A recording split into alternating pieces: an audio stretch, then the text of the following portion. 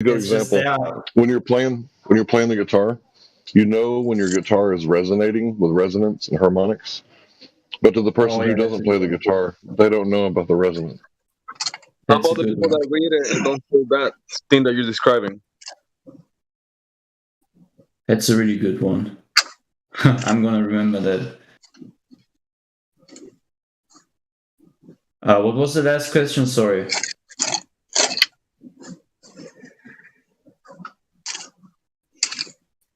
But think about it regardless, it doesn't really matter. Let's just say it's true or not true. The premises make perfect sense. So, for example, if it's true, right, that a singular creator created all the sun and moon and stars, right, then looking at the sun and moon and stars and going, ooh, the sun and moon and stars, yay, and then stopping there, right, and worshiping them when there's something entropically greater than them, which is the cause of them, right, that wouldn't make any sense.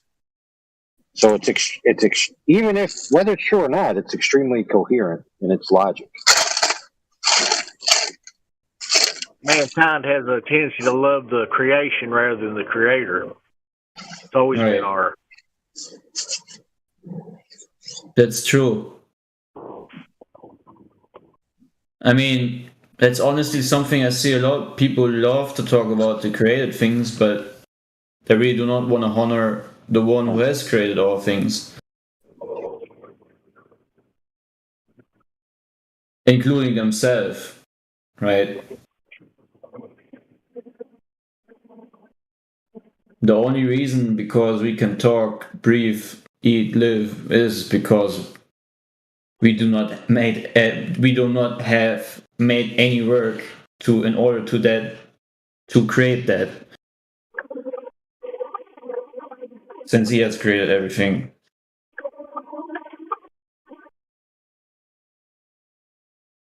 So we actually do not even own our own thoughts.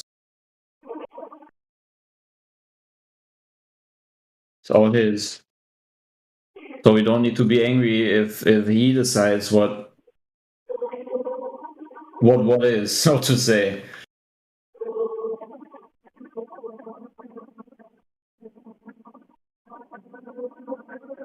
I think that's also a big thing. What many people struggle with, to accept that the creator is the author of all things, and that you do not have any authority to question why many things he is doing this or that way, because on the very end of the day, the only reason why you can even think or exist is because of his grace, is because of him. Ultimately, you are just on a different position, you know. You're in the footstool, right? So I think that's really a hard pill to swallow for many, because again, we have that tendency as carnal-minded people to make ourselves the highest authority, and that's the problem, which I see a lot in the world. We can simply just do that. Sorry. Go on. Sorry, I'm talking too much. No, it's okay.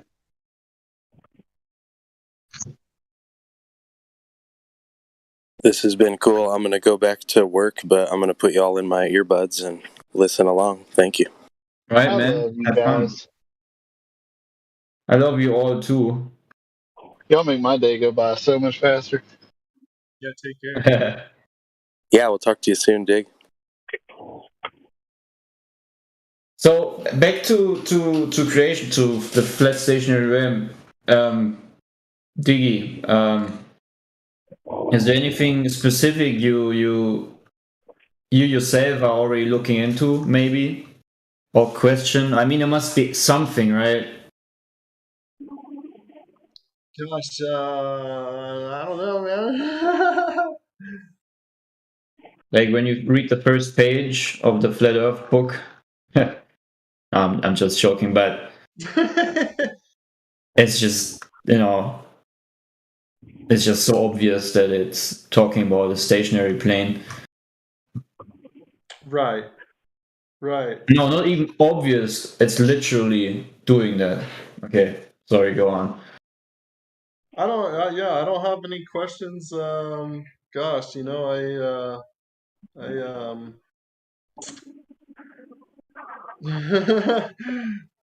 don't have any questions or anything.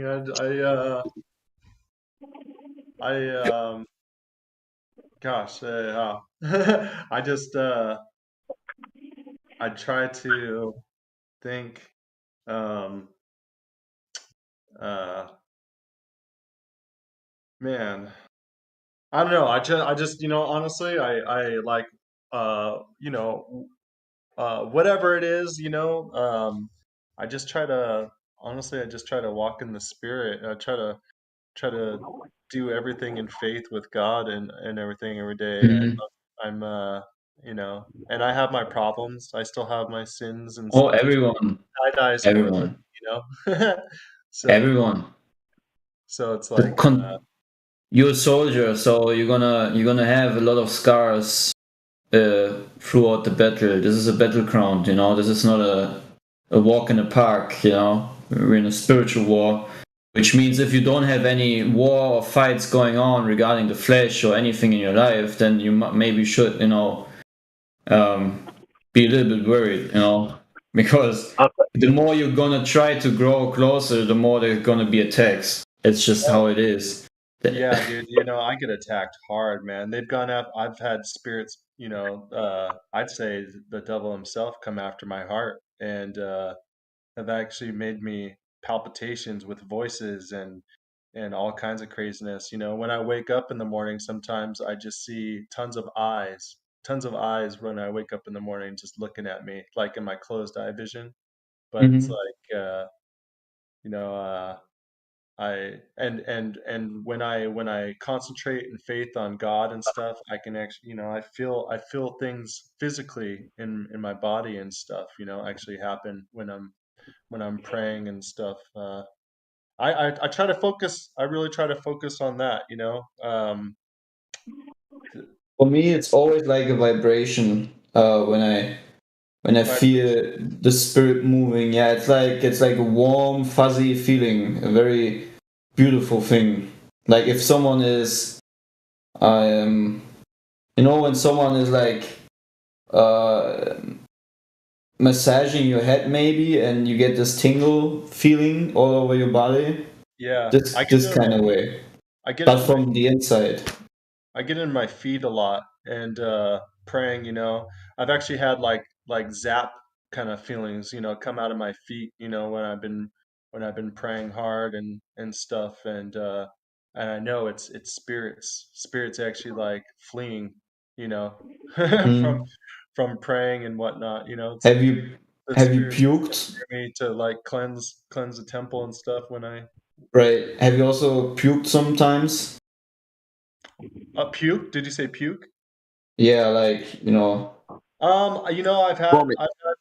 I had an instance where I definitely got attacked and puked and stuff and got Mm, stuff out. Stuff happened with my ears burning, and mm. Yeah, like feeling I said, they pokes around my body. yeah, they're hiding in every room possible within your temple. I puked for 6 days or 7 days, 6 or 7 days straight. Um, uh, every day. Like my mom was thinking something is wrong. Maybe we should go. We sometimes it was so strange. These puking moments where I just laid on the ground and thought maybe I should call ambulance, but then something within me said no, no, no, because I'm also high. Like I hate pharmaceutical stuff. Like I'm a big, um, I'm against all pharmakia and sorcery and so forth. It's just not my type of thing. I was born into the family gladly, to the grace of the Most High, where I already learned this since the childhood that you cannot trust doctors and pharmaceutical drugs and so forth. No, But they're simple as the two snakes going around the rod, going up the rod. right, exactly. There- it's like yeah, and it even talks about all the, I forgot where it is exactly, where they actually destroy all of their pharmacy books, their sorcery books that cost like 50,000 silver or something like that. I forgot what book it's in. Yeah, it gets even worse if you look into the roots of it, right? Alchemy and what they did, and what the all these rituals and stuff regarding pharmakia. Just the all again, there's the roots that are behind these things, same as with New Age and so on. It's just, it's disgusting. Yep. Yep. Very disgusting things. Are always on the root of the if the root is already rotten, there will be no fruit in the future also, right? So if the root of pharmakia is already a rotten tree, well, how should the tree ever bear good fruit, right? Right. Right. So yeah, I would always suggest to stay away from any pharmaceutical stuff. Oh yeah, I don't like I haven't gone to the doctor or taken medicine in years. Like the most medicine I'll ever take is some NyQuil if I have a cold or something like that. But Yeah, you don't even need that, not right? do that much. Just try to drink some juices and then Yeah, or pray. water, drink a tea and pray. Yep. I haven't been really sick since I don't know. Actually, since I'm saved. Like, let me think. The whole, the 2 years that we can't talk about this in here, but the whole 2 years that which were going on, I was not really caring a lot about protecting myself or anything because I do not believe. I still believe in nothing that happened there in these 2 years. I never had any problems with my health. While other people freaked out. Yeah.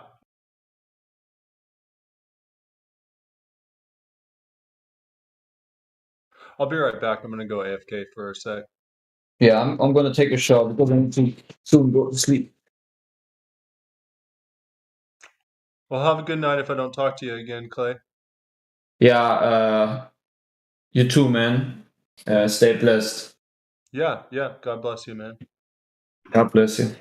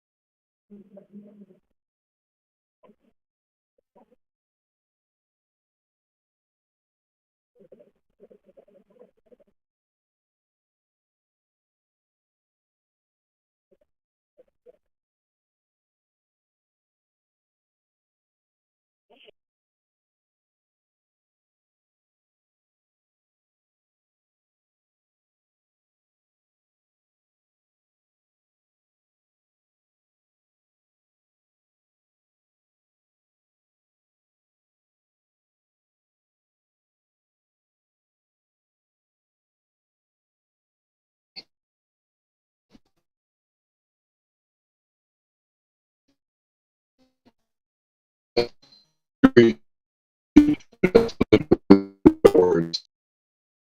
And does it resonate with you? I don't know. It's almost like you're not at the right frequency or level of understanding.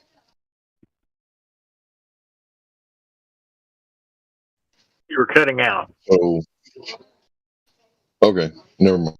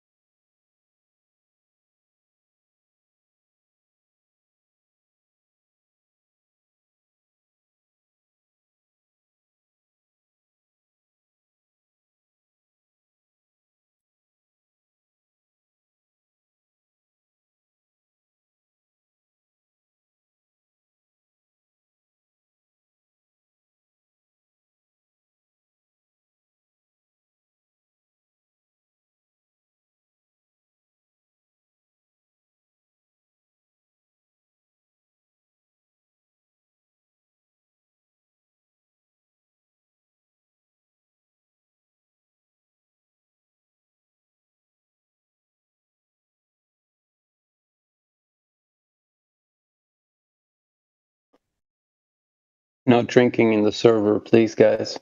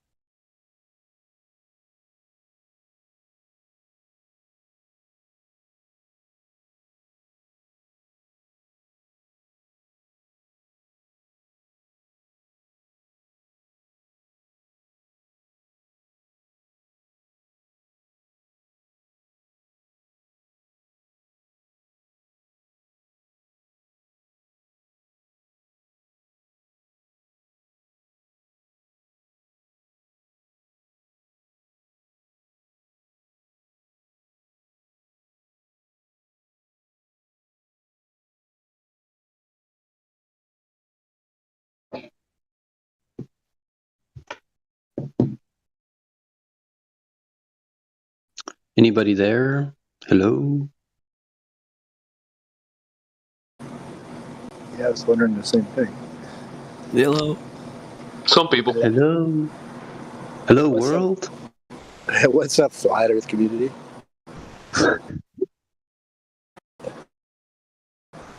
I am not a community. I am an individual, okay? Very spiritual. Aren't you part of a larger community of like-minded individuals? Okay, that's better. That's better.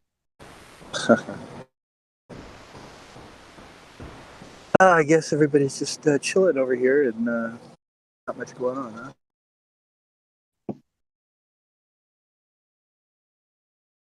We are praying. We are praying. Oh, moment of prayer. It's okay. You interrupted us, but it's fine. I'm sorry. Amen. Okay, now we can talk. Wish I had something to say. Define talk.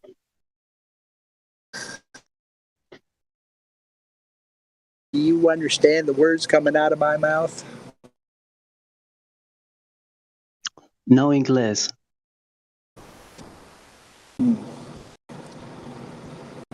¿Cómo estás? Muy bien. Come stai, mio amico? Sì. That's English. Amigo. You sounded That's- really Italian, you know? You have an Italian accent, man. Your Spanish sounds Italian. Estou muito bem. Português. That's a good meatball. Italiano, mamma mia. Mamma mia. La Cosa hai terra, detto? la terra è... Talk about stereotypes. What's up, Miguel? La What's terra up? è piatta. A me mi gusta la meatball. Tutti lo sanno. Tutti lo sanno che la terra è piatta, cari miei. La tierra piata. Sì. Poi Non so. se hai fatto osservazioni non c'è la curva da nessuna parte. Wow. Here, I'll talk like the I can evangelists on TV. They say, "Mama na hama hama na shama bala baba." Čekaj malo, nećemo sad tako. Shandala hama mama. Zemlja je ravna, čoveče. Are you guys talking about the farting preacher? He's one of them, yeah. Yes, exactly. Robert Tilton. What a piece of work. Dude just rakes in millions of dollars from these people sending him money. He's got this center where they receive the envelopes. They pull out the letter and they throw it in the garbage and they just pull out the money. Oh, real nice.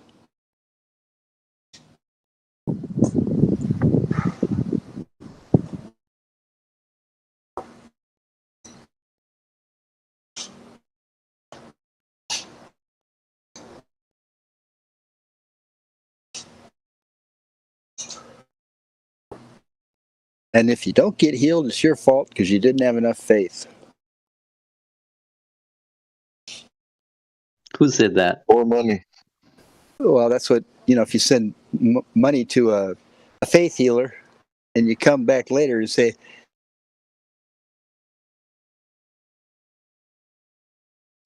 they go, what? I guess you didn't have enough faith, did you? Oh, you need to have faith. Yeah. Yeah, well, my point is it's a scam.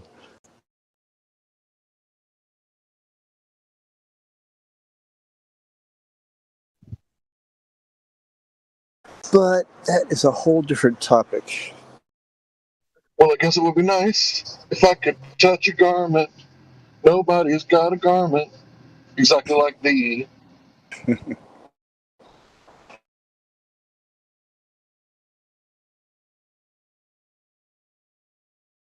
Yep, she had a great amount of faith. She says, if I just touch the hem of his garment, I'll be healed.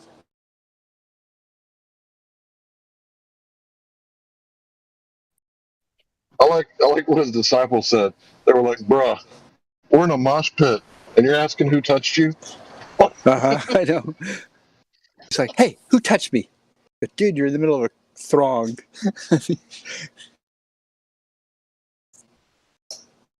No, I felt my power go out of me.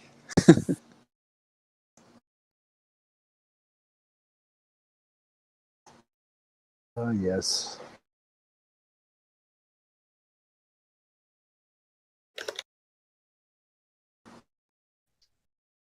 Okay, so a guy just like pulled into the turning lane and passed everybody who's been waiting on the light to take a right at the light. And I'm supposed to go, he knows not what he do, Lord. He knows not what he do. That guy knew what he was doing.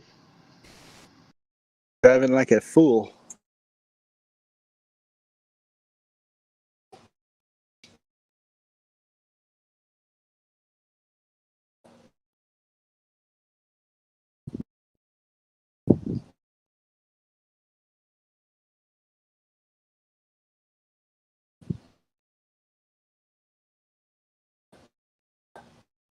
Girl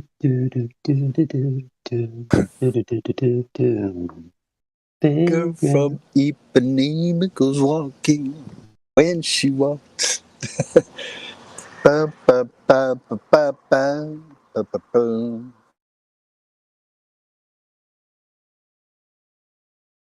Who plays music here? I do.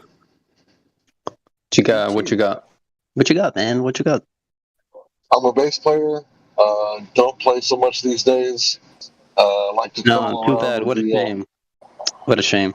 I like to fiddle around with the 6-string these days. 6-string acoustic. Where's your bass? It's in the closet. My grandpa bought it for me, so I try to keep it nice. What kind is it? It just says American. All I know is it's got dual humbucker pickups, active pickups, and when it's got a 9-volt battery in it and you tune it, you just set it in the closet for 6 months and pick it back up, and it's still tuned. Yeah. No way. Stays tuned like no matter what. I got a.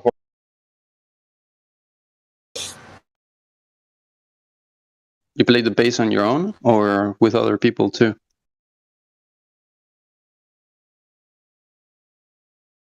Plays in his bedroom. Yeah. Hmm.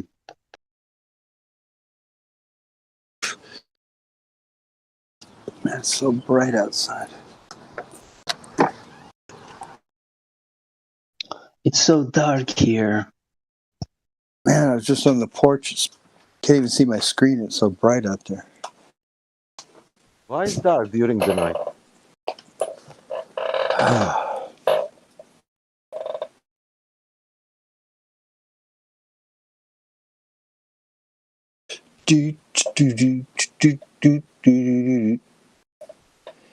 Can you see the force? No, not really.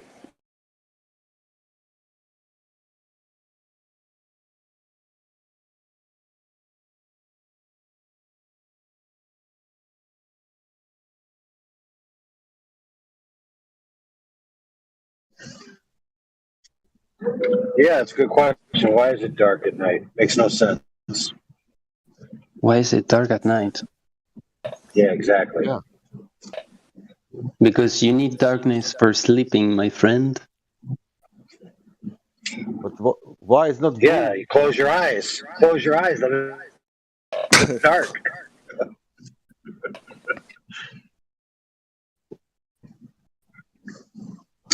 Well, a lot of Glovers come in here and say Newtonian mechanics, Newtonian gravity. But the problem is that Newton himself recognized that if his model of gravity was true, you would need an infinite universe, which means infinite stars, which means infinite light, which means no nighttime.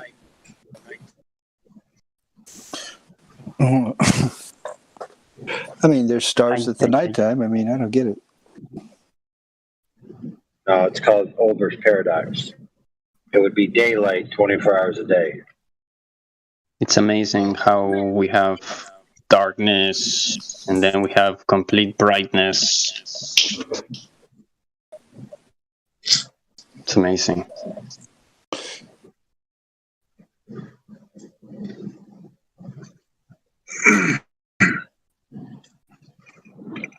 Yep, so Newton realized that because it's not daylight all the time, his model of the quote-unquote universe gravitationally can't possibly be true. Ergo, they needed a new model, right? Step in Einstein to save the day, right? Oh, that's a big one. Yeah. So now we have an expanding universe, and that solves the problem of an infinite universe. Now, keep in mind, when it comes to Newtonian gravity, Globers will try to say, oh, well, the Earth can't be flat, because if it was flat, then everyone would be diagonal, right? Because the gravity would be in the center, it would be splayed out diagonally. But they're not even understanding, because they're using a concept in their mind of a flat Earth that's very thin.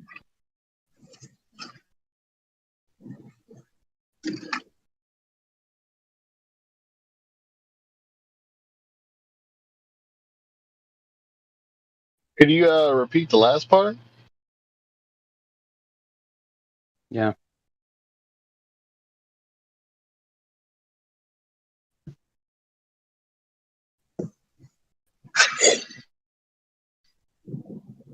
Yeah, I was saying they conceptualize the flat Earth as being thin disk, right, floating in free space,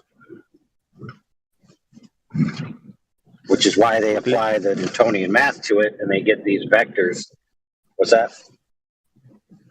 Wait, who claims what? Globers in general, when they try to debunk flat Earth, they imagine it as a disk floating in space, right? That's thin. Yeah, I hate that. Right? So much wider than it is thick, right? Very thin, like a thin crust pizza, you know? Who are they trying So then they try to apply... Well, they're trying to debate a straw man because it's easy to defeat arguments that nobody holds. But we are not. People play it up. Well, yeah, exactly. And people play it up so much so that even professionals, right, who should know better, right, they write books about flat Earth and they put the conception of the floating thin pizza disk in space, right, pretending like they're scholars and having good content, but immediately caricature the whole thing.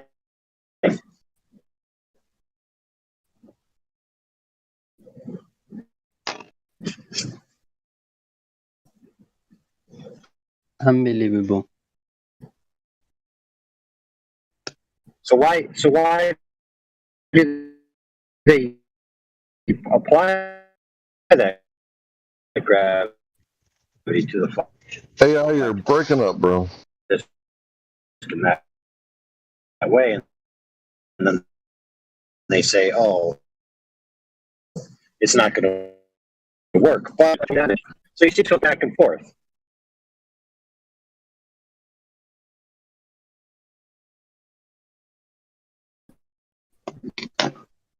In reality, you can have Newtonian gravity, even Einsteinian gravity, and the Earth be flat. So it's highly irrelevant, the proposition.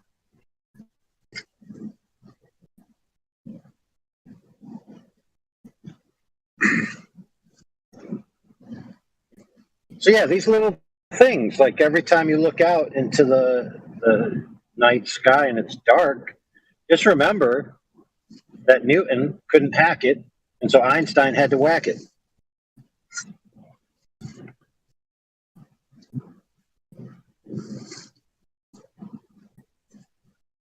It's amazing. Yeah, but Einstein didn't come along just for that reason. He also came along to negate experimental validation that the Earth is moving, such as Airy's failure, or Michelson-Morley,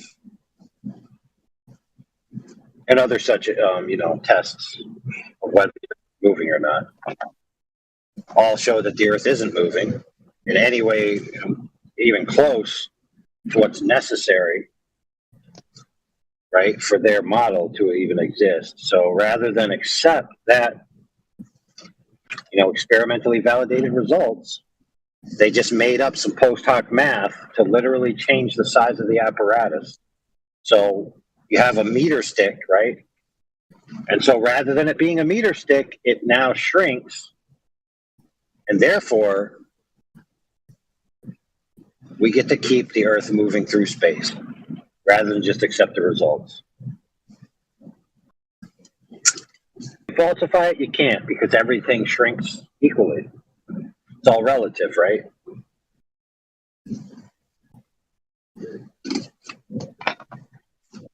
Speaking of relativity and the flat Earth pizza disc floating in space, if you're well aware of the Flat Earth Society,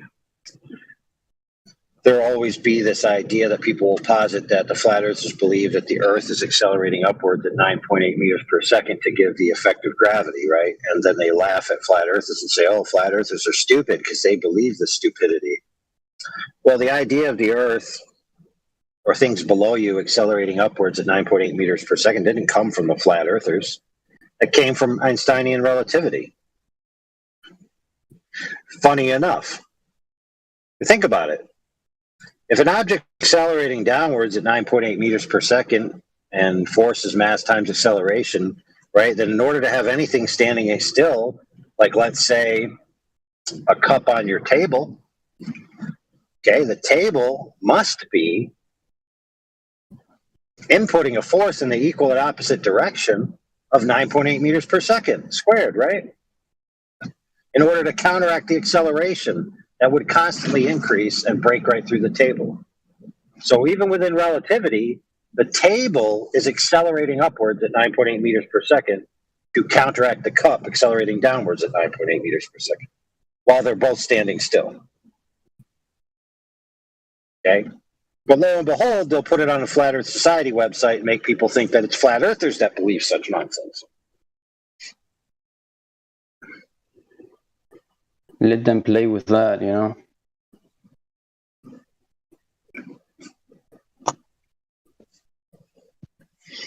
We've had Glober saying you're accelerating forwards while standing still while traveling backwards simultaneously. We see what they can't have. In their paradigm, they cannot have absolute stillness. There can be nothing that is not in motion. So the Earth itself, right, just can't be at a static point in free space. It must be moving through space in order for all their mumbo jumbo to work. Crazy, isn't it? Nothing of this is from every angle. Yeah, nothing of this is being observed, but still people cling on to this belief system. It's actually insane, you know.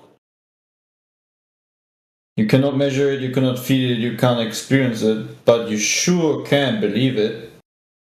You might have already said this. I was out of the room for a little bit, but do you know why they say that the universe is expanding and all that? Is there some validity to the stars separating a little bit, or what's that about? Well, they see some red shift and some blue shift, right? So then they get some shifty math, and then they shift it down your throat. It's just to hold together the Big Bang because everything exploded, right? So they have to lie about because that. Because of that theory, it has to be separating. Yeah, which it isn't. If you just look at the stars, they've been in the same place since the pyramids were built. Forever, yeah. I got you. Okay, so that makes sense. Yeah, and don't forget, they also need an expanding universe for their Einsteinian model to work, because Newtonian can't work unless you have an infinite universe. An infinite universe has paradoxes that easily disprove them. by simple observations. So they can't have that model. So they need that other model. The problem is that the universe is actually expanding faster than it's supposed to. So problematic, right? So now they have to invent new exotic matter that's pushing the universe apart faster than it should be going apart from the initial explosion of the Big Bang. That's where that dark matter So it's bullcrap like, comes into play. Yep. No, dark energy, not dark matter. Dark matter has to do with the galaxy missing gravitation. Dark energy has to do with the expansion of the universe increasing in speed. Huh. Okay.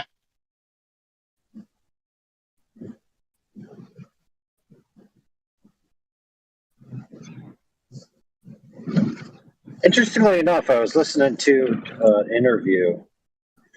One of the guys who's searching for this stuff, and Brian Greene, I think, one of the, he's kind of like Michael Cox and all those other guys that are just figurehead physicists that always do the shows and interviews and stuff.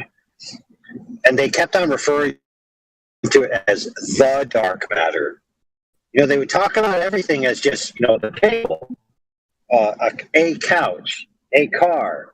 But then when it came to dark matter, every time they wouldn't just say, oh, we're looking for dark matter, and we might have found dark matter in this place.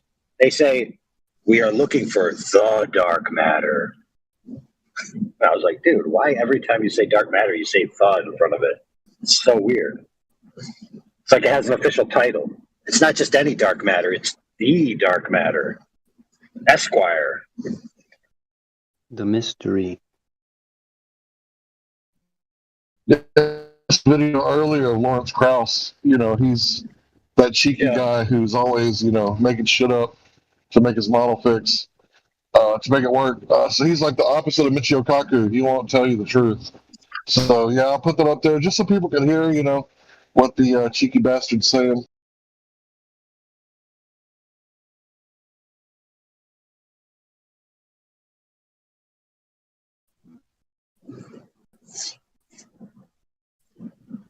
So he's the one that explains the Casimir effect.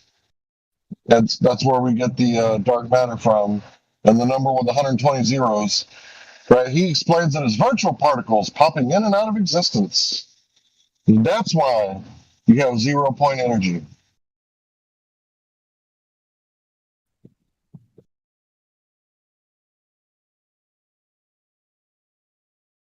They are really smart. Dude, 0 point energy was like the Cavalier season last year.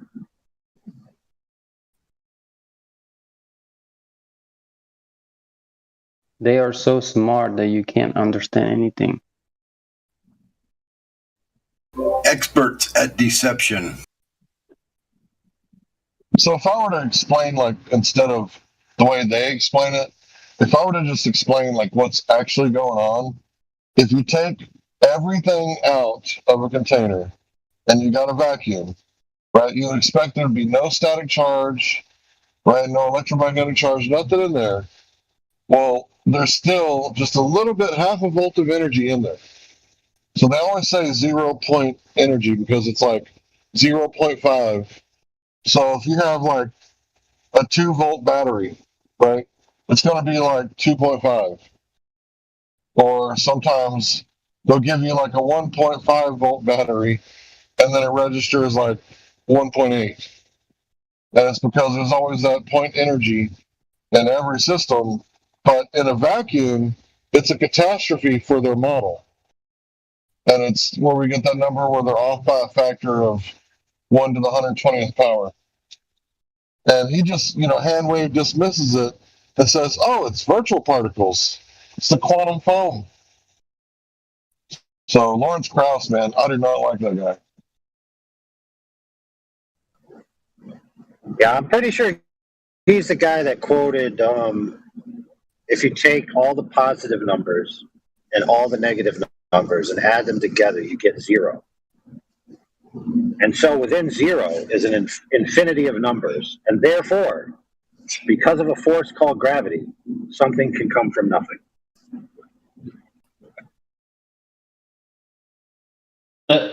Cool story.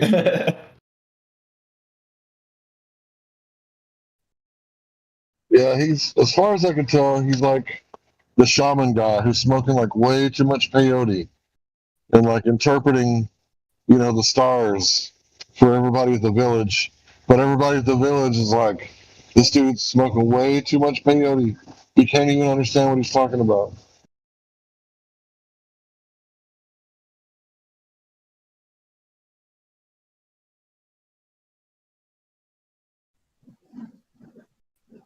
I gotta go, but if Captain Dan's around, tell him he's feeding back through his mic, and so he got muted, but he bailed before he could be unmuted. Imagine that nothingness can suddenly explode.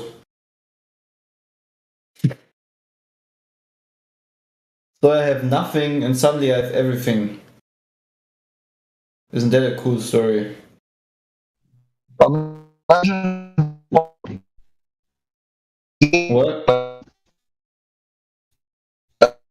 You're lagging. Like, what is this a video game? Can you repeat that? RoboCop.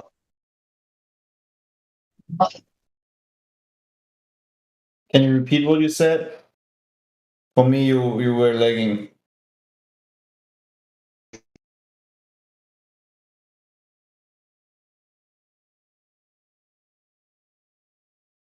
Can you guys hear him? Why do people a robot? Like, why does that happen? Is that a lack of connection or what?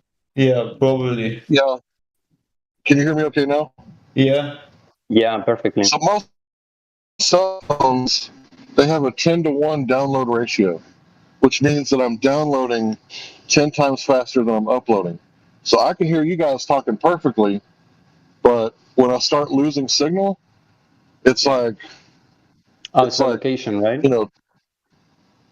Yeah, away from the tower. Because light doesn't travel forever, according to the inverse square law. So signal strength doesn't travel forever. Right. Are you sure you're not? When you're driving, you're reconnecting to another tower every few minutes, and every time it does that, if you're on Discord, you start to lag like that. Are you sure you're not?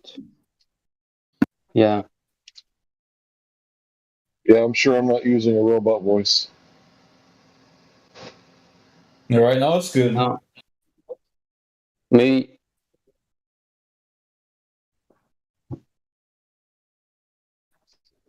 Or you're over the curb. You're on the other side of the curb. That's why.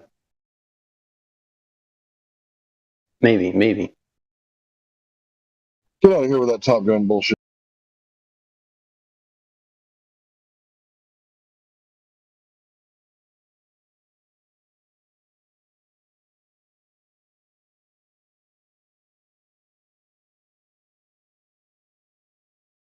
Yeah, I have an antenna, one of those antennas, right, that you have. So like the antenna is like, it's coming from the south. So it's about, I don't know, maybe less than maybe 5 miles from my home. But if I go to the opposite side of my house, I lose connection. But if I face it forward, like in the living room, I have an okay I have a good connection.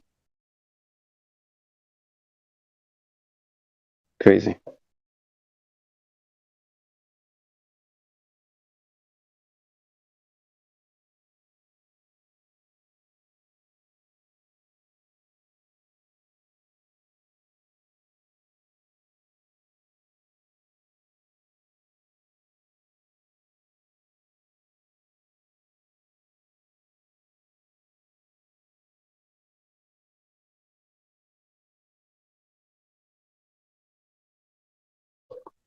Yeah, I think the thing is that they want cell phone signals to be strong enough to where you can talk to people, but they don't want to have to pay out anything for any kind of damages they do to your body by boosting the signal so high.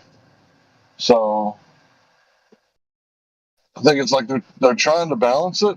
Like in the UK, they have different cell phones than us.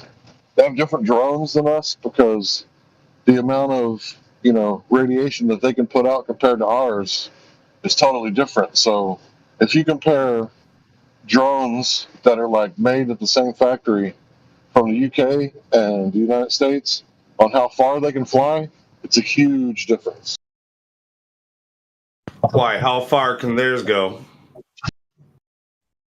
Not as far as yours. I don't Yeah, think they want to fly theirs over water. I mean, at least by the specs, I'm never taking it that far. It's just too risky. But according to them, as long as I got line of sight, I can go 10 miles with mine. Well, what about that dude that ate radiation on TV back in the day? Y'all know about that? Yeah, I saw him. Yeah, it's kind of one of those things where it's weird. He just ate it and talked about swimming in it. And if you think about it, has the government ever told us the truth about alcohol prohibition? You know, it was about the fuel. People used to burn alcohol and run their cars out of sticks. And they had special carburetors to run ethanol. And then we know that we can make marijuana fuel. I think it's hemp diesel.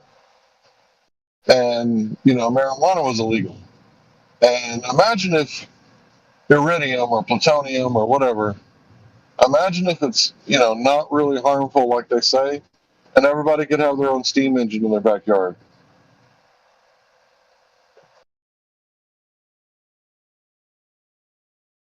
Well, actually, I have to correct. It was 10 kilometers that I can go with mine, so it's like 6 miles. Which is still a pretty long fucking way.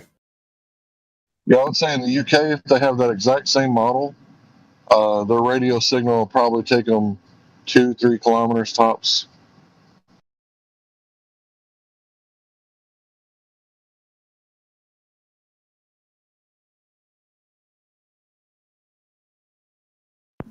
Obviously, they don't have an FCC. They got, you know, something similar to the FCC, and their regulations are more strict than ours. The SEC is full of pretender clowns. So are really big red shoes, like size 18. The SEC is kind of like full of Globers. They speak from both sides of their mouth all of the time, and they say one thing and do something else.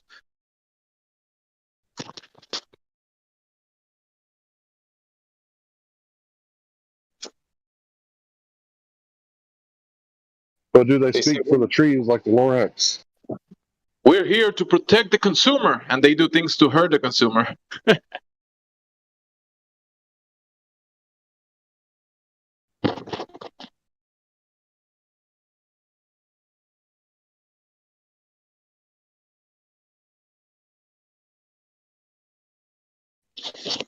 I think it's one of the top guys in the SEC right now. He's like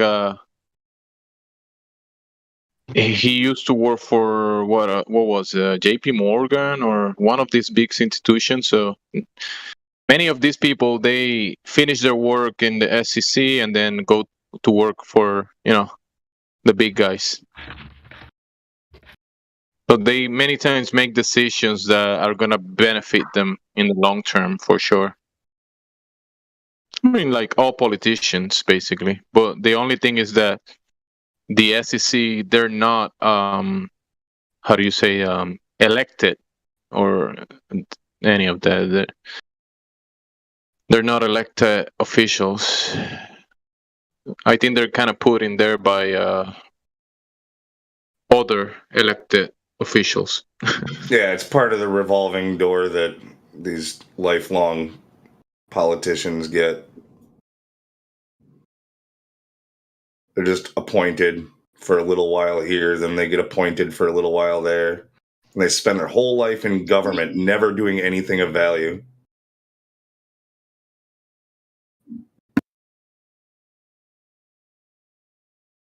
What's the relationship between politicians and government? I mean, are politicians necessary in order to run a government?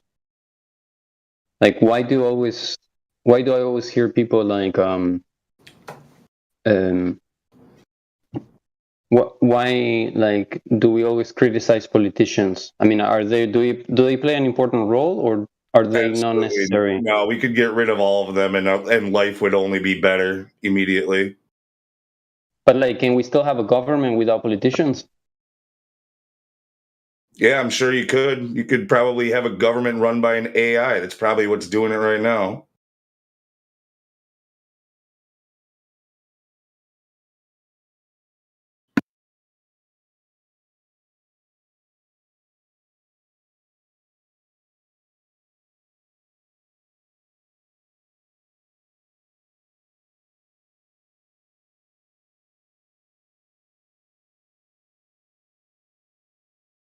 You don't know if you guys know any politician that is worth listening to? Nope. No, sir, I do not. Not a single one. You can. All it does is it sucks you into this left-right paradigm, and it's a trap either way. Neither one of them is on your side. They're for their big corporate buddies and their lifelong revolving door politician buddies, and they're taking their bribes and their deals, and none of it has anything to do with you ever. They don't care about you. You're just a bargaining chip for them. There's nobody out there like defending human rights, like. Nah, they pretend, but they don't really care.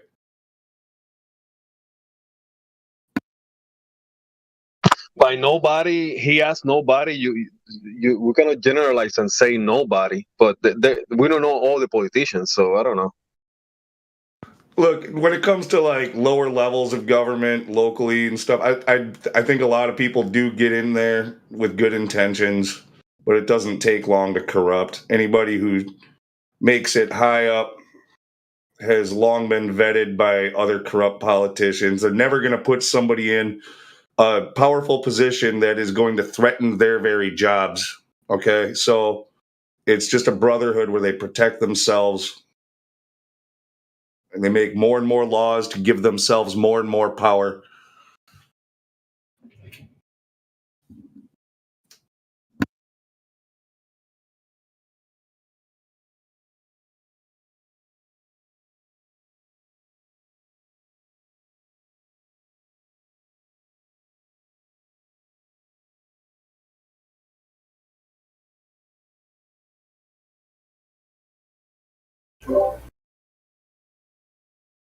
I heard some good feedback from the president of El Salvador. Does anybody know anything about the president of El Salvador?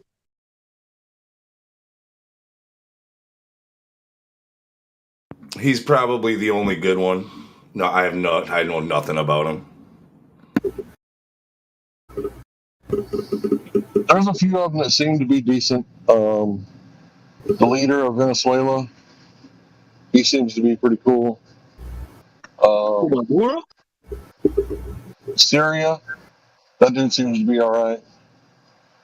Or at least pre-invasion. I don't know what he's like now, but pre-invasion, Christian, Jews, and Muslims lived there peacefully for like thousands of years.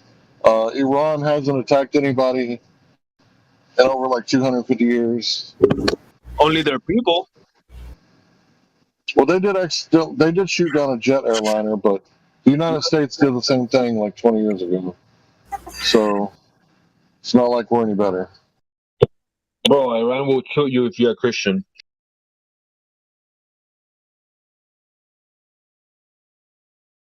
You're telling me Iran would kill me if I'm a Christian, huh? That's what I heard. Maybe aren't they like very extreme Muslim extremists for the most part? Have you been watching mainstream media? Yeah, who knows, man. Well, I don't watch mainstream media, but I know people who are from the Middle East they're not religious, and I know people from the Iran. One of my clients is from Iran, and he tells me that the government there is pretty bad.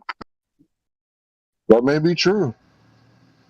I've never been there, so if you got ears on the ground, you're probably doing better than me then. No, I don't got. I know somebody that grew up there, lives here in the U.S., and says he only goes there to visit family for vacation because the politics there are extremely religious. The government goes by their book of religion, and you gotta follow those rules. If not, they can even decapitate you for not following the rules. Nice. I bet they got low crime though, don't they? What was that?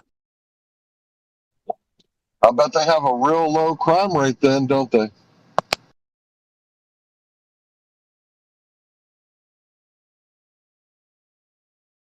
And I bet they kill people that they kill people that they don't like, even if they don't commit no crimes, because that's how corrupt some governments are, right? Kind of like America, where they, kill unarmed people in the streets. See, it's always the pot calling the kettle black. Yeah, it's all over the place.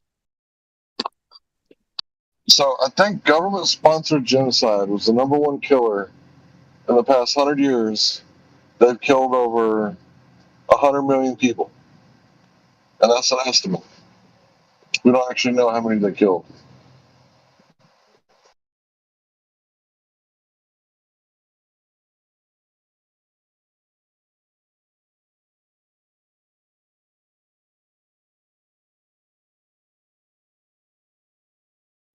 That's like an estimate, meaning of stuff that you can back up that they actually did kill, not knowing the more nefarious, insidious ways that they do kill, like just by, oh man, who knows what shit that they put in the water or chemtrailing or, you obviously can't even count that stuff. You never know. People getting poisoned all the time. Oh yeah. So yeah, it's the water supply has killed a lot of people. Even medical malpractice have killed a lot of people. Yeah, they don't. Aside from genocide, like he's saying, the statistic that you usually hear is medical malpractice is the #1 killer every year, and like by a long shot.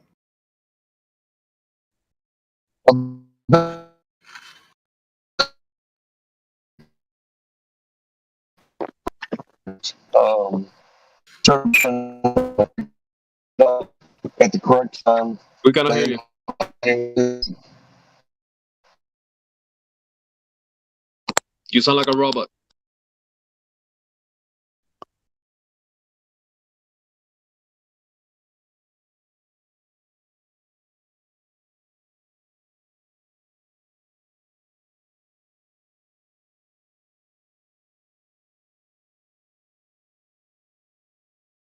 Who do you blame when big pharma, like, I don't know, when people die from pharmaceuticals, is that big pharma's kill or is that the government's kill since the both since the Food and Drug Administration passed it?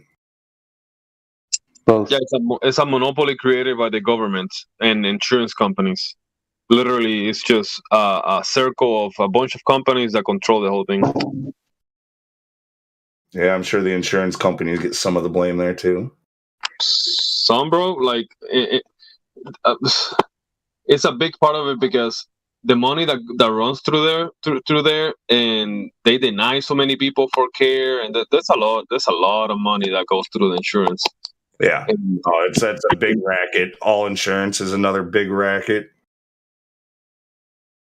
Isn't it the individual that handed over their authority to a stranger? Isn't it their fault a little bit? The what? I mean, I guess that's a case by case situation. If the information they were given told them that it was safe and blah blah blah, which is what is typical, right? Say it's safe, effective, nothing to worry about. I don't know. I mean, yeah, partial blame. Kind of like, I mean, some states handle traffic like accidents different, but in mine, no matter what, if you're in a traffic accident, you take at least 1% of the blame just for being on the road. Yeah, I'm just thinking, you can watch all the TV ads that you want to, but if you hand over your authority, especially in a medical situation, to somebody else without doing your due diligence, you got to absorb some of that blame. Yeah, definitely. A lot of people sadly go to their they make a choice to go into people that actually are not helping them long term.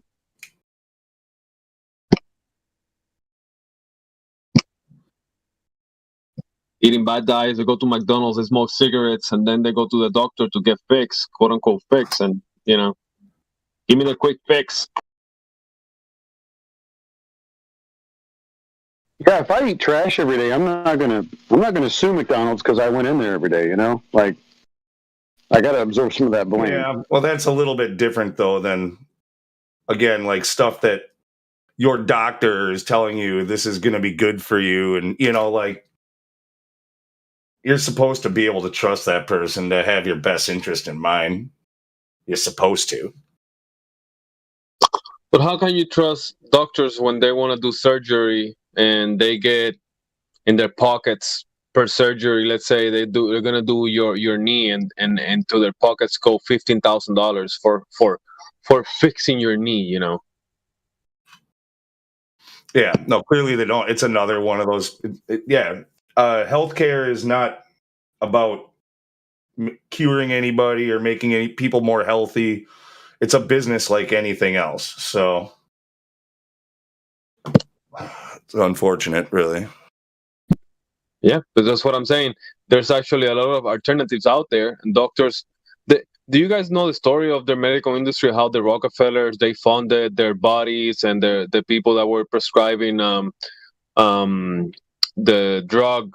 You know, they were the ones who started extracting doing synthetics and doing these new chemicals back in the turn of the century, and they did a survey for the because back in the day medicine was open market. It was competition. There were a lot of quacks and whatever they used to call them, and there used to be a lot of good doctors practicing different modalities of medicine, and the ones that got millions of dollars from the Rockefellers and these people were the ones that were following their quote unquote scientific whatever and their side of the equation, and they got millions of dollars, and the rest got attacked, and they created the FDA and the MAA, and they took them almost out of the map.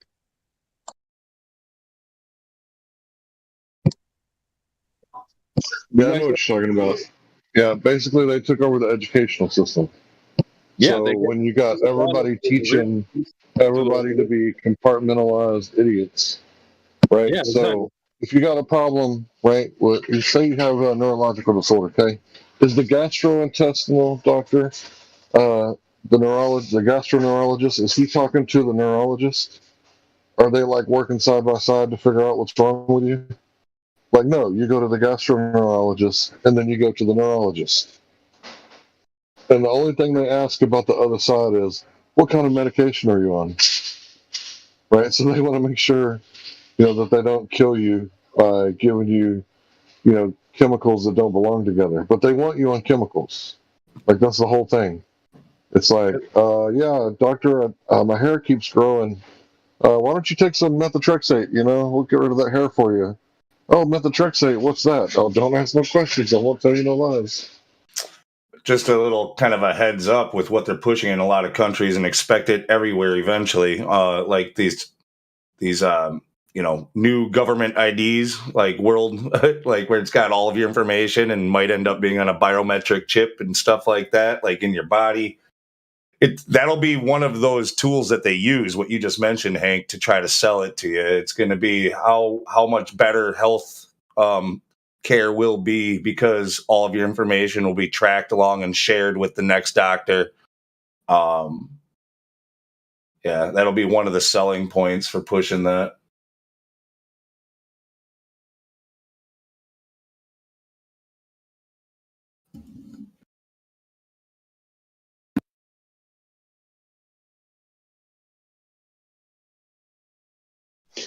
Quick question, y'all. I typically listen to Helio's live stream feed, but have not seen it. Who else streams it on YouTube? Or is it no longer a live stream? He's got it on his backup Helio Skeptic channel, and then Roger's also got it going with his channel. Does Roger have a name for his channel, please, if you got it? Let me find it.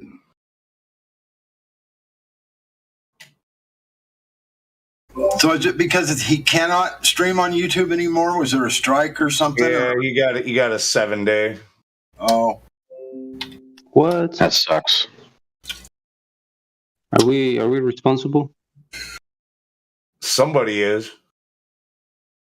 do you know? Copyright. Do you know what it was for, Lou? Did someone?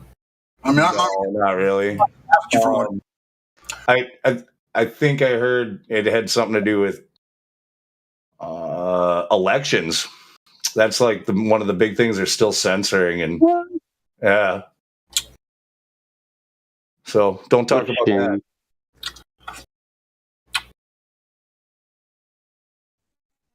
Let me write it It's down. crazy, man, because So don't talk about Rachel Madcow was on and on. I'm not talking about it. I'm talking about that Mad Cow. She was on for a year talking about sugar dilution. You know, it's like, you know, it's like that was fake news. Well, that's okay. You could do that, but now that it's like 4 years later, Mind blowing. right?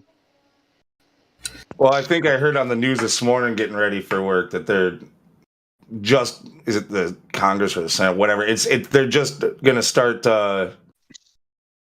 doing some hearings or whatever that are starting like today or tomorrow or something with that January 6th siege.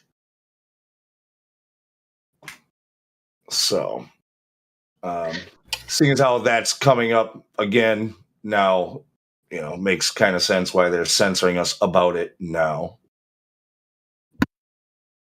I'll tell you what, this soft release of world communism is kind of tricky to navigate. I don't know about you guys, but it's been kind of weird. It's pretty predictable. It really is. Just at every corner, expect to get fucked over and have nothing make sense, and then it all makes sense. Well, yeah, true. I just, yeah. It's inconvenient because I usually listen to Helio's live stream during the day, and now I can't, so got to go somewhere else. Well, I posted a link to the current speed right now on Roger's channel, so you can hit that. Thanks, man. I appreciate it. Super appreciate it. You can all come in here and just kind of put yourself on mute and turn off your screen on your phone and listen.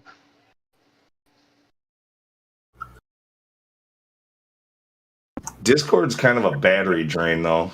It takes a lot of resources. I mean, YouTube does too, but I think it's actually kills less battery if you're doing it on the go, just doing it on YouTube, especially if you've got, you know, where you can black out the screen or whatever, like whatever their service they got. Not suggesting anybody pay Google or YouTube anything. Yeah, Google. Yeah, I agree. My experience has been Discord will suck the battery down, but if I listen on live stream, it's not near as bad.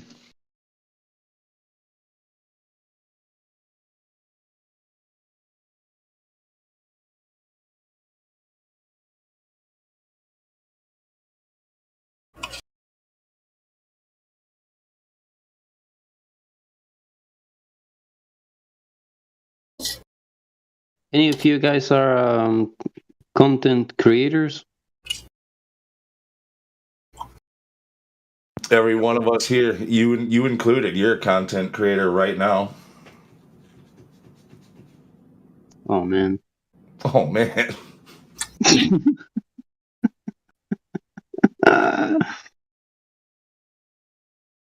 Hello world.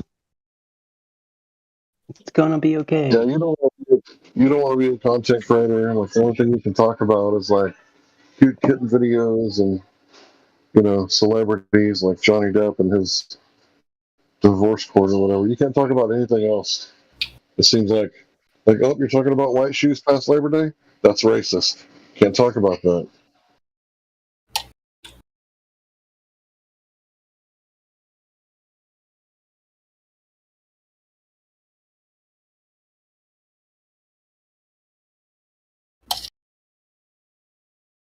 Like a little kid.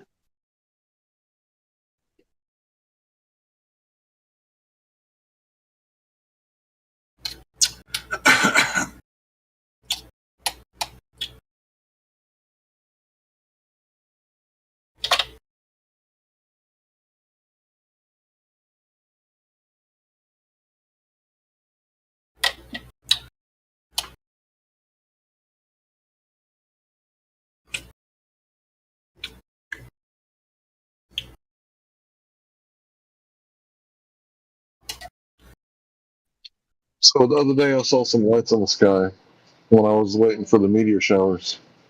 And I saw a few streaks, but I didn't catch any on camera. But I saw some other lights in the sky that were moving like really slow. So I got them on camera and I posted it on my channel. And some pasta fucker comes on there and says, like, knowing you completely 100% misunderstood what you were seeing in the sky. And all I did was took a video and wrote lights in the sky. So if I saw lights and recorded lights, have firsthand experience that they were lights, how can I misunderstand that? I didn't make a claim other than that they were lights. So it's like, after all these years of me not using my channel, somebody is still subscribed to me. And like, it's their job to like refute everything that I say. Larry, did you say pasta fucker? Let me go look for his name. The kid at work Let's made see an what- interesting observation 2 days ago. Something I've never seen. Apparently, the way that the clouds were kind of filtering the view or whatever, he saw the moon like right next to the sun. And then when we tried to, he told me about it. I tried to look, I couldn't see it, but it was just for a second.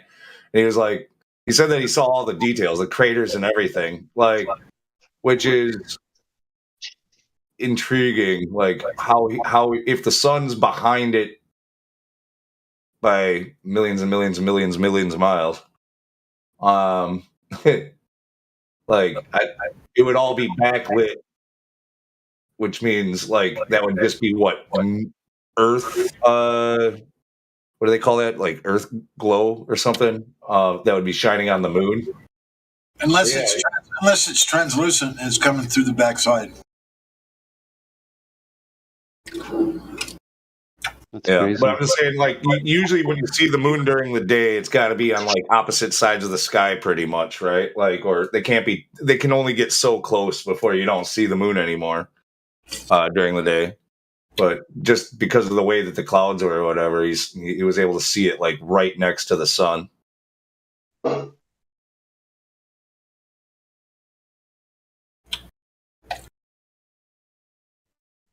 Posted a screenshot of the guy's name. The pasta eating boys. I was taking some pictures of the moon the other night, and it was just a little bit cloudy. I could post one of the photos maybe, but while I was watching it through my camera, it was on my screen, and I was looking at the screen, just centering the moon and, getting ready to click a photo. I kept seeing these really thin clouds that would go in front of the moon, but they were blowing like super fast. It was just like this real thin cloud would just go shoo, right across the screen.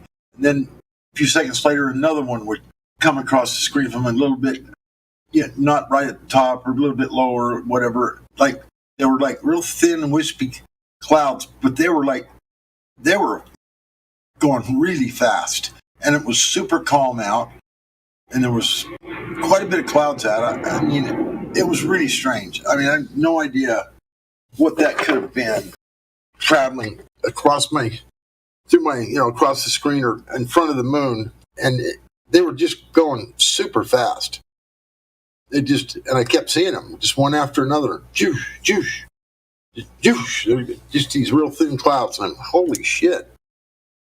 I can't even come up with any reason why that would happen.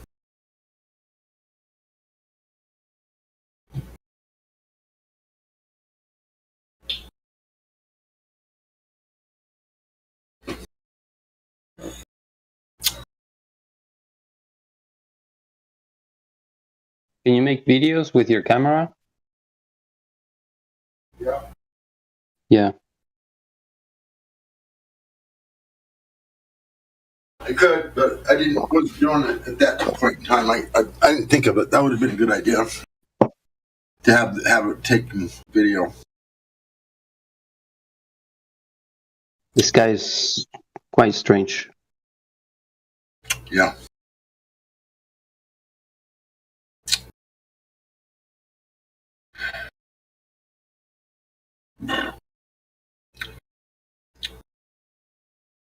I saw the other day, a few weeks ago, I saw the whole rainbow around the sun.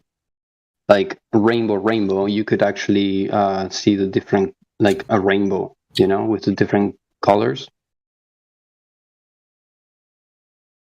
all around the sun. 12 at noon. With all the colors, with the green, the purples.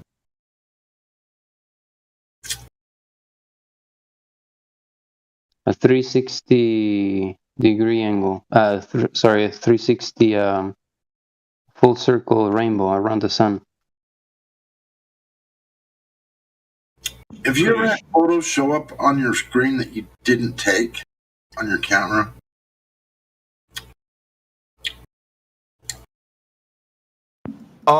Yeah, a couple of random ones, but it's like you can just be like, I don't know what happened there, but you're like, I got a bunch of them that just showed up on my camera, and I can't for the life of me figure out.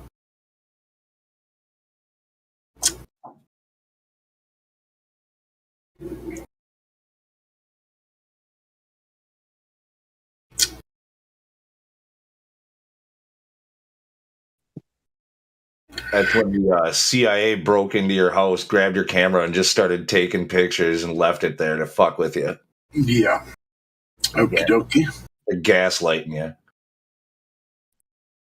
I've had shit like that happen before. I'm not saying it was the CIA, but I bought a tenderloin, and I bought like this pack of like flavor to like marinate it with. So all you have to do is like open up the plastic, put the tenderloin in there, and like put it in the refrigerator for like a day.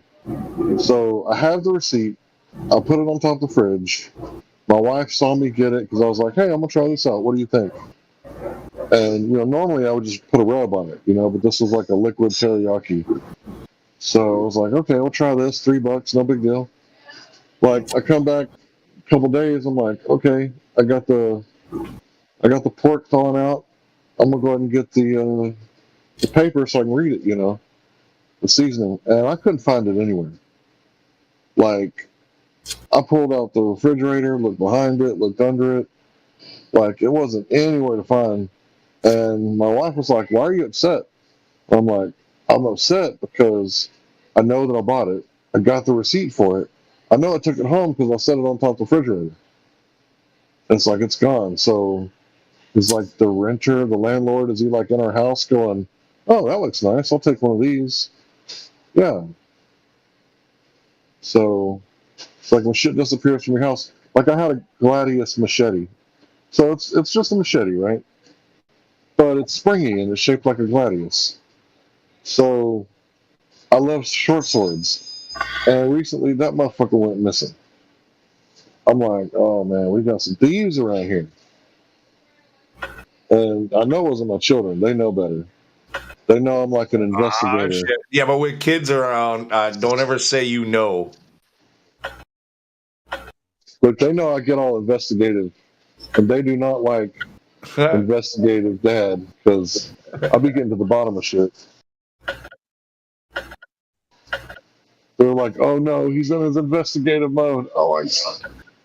They hate that shit because they know I'm gonna get to the bottom of it. I mean, just with living with anybody in the house, also, it's like, nah, somebody moved it. It's misplaced. It's gotta be.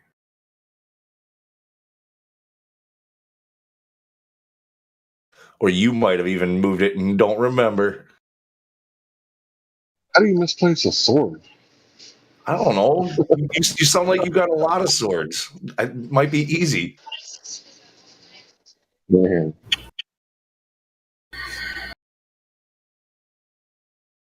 But if you do misplace it, it shouldn't be that hard to search around and find it. You tried.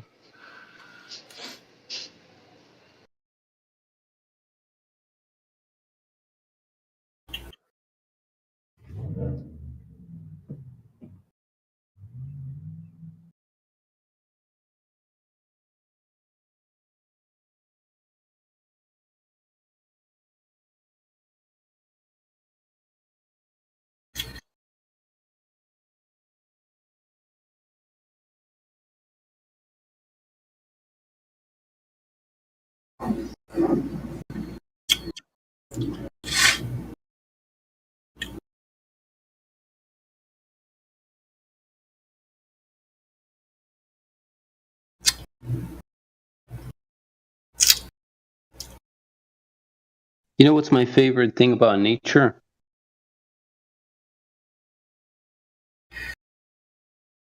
What? Dude, I love earthquakes and thunderstorms. Freaking love thunderstorms. And earthquakes. I don't know why I have an obsession with earthquakes. I like electrical storms, like when it's not raining or anything, but you just, like on those hot summer nights or whatever, yeah, and the whole sky is just putting on a light show. Yeah, that's cool. And when you get the thunders, like you can. Dude, I felt, you know, like when you're in a concert and you're close to the amplifiers. Amplifiers is called. Yeah, you feel like the hit in your chest. Yep. Yeah, I felt that like in a few storms before. Yeah, I've had a couple of times where I've had lightning strike what sure as hell seemed like it was right across the damn street. It's hard to tell, you know, but that's insane. Makes you jump. Like you feel, holy. I've had lightning hit like not 10 feet, like 30 feet from me. Hit a tree and it started it on fire. We were sitting on a picnic table in the campground, and my hair was standing straight up. I used to have really long hair, and my hair was standing straight up, like a foot and a half above my head, just like all the static electricity in the air. And I could feel the hairs coming through my Levi's on my leg. I could literally. I could pet them on above my pants. They had worked their way up through the weave on my Levi's, and the hairs were sticking up through my Levi's. There was so much static in the air. And then lightning hit like about 30 feet from me and hit a tree. And then it hit a couple of more times that were a little bit further away. That is too much, man. Just before the lightning struck, you could hear this noise. It went zzz. It sounded like an electrical charge noise. It went zzz, clam. And you could, wow.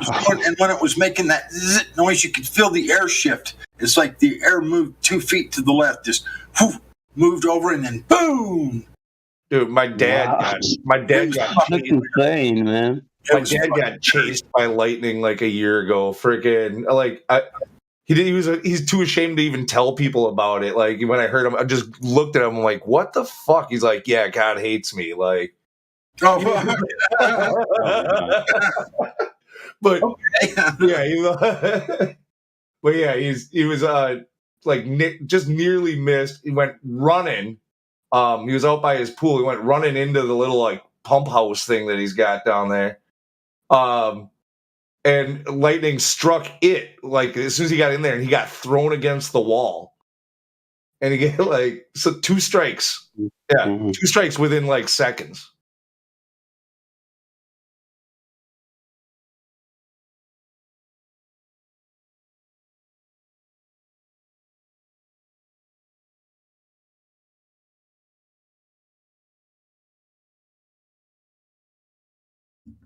I guess it wouldn't be that bad, no? Dying from getting killed by a thunder. Oh my god. Oh, I bet that would hurt like a motherfucker, and it probably won't kill you. Like that's the thing. You know, it might kill you, but more than likely, it's just gonna hurt like all hell. No way. Burn it like it would be electrical burn, like, and I don't know how many volts they say a bolt of lightning is, but it's really high, and volts is what hurts. Amps is really what kills you.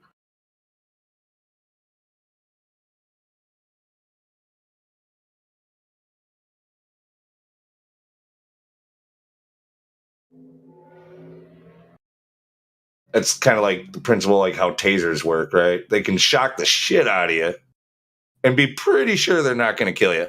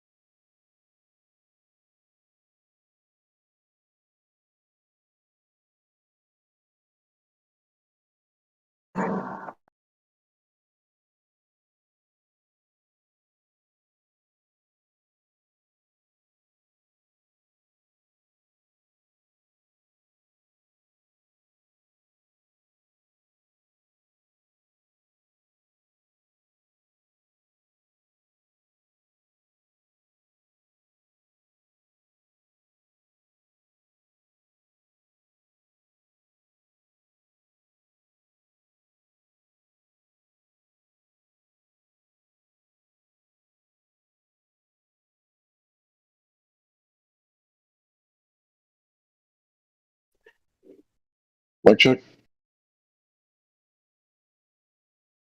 Mic check.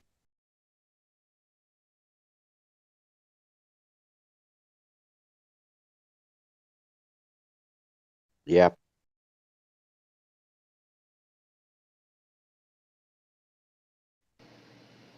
All right, I'm about to show my ignorance. So I got this landlord. I'm starting to think she's a slumlord because the faucet in my shower, it's like stuck on, and no matter how much like man strength I put on it and sprayed it with WD-40 and unloosened the screw and tried to get some axle grease in there, I can't get it to close all the way. So I told my plumber, or I told my landlord, like on the 23rd of last month, and there's still no plumber coming, and it's leaking hot water, so it's costing me electricity and water.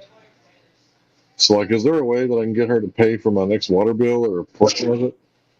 Because it's like heating up the room that I'm trying to cool down, and it's like using hot water, and energy costs are expensive right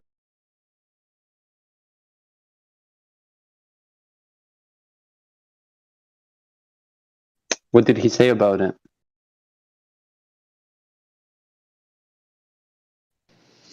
now. Oh, you know, the usual runaround. My plumber's out of town. He'll be here tomorrow. Oh, my plumber's out of town. He'll be here tomorrow. It's like, it's been like a week. Still no plumber. Oh, let me text my mom. She'll call him. It was really weird. Is her mom came to my house the other day while I wasn't there. It was like, I need half of last month's rent and all of this month's rent. And my wife was like, what? Like, what do you mean? Like, you need half of last month's rent. Like, you're crazy. Get in here and fix the shower. And she got all pissed off and left. So I'm thinking maybe it's the middleman. I'm dealing with her daughter.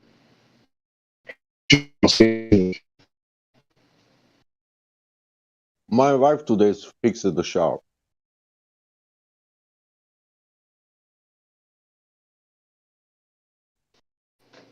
Did you say your wife would fix the shower? Yeah, she fixed the shower today. I'm glad to hear it, bro. Well, I couldn't get the damn thing to come apart, and I'm not trying to rip it out because I'm the type of person, like, oh, you got a wheelbarrow? Okay, I use it and I break it. It's like, oh, you got a pulse hole jigger? I break that shit too. Like, oh, I'm gonna tighten this bolt off. Clank, rip it in half. So I got that retard strength. I'm not trying to rip nothing out the fucking wall, bro. Wait, so you're like leaking? So there's water leaking constantly, nonstop? Yeah, it's running down the drain. You got to stop the whole water this thing in the house, man. You need to destroy the house and build it. You need to build a new house. It's not my house. You need, It's can the you? landlord's house. No, you need to stop the water, like from the main what's it called? The main line, but it's still coming out of the hot water heater, right? Nah, what are you talking about? So every night I'm supposed to go outside and turn off my water. Yeah. That's crazy. That's not my house to fix.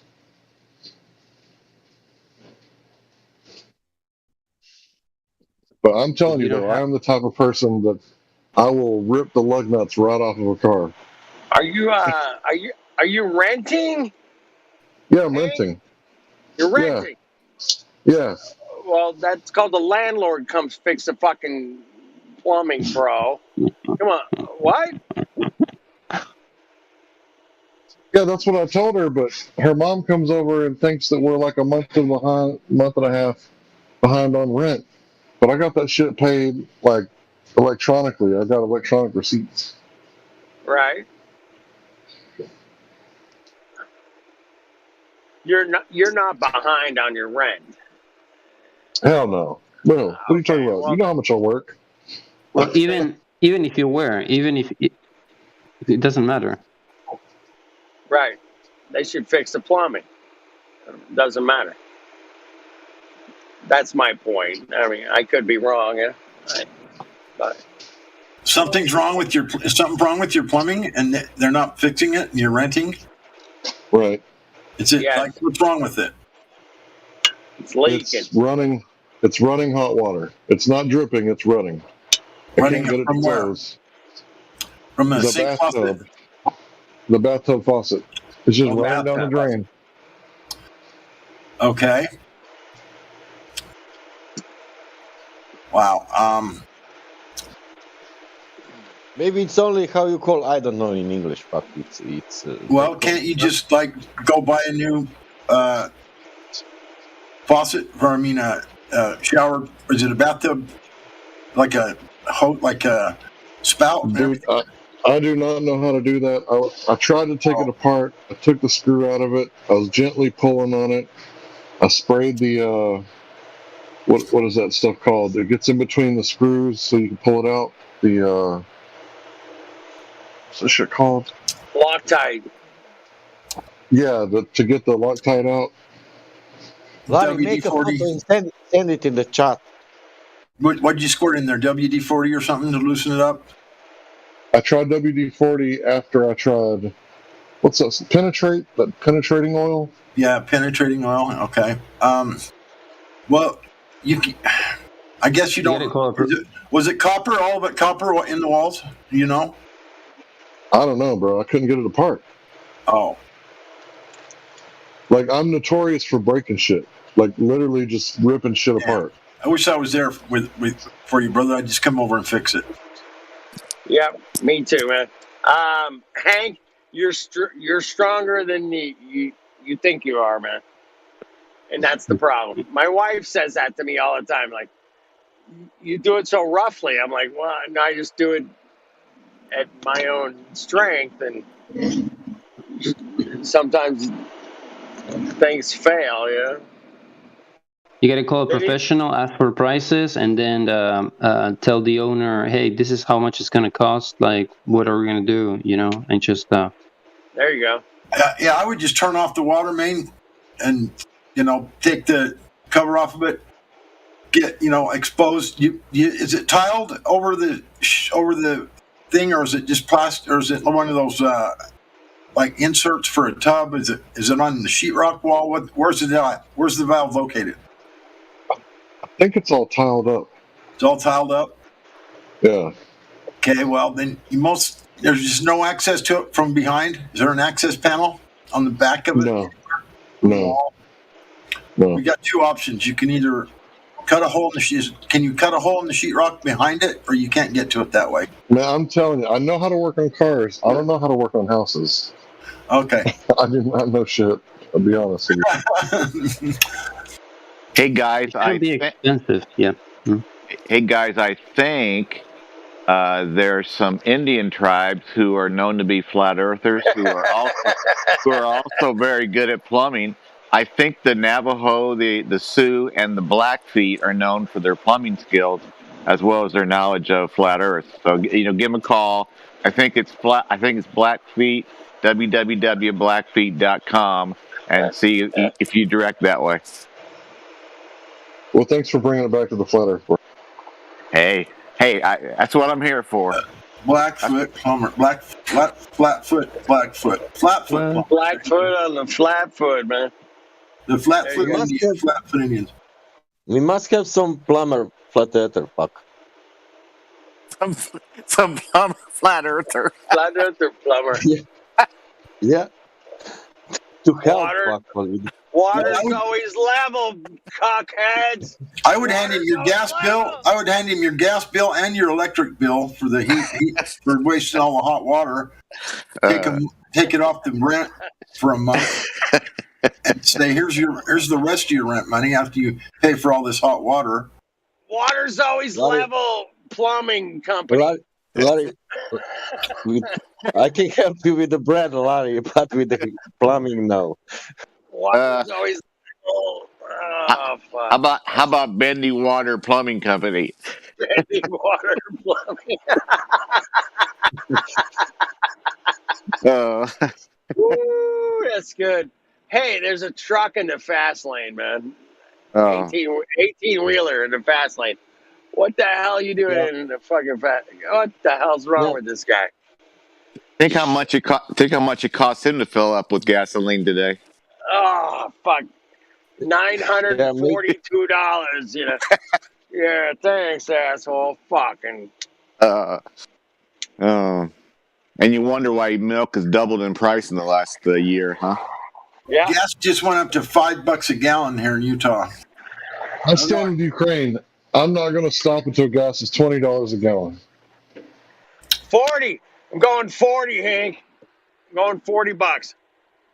How much would it cost us for Ukraine to get some of Russia's land? Let's go like $100 a gallon. Yeah. How much liter is a gallon? How much liters in a gallon? Yeah. Yeah, point 0.26 3.79. 0.264. Right. 3.79. What? Do the 3.7. conversion.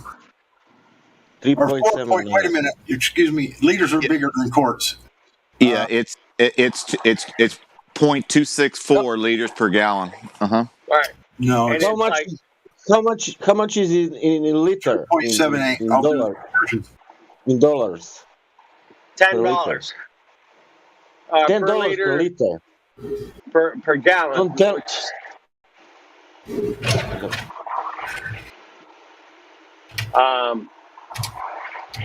$2. Like $4 a liter. Is it? Or $3 or $4 a liter somewhere. 3.78514 liters per gallon.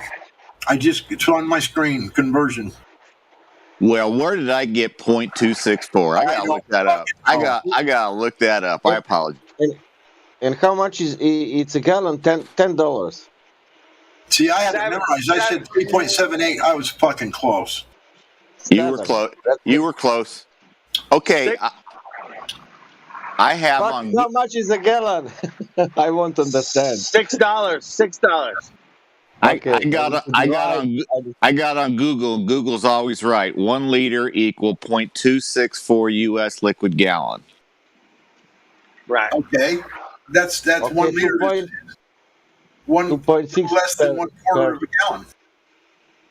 About a quarter, yeah. $3.50, something like that. It's Just put in there, liters per gallon. 3.78541, please. Oh yeah, 3.78 would be the proper way going the other way. Exactly. Right. Yes. Right. Yes. Okay. We were both right.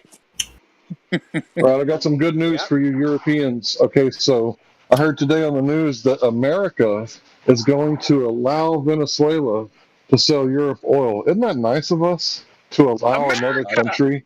America, fuck yeah! America, fuck yeah! God bless America, land that I love. Fuck yeah! How much was gallon 1 year ago? $3. Well, when Trump was in office, it was $2 a gallon. Now that Fuckface is in office, it's like $4.50. $5 now. Just went up yesterday. There's a spot in California that is like $8 per gallon. $6.50. You people in California have so much money you can afford $12 a gallon. So I'm not going to cry for you until it gets there. America, fuck yeah! America, fuck yeah! I heard that price of helicopters and trains will fall down. We love Biden. We love the administration. They're doing a great job. Biden is the best. Yeah, he's trying to. Brandon is trying to save the environment by making us ship oil from like Saudi Arabia, and when those ships come over here, they burn like 57 million gallons per mile. So that's definitely like saving, the world from global warming. Hank. What? Hank. Drill, baby. We got so many capped off oil wells here in Utah. It's ridiculous. They're just capped off. They aren't pumping out of them. I wonder how my brother feels, because my brother is like extreme right, and when Trump was in office, like the oil field was like not doing so well, but now that we got this fucker in office, like they're probably booming over there. Yeah, we got just literally. My friend owns a bunch of property up the canyon, and he gets a royalty every month from Shell and Chevron, two different companies.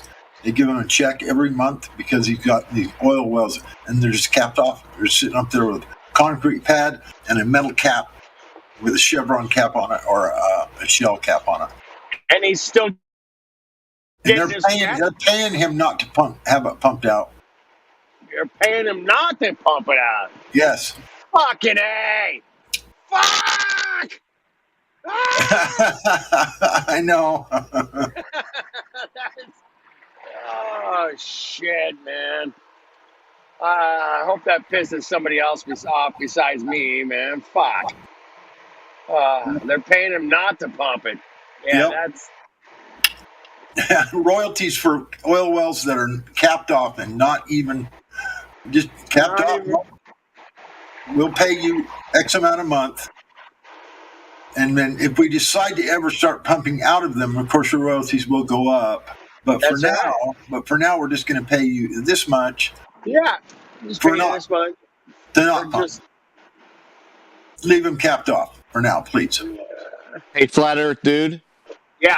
And I'm proud to be an American, or at least I know I'm free. And I won't forget the man who died, who gave that right to me. Okay, I'll sing along now. And I gladly stand up next to you and defend her still today. 'Cause there ain't no doubt I love this land. God bless the USA.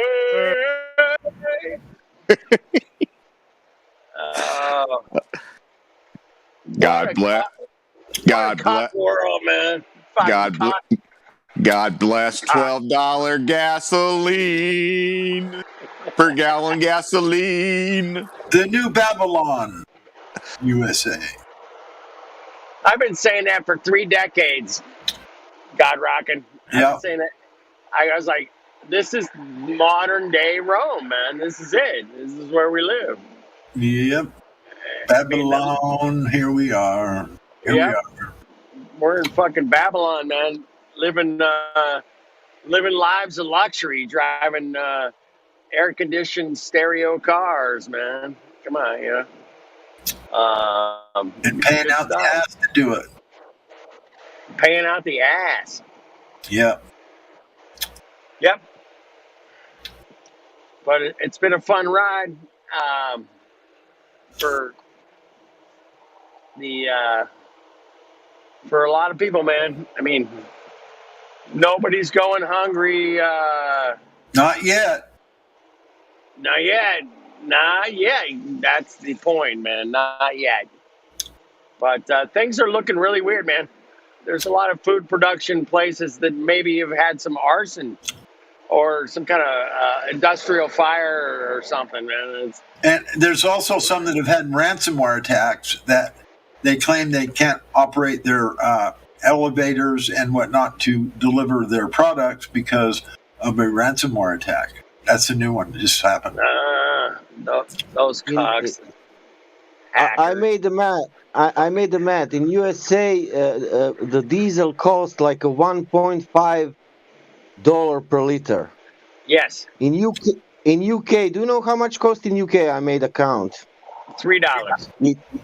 No, it's 2.4 dollars. All right, 2.4. Okay. Fucking hell. Fucking hell. Fucking hey, man. Come on. In Europe, I think in Europe it's even more. Oh, fuck. Yeah, it's more in Europe. Yes. Yes. Okay, now we need to be respectful. So are you ready? Here we go.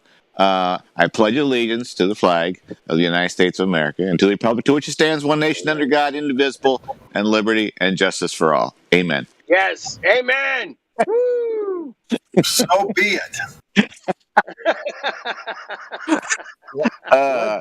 Did you know that's what amen means? Is so be it. Yeah. Can we do that for Yugoslavia also, please? God bless Yugoslavia. God bless Yugoslavia, land that we love. Stand beside Yugoslavia and guide her. Thank you. It doesn't exist anymore, but thank you very much. And God bless you, so be it. Doesn't quite roll off the tongue like USA. Yugoslavia. Yugoslavia. Sounds a little Slavic. The land that I love. Stand beside her, Yugoslavia. Yeah, that's good. Do you know what that means? Slavic. It means Slavic. It means South Slavia. South Slavia, yes. Slavia. I love South Slavia, bro. That place kicks ass, man.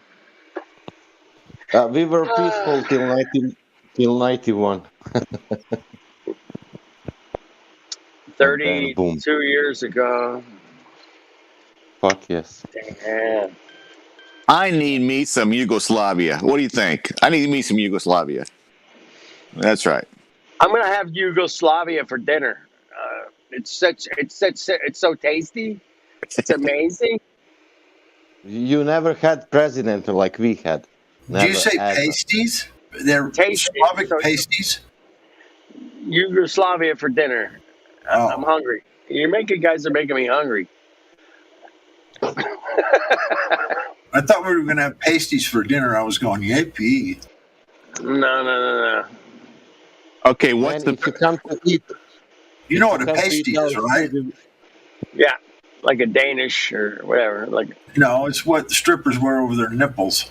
oh, pasties. What's the most famous meal that comes out of Yugoslavia? Is there like a famous dinner or meal that comes out of Yugoslavia? Goulash. no, let's say that's Bosnian, but it's. Can I say? It's Bosnian, but it's Yugoslavian. It's called Čevapčići. Čevapčići? Yep. That it's like goulash. It's a mixed, no mixed. How you call beef mince? Mince. Yes. Beef brains. Beef stomach. And it's like a small pieces, like a kebab, small kebabs, pieces of meat. Yummy. I can post Chilled monkey brains with a spoon. Yeah. Monkey brains. It's like served with a. It's like tapioca pudding. Kind of bread, like a pie bread. And crust. Yeah, no, very very soft. And onion, fresh onion, and that's it. Do you know your national anthem? Could you sing it for us? Yeah. Yeah. Go ahead and sing the Yugoslavian national anthem for us. Do you know what is interesting? If you find the melody, the start of Polish anthem, it's starting the same. Only the rhythm it's faster. Okay, we're ready for it. Hej Slaveni, još te živi, djedova. Fuck, I forget it. So good. You did wonderful. You really did. Oh, shit. Slavenski živećeš joj koma, zalud prijeti ponor pakla, zalud vatra groma. My hand is over my heart. Hey, does Yugoslavia have a flat Earth Discord 24/7? No, but I can tell you what Yugoslavia had. For example, Yugoslavia had the best passport in the world in the time. Russia has over 2 million flat earthers, I've heard. Oh yeah. They have server. Is that true? It's called. Wow, that's crazy. I think server is it's from USA. I'm not so sure, but they are speaking only on Serbian language. There are only people they're not speaking English. Maybe somebody come in English, but this is like a local. It's insane. Croatian, because also Serbian Croatian language is almost the same. Is Serbia and Croatia inside of Yugoslavia, or are they independent? No, now they are independent. Oh. There was even enemies. Okay. In that war, but now you have let's say 7 countries there from that one country. It's Serbia, Croatia, North Macedonia, Kosovo, Bosnia, Slovenia, and Montenegro.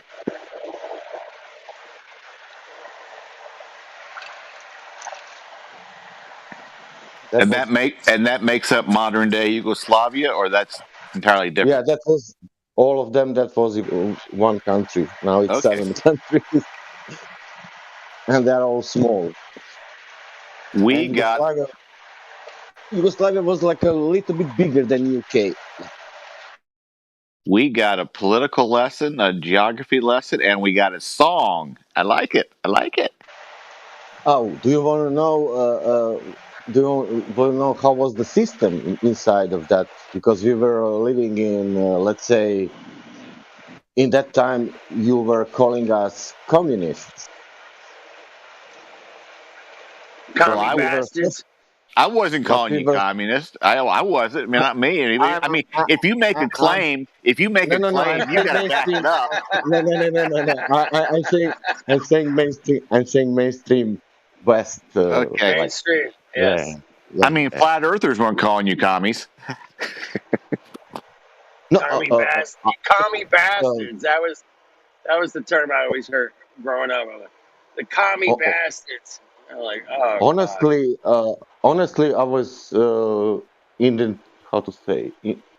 identifying myself like a communist without any problem, and that I was proud of that. Yeah. Hell yeah. Yeah. Wow. Yeah. But I never believed, and I know that communism never existed in this world ever. Right. Only people call it that communism, but that was some kind of bureaucratic socialism. I don't know even how to, some kind of socialism, but I don't know the name. I know. It depends where socialism, because we had some different socialism from other Eastern countries' socialism. Hey, are there any communist flat earthers in Yugoslavia? I mean, did you know of anybody that was a commie that believed in flat Earth? Oh.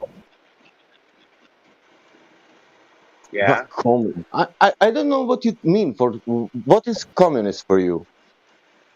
Oh, I don't know. It's hard to say. I mean, here in the USA, we always think of Cuba as being communist, and we always hear about the Iron Curtain, that Stalin, brought over after World War II, and the satellite states. So it's kind of hard because I never lived under communism, so it's kind of hard for me to say. Okay, so communism is where it's like the state has the means to production. Go ahead, bro. Yes. Yeah.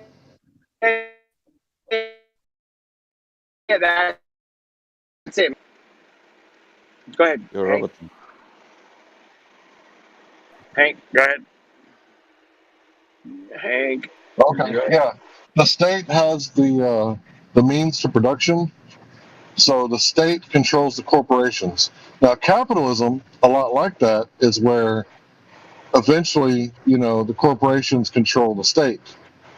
So this is called oligarchy, but it's also late-stage capitalism.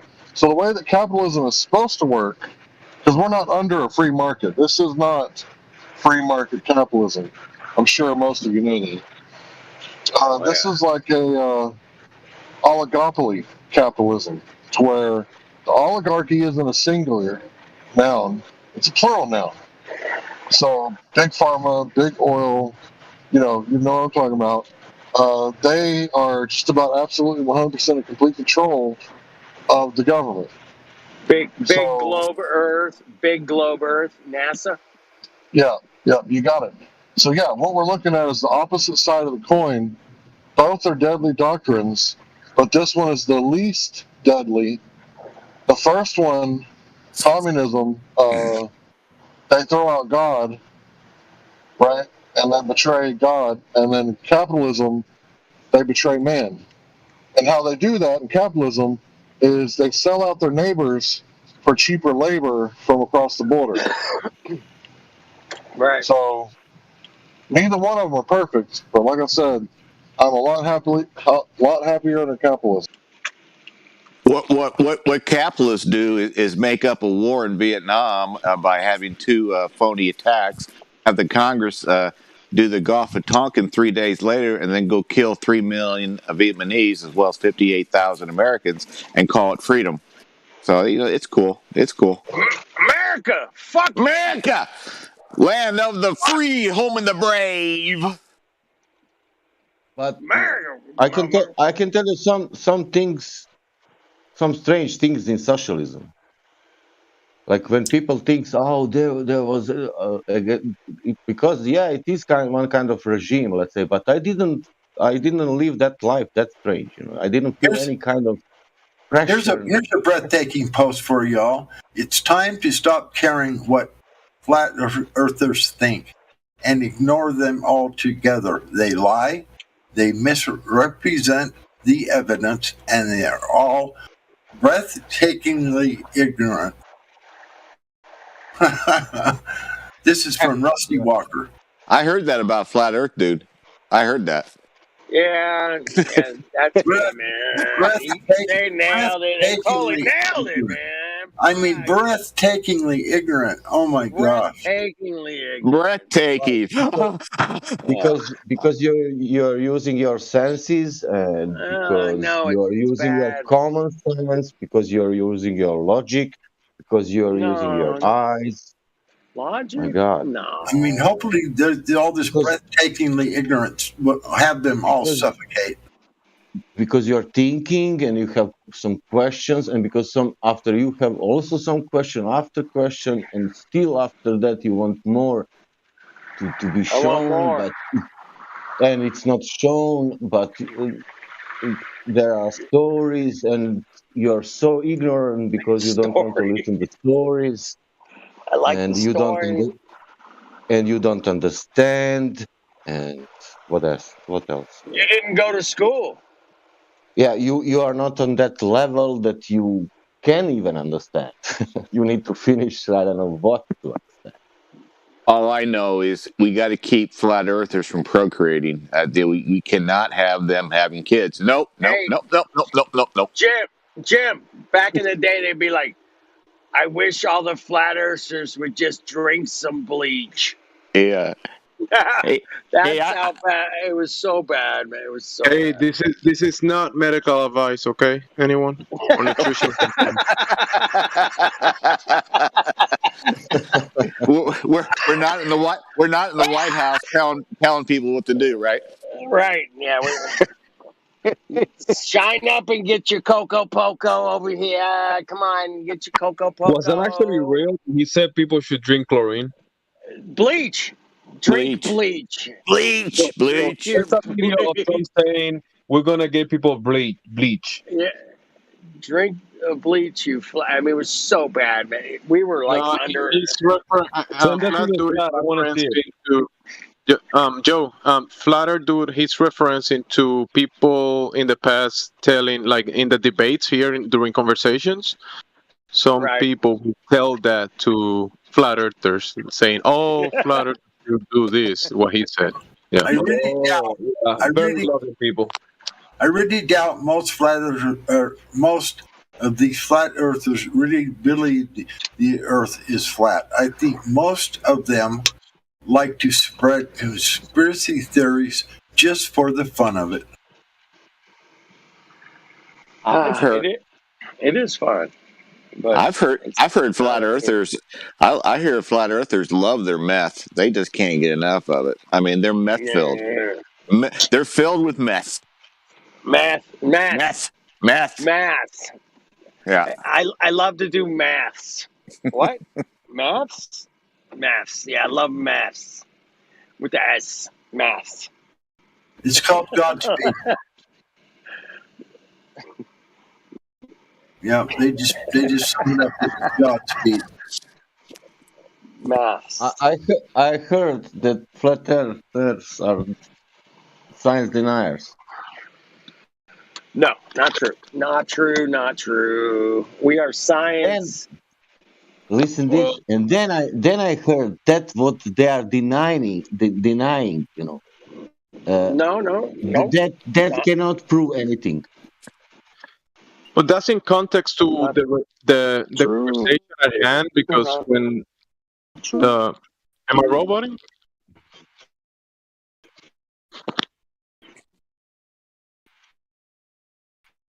Now you're not speaking. Yeah, you're good. You're good.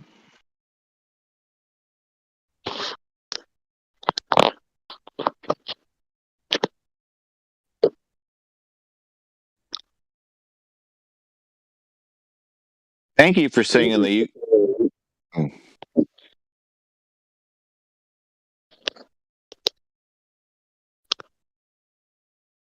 Nah.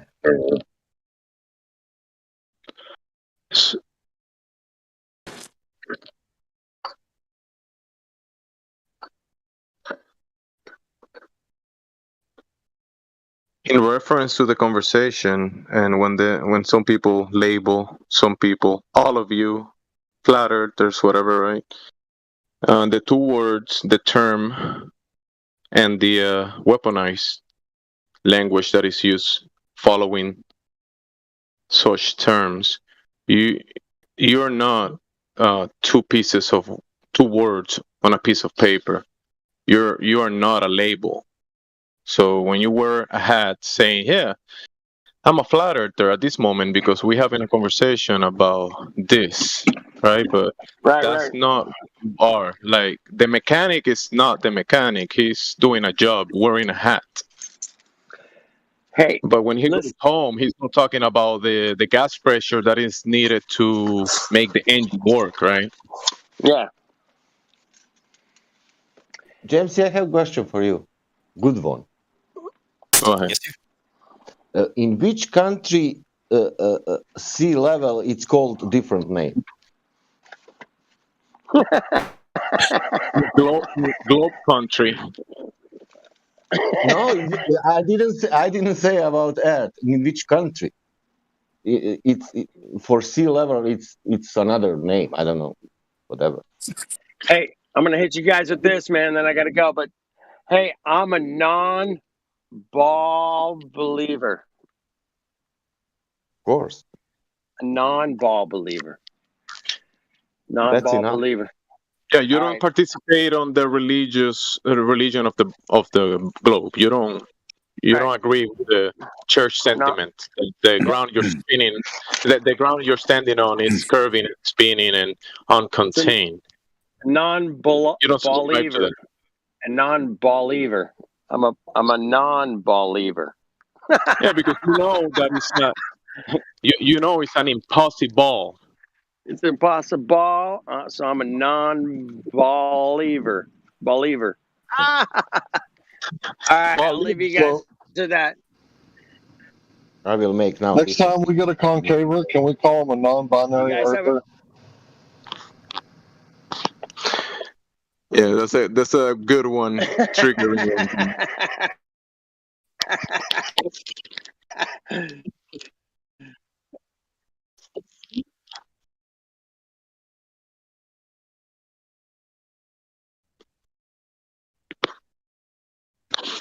Marley, come on, Bobby. Flat Earth dude, if you can hear me still, I'm gonna make a meme out of the non-ball lever thing. You bet that sweet cherry ass you got. Yep.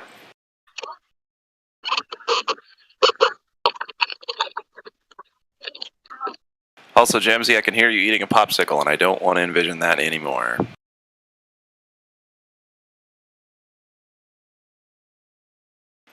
Thanks. A little more. Okay, fine, a little more. Just kidding.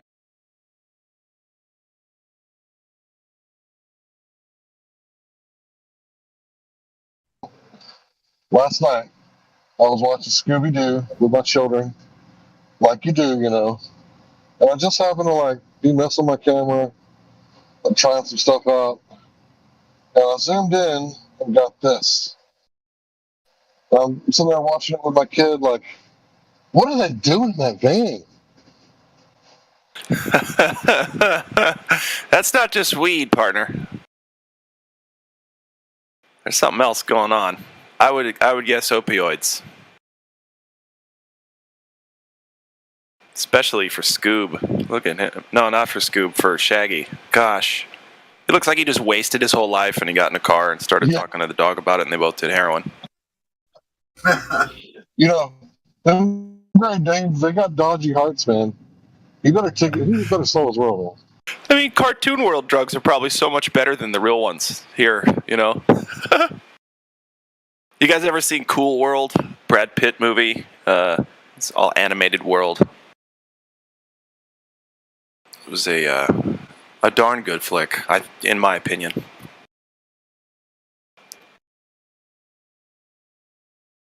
And that's all I got.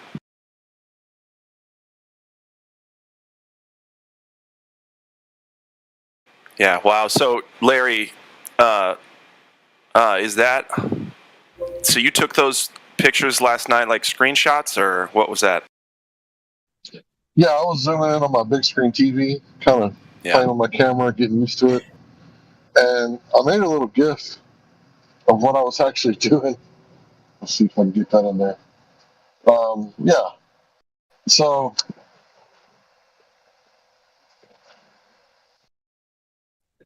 Gosh, I almost feel like no one should see either of those characters like that. Ruined my childhood.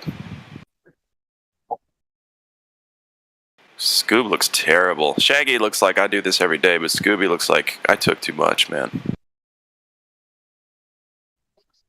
No? Anybody else seen it? Go ahead, Hank. Yeah, I was just laughing my ass off with my children. We were like, whoa, look at their faces. Because I didn't mean to do it.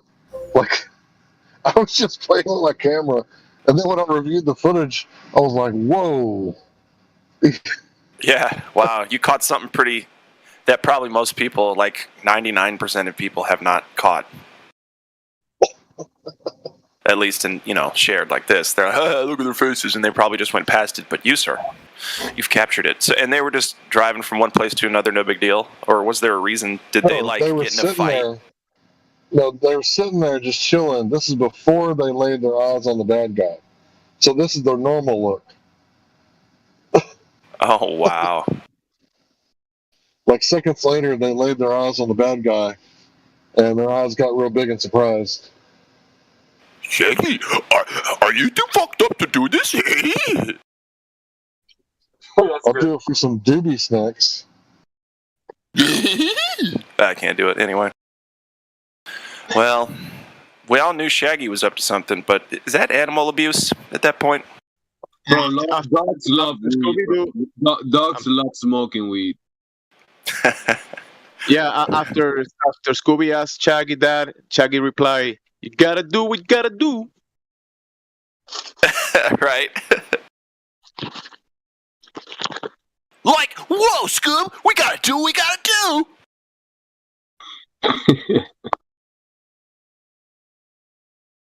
Like, this might even be a Jinkies moment, Scoob. We should probably doob it up. Doobie doobie doo. Like, I don't want to be here anymore, Scoob. Where's the needle?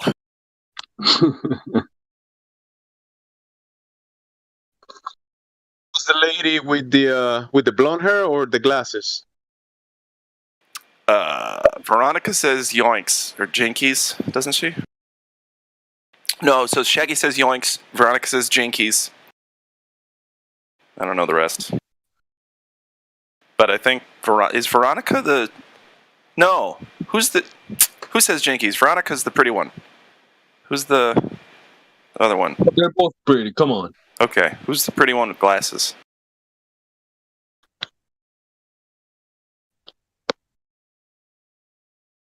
Well, anyway. I don't watch Scooby-Doo. Velma, that's right. Thanks, Seb. Appreciate that. Velma. What a bad name for anybody. Velma? Who does that? You're being kind of racist right now. It's like saying, who will call themselves Glad Flobe? That's ridiculous.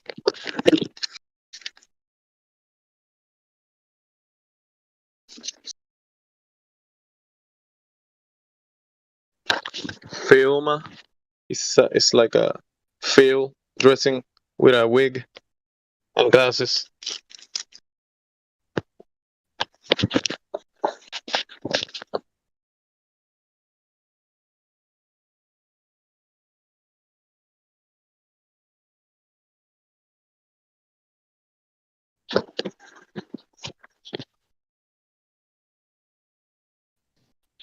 Yeah, last night while watching Scooby Doo, I noticed that Scooby and Shaggy had to dress up like females, and they were like, "Hey, Oh why do we no. gotta?"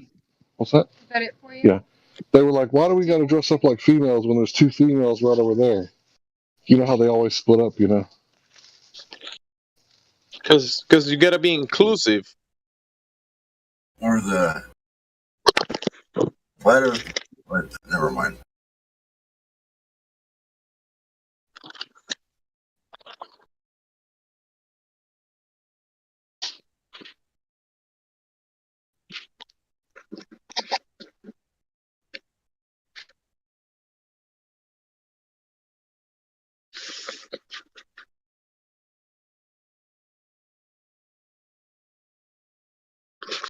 It's Daphne and Velma.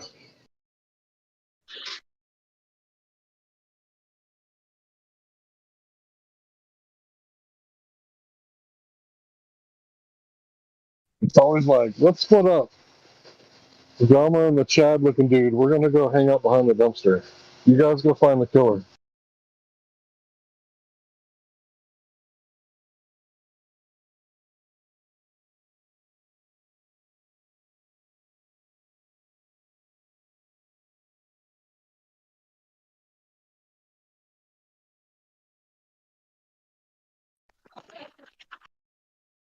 So to answer Get Biget question about which country doesn't have a what was it? Sea level? They don't use the term sea level. They use a different term. That's why he wants to know if a country does that. No, yeah, he's asking me like in a joking way.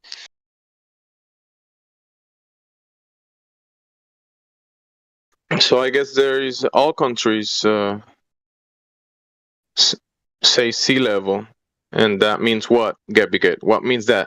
What does it mean that no country doesn't use this term sea level, right? It's not in. I don't know if Get Biget is here, but so it's the same level on all countries. I can speak and you will think that it's Get Biget. It was Sasha. Yeah. Oh, was it Sasha? Okay. Am I right? Okay. Listen this. You're gonna reply because I thought it was you. Jamesy, listen this. The liquid helium. Okay. That's I wanted to say. Liquid helium.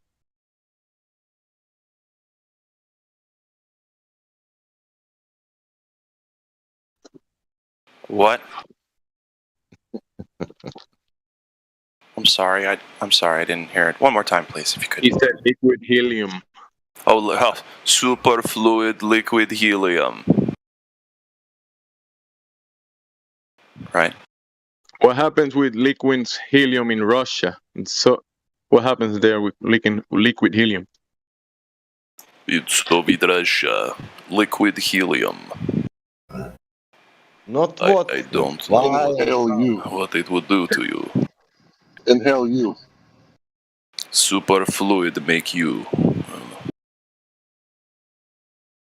not as funny.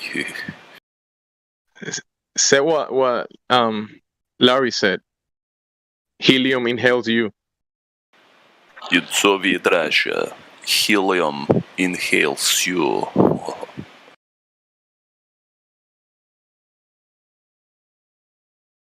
Now get my I miss Vlad. I miss Vlad, my Russian friend.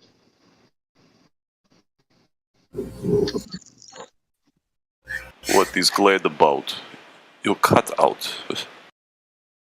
Vlad, the Canadian Russian guy. Oh, Vlad. I remember him, yes. Yeah. He had big attitude. You get a fresh halibut out of there, please.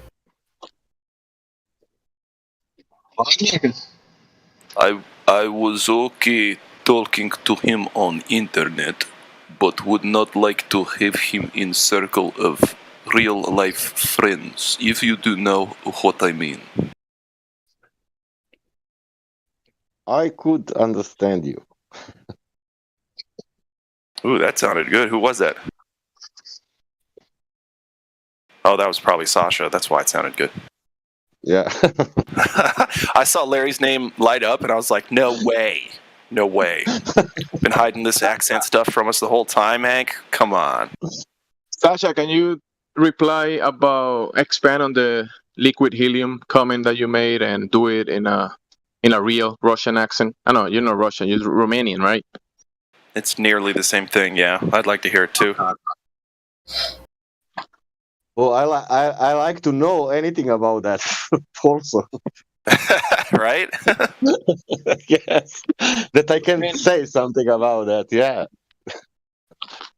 So what can you expand on the liquid helium? Yeah, I can. For example, I never saw the connection with Flat Earth. Because of that, I never wanted to look into that. Okay. We can say that gases and gas states and liquids and liquid flying 66,000 miles per hour. Gas pressure and liquid dynamics or whatever, that's dependent on this place, right? No globe required.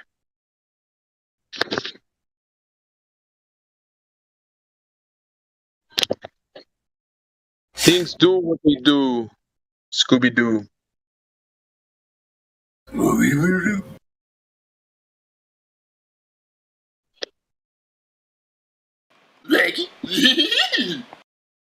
But the thing is that I thought, yeah, when you say liquid helium, that's I was joking because. Oh yeah, I know you're joking, but the Get Biget is the expert on that. So if you have questions about helium, Get Biget, just ask him.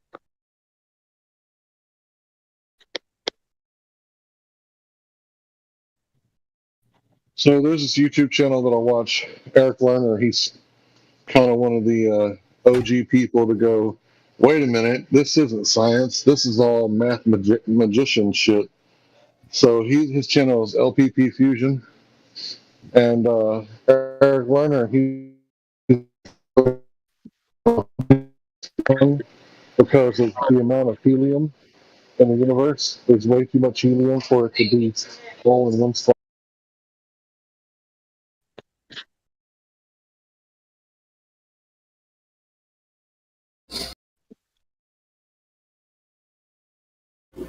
Was he coding out by any chance? Was I? No, he's out.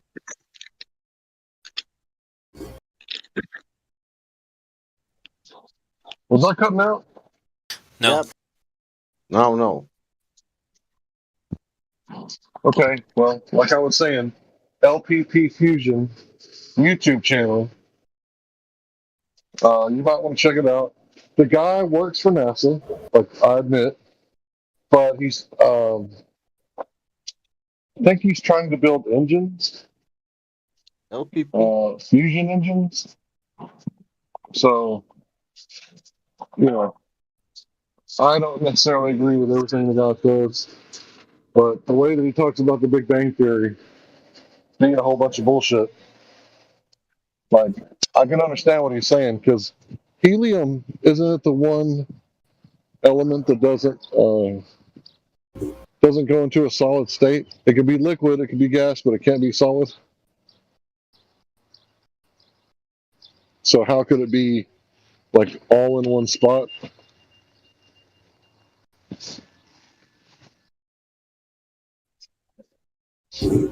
Anyway, fuck the Big Bang.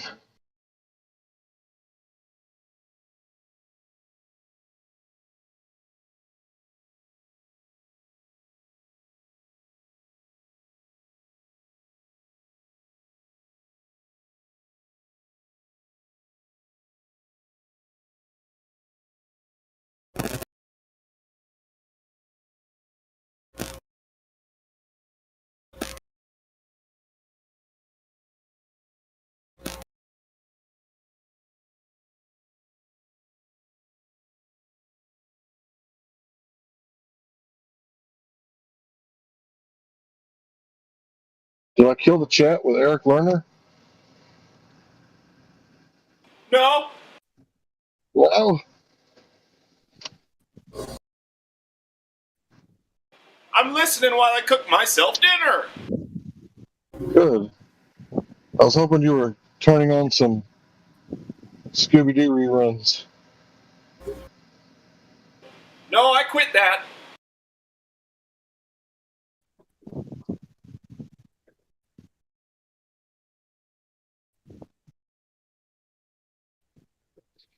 Even that call I talked to like a week ago in parks, he was saying that he didn't think that Einstein's theory of special relativity was going to hang on much longer.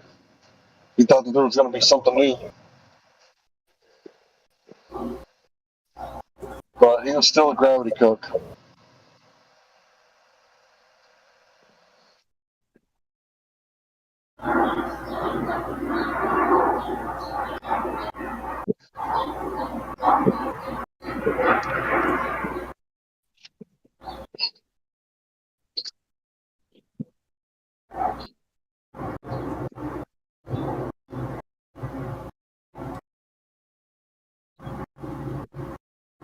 What are we listening to? The Sounds of Hell?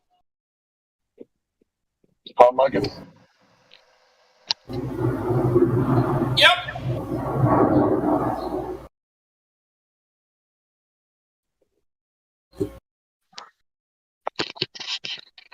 Rockin' Micin.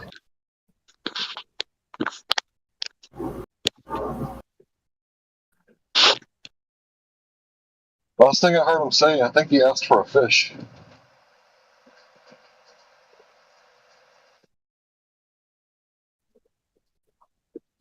Hey, God Rocket, did you get that fish?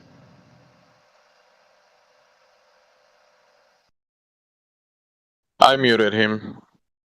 Wow. Shucks. Yeah, sometimes when he starts like hot mic and then he's having conversations in the background and we gotta protect the privacy, I guess, or no, the inflow of background noise into the live stream.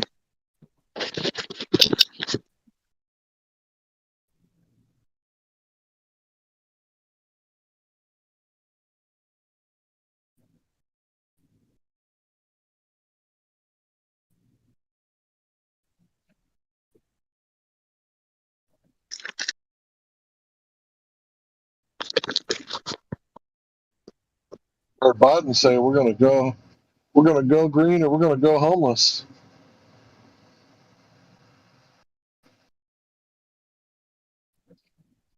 Creepy Uncle said that or something? No, but he might as well have said it. I got a little three-cylinder car. Well, what he meant to say is, you guys are going to go green, or you guys are going to go homeless. He wasn't talking about himself. Right. I mean, what he's gonna still stop? false. He's gonna stop traveling on his airplanes and all the people he travels with to keep things green. Yeah, it's too dangerous for him to walk up and down the steps of his airplane. See that What? robot fall? See that robot fall down the stairs? It was like watching video game ragdoll effects.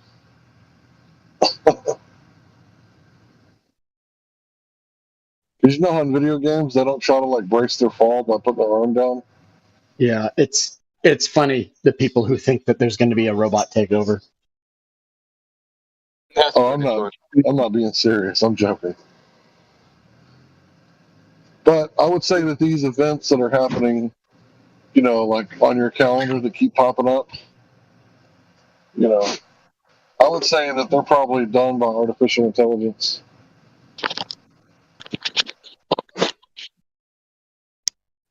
Obviously, humans are the ones acting them out.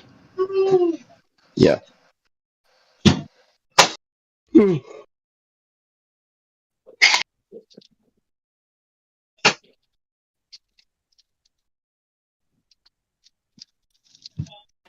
Honestly, guys, I can't wait to fist fight a robot. Hell yeah.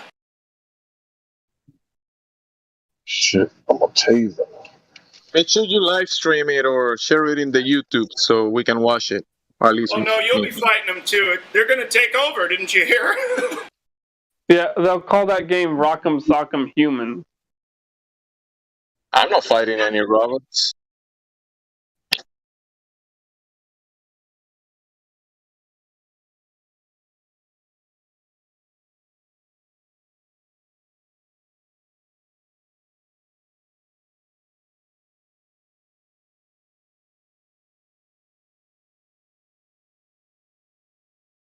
Is it like seriously quiet again? Yeah, it's quiet because you're not speaking, but you just spoke, so it's not quiet anymore. Because I'm replying to your comment. And Yeah, but there's like 80 people in here. There's nobody talking. nah, not 80.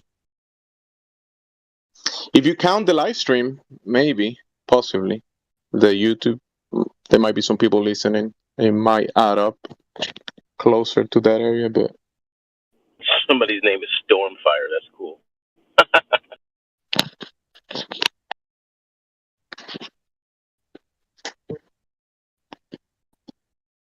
I'm wondering where his twin brother is.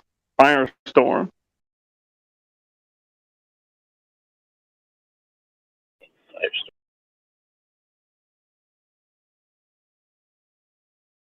All right, so who can see like the moon and the sun at the same time right now? I can.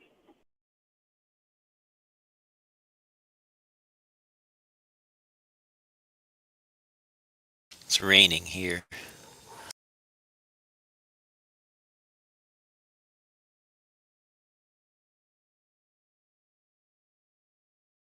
Well, it is that time of year. Not here, it isn't. Well, where's here? In the northern hemisphere, or near the center. 48 degrees north. Dude, I'm not into that shit. Just tell me where the fuck you are. Are you by the North Pole Vortex by any chance? Maybe that's where it is, but yeah, Washington State, USA. That makes it's always raining there. What the fuck are you talking about? Washington State. It's always raining there, bro. Get you some Seattle, right? Couple hours from Seattle. Are you a dirty? Are you a dirty Pacific Northwest liberal? Well, I may be dirty in the North Pacific Northwest, but I'm not a liberal. Okay, good. That means you're in the middle. how can it be raining if gravity was holding everything to the ground? Like, how could the water make it up to the make the clouds up if there was gravity holding everything? You mean, how could it evaporate? How can the water go up if and then come down if gravity is holding everything down?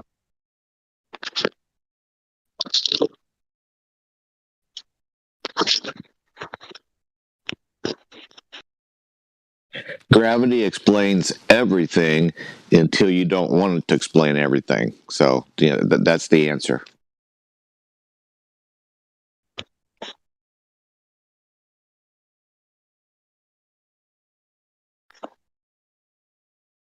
It's all very scientific. Sometimes gravity works and sometimes it doesn't. It just matters when you want it to. Aren't those clouds like a lot of mass? And if big mass attracts mass, should be on the ground always. That water.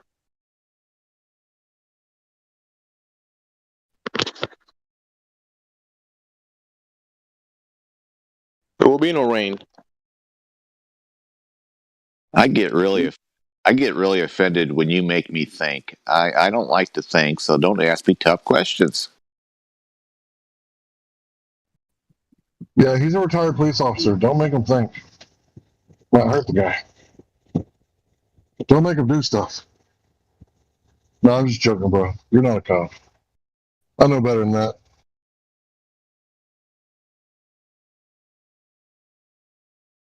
Excuse me, sir. Have you had too much to think? That's the upcoming police officer questions whenever they stop you. Hey, have you been thinking too much?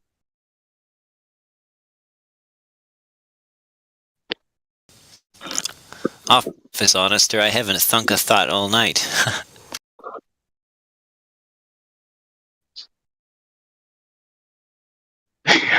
Have you had anything to think?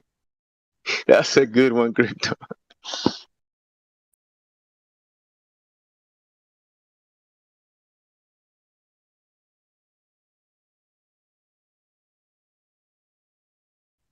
I plead the fifth.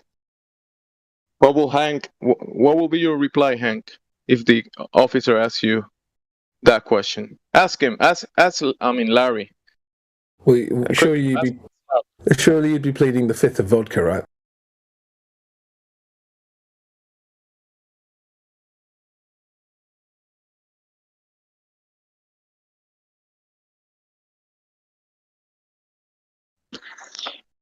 I mean, it was thinking in the first place. Let's just keep it there in the think. In the thinking. No, don't voice it.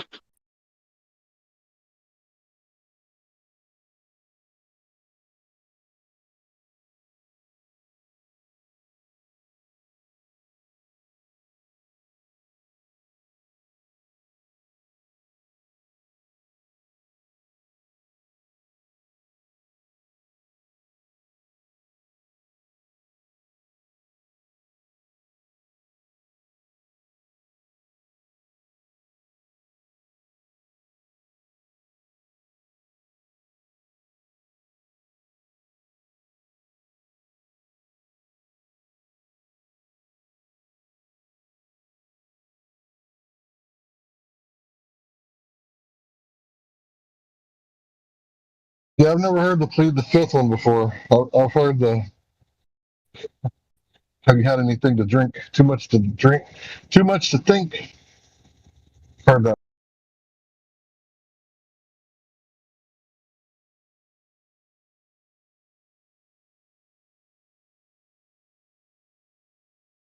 The best approach will just stay silent because thinking is silent. So why will you even reply?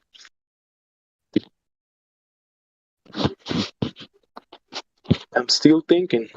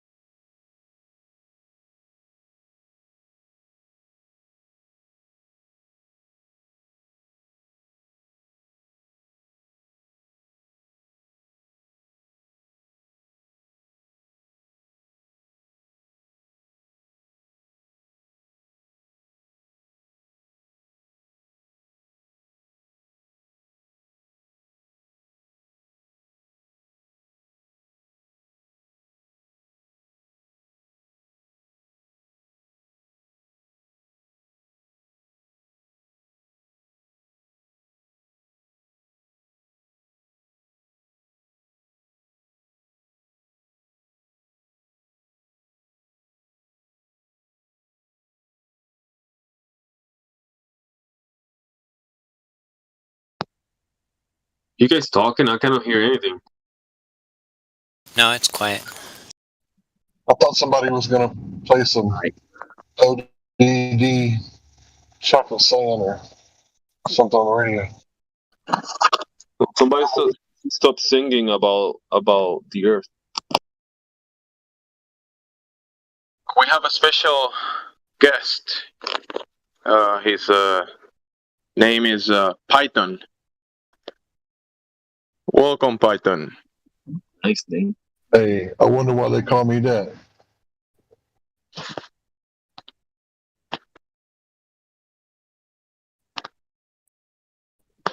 You know, ladies.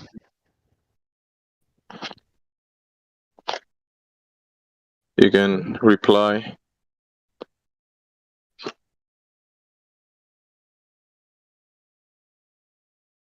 Python is muted again.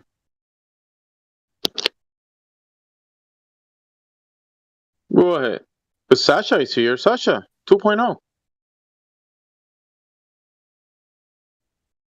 Actually, Just like the server.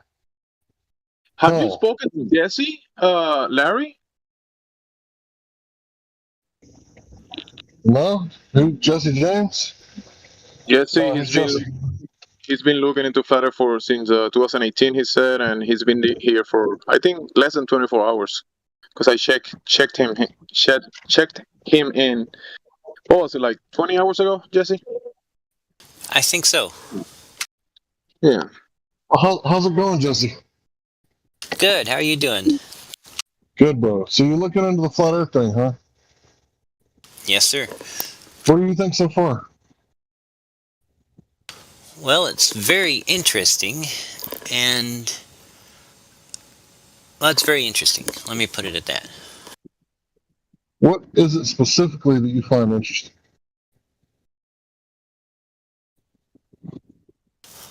Well, I guess the difficulty in getting a good measurement of the actual surface shape is fascinating to me. You know what's fascinating to me? Would you like to know? Certainly. Is I've been here, like, you know, hanging out with flat earthers off and on for like 7 years. And the fact that the debate is still going on. See, I thought for sure the flat earth was the stupidest thing I've ever heard in my life, and that it was going to be like immediately debunked. Like, immediately. But 7 years later, what month is this? Yeah, 7 years later, people are still debating whether the earth is a globe or whether it's flat. And if you were NASA and you're getting $60 million a day in taxpayers' money, how could you not debunk the flat earth? So I guess it depends on what is your level of information. Like, will you just take any, you know, he said, she said information, like secondhand knowledge? Like, my dad's an astronaut and he went to the ISS. Like, if you accept that, then, you know, I guess that it's already been proved in your head. But if you need like something that you can go verify for yourself as information, then I guess, you know, no, nobody can prove anything to you. You got to go prove it yourself. So you said that it was difficult to go check for yourself? I wouldn't say it's difficult. I would say that the gas prices will get you unless you live next to a large body of water at rest. And if you do, then it's actually pretty easy. Either you can see too far or you can't.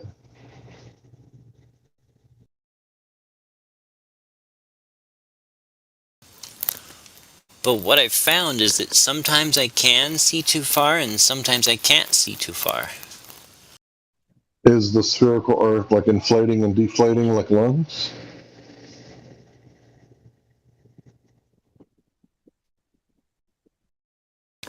Well, that's what I'm trying to understand. I mean, I go out and I take pictures and do measurements, and then I'm trying to fit it into what it all means, if that makes sense. Right. So I'm asking you a question: is the Earth breathing in and out so that the geometric horizon would move? You mean like changing from flat to curved and back and forth? No, I'm saying changing from like having a radius of 3959 miles to having a radius of 238,000 miles. So in other words, it's getting bigger and smaller.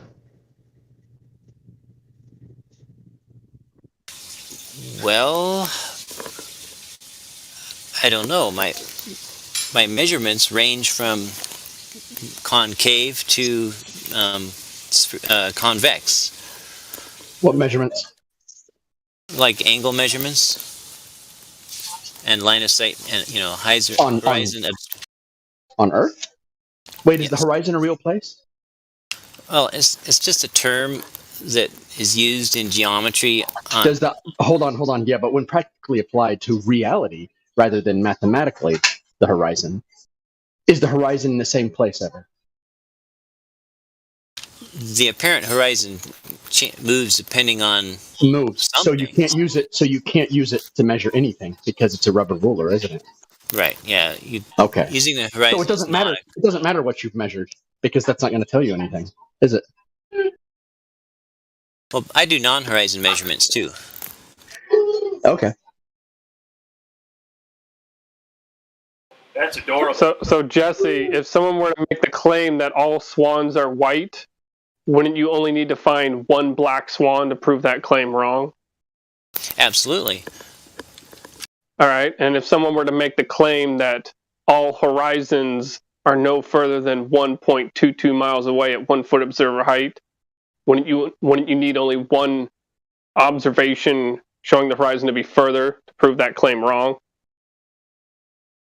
As long as the claim and the proof were using the same definitions. If somebody claimed that the apparent horizon was always at a certain distance, then a single viewing of an apparent horizon. You wouldn't say that claim you would say that claim does exist, though, right? Because when they give us the dimensions of the Earth, they describe it as the horizon. So the claim does exist.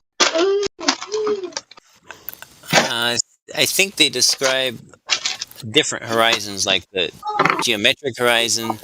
Okay, well, growing up in the 80s and 90s, I got to see a lot of science videos, so-called, and they always showed the ship going over the curve, and that's the curve, and that's how you can measure it. And that was Pythagoras' claim as well. Or no, I'm sorry, that was not Aristotle. Aristophanes. That was his claim. So, I mean, it's an old claim. But it's a fundamental claim on the globe side. It has to be. Because that's what it was based on, right? And when I was young, like 40 years ago, I was studying that in the school, primary school, the ships going over horizon. Only I want to point it. 40 years ago.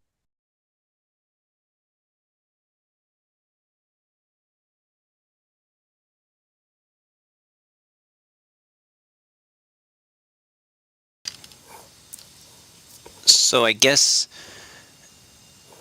the difficulty I was mentioning earlier was in that since light doesn't always take an exact straight path, and yet it's still the straightest thing we have that reaches out miles,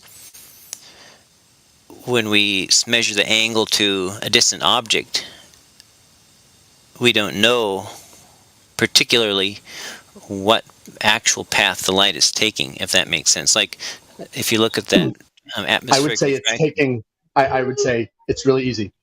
You observe the path it's taking, and that's the path it's taking. But if it were passing through, say, layers of air that was bending what you're invoking is something called terrestrial refraction, which is fictional. There's no such thing. Is there a radius in that calculation of refraction? If there is, it's not okay. If there is, it's not optical, which means it's not real. It's mathematical. It's used to explain. It's an ad hoc argument. It's used to explain why the math for the globe doesn't work.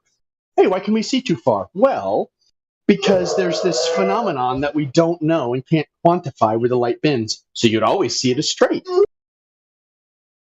That makes it unfalsifiable and ad hoc, right? Oh, probably. Do you see the animation someone put in the chat about the Skunk Bay or whatever, where the water is going up and down and the city in the distance is going up and down? Oh yeah, I know that one well. I wouldn't call that terrestrial refraction, though. Well, but it's something that changes the path of the light, right? I don't think it's changing the path of the light. I think it's blocking the path of the light because it keeps disappearing and reappearing. But I mean, if you pick a given object, like one of those buildings, it appears to rise and fall a bit, right? Is the building actually rising and falling, though? I don't believe so. I don't believe so either. But it appears to be. Do you think there's an optical effect happening when we're zooming in with cameras and using lenses and using devices through which images have to pass through, and there's only so much data and so much compression? And then when you zoom in on something, what happens? It all starts to melt together? Where the object in the vertical meets the deck, they melt together. But when the roof line, for example, appears to move up, wouldn't that mean that the light was arriving into the camera from a higher angle? I don't know. You tell me. I think so. I'm just saying. Light moves in every direction. It does not bend on a radius. It moves in every direction. So you see stuff go up, down, squish. It diffuses. This idea that light bends down at the perfect radius to make the Earth look flat. We even had one guy argue that if you had a powerful enough zoom, you could zoom in on your own ass.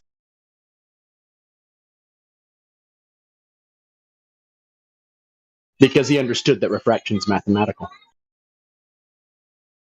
It's not optical. Well, let's see.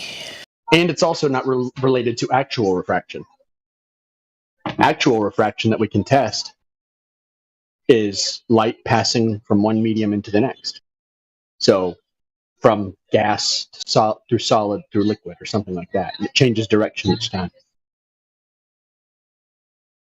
I stuck a picture in the chat there.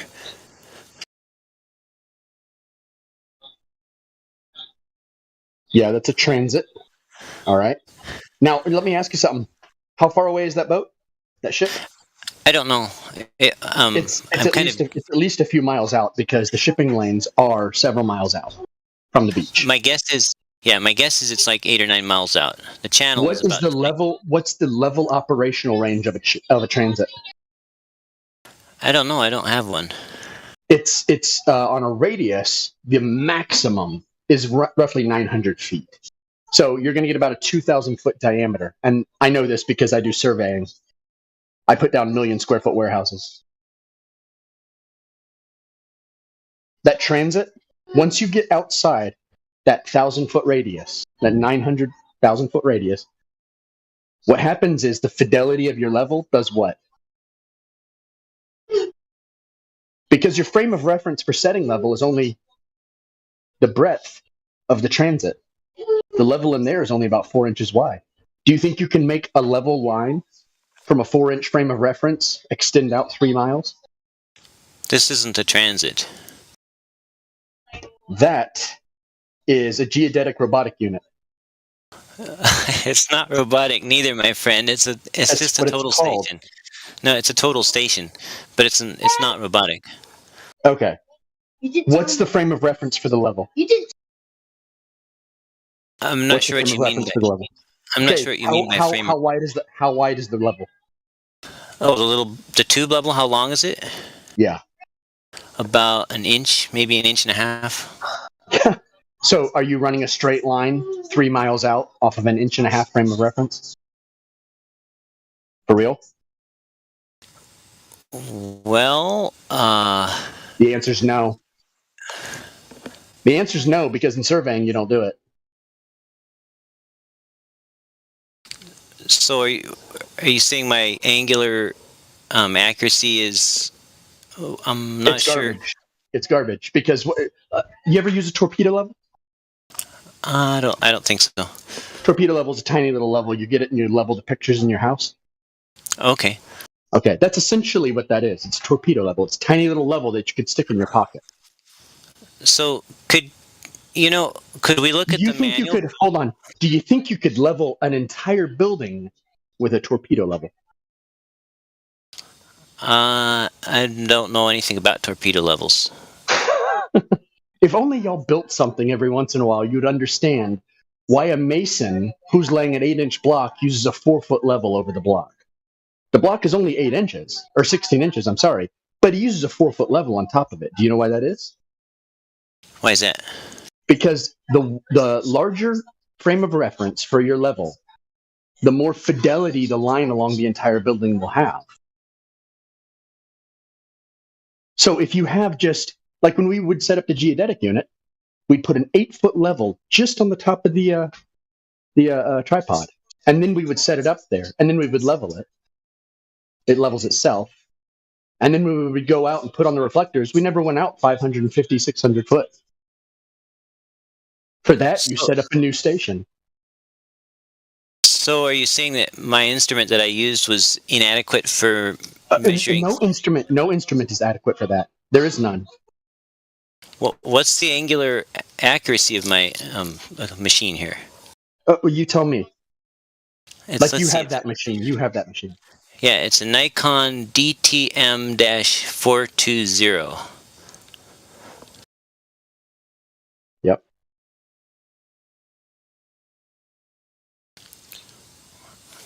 Let me look up the stated accuracy.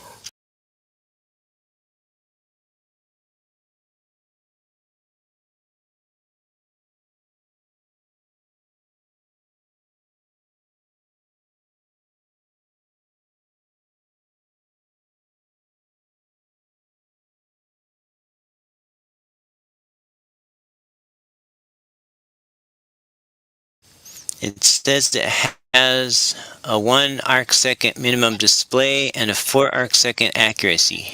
And what's the range of that per level, for maintaining level fidelity? Does it tell you that? Because it can point in a straight line and shoot in a straight line, and it can see a reflector miles away. But I'm asking about what's the accuracy of the level. Well, the level, I mean, it's only as accurate as the level, right? It can't be more accurate than the level. Operation, right, you're right. So the practical operational range, like if you're going to put up a building and do something that's responsible for like money or lives, what's the range? Nikon claims an angular accuracy. And they claim that it focuses to infinity, from like 2 feet to infinity, and they don't, that I'm seeing, they don't specify a limit to the distance. They just specify an angular accuracy. Okay. The range that these are practical in, we don't use them outside 600 foot if we're putting up a building.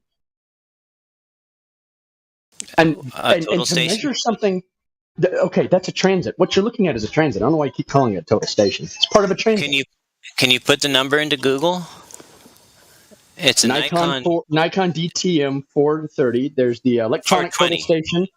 It's a 420. Yeah. Total station transit with case. It's total station transit with case. That's what this person's selling. Hold on, there's another one. Yep, total station transit. Surveying total station transit. This one just says total station on it. Yeah, it's a transit. Hey, did you take those pictures? Did you accomplish those transit observations, Jesse? There's the yellow Nikon I used to use. Did I what? Did you take these pictures? Yes. Oh, cool. Never mind then. Never mind. Go ahead. Let me ask you something. I want you to go level something with a torpedo level, and then test that level with a 4-foot level, and you'll see how far off you are. Because the smaller frame of reference, because you would agree that if you're out of level, even a thousandth of an inch. Once you get outside of a point, it exponentially gets greater in error, doesn't it? Exponentially? Yeah, because your line keeps diverging. So let's say I have a slope that drops 1 inch in a foot. What will my slope drop in 2 feet? It's irrelevant. What I'm saying is the accuracy of the instrument to make practical, usable measurements versus looking at something that's several miles away and you can't actually test that if that point you're looking at 3 miles away is actually in level. Because it's just impossible to know. Do you think you could set that up? Imagine this. You set that up at one end of, say, a 1 million square foot warehouse. Would you just use it from one spot and shoot the whole warehouse from one spot? Well, I'm looking to you for guidance on this. The answer is no. There's about 8 different stations, 8 different concrete stations that we would set up all around it. And we would use those as the markers.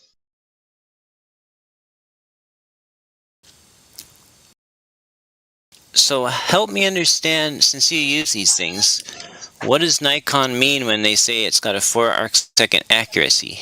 I don't get involved in all that. All I know is how to use it when I'm building, and I do know the operational range. Does that have something to do with the speed of light that nobody knows? Yes, it does. Okay, good. Not that I know of. Did you say, what was it, arc what? Arc second. Arc second. That means speed of light. Speed of, it's the distance, time taken to make a distance. Yeah. Speed of light. In this context, an arcsecond, it's just 1/3600th of a degree because they have degrees, and then there's 60 minutes of angle, and then there's a degree, and then there's 60 seconds of angle. And so but here's the problem: is for people who are actually responsible for money and lives, the thing has to work and do a job, right? We can't just look at stuff and say this is what it is. We actually have to know how to use our hammers and our screwdrivers and our drills and our transit systems. So if it can't level something 1,000 foot away, what makes you think you're leveling the horizon? well, the manufacturer states that it does. Okay, well, manufacturers. So the manufacturer says you can look 3 miles away and be in perfect level. Well, it says it's accurate to within 4 arcseconds. And how far is that? That's an angle. Okay. How far of an angle is it? How far out does that angle reach? There's no limit to it. An angle's not a distance, right? All right. There's a point where the angle starts and ends, right? Or is it just infinity? What are we looking at here? No, an angle. Do you understand what they're saying when they're saying that? Do you? Well, I thought I did. Okay. Can that shoot a level line 1,000 foot and still maintain perfect fidelity? Not out 1,000th of an inch. How far? Just 1,000 feet. Let me calculate the possible error at 1,000 feet.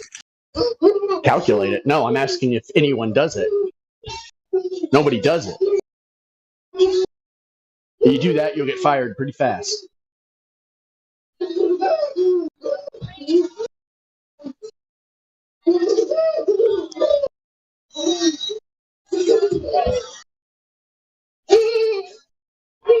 So 4 arcseconds of error would translate to almost a quarter of an inch of error at 1,000 feet. Jesus, what? A quarter of an inch of error at 1,000 feet. That's it. That's a lot, you know. Yeah. You know that's a lot, right? You calculate that out over 5 miles looking at a ship.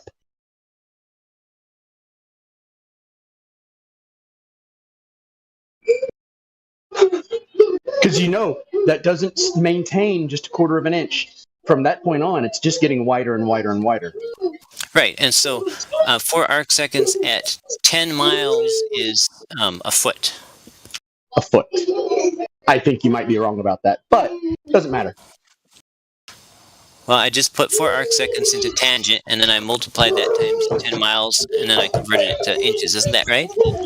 Well, I mean, I guess, but I mean, you're doing this off of what? The manufacturer's claims, right? Well, I mean, this is the question is, how do you know how level it is? How do you know for sure? I test them against a water tube level. Test them against a water level. How big of a water level? You mean it's like an alcohol level, like spirit level? Well, no, like I take a piece of clear tubing. The last one I did was like a 16-foot clear tubing, and I fill it with water, and I put one end at the theodolite, and then I put the other end out in front. Why wouldn't you just get like an 8-foot manufactured level? Well, that'd be a lot easier, and probably more accurate. It'd be infinitely more accurate. Why use some weird kind of? Why would anyone use a tube? Just use a level. Use the tool for the job, right? Right? Why would you use anything else than a tool for the job? Well, because I don't. I mean, the bubble level in a carpenter's level is not very long, and that's why you get an 8-footer. There's also 10-footers, and I guarantee you, a 10-foot manufactured level made for the concrete industry is going to be more accurate than a tube of water. I guarantee you. Okay. What if I were to use a 100-foot tube of water? Then you would very quickly become a flat earther. Cool. Yes.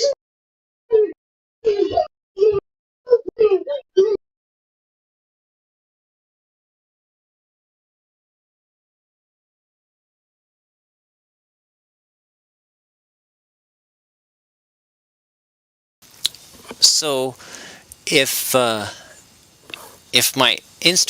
think my instrument was not accurately measuring true level, straight out from eye level,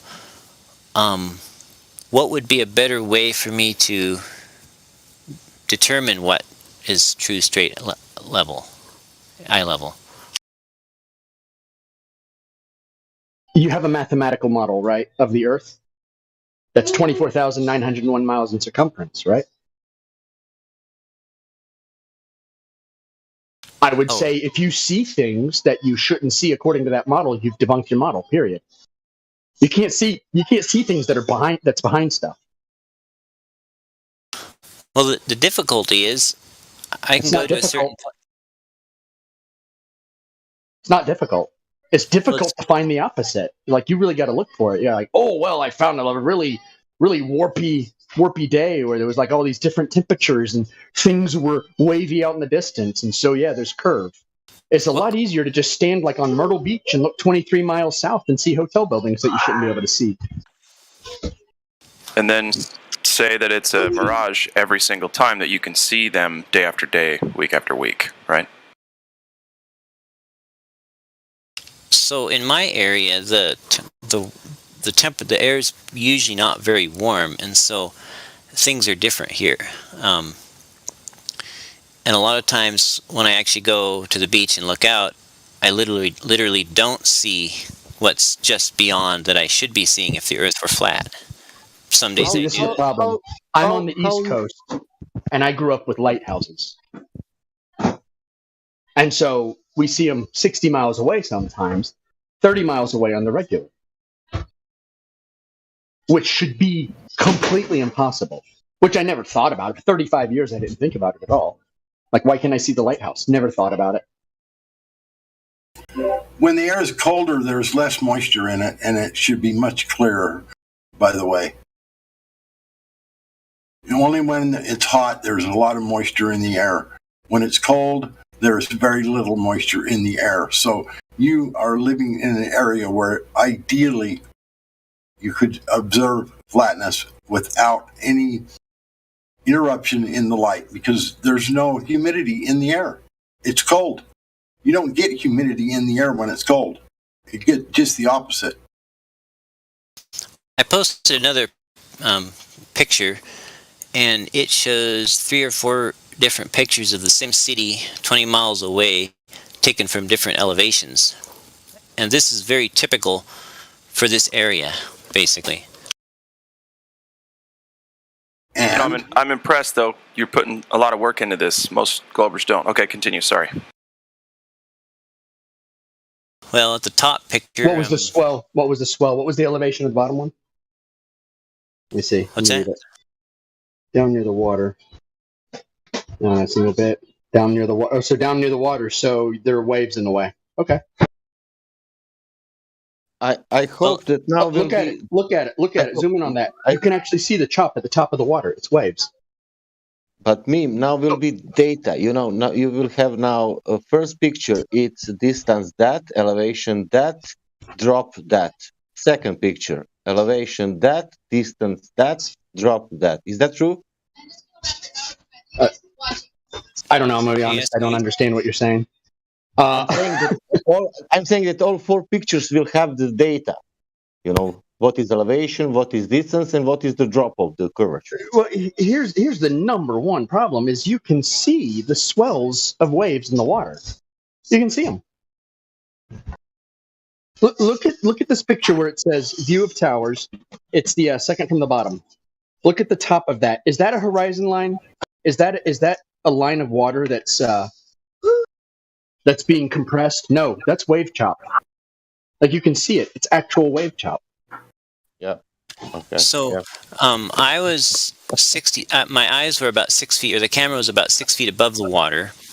Yeah. And the buildings on the other side were all sitting on 100 or on a 50-foot high hill, and some of them were 100 feet tall. Yeah. So, how far away are they? How far 20, 21, 22 miles. 22 miles. At 100 foot tall. Hold on. At 100 foot tall at 22 miles? So the View Towers is actually 187 feet tall, and it's sitting on a 50-foot hill. Yeah. Can you get something without waves in the picture? Because there's massive waves in the picture. Like, look, if you're 5'10", and you have a wave that's 6 foot, if you angle your camera, it's going to be below the wave. It's going to get the wave in the picture. Right. Yeah. You understand this, right? Well, yeah. If there were, so you've gone down low. There's swells out in the middle, and you got swells in the way. Well, but there weren't 6 foot swells because I would have seen the ships bobbing up and down. Oh, really? Yeah, the ships go out there. See, but hold on. Then why can you see that it's a swell in the image? You can see it in the image, man. Well, I'm zoomed in really big. It's just what it looks like. But scroll up to the next, the third from the last that says 40 feet above sea level.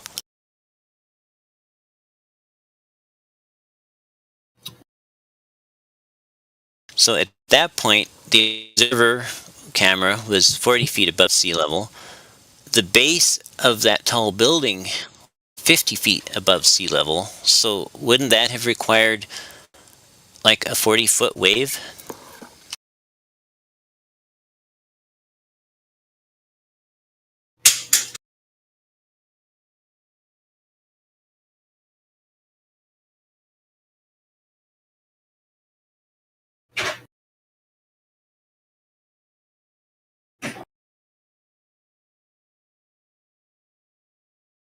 I don't think it'd have to be a 40-foot wave if it was closer to you than it was the buildings. If it was simply closer to you and you're only 6 feet tall, wouldn't have to be a very big wave. I was looking at the 40-foot picture when I was 40 feet up, because there's still significant obstruction when the observer was 40 feet up.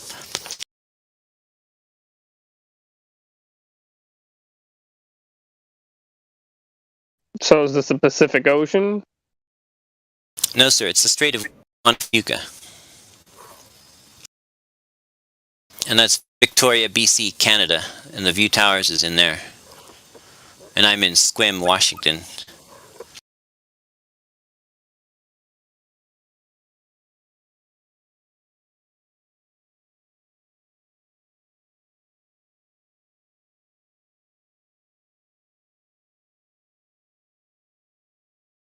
So what are you trying to demonstrate with these? Well, I'm just trying to. Sorry, I got I got cut off. I'm just trying to show what I see and trying to understand how this works on a flat Earth, basically. How that works? Yeah, there's waves in your way. That is a flat. You're looking at a flat image. There are waves in your way. Yeah, there's water. I mean, you can see it. You can see that it's a wave. Like you can literally see that that's a swell of water. Look at the top of the water in the second to the bottom image. Zoom in on it. You can see the chop. Does that look like water going into the horizon, like that's where it's ending? Is that the bulge of the Earth? Looks pretty close, doesn't it? It's very close. Hey, how come it's always these images where there's some wonky wave in the way, and then all of a sudden we got Earth? But then on a nice calm day, no waves, we see all the way to the bottom of things, like the Black Swan image. They tried to do the same thing with the Black Swan image. On a wavy day, they took pictures, said it was Earth curve. On a calm day, they ignore it. Why are we reduced to that? Aren't there better proofs than waves? hey Jesse, have you ever looked at the sun and you can put a finger and cover the sun with your finger or your hand? Not sure I'm understanding. Yeah, when you're looking at the sun and you can put your hand between your eyes and the sun and you can cover the sun with your hand. Like shade my eyes, kind of? Yeah. Okay. Does that mean that you're covering the sun because your hand is bigger than the sun? No, but it's angularly bigger, right? Okay. And does that mean that you're covering the sun for everybody else, like the whole world? No. Okay. So you can cover the sun even though the light is bigger than your hand. Yes. Yeah. But I don't see how that my hand could block the light from the sun from reaching my eyes if my hand was below that straight line between the sun and my eyes. Does that make sense? Well, between you and the observation, there's a wave that can be as well. You're 6 feet. You could have a 6 feet wave in front of you that will cover buildings that are 100 feet or more. If there's a 6 foot wave near me and I'm slightly below 6 feet, then it can obstruct my view entirely. But in one of these pictures, I'm 40 feet high, and we just don't get 40-foot waves out here. I mean, people go out there in canoes and stuff. But still, the observation, the object that you're trying to look at is still in the angular view, is still diminished in size, right? You see a smaller object that is far away.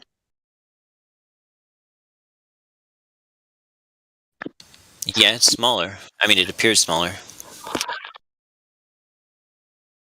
So there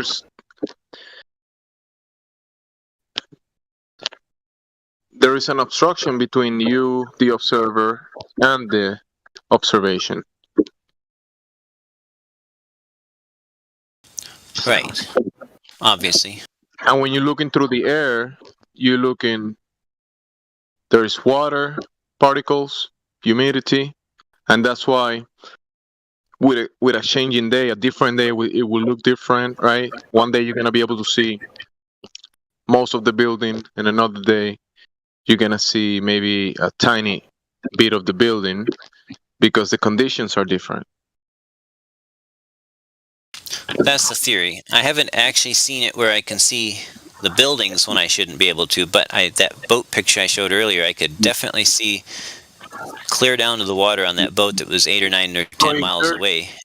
If it's a rainy day, will you be able to see the buildings if it's raining? If it's raining between me and them, it would probably be too opaque. Okay. If there's mist, like the heavy mist that we see sometimes, will you be able to see the building? No. No, that the mist, the heavy mist, and the fog and stuff blocks off the view. It's got to be So good there are weather. conditions, many variables that you can take into account, and doesn't mean that you don't see the object because the water is curving 8 inches per mile square.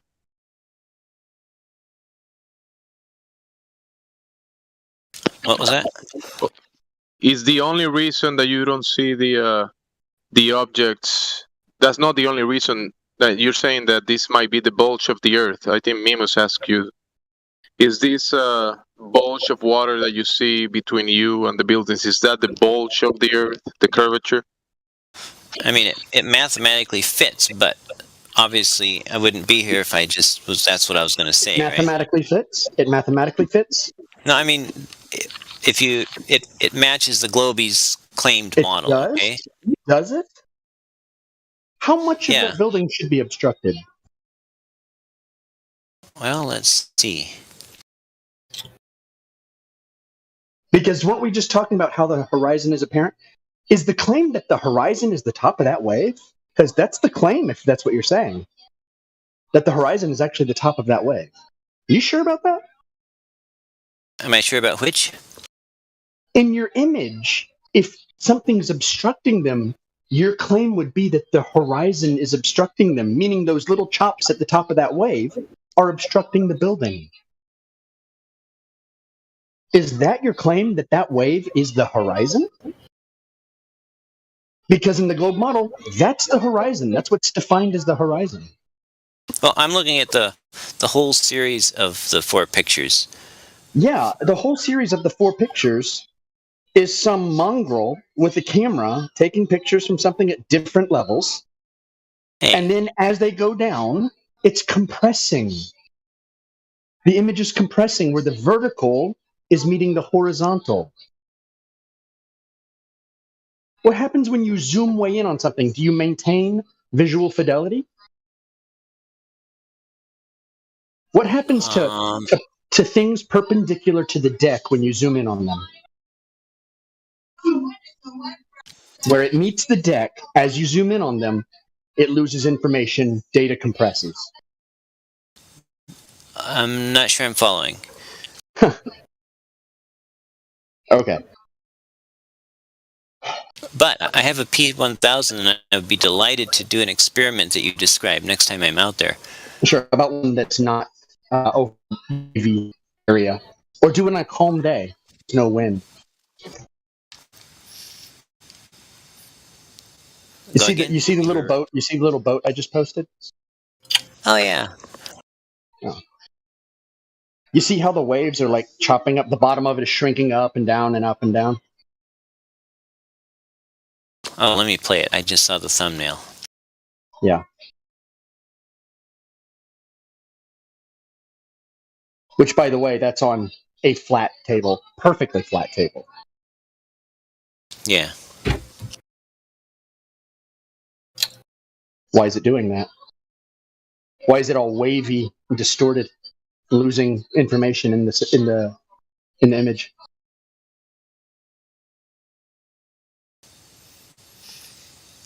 Well, by my understanding of how cameras work, they record the angle that the light rays are coming from, and that shows up as the position in the picture. So for a feature or a detail on the little model boat to appear in a different place slightly, which it has to appear different, then it would mean that the light this boat is doing the same thing Skunk Bay was doing. That kind of wavy up and down, right? Right, exactly. Right. Yeah, but the boat's not actually changing. The boat has a solid position, and it's on a flat table. So you're losing the bottom of it on a flat table. How is that even possible? My camera's above the table, obviously, because I lift it up afterwards. Right. Well, the way I understand it, the something is changing the path of the light slightly, causing it to reach the camera from a different angle than it was otherwise would, and that something is probably has to do with a slight temperature gradient caused by the table being a bit different temperature than the room, maybe, or I don't know. So on a flat surface, things can be obstructed just by atmosphere, just by effects Oh, in the absolutely. atmosphere. Okay. Absolutely. So you've got waves, you've got atmosphere, you've got, I don't know, optical effects, unknown optical effects, compression. You sure you want to hang your hat on this one image when we have a 255-mile infrared image? On which one image? We have the 255-mile. It's a photo from geez. Italy to France. Has no one Oh, and then posted there's that that. yet? Oh, I've probably seen that. And then there's the really nice laser on the lake one, the frozen lake one too. I've seen that. Yeah. Well, I mean, the one from Italy to France, that kills it. It's over. Like, the argument's over at that point. There's nothing that's going to explain that. We're not on a on a dodecahedron, right? We're not just a bunch of flat surfaces. It's supposed to be a ball, presented as a ball. So if you've seen the, here, let me pull it up. There it is, right there. Let's just post it again for everybody. Oh god, I didn't realize it was such a huge. I posted a huge image. Great. Okay, anyway, there's a mountain in the shortest mountain in there. The top of it should be over a mile below the curve, and you see the entire mountain. You see like the slope up the mountain. You see little towns and villages below the mountain. You see that all that leading to the sea. I mean, none of that should be visible. None of it. The Earth curve should be at 120 miles, which is about at the end of the light spot. Everything beyond that should be below the curve of the Earth. Let me click this and make it bigger so I can see it.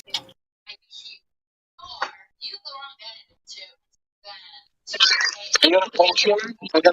I'm the one that I'm gonna post. Just download it and then open it in your computer or your image viewer. It's giving you a low res image. Discord sometimes compresses them.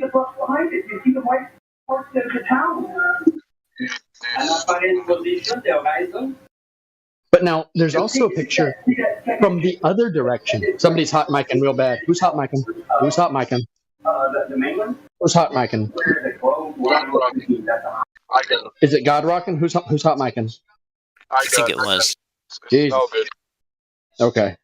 Anyway, there's who's got the other image? It's from the other side. It's from the French side, pointed back at Canigou, where they take a picture of the sun going behind the mountain. And it's like 180 miles. And they're like down on the deck. They're at almost at sea level. And they're getting this image that's like over 100 miles away. Like that should be. So are you telling me that you got an image? Sorry for interrupting. Are you telling me that you got an impossible image going one way, and then you have another impossible image going the other way? Going the other way, yes. Yes, because you can do this from both directions. Were they taken at the same time? I don't know if they were taken. That's a good question. Were they taken at the same time? Hold on, telephone. I'm not 100% sure. Indio could tell me. Yeah, we'll wait for you. So I got this theory that they're saying that the refraction is happening because the last word in the sentence of the definition is temperature. So that would mean that it would have to be getting colder and colder as the light bounces off the object until it reaches observer A. But if observer B could also see observer A, then the light would have to be getting colder and colder in the opposite direction. Yeah, I know. That's a violation. Yeah. Yeah. The whole thing is retarded. So and we all know. If we can do that, we can debunk their. Yeah, we know it's retarded, but I would love to debunk their refraction claim with, a simultaneous photograph going both ways. Yeah. I don't know if it's simultaneous. I think they may be different parts of the year that they do this. But it doesn't matter. There's no great temperature difference. It's the south of France and Italy. They're about the same temperature, right? Hot.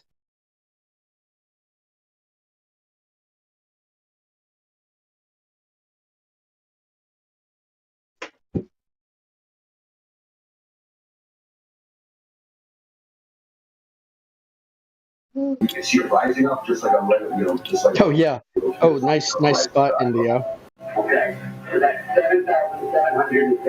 Yeah, they're getting crushed. Who is hot micing? Who's hot micing? Who keeps hot micing? Who keeps doing this? You. Someone is doing it bad.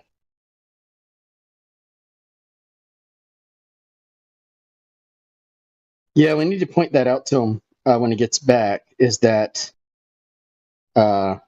he's got these buildings, and now they're like 25% wider because they're compressing. They're crushing.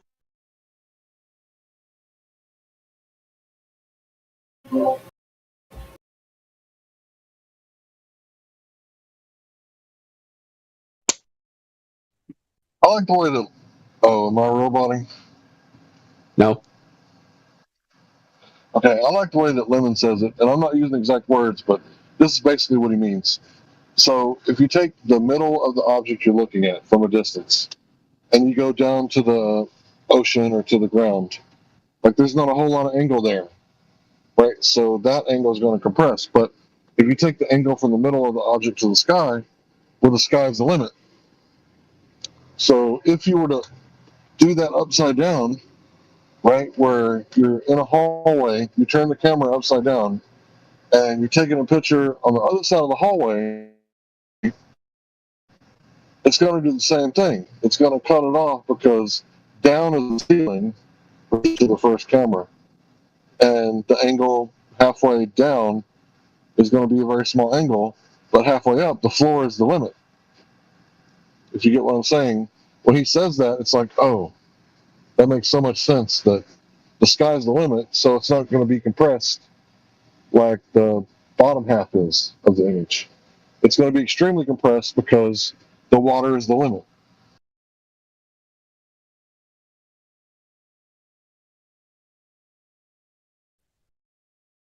And the limit would be the limit of angle that your eye can perceive. The optics of your eye, which isn't very high. And, the Rayleigh criterion, the apparent size, all those things together.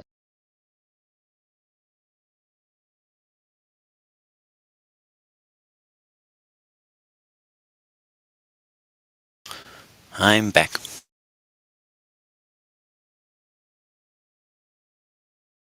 Okay, so Indio posted an image. He took yours and checked, and your building is 25% wider. 25% wider than what? Yeah. Look at the image Indio posted.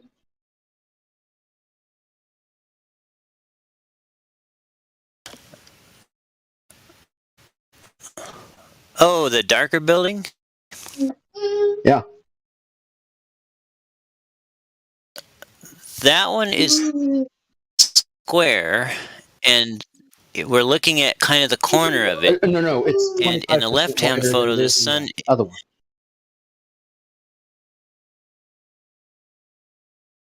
Could you draw the lines of demarcation?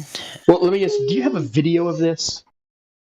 Did you just take pictures, or did you get a video?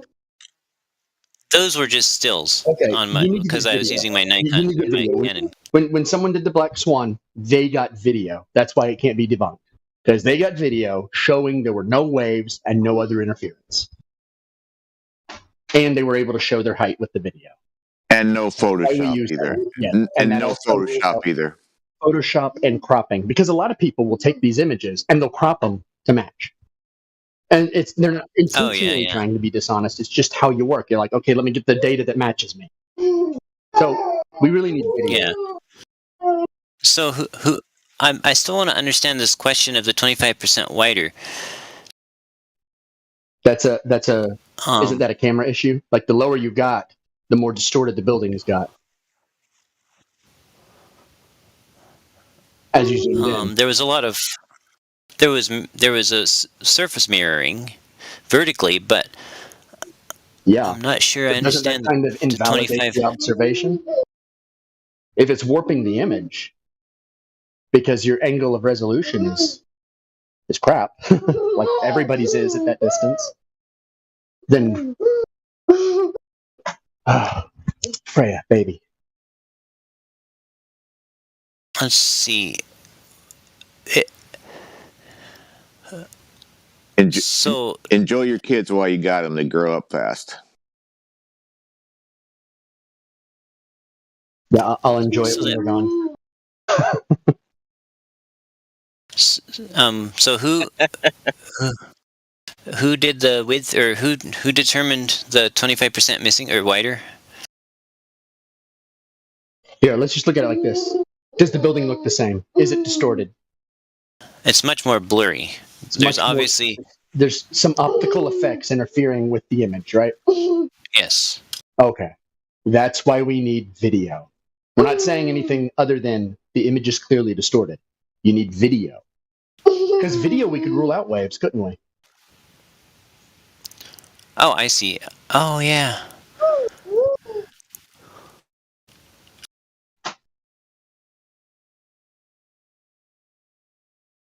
So I'll definitely get video, okay? Yes. Plus, if the weather. Let me ask you, what's weightier evidence? 255 miles or 22 miles? Well, I don't want to just, take one picture and say, aha, that's the final absolute truth. You know if you go to our wiki, we have hundreds of these. It's not just one.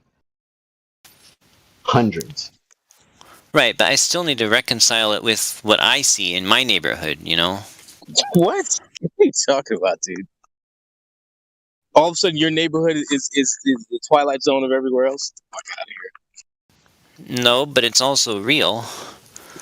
Oh, so it's real. Wait, so do you see the curvature of the earth when you walk down your sidewalk in front of your house? No. Okay, there you go. I don't see the bacteria on my hands either, but I still worship them. Wait, so then what did you mean by that? Elaborate what you mean by what you see in your neighborhood. Oh, okay. So in other words, like these pictures of the city across the water, the stuff in my local area here. There's a lot of really cool footage from other places, but I didn't take it. I haven't even met the people who took most of it, and you never will. You never will. And so what are you gonna do? So they're lying. They're just flubbing these pictures to sell them. No. But whatever the truth is, it works everywhere, right? And it also needs to work. It also needs to work in my area, and that's what I'm trying to work on. You have a body of water in your area that you've made a video or taken a photograph. Yes. What's the large body of water where you live? It's the Strait of Juan de Fuca. Okay, so it's curving. Is that what you're saying now? It does seem to have that appearance, as far as. Okay, so this is why about an hour ago or so I was talking with you about the black swan argument, and I went through that with you. This is why and I'll do it again. So if somebody makes the claim that all swans are white, all you need to do is find one black swan to prove that claim wrong, right? Right. Oh wow, you're still going over this? I thought earlier you said you understood the black swan thing.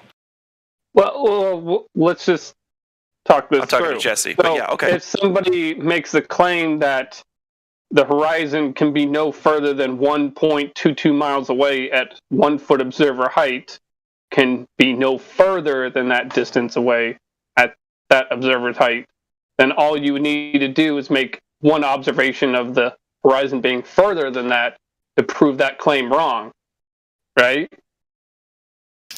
Right, but I don't make that claim, and I don't know anybody worth their salt who does make that claim. Well, it doesn't matter if you make it or not. What I'm saying is, in order to prove that claim wrong, all you need to do is find one observation of the horizon being further than 1.22 miles away at 1 foot observer height, right? Yeah, you'd have to come against this one observation here. to be able to I just come don't against think it. he understands. He doesn't understand. No, I understand. He's quite silent when you're explaining this. He obviously doesn't know what the 1.2 miles means. He has no idea what that looks like on a straight line. He has to curve for him or something. I don't know. Jesse, it was an hour ago that you said that you understood the black swan as an argument. Well, here, let me help him a little further with this. So these things that you're showing us, these pictures that you've taken, these are all a bunch of more white swans. Plenty more, lots and lots of white swans. But you see, showing us lots of white swans doesn't stop us from having already found a black swan. And us already having found that black swan proves wrong the idea that all swans are white. So while you keep pointing at all these different white swans, like, wait, what about this white swan? What about this white swan? It's like, no. It doesn't matter how many white swans you find. As long as we've already found one black swan, not all freaking swans are white. So since we've already falsified the radius once, the radius has just been falsified, and that's it. It doesn't matter where you see the horizon being closer than 1.22 miles away at 1 foot observer height, or you see it further, it's already been falsified. So it doesn't really matter where you see the horizon. It's already been falsified with one observation. So this globe Earth radius is... But on this, Jesse, on these 4 pictures, do you have distance? It's roughly 21 to 22, maybe 23 miles. So how can you see something that far away? Well, the topmost picture, I was over 100 feet high, which even on the globe should allow me to see that far. What? Listen, brother, your globe is only 25,000 miles at most in circumference. Your radius isn't even 4 grand. It isn't even 4,000 miles. So this observation is impossible at the very least on the current accepted globe narrative with the math they use. Which observation? The black picture? Our black swan. If you trust the image and the video to be genuine, that picture alone is a black swan. And we have a bunch of them, okay? You But understand this started it. It's 1 foot observer height he's at, and he's seeing something 10 miles in the distance. And you just said at 100 feet, I could see 22 miles, and that should be perfect. He's seeing something at 10 miles, so that's half the distance you're talking. So how is he seeing that at 1 foot observer height? Explain that. Jesse, you can't. That's the thing. That was his statement was right. He added 99 feet for 20 miles. All right. Okay, Jesse, here's the thing. We see too far. Okay? That's what's happening in reality. So can you admit that? We see too far for the math to be correct. Can you admit that? There are times we see too far. But we should never be able to see that far, or as far as we can see. Right? Jesse, you just said right there are times we see too far. Don't you understand that? That's the whole point of the black swan argument. It's not that, we sometimes find black swans, but we sometimes find white swans. So all swans are white because we sometimes find white swans. You see the problem with that? It's not all swans are white because sometimes we find white swans, sometimes we find black swans, thus all swans are white. You see how that doesn't make sense? You're saying, sometimes we see too far. No. It's not sometimes we see too far. It's that we see too far only once. It only takes seeing too far once to mean that we see too far, period. So it's not like, that doesn't make any sense to say that, we see too far sometimes, and we don't see so far sometimes, so I don't really know if it's flat or not. Like, no, we just see too far, period. Thus, this claim that the horizon is 1.22 miles away at 1 foot observer height has been falsified. So, do you see how seeing too far sometimes and not seeing so far sometimes, see how that doesn't matter? It's if we see too far at all. Do you understand that? And also recorded with video. It's not photographs also. Can you imagine that? The geometric obstacle would have to be limiting your sight all the time if it existed. Right, so Jesse, all of what they said is 100% on point. And that does mean that in reality, the one you live in, the one I live in, the one we share, so far it measures flat. And so now the deal is, can you accept that and move further into learning more about our flat, stationary, enclosed Earth? Or are you going to stay stuck in the paradigm that you would rather believe than know about? Well, and that's what I'm trying to do, is I'm trying to understand how what I see and what I've shown you does work on a flat Earth. So you should see something 10 miles away at 1 foot observer. No, he just said it should work on a flat Earth, and it does. Correct, sir. Correct. He didn't say that. He said something slightly different than that. But Jesse, let me ask you this, Jesse. If someone were to make the claim to both you and I that all swans are white, and you and I, we go out and we find a black swan, and we bring this black swan to that other guy and we show him the black swan, and he's like, oh, okay, yeah, not all swans are white. Now, after that point in time, would you continue looking for white swans or black swans, or would you just be accepting the fact that not all swans are white? Like, why would you continue looking for swans after that, is my question to you? To figure out if they're black or white? I guess the difficulty I'm having is when we say, look, there are black swans, okay, not all swans are white, but then we're taking that to be able to mean only one possible thing, and that is that there's no radius. And in doing so, we're basically saying that then there are no white swans.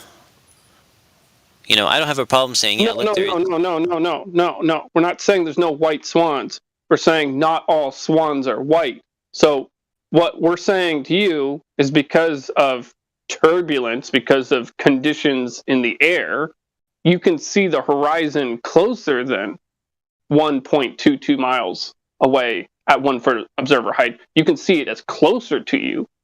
But what we're saying is, with the math with the dimensions that the heliocentrists have given us, you can't see it any further than 1.22 miles away at 1 foot observer height.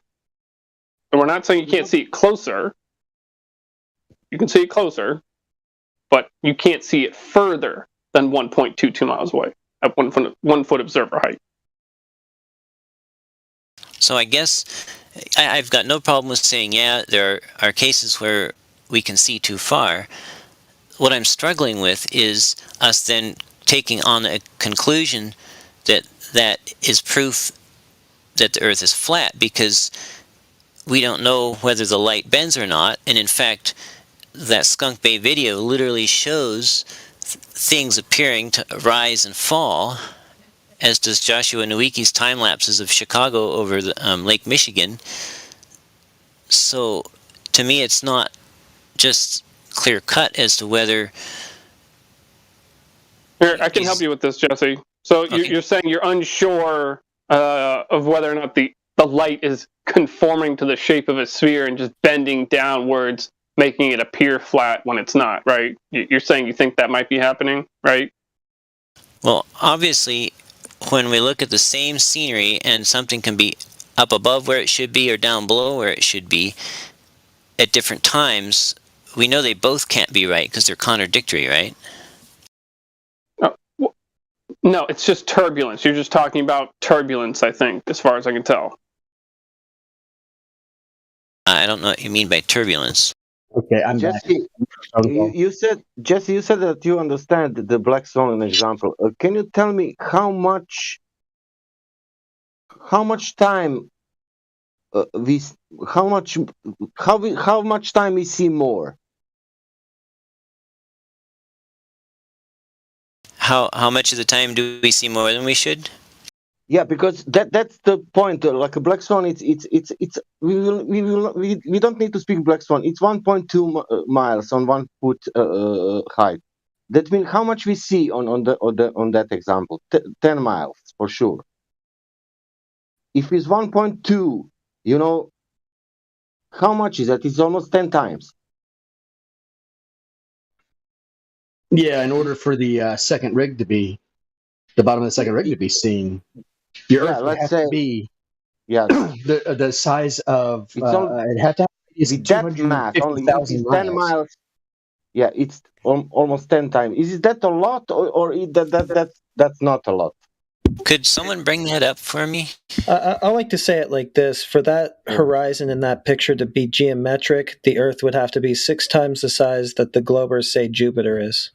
He doesn't care. He's going to continue to be a contrarian no matter what we Here it tell is. him Here it or is. show Look. him. Let's follow this along. The platform habitat on the left. 9.41 miles.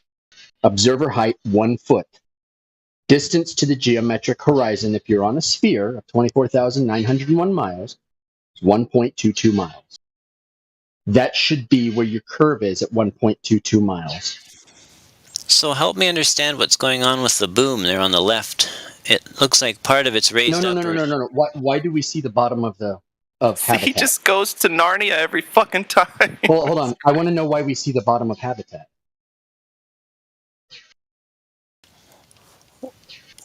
Well, who cares what distortions there are on the air? Why do we see the bottom of habitat? And then we see, and that's 9.41 miles. The horizon actually goes way past that. You can see it. Why? Who cares about some wavy ladders and some distortion? Why do we see the bottom of it? Can't see through solid objects. Is it so? But I'm trying to understand what I'm looking at in the picture. You know what's going on. What's going on? You're looking at two oil rigs. Yeah, that's no, I've all seen that's it. going on. I've seen it before. I know, but that's all that's going on. Nothing's actually going on. It's an image. But what happened to? If you look at the tip of the boom, it's a certain height, and then it. Okay, what does the boom have to do? What does the boom have to do with why you can see the bottom of it? Then?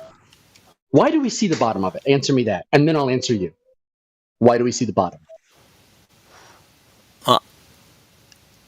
Obviously, we see the bottom because light is getting from the bottom to the camera. Okay, so why do we see the horizon past 10 miles behind it? Because the light is also getting from there to the camera. Okay, so in other words, we see the horizon beyond 10 miles at 1 foot height, which is 10 times beyond what we should be able to see it. That's what's happening. Doesn't matter what are the distortions you see. Right. If there was no bending of light, then you're correct. But there's evidence in the picture. Wait a minute. There's evidence of bending of light around a radius in that picture? Well, Where? No. Your claim is that... He said if there wasn't bending of light... He's trying to say that because the boom is wavy and distorted because, we're over water, right? And there's all these different temperature changes, that light is bending around a radius. Do you have proof of a radius to be able to claim that? Well, it's not specific to a radius. You would have to have proof of a radius. No, you'd have to have proof of a radius because you're trying to insert a claim into this. I know what you're doing. We've been arguing with you for like 6 years. You have? Yeah. Wait a second. I've only been in this for 3 years. I mean, we've been having this argument for 6 years, and they keep trying to bring up the same bullcrap. They don't have a radius in order to claim that light bends the way they're claiming light bends. Light bends in every direction. It does not bend in one direction. And if it's going to bend in the atmosphere, it's going to bend up, not over. Also, another thing that destroys it, your claim, or the claim maybe that's behind your questioning, see what Glatflow posted at 50 after the hour, 10 till. You see that? It says, why do tall buildings appear to vanish bottom first? Well, for the audience, I'm going to read that. As objects get farther away from the observer, they appear to shrink. This is due to angular resolution. If the angle to the bottom of the building is smaller than the angle to the top, the bottom of the building will appear to reach the observer's eye level at a shorter distance. Beyond this point, only the section of the building located above the observer's eye level will be visible. So, on a flat Earth or a globe Earth, this phenomena happens, so it's unfalsifiable. Yeah, but here's what happens. The observation itself happens over and over and over and over, while the supposition is that this happens uniform everywhere we observe, everywhere we measure, everywhere we test. Is your bendy crane distortion uniform?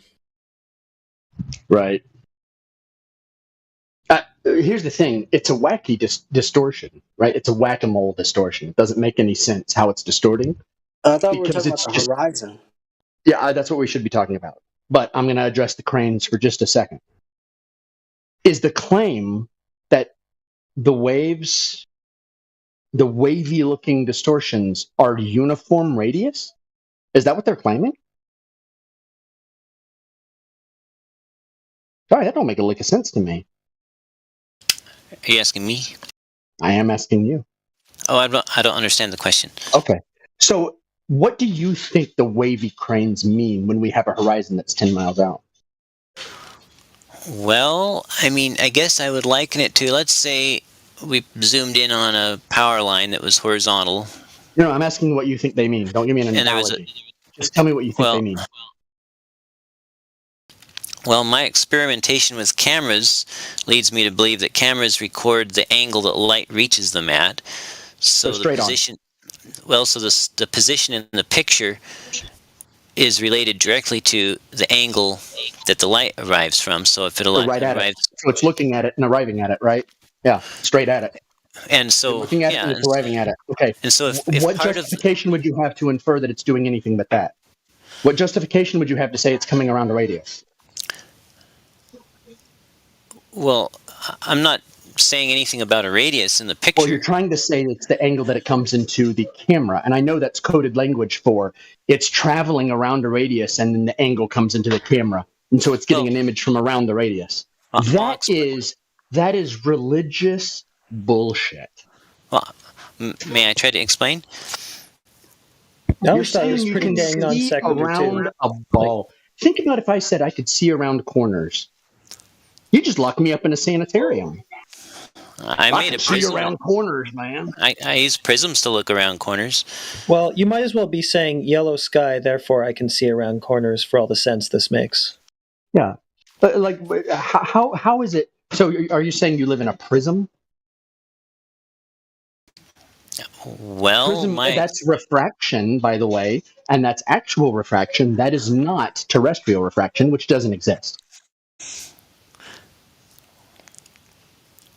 A false equivalence, anyway. Yeah. Well, listen, could I just say one thing? Law is not terrestrial refraction. And then I'll quit asking you for a little bit. Okay. Because I just can't get anything out here. And that's not productive, and I don't want to make you guys upset, you know. But the thing with the crane is I can see in the picture that the angle of light from one part of the crane is coming from a different angle than a different part of the crane. And in other words, part of the crane appears to have raised up or sunken down. You can see that? How do you know that? Because the camera really? records. Let me look at it. Let me look at it. Let me look at it. I want to see if I see what you're seeing. I don't see that. I see some wavy lines.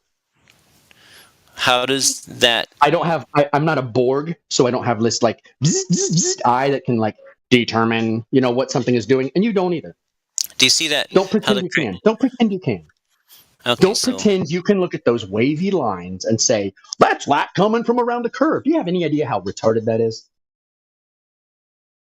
It's wavy, therefore light's coming around a curve. That's mongoloidism. I think we've done what we can today. Yeah.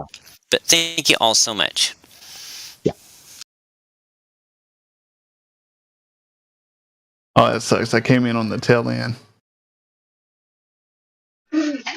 Wavy lines, therefore radius. These people, I swear they're taking drugs. They're taking drugs. Not the good kind. They're taking copium.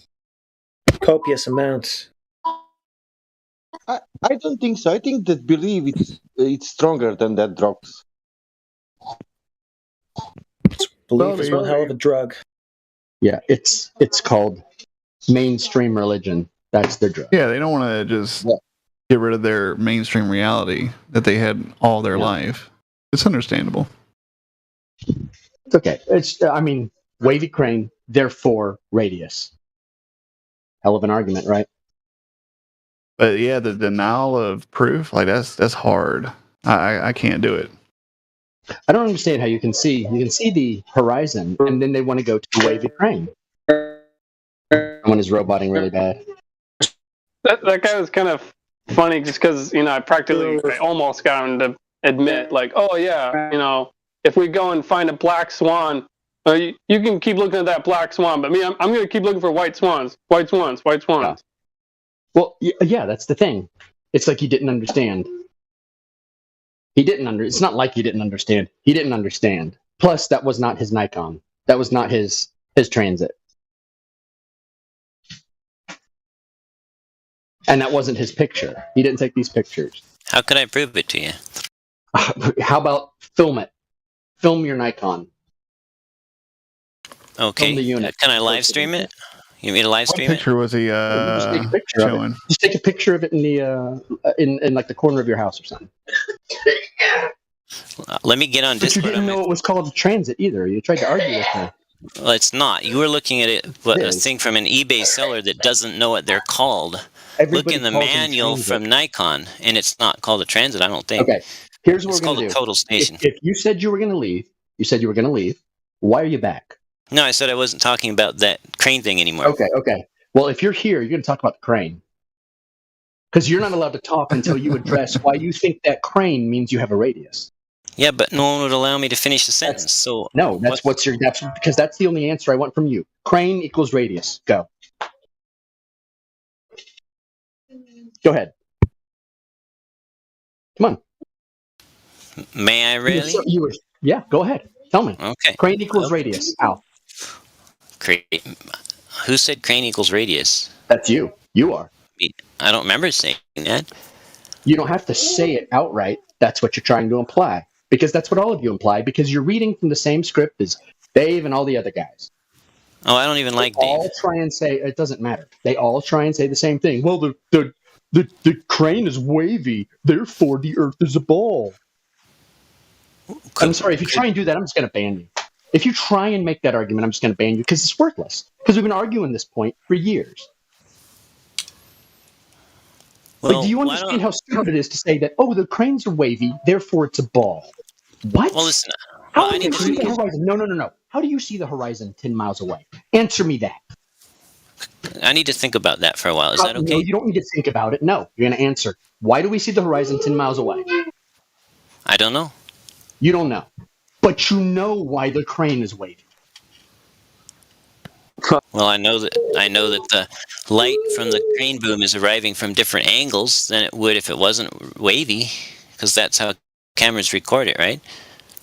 It's arriving from where they're from. It's traveling through a medium of gas, isn't it? And different temperature gradients, and so it's the light is scattering in different directions. But generally, you're seeing the image, aren't you? Why do you see the horizon 10 miles away? How is the light from the horizon, which is just a foot below the camera, 10 miles? 10 miles. How sharp of an angle is that? 10 miles. That doesn't change the direction of light. And how are we saying that horizon that's only a foot lower than the camera and 10 miles away is being projected around a ball to make everything look flat? Like, this is your argument. This is what you're saying. This is your claim. Because it has to be. I love my globe, bro. That's all it is. It has to be a globe, and so you will use anything to explain that it is a globe. Yeah, so you're basically saying that it is a globe because it looks so flat. Yeah. The reason it looks flat is because light goes around a radius. That is unfalsifiable stupidity. So everything's just so bendy that it all just looks flat. Yeah. Everything. Yeah. How come nothing's provable now? Well, we would expect it to look flat if it were a globe. Really? Like, Jesse, these are your arguments. These are the only arguments that you can actually have. I don't even get why this is an issue. You see it, it's there, done, observation over. No, we have to explain why we see it. Well, I don't have to explain it. It's there. That's why we see it. You have to explain it. You have to say, well, it's not really there. See, the Earth is tricky, and light is bending in a way that where that's not actually there. We're seeing a holographic projection of it lifted up. It just looks flat. Yeah, you're adding all this extra stuff into it and then just explaining it away. You're adding a globe into it and then using refraction to just get rid of that. So what's the point?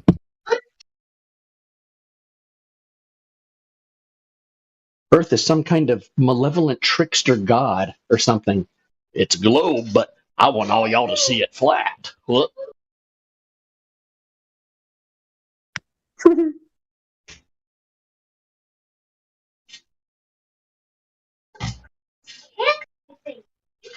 The globe claim just cancels itself. Wait a minute. He says yes because the temperature causes a change in medium? Doesn't? No. Jason's in there. He says temperature. No, it's not a change in medium. It's a change in density. The medium is still gas, Jason. It's still in the same medium. No. A change in medium density, not medium. Medium, you have three mediums: gas, liquid, solid. Right. There you go. Yes. Yeah, it does get confusing sometimes, especially when they're trying to transfuse the Snell's law into terrestrial refraction, because they think of different densities as different mediums, and it does rub off sometimes. But that's because they're stupid. Yeah. Jesse, do you have any response to any of this? Like, where is your justification for saying that the Earth is a hologram projected up to look flat?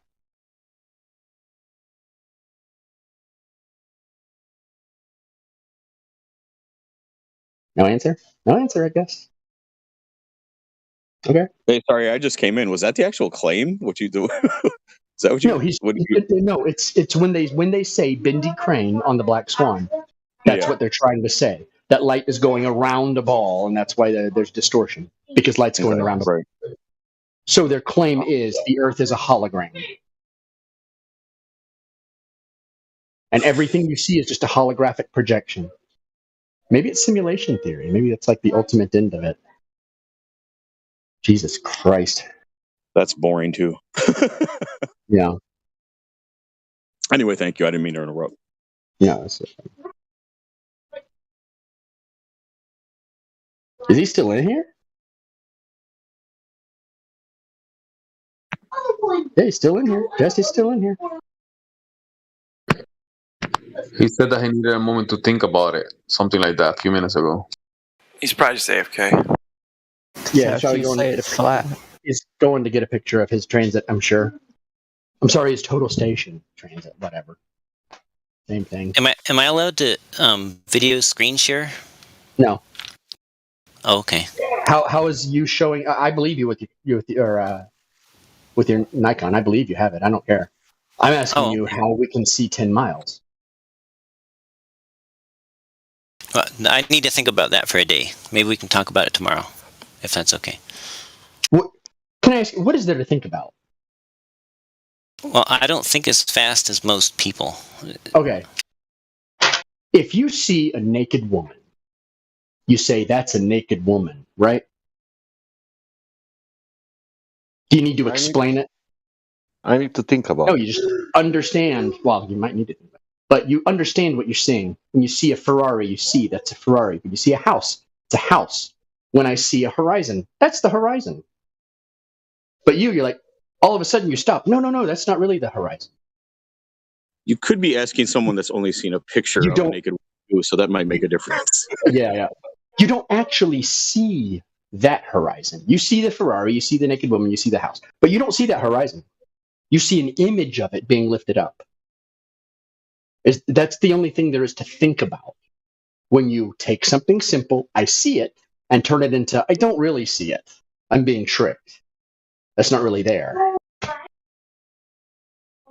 Is that what you need a day to think about? An eloquent way of explaining that? Why we don't actually see it? It's just an image arriving at the lens?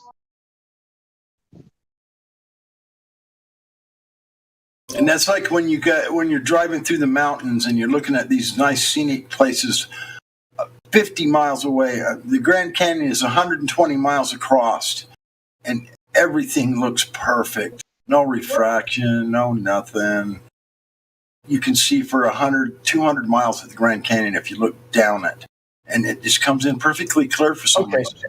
Hold on, Jesse, we have to go over this. Indio has just gone to the globe calculator, and I think you need to read it. Okay, go for it. Yeah. Nothing should be visible. None of those buildings should be visible. None of the buildings? Well, it says the view tower is 20.79 miles away from the camera. Building base is 53 feet. That's 187. That's 240. Globe model predicts none of it should be visible in the image that he posted. From 1 foot up, and that's the 1 foot up image, and none of it is visible. Yeah, you can see the top of it. Really? But are we actually seeing it or not? I don't see anything directly below the orange arrow. That other building is a different building. It's a lot taller. The one with the crane by it, the red crane. Okay, maybe I'm just looking at the wrong building. Yeah, I can get you But the height anyway, of it that doesn't other matter building. because that's a wave. And like any mongoloid can see that it's a wave because there's chop in the picture. There's chop in the picture. It's a wave.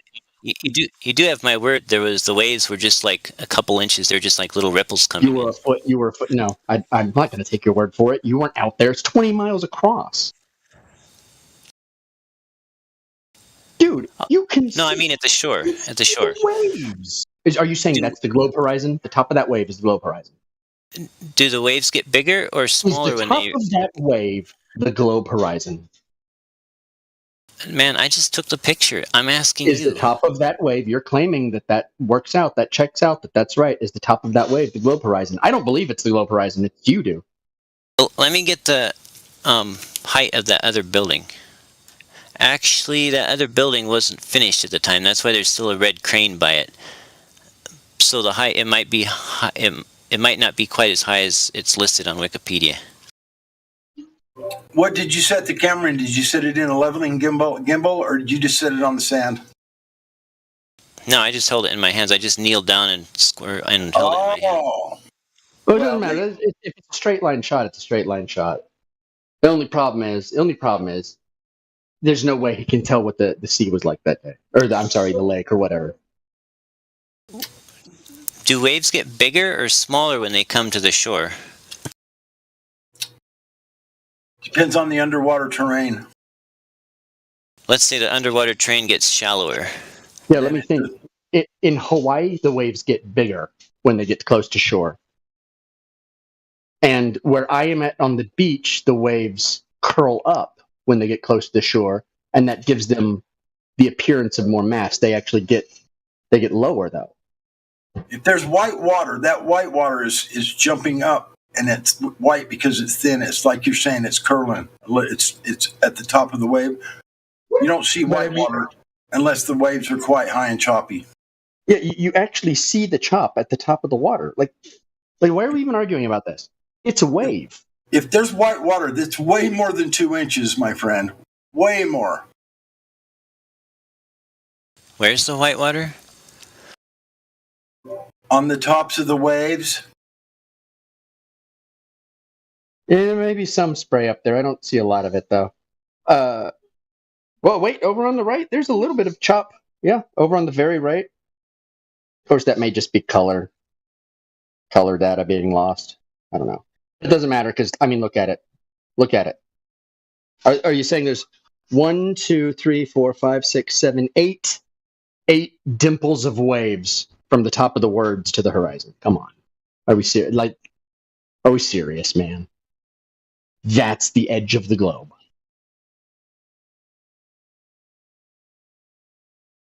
If you're on that severe of a curve, why isn't everything in the distance leaning back?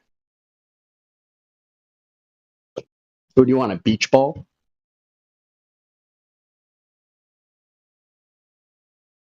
I love how you have your wave in front of you. You think that's the ball, but everything's still standing perfectly vertical in the distance. That's actually an interesting question. What would be the tilt of those of everything tilting away? Doesn't matter. You're never gonna have any tilt. The city of Los Angeles has no tilt, and it's 30 miles across, and it is 100% level. Right, but that would be a really good thing to tell to people who are questioning things like me, is to be able to actually show them, here's what the tilt would be.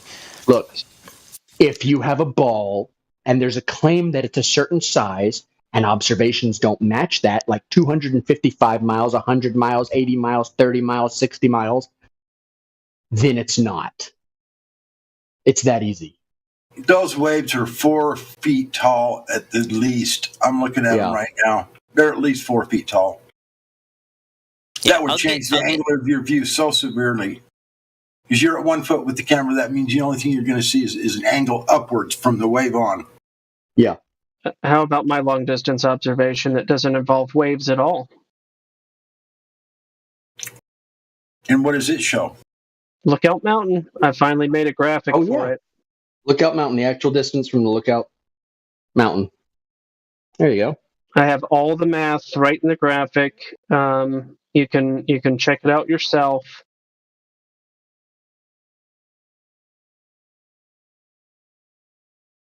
You can check it out yourself. Now, the target hidden height based on your elevation height in the distance is 6,328 feet. Mount Pinnacle is only 2,440 feet. Uh-oh. Ooh, that's not good. And you might not be familiar with the geography of Southeast United States, but you could play around on Google Earth for a little while and figure it all out and come to the realization that, this isn't going to work out. From a 1,628-foot elevation height, you've got a 49-mile horizon, and yet somehow you can still see Virginia and Kentucky. When everything should end at 49 miles.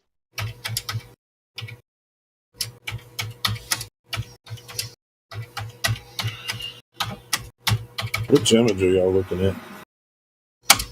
Jimsy just reposted it. Gospel Bear made it. Okay.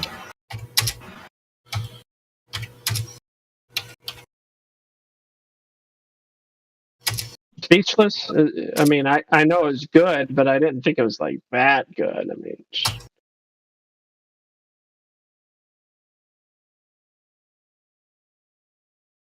now keep in mind, 49 mile horizon. You can also see South Carolina from this location, which is 80 miles away. You can also see North Carolina, which is 50 miles away. I'm not going to watch it. It's quite a bit You can more. watch it here if you want, but I'm not. You're hot mic and Huh? I only blame him talk. I don't know. God rocking your hot micing. They had him. There he goes.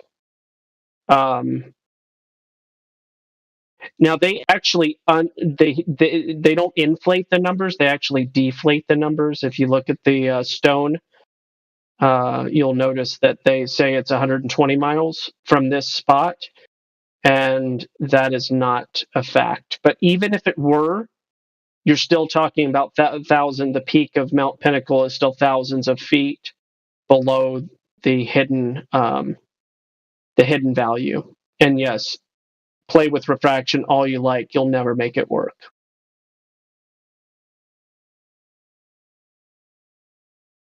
It won't work for South Carolina. So even South Carolina is a debunk of the globe. But this is Kentucky and Virginia. So slam dunk. Like, if anybody that knows anything about South Carolina, and all the big mountains in South Carolina, LOL.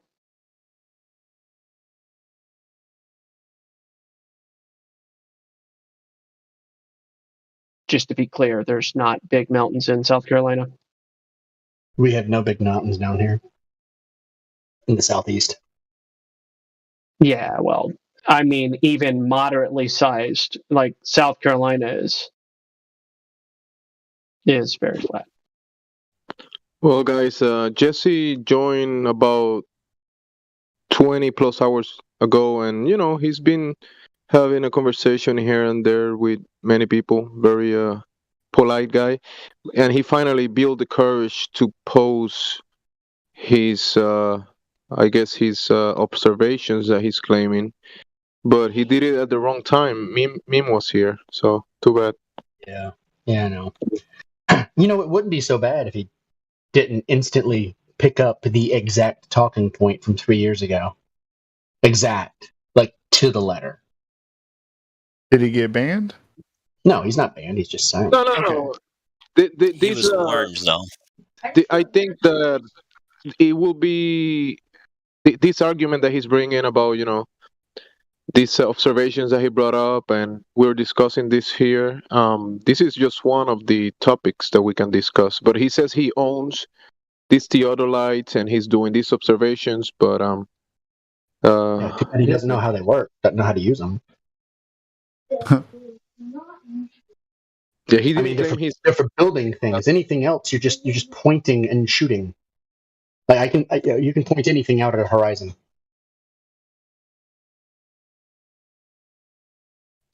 So Jesse, have you gotten or learned anything today about the theodolite? Because you say you're not a surveyor, but you say you own these devices, and you've been having a couple conversations with multiple people in here about this. Have you learned anything? Well,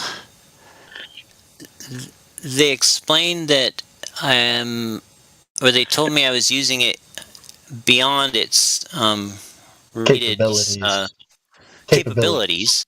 Yeah. But looking in the manual, I don't see how I am. And how do you validate we didn't actually a 4-inch level, keeping a level line across 3 to 5 miles? Well, I'm still learning. Could we leave it at that? Okay. Try building something. Because I've noticed that a lot of the people who come in here with arguments about this device and that device have never had to apply it practically for anything. They just think, oh, I can point it and this instrument is perfect. That's it. Right. No, I don't think it's perfect. I mean, the manufacturer specifies a margin of error of 4 arc seconds, plus or minus, and I know how to calculate what an arc second translates to in vertical error at a given distance. But how do you know you have it set up perfect?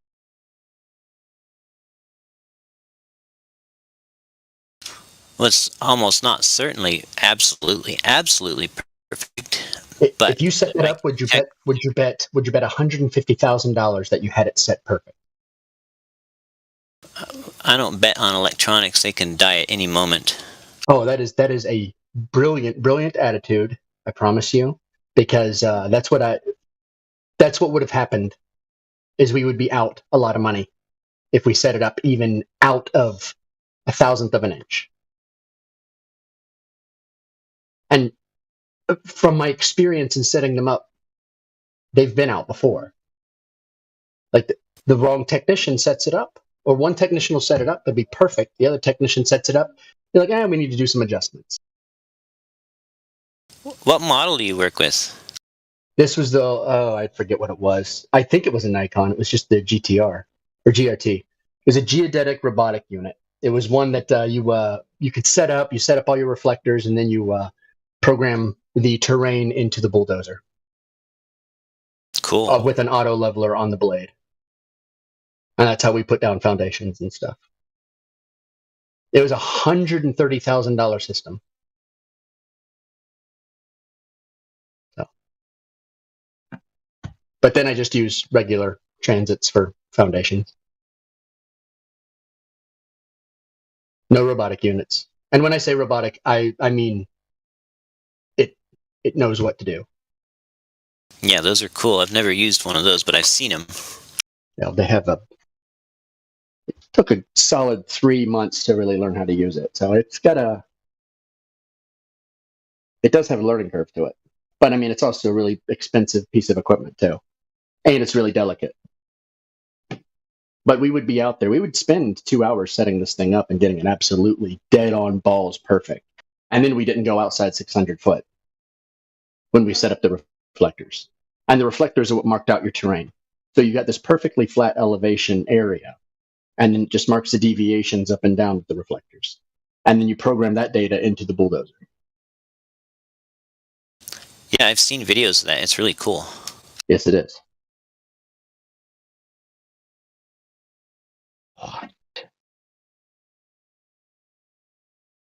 You know what is really,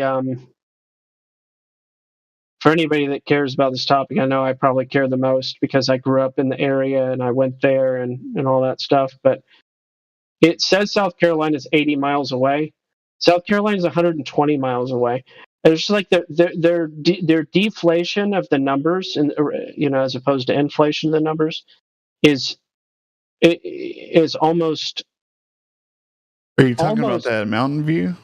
Yeah, the Lookout Mountain, see the seven I states. want to go there so bad. That seems so cool.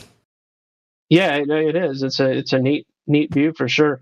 But my point is, South Carolina is 120 miles away, not 80, but they say 80. Mount Pinnacle is 146.83 miles away. They say 120. Which is wrong? Google Maps and Google Earth, or the stone? Because I would say the stone is wrong. Because it serves to to not raise too many questions of curiosity if they provide a lower number. But even with the number that they provide, it's still false. I mean, it's still I was about to say that's still too far. I have a question. That's pulling a straight line measurement, right? Yeah, I'm on Google Earth. I would say it's the stone. I would say it's the stone that's false, because Google Maps is responsible to a market for being correct. The stone is not. Well, no, they would just be hypothetically misrepresenting the claim that is the tourist destination's feature point. Yeah. Or correctly called a tourist trap. And so it doesn't have to be right. However, it has historical significance that it is, and it literally names the mountains that you can see, like Mount Pinnacle specifically. Look out! What's that? I said, look out! Yeah. Well, look out, because everyone fell. The Smoky Mountains of North Carolina. I never did the South Carolina measurement until just now, and I'm like, oh my gosh, it's actually way off. Like, way off. And in fact, even the North Carolina where it says 50 miles, 60. It's 60 miles. The closest tippy tip point would be 58.38 miles. So, like, in every case, they're 10 to 20% or more. I mean, gosh, 80 to 120 is that 50%? Yeah, that's a 50% error. I mean, that's super huge. That is super huge.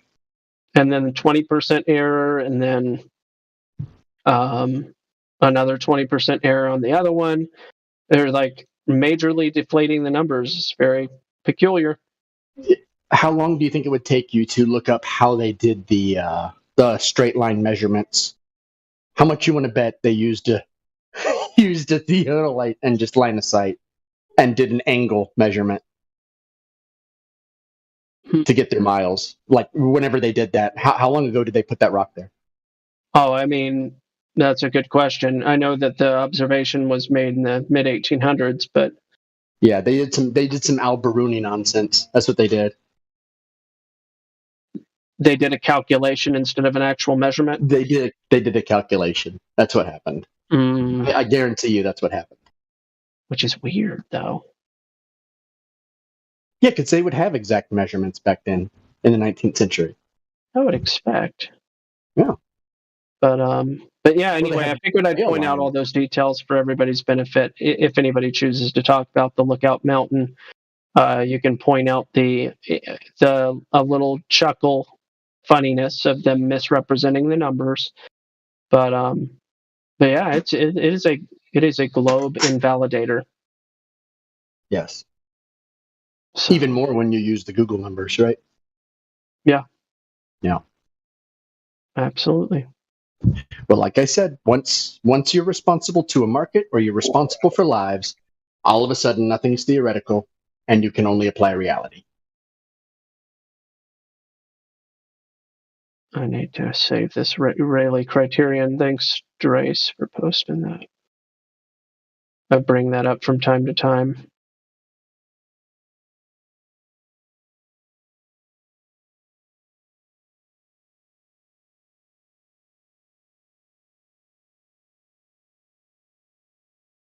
The Rayleigh criterion. Oh, so, all right, I'm about to go, but I want to share one more thing. I was talking to somebody 2 days ago. I think it was 2 days ago. It might have been yesterday, but I think it might have been 2 days ago. And I was sharing why the curvature was unnecessary. Like unnecessary to assume that was the cause of the horizon. And I was making the comparison between flexible variables versus inflexible variables, whereas 395. That Space Force dude? Yes, it was the away observer guy or whatever the Space Force. Yeah, that was yesterday. Okay, thank you. Not important, I know. No, that's helpful. Thank you. So I was making a comparison between inflexible variables versus flexible variables, whereas an inflexible variable would be 3959 radius claim, for instance, and a flexible variable would be things like particulates, temperatures, humidity, all the different things like that. And I was like, you don't need to have the radius. And he was like, okay, well, what would replace that? So he basically challenged my assertion, which is great. And I said, okay, well, how about the 0.02 angular resolution limit? Well, Rayleigh criterion is the direct reference there. So we actually did the Pythagorean on Lookout Mountain and the Fenestrellus to Gaspard, and we did it for the Black Swan. We did it for these different long distance observations, and what we found was it was a plausible assertion. It was a plausible assertion. Now, it's not a number that's set in stone because there's other factors. The Rayleigh criterion apparently refers to is reference to the eye, but then again, the lens would have its limitations in a synonymous way, or at least an analogical way. So I found it interesting that I guess I got lucky, you could say. I made an assertion that wound up being extremely plausible, and that is you can replace the R with another R, no irony at all, the Rayleigh criterion, and basically just do good old right triangle math, and discern that the alpha, or the acute angle represented by alpha, at least in the calculator that I was using, is at that number, close to that number, and sometimes even smaller than that number, but that's okay. It's still a plausible claim. So I found it very interesting. Did anybody follow what I just said, or was I just speaking a bunch of nonsense? I did for a bit and I fell asleep. Did you say you fell asleep? Oh yeah. Okay. Well, I hope the explanation was helpful to at least. It was a good explanation. Person. Yes. All right. Cool. Yeah. I mean, I wouldn't mind you elaborating, because I've heard the math dude. What's his name? The guy from Canada. I've heard him talk about it's the same, right? But I didn't think about putting it in that actual. And it's the same there too. So yeah, that makes sense. So I was trying to use logic, which I try to do on a regular basis. I was just like, okay, so I went through the logical progression that curvature wasn't the necessary component that causes. We can rule out curvature. Why can we rule out curvature? Because, and this came about from another question I was asking, do we have short distance observations that also have obstruction that cannot possibly be explained by curvature? And in fact, this fellow, Jesse, provided one of those. But there are many examples of this. Little RC boats on lakes that are really small, not really really small, but hundreds of feet, and you can rule out curvature as the cause of obstruction, but still accomplish obstruction. So it was along those lines of logical progression that I went, okay, so there's these variables that fluctuate, such as the things I mentioned: temperature, humidity, whatever, refraction, all those things. Those are your variables that fluctuate, and that led him to ask, okay, so what is your variable that doesn't fluctuate? And I was like, well, there is this limitation of angular resolvability. Let's work it out. Let's do some math and see if it's a plausible replacement. And lo and behold, we were getting numbers like 0.003 degrees in the alpha. We were getting 0.000 something or other. So it was even smaller of an angle, which would almost make you think, well, that means that maybe it's not the Rayleigh criterion, because you're seeing more than you should even be able to see. But that's actually the irony of the whole thing. You see the whole. So there's this thought that people have when they're first new to this. They're like, well, if the Earth is flat, then you should be able to see forever. Well, no, obviously not, for a number of different reasons, including an inflexible reason, the Rayleigh criterion, which I think that analogizes over to the lenses of a camera, besides not just applicable to your eyeball. So anyway, I don't think I need to go on. Did you see that the entire set of images has now been invalidated because of the insane tide? Sure. In the Salish Sea. I guess it on average is about 6 to 7 foot difference. Sure. It's a massive tide for such a small area. Yeah. Truth is Stranger Than Fiction did a really great video on tides, and I learned a lot. I had no idea. There's spots in the world that have 2 tides a day. There's spots in the world that have 4 tides a day, and there's spots in the world that fluctuate between 2 and 4. And it's a fascinating thing when you look into it. I think that maybe that's what Drace's gift there might be alluding to. But I think it's one of those things to where, when they talk about tides, it's kind of like saying the appendix is a vestibular apparatus, and your tailbone is vestibular apparatus. It's just one of those things where they're just really reaching, Here's the video for anybody's interest. It's a good one. It's educational to me, at least. But yeah, Rayleigh criterion might actually, ironically, be the R to replace the R. And it works logically. If somebody wants to point out holes in it, then I'd welcome that. I just.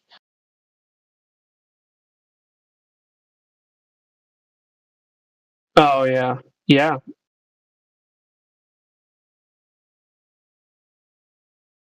True. That makes sense, Trace. Did you see the title chart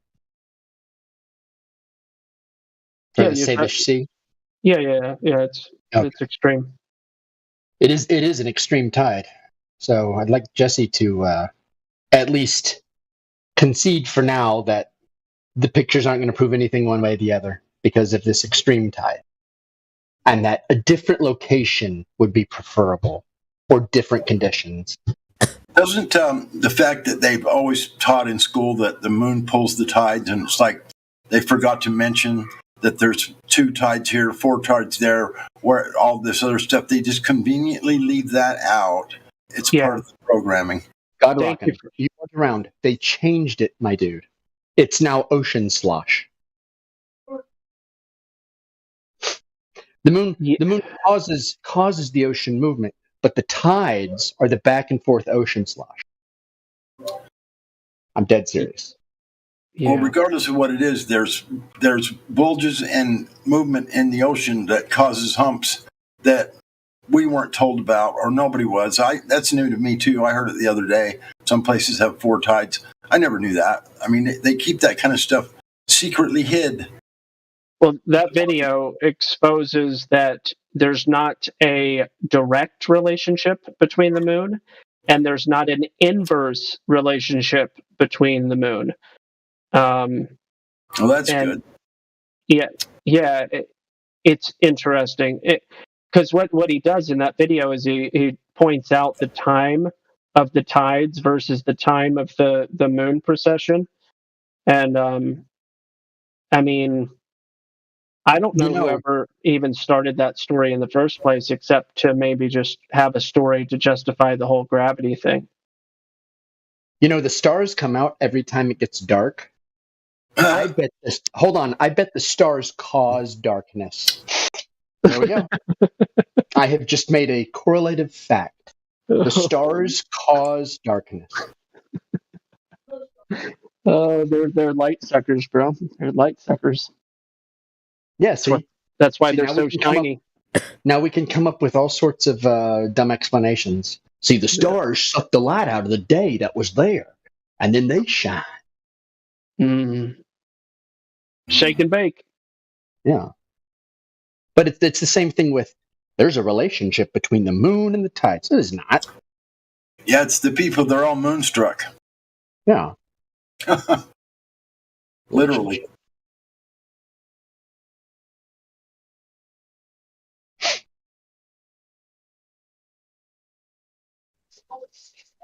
Just so you know, I've heard that the appendix is for when you wipe out your gut bacteria from taking like something or eating something. Yes. Like the appendix puts the gut fauna back in your gut. Yeah, you don't have They've any been telling people. You don't have any useless organs. Even your tonsils you use. Your tailbone, 8 muscles attached to your tailbone, and there's some things you won't be able to do if you don't have it. In other words, you're really actually going to need a bedside nurse. If you want to take a dump or get an erection, you need your tailbone.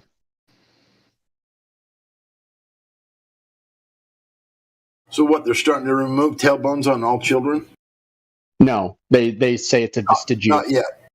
Yeah, they say it's vestigial, like the appendix, but none of those are vestigial. Oh, so that's been the whole problem all along. I just don't have a tailbone. Well, at least you have a backbone. I mean, what? Of course I have a tailbone. What are you talking about? Well, it's like a real strong tailbone. Huh? It's like Ellis Island, same water level since they started measuring it in 1890s, and these morons think the sea level is rising. Well, if the stars take away the light and creates the darkness, isn't that their dark matter? May Monsieur, sweetheart. Thanks for saying that. Yes, sir. Sorry, go ahead, guys.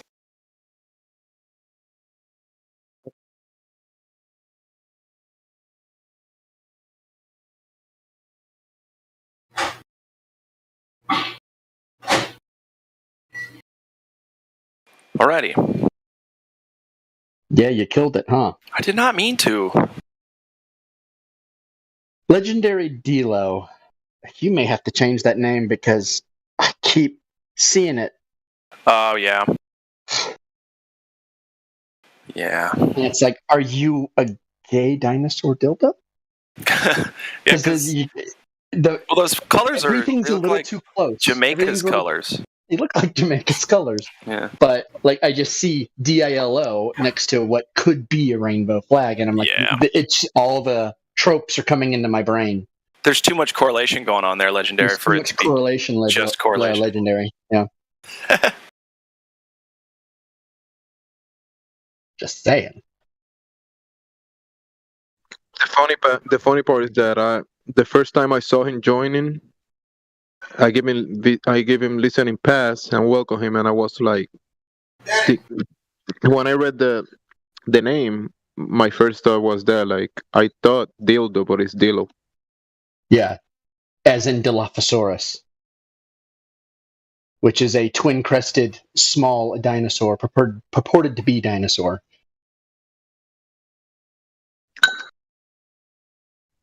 What do you think about dinosaurs? I have no idea. Let me ask you this. Here's what I think about dinosaurs. Who's asking me the question first? It's me. Who's me? Is that Kai?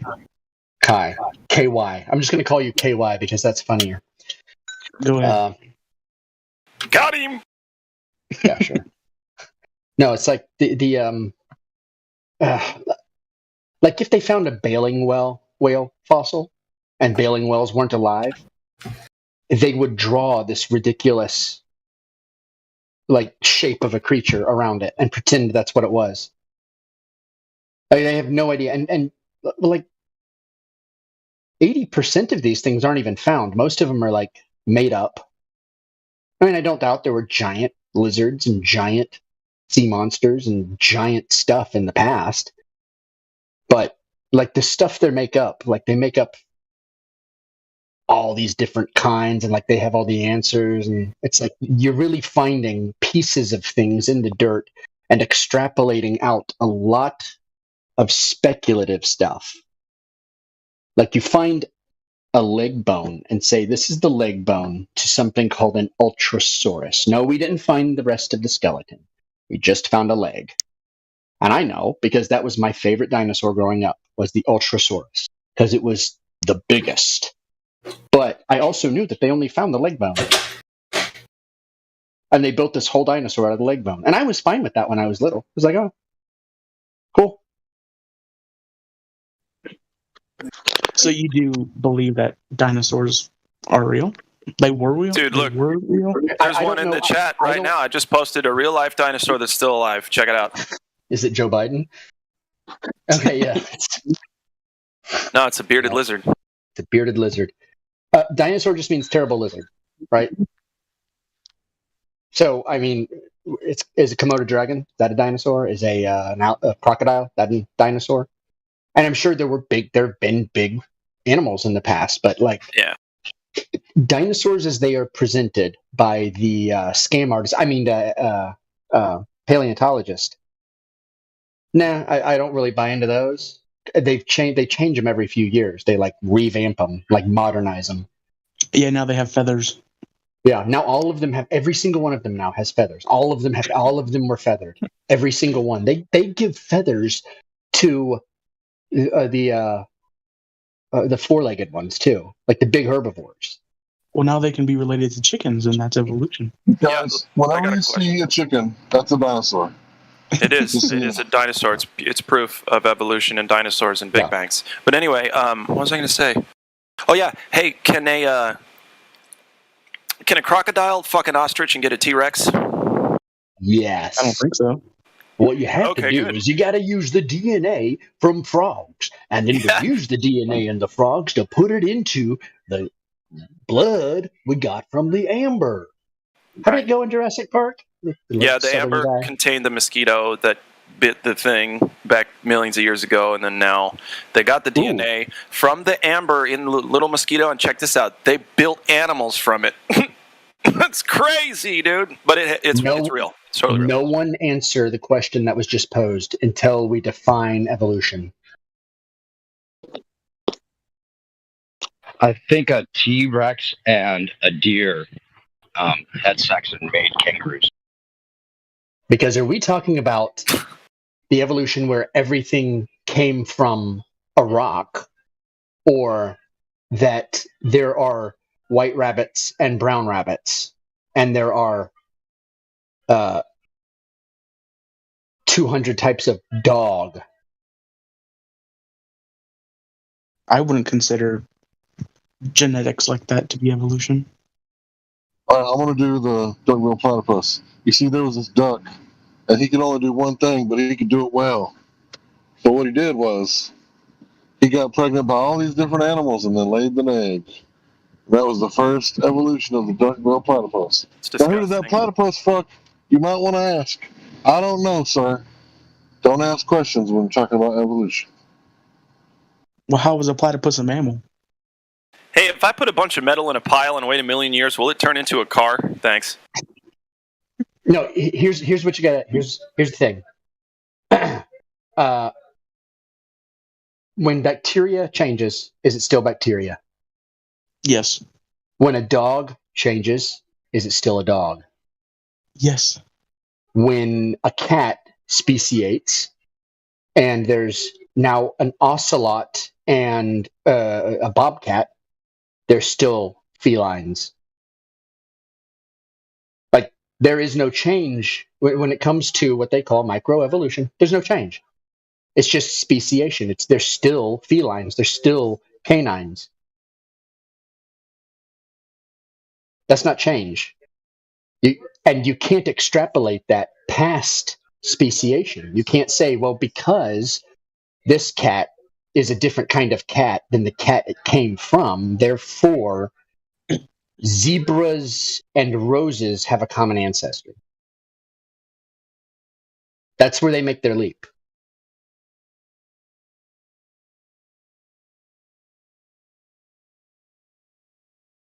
Python, you can unmute. I'm not going to be hostile to you. If you want to unmute and talk about it, it'd be easier. So you said that you believed that there might have been, or there was, giant lizards or bigger lizards or something that resembles a dinosaur. What do you think happened to them? No, I don't think anything that resembles. I have no idea. I have no clue. I mean, for all I know, they were just larger. They were larger in a genus of species that we have today. For all I know. I'm not sure how I feel about dinosaurs. No, I don't know that's the thing. I have no answers. I have no answers on it.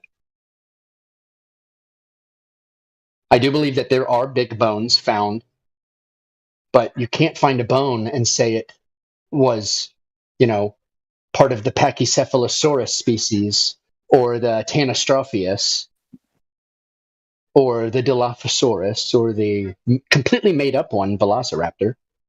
There was the Deinonychus, which the Velociraptor was based on. So I was a huge dinosaur fan. So if they happen to find, I'm not sure if they ever have, or if they've have ever found the head of a Tyrannosaurus Rex. I think they've only found a percentage of a head of what they're calling a Tyrannosaurus Rex, which oddly looks exactly like a chameleon skull. But bigger? Look, here's the thing. It just looks like a massive chameleon skull. If you take a look at the amber back in the day, what it actually does reveal is there was twice as much oxygen in the atmosphere. If you could see this world minus all the concrete and back the water up to the level that it used to be at, there'd be a lot more, green and a lot less desertification that has taken place over the past 3,000 years-ish or so. So the thing is that if there's twice as much oxygen, what is oxygen? It's fuel, right? So twice as much fuel, right? Things grow twice as big. In fact, if you look at the award-winning vegetables and fruits, people grow them in a hyperbaric chamber full of CO2. What if you did a human like that? What if you grew a human in a jar, like an avatar body, in a hyperbaric chamber with O2, right? Maybe they might get bigger, run further, stronger, faster, smarter, twice as much oxygen. Because remember, what does oxygen do? I thought you were about to start singing Daft Punk.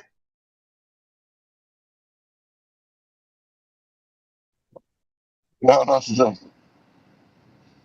So, I mean, if you gave a lizard a really good environment and Some of them live forever, don't? Or they live like a really long time, and they don't stop growing as long as they're living. Oh, I mean, yeah. you can have some pretty terrible lizards that might make your cities want to build some walls. What's the largest crocodile skull? There's a crocodile skull to like a 40-something foot crocodile. I gotta find that.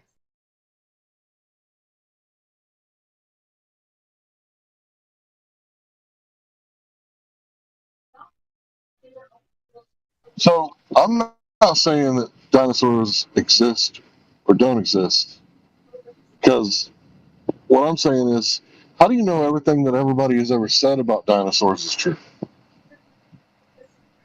So it's like, yeah. There's also another huge problem. There's another huge problem, that is the Great Dinosaur War, where 2 paleontologists found the vast majority of the bones and were in a competition with each other to name the most. So it's clearly a ridiculous thing that is wrought with fraud. So do you think that maybe there's a side of things that we don't know because people were just so antsy to tie these bones to a great beast or something like that? Yes, instead of just looking at bones like, hey, we found some bones, we don't know what they are, they said, we found some bones, we know what they are, and now we're going to make up a bunch of bullshit. Instead of erring on, we don't know what these are, they said, they made the impossible claim that they know what they are. They know what they ate. They know how they made it. They know what the world looked like, and they know what kind of swamp or desert this thing that they're talking about liked to dwell in, based on a bone or 14% of a skull or a tooth. One of them, the iguanodon, based totally off of a tooth.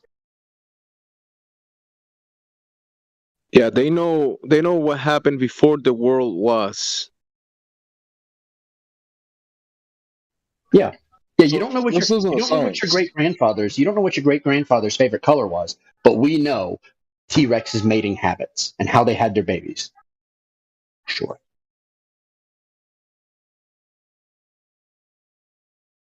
Millions and millions and millions years ago.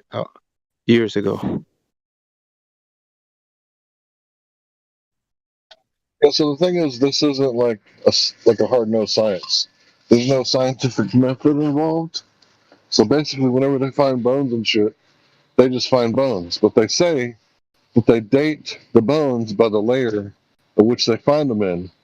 But at the same time, they also date the layer depending on what bones they find in them. So that's kind of one of those things to where it's like saying the Bible's true. How do we know? Because the Bible said it was true. That doesn't check out. Like, that's not how that works. You can't just say, this is where we get this information from. Oh, yeah? How do you know? Because we circle back around and got our information from the other side of the coin. Circle reasoning. So, yeah, they can't date them. The best they could do is estimate and calculate, but it's not dating. Well, they have this medieval alchemy where you have to fill out a form to say how old you think it is and what layer you found it in before you send it off to have it carbon dated so they know what date to shoot for.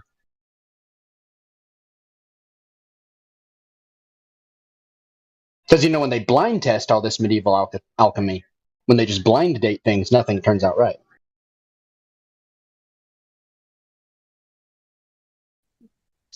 Yeah, I remember the snail. It was alive, and they dated it to like so many tens of thousands of years old. I could post that. It has the reference on the bottom.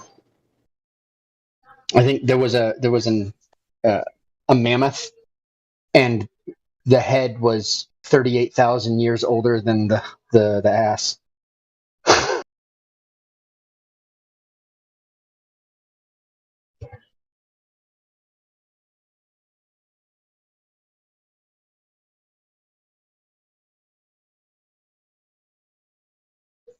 Yeah, I'm not actually against the idea of dinosaurs or anything like that. It's just, if you find big bones, you don't know what they were to, you don't know what it looked like, you don't know what they ate. Do you think dinosaurs existed along with people? I wouldn't even know. I would not know how to answer any of that because I would be just as stupid as them making claims. So there's this place in Texas called the Biloxi River, and they have found dinosaur footprints right next to human footprints. Now, I don't know if this is a hoax. Of course, if you look at the mainstream media, they're going to tell you it's a hoax. But the people that have looked at it, what they said was that when you compare like the stride to how a human walks naturally, it leaves like an imprint on like the front and back that people can't usually fake because you actually have to do the stride to make that kind of imprint. And they did it for the dinosaur too, and the dinosaur also had that stride and left the correct imprints for it to be not fake. But I've never been there and examined it myself, so I can't say I have any primary first-hand knowledge. But yeah, you can check it out, the Biloxi River, Texas dinosaur human footprint.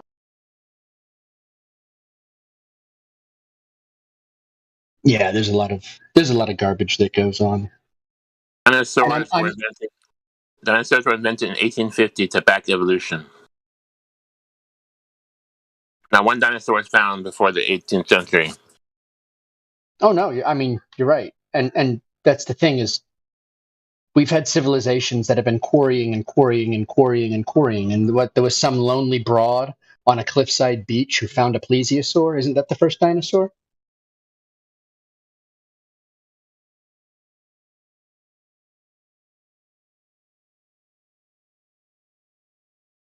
Yeah, they said, let's go find dinosaurs, and they dig a hole. Oh, look, we found a dinosaur. I don't even understand how they would think that would.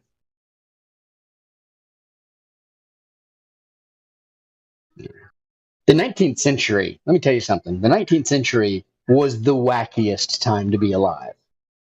There were so many weird religions. That's like where like the UFO cult mentality came from, was like all these weird religions that came about in the like 19th century post-enlightenment claptrap.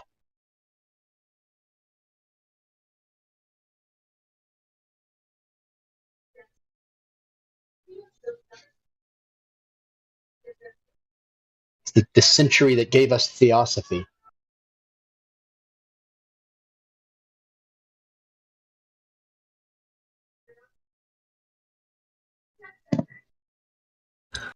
Now, we have large birds and large sharks and large crocodiles, but no like Brontosaurus 80-10 kind of dinosaur. Those are ridiculous. Yeah. And no meteor hit and killed the dinosaurs off. That's just to scare you. Stories Yeah, to scare because gas pockets, sinkholes, they make craters too.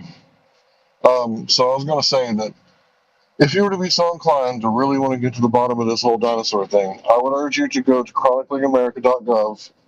That's where they have all the newspapers from back in the day in America. And I would set the parameters between 1800 and maybe like 1920, right? And search giant bones. Now, giant bones is, it's going to pull up dinosaur or human, right? It's one of those things where it's going to pull up the word giant and the word bones. But when you start, reading through them, you're going to see that time after time, they found a shitload of giant bones, and they tried to cover it up with the giant dinosaur bones. Nowhere near as many times. But the thing about it is that it's recorded in the newspaper kind of before the newspapers were completely taken over. Like today, 95% of the media the American populace consumes is 6 companies. It wasn't like that back then. They hadn't got all the control yet.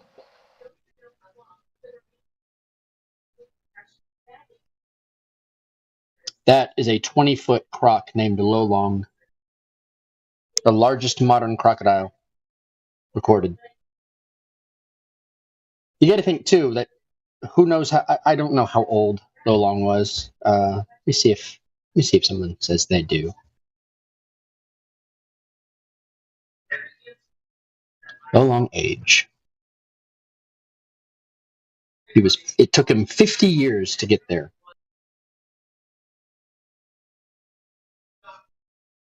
He was estimated at 50 years. So they don't really know.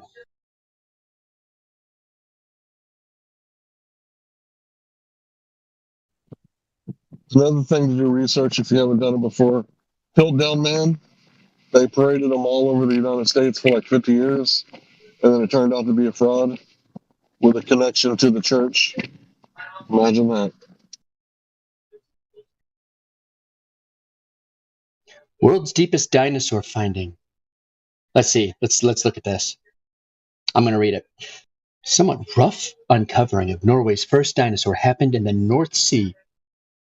Okay, so this is underwater. It's underwater. Well, most nations excavate their skeletons using a toothbrush. The Norwegians found one using a drill. Somewhat rough uncovering of Norway's dinosaur happened in the North Sea. It is merely a coincidence that the remains of the old dinosaur now see the light of day again, or more precisely, parts of the dinosaur. The fossil is, in fact, just a crushed knuckle bone in a drilling core. A crushed knuckle bone. What is a knuckle bone? Knuckle bone? It's the joint between your two fingers. That's what it's called? No. So Sasha, what? A crushed knuckle bone. That's your proof, Sasha? A crushed knuckle bone. Crushed, mind you.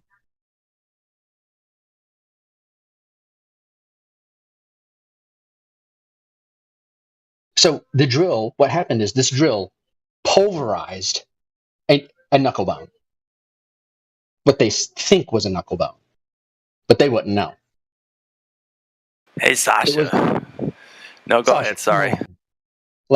Like, come on, give me something better than that. Like, I read the article and it was like embarrassing. Are you kidding me?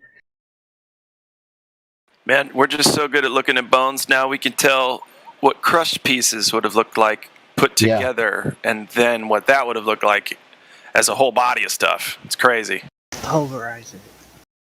I have a question real quick, Sasha. Are popsicles evidence of an ice age? That's literally where you're going with this. Oh, that was great. That's all they found. That was it. That was literally it. 15 best dinosaur fossils discoveries of all time. Here, let me look at BioExplorer. Dinosaur is perhaps one of the most amazing creatures that ruled over the planet for more than 160 million years. Isn't that how they read to kids?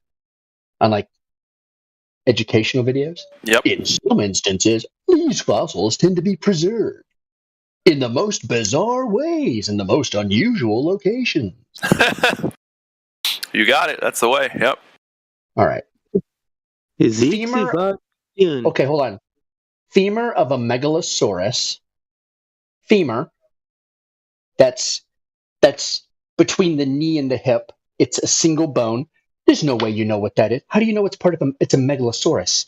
In 1676, very first one. Dinosaur feces. Dinosaur feces, 1811. Okay. The missing link, 1860, fraud. Hadrosaurus, 1868. Let's see what the hell. Okay, let's see. Named by Joseph Leidy in American duck-billed dinosaurs that lived. Historically speaking, this fossil excavated was considered as the first ever nearly complete dinosaur fossils in the United States, and probably the complete one to be discovered anywhere in the world. The first fossil of this dinosaur was discovered and scientifically documented in 1868. During Leidy's time, this dinosaur was thought to walk with tripodal, much like a kangaroo position. Okay, he says he found a whole skeleton. Sure, that's totally believable. Because modern forensics, there's a murder, and it's like this. Somebody goes missing in the woods. They find their ankle bones 2 years later. You think 100 million years later, a complete skeleton is found conveniently by a guy who's looking for exactly that. I mean, it's kind of their job to look for fossils. So, Sasha, can you at the very least admit that it's an assumption at its very best, a very possible best, right? That it's an assumption that this happened millions or even hundreds of thousands of years ago. Can you please admit that that's an assumption, because there's no way to prove it? Thanks. well, it's an assumption, but they made that assumption based off evidence. So. Listen, that's just like someone saying Oh my shadows. Hold on, this will go right back to flat Earth. It's like someone saying this shadow's length dictates the length from Earth to the moon or to the sun. Do you see how that's a leap?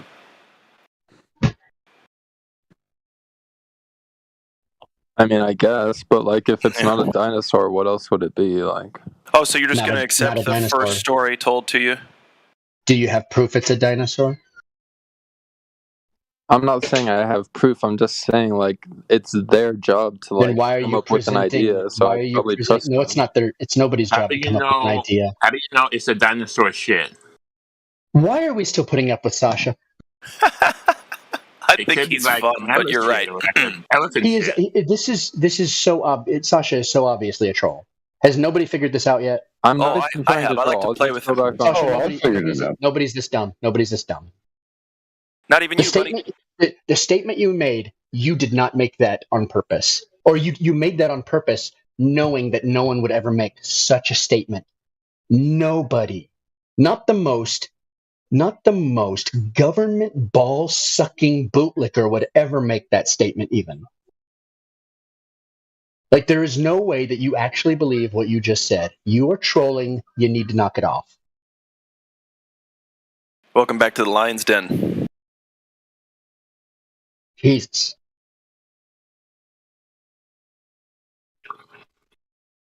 He just really Dinosaur bones are like going to space. dinosaurs, man. Right. Remember when you were a kid and you were playing with your dinosaur toys? Godric, was that you hot micing, or are you talking to somebody else? No, that was me. Oh. I was just saying space and dinosaur No, bones are the Godric, don't same. leave. Oh, shit, he left. I think he was talking here. No, you're good. Okay, so Godric, sorry. This is bad. Godric, were you talking to us or someone else? About the dinosaur shit? Yeah. Yeah, like how did you know that was really dinosaur shit? You know what I mean? Like it could have been any animal. Absolutely. Well, and here's another thing. Okay, so it's poop. I guess you can figure that out empirically. But can you empirically figure out what it came from? Like by first testing a dinosaur millions of years old, that thing's poop against the poop that you found. It's unfalsifiable. All this shit is, pun intended. There's one way to prove it. If you had the full T-Rex, right? And then that was, let's say, fossilized.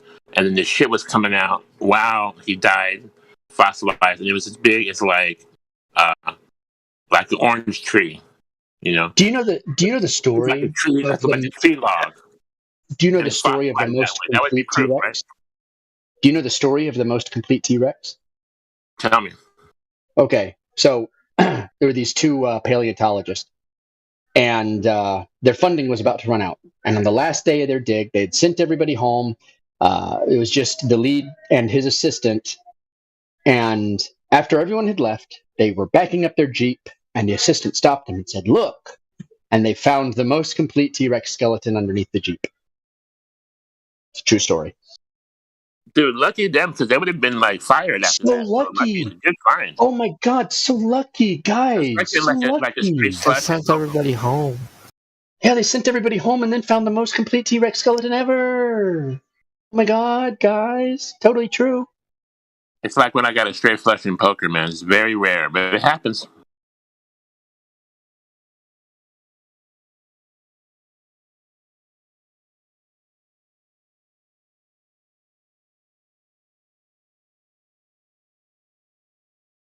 Yeah, Sasha at least.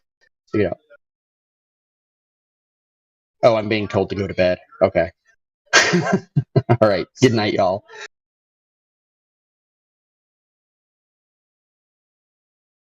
I will see y'all later. Later, dude. Good night, Gospel Bear. See you tomorrow. Oh, I don't think that was Gospel Bear. it definitely wasn't. Oh shit! I'm sorry. I'm sorry. My bad. Who was? I don't know my people. I don't know these. You know, it's me. It's me.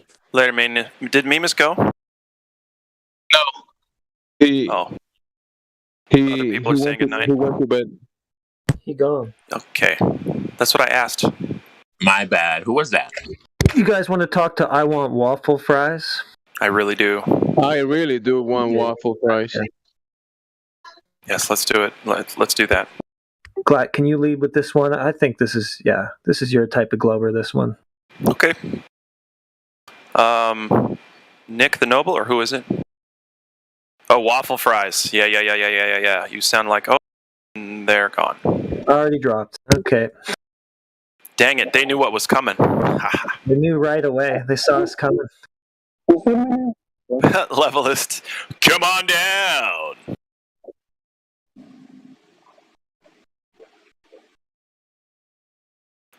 Next, we have still no evidence for a curved Earth.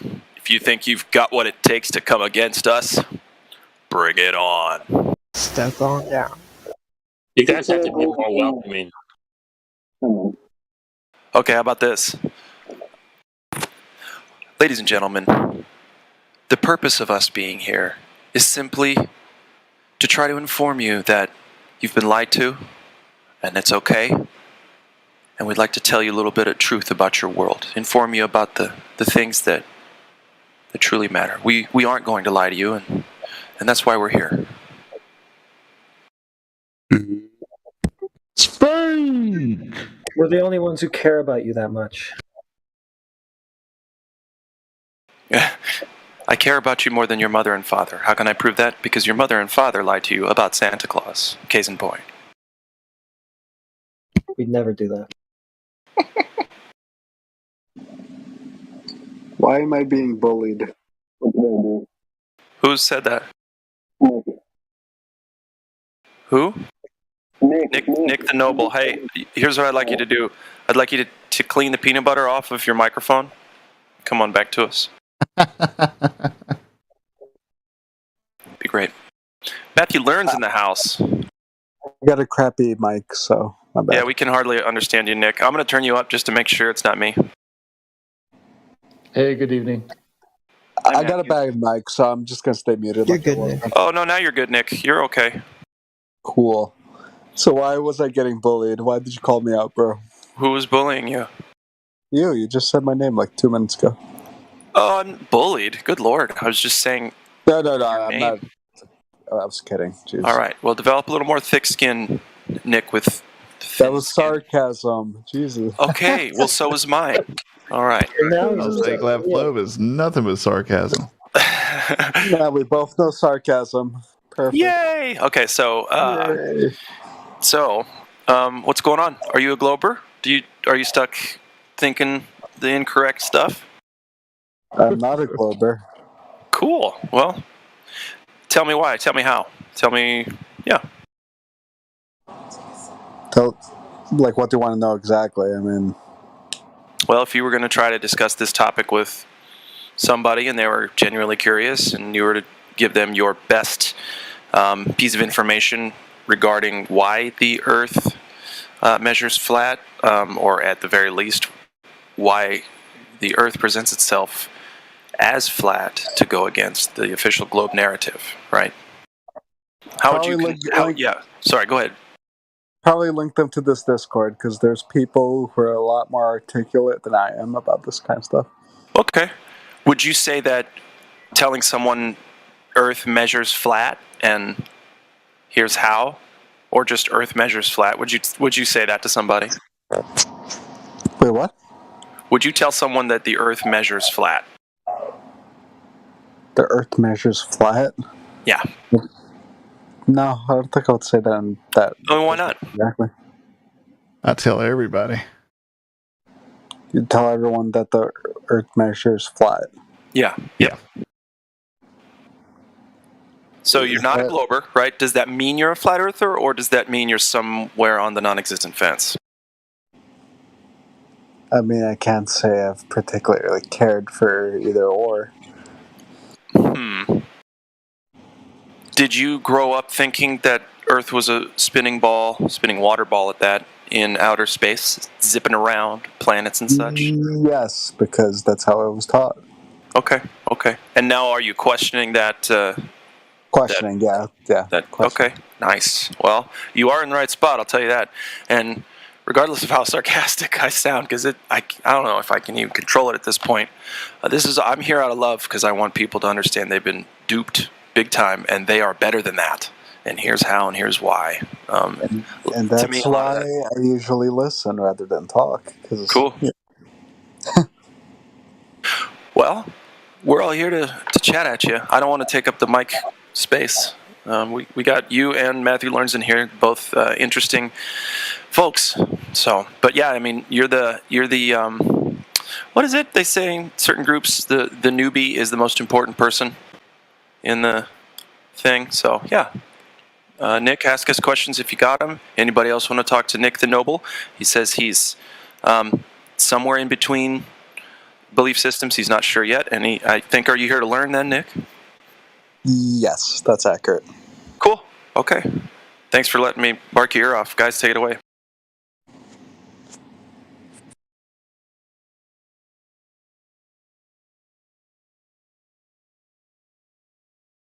See, that's what happens. I get on the mic and they're like, "Oh, he's gonna talk forever," so I can go like I'm gonna go make some tea. I'm gonna, you know what I mean, do the dishes.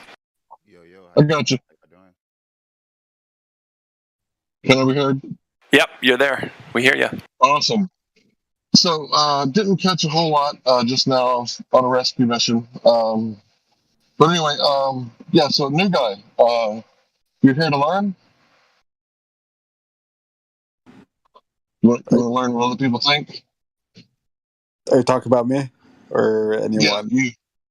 Yeah, his name's Nick, by the way, Hank. Nick. Yes, Nick. Nice to meet you. Nice to meet you too, Nick. So, are you here to learn what other people think, that even though it may be different than what you were told? Well, there's conventional stuff you're told, and they usually say you learn throughout your entire life. So there's stuff you learn like through schooling, and then there's stuff you learn after schooling. So kind of curious to see what happens afterwards in terms of, sorry, God. Yeah, I was thinking there's different ways to learn. Like, you can learn through books or secondhanded, but then the best way to learn is like sink or swim, like primary first-hand knowledge, right? Yeah, and that's why I'm in okay. So if you were to do me a favor, and we'll do the word association, right? Close your eyes, and what pops into your mind's eye when I say the word Earth? Wait, what? So what pops into your mind's eye when someone says the word Earth?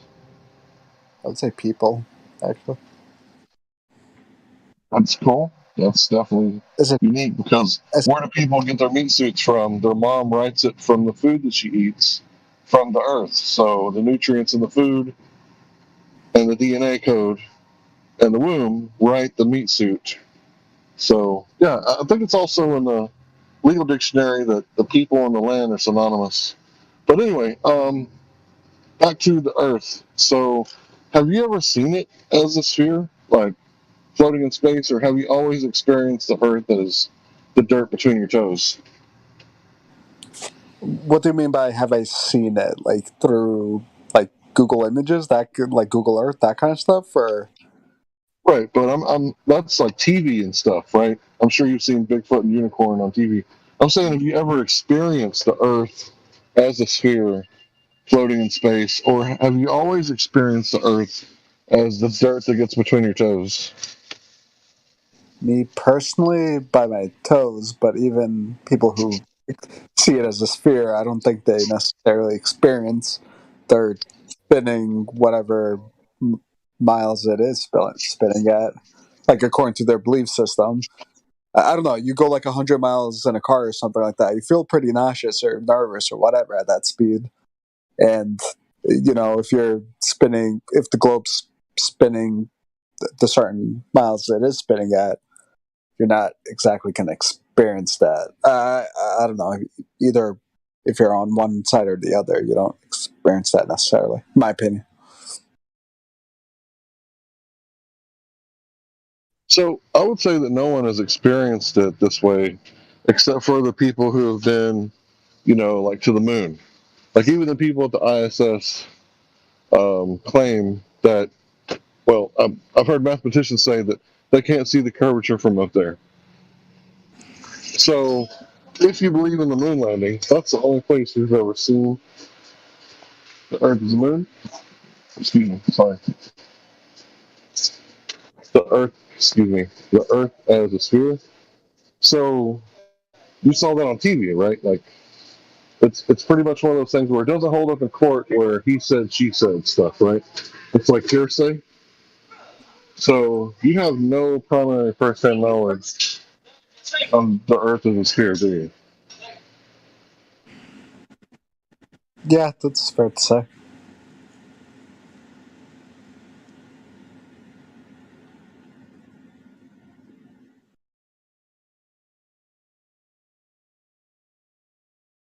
Hello? Yeah, sorry about that. There you go. All right, so you saw it on TV. You don't believe in Bigfoot, right? No. No. So you don't believe in like Santa Claus, but you can watch movies about Santa Claus, right? Yeah. So what's the difference between like Hollywood films and like government films? They're both the same thing, right? Well, what do you mean by government films? Well, Hollywood is, full of corporations that make films, right? And the government is full of, I don't want to call them corporations, but subsections of the government that make films, like propaganda films or educational films, right? Are you talking about like kind of like the 1950s, like, oh, the Soviet Unions are gonna like bomb us, like those kind of videos, like classic. Right. Yeah. I'm sure you've seen propaganda films from the government before. Yeah. You may not have known they were propaganda at the time, or maybe you figured it out later. But there's no difference between like Hollywood propaganda and like government propaganda. They're both using movies and movie magic to get a point across. So the only place you've seen like the globe is on TV or in a magazine. You've never actually seen it, and you do realize that it's a model. Like they're telling you it's a model of the Earth. So it's not actually the Earth. Like, the difference between a model Porsche and a real Porsche that you can drive, like, to your grandmother's house and take her for a spin, right? Yep. So I would ask you, what secondary knowledge has convinced you to ignore your primary knowledge that you live on a flat stationary plane?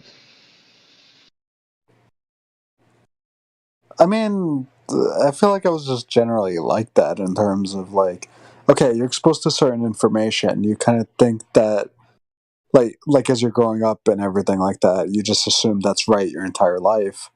But I've always been kind of self-aware, self-critical about certain things, and there's many points in time where I'm just like, okay, maybe I don't know if I actually agree with that, or blah blah blah blah blah blah. Like it depends on the topic, obviously, but and I'm always willing to change my perspective depending on the new evidence that I'm exposed to. Whether I agree to that or not is based on my judgment.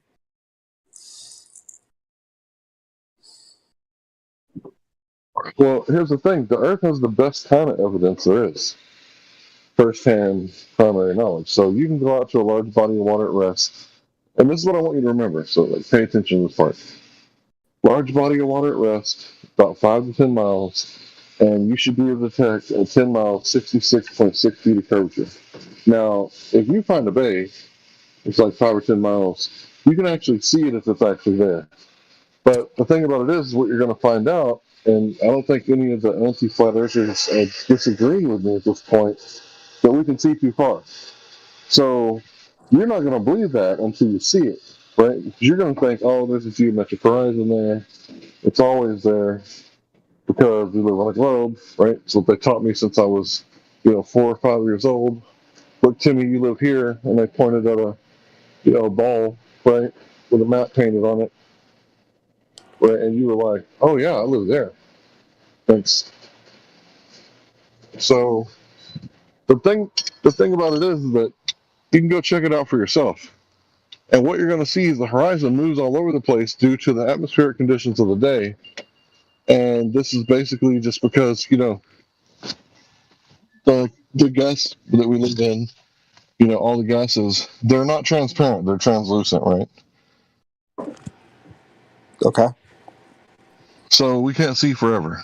And you have human eyes, not owl eyes. So you got limitations, right? Yeah. As a human. Yeah, I mean, we're really good at hunting like within 100 yards, right? But 300 yards, not so much, right?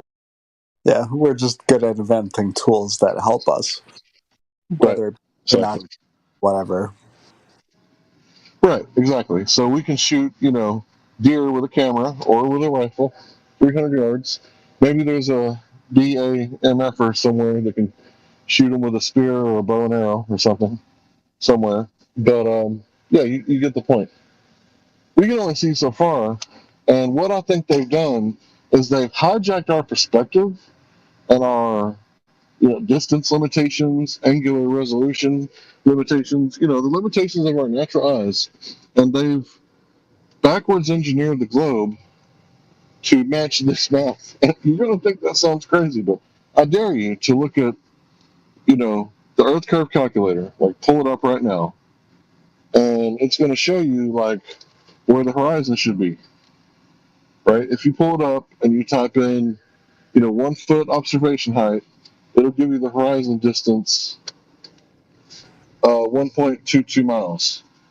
And what's really weird about that is that, once you've done that, then you can pull up the Rayleigh criterion and guess where the horizon should be based on our perspective, 1.22 miles.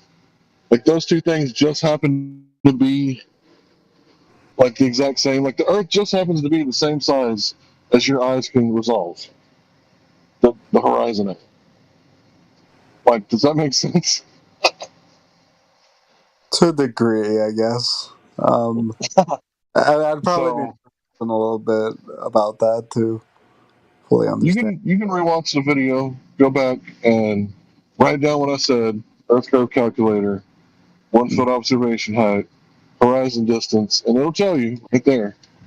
And then just go look up the Rayleigh criterion, and you'll see it. And I'm about to lose signal, so someone's going to take over.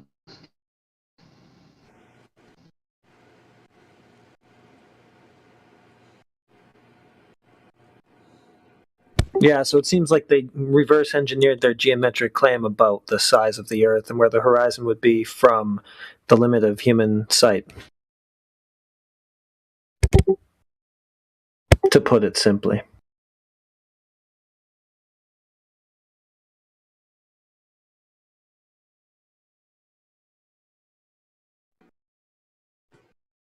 I don't know, just kind of a strange coincidence that those numbers are the same.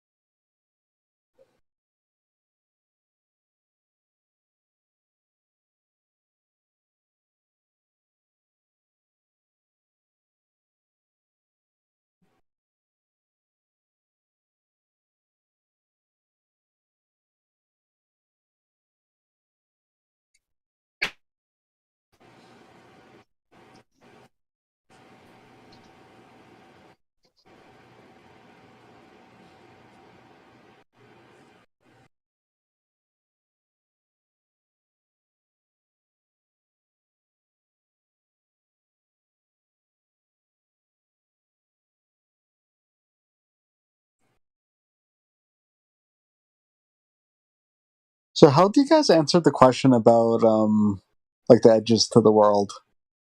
Like, is there like the ice edges or whatever? I'm not exactly too familiar with that. It's not our problem. It's not what? It's not our problem to answer that question.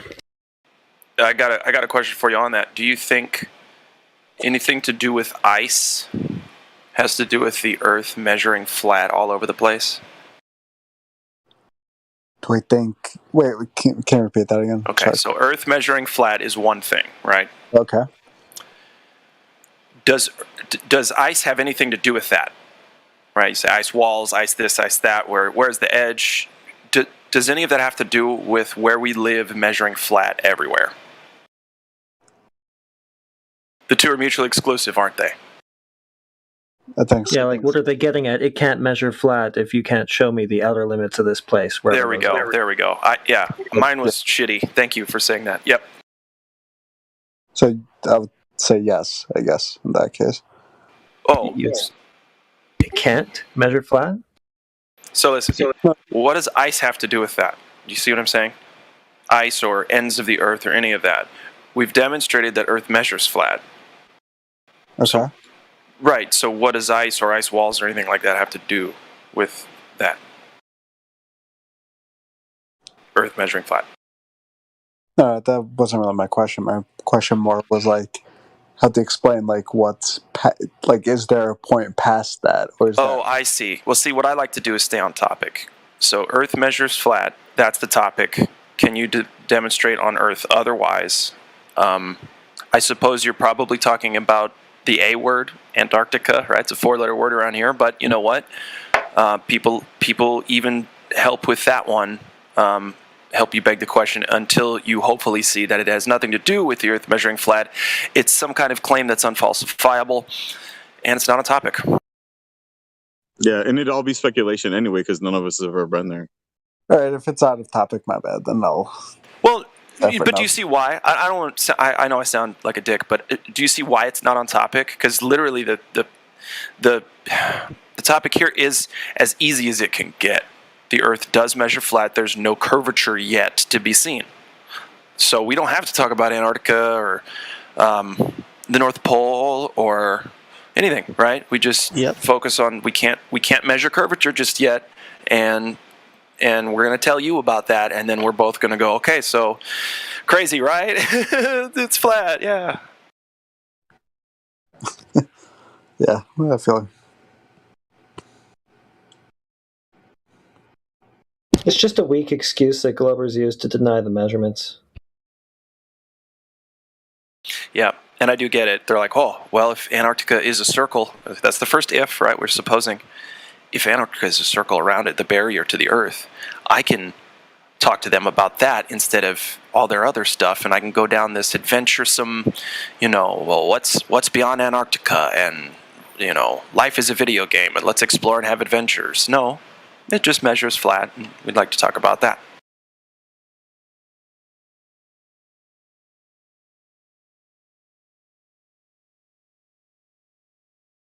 Yeah, we need to get beyond that before we can have a discussion about anything else. Because if a Glober wants to come in and show measurable curvature, okay, then let's move on to something else. But nobody can. So why would we, why would we deviate from that? That's all there is. That's all that is needed. Any other topic is irrelevant. Well, maybe this guy brought it up because he's just curious about what may lie beyond or whatever. I'm not sure. Was that the idea? Yeah, that was the idea. That was the question. Okay. Yeah. Well, we don't know. My long-winded and sort of not very nice sounding answer was, we have no idea. So you don't get a loan, get a crew, get a boat, and go there and come back and tell me what you found. Yeah, man. Good luck. Got it. All right, I'll start a Kickstarter or something like that. Man, if there's an edge that anybody's been to, I doubt they've been back. Right. That's I could believe that. Yeah. But I really personally can't see there being an edge. I'm sorry, I didn't mean to interrupt you. No, you're good. I was gonna just post real quick information, a hashtag Antarctica thing in the live stream voice text. Hang on. that channel goes specifically to Antarctica, additional information about Antarctica that we have in this server, and it's a smorgasbord of stuff that you can peruse. Again, that's in the live stream voice text I posted at 36 after the hour. Cool. All right. I kind of do envision if you were able to go there and get on the ice shelf and try to travel, I think that it is probably so vast that no human can reach the, however far it goes. I don't think it's probably humanly possible to go, the distance to reach whatever is, on the other side, if there's such a thing. Although Admiral Byrd did supposedly find something, but I don't know how much stock I put into that either. Well, here's the deal. He was the only one talking about it too, so it's ambiguous in my opinion at best. But well, yeah, go ahead. That could have been a psyop too, right? I mean, couldn't Admiral Byrd? That's what could have been kind a psyop? of. Yeah, could be, but the Navy's the one who claims that they've explored that part of the world. So why don't they just direct that question to them?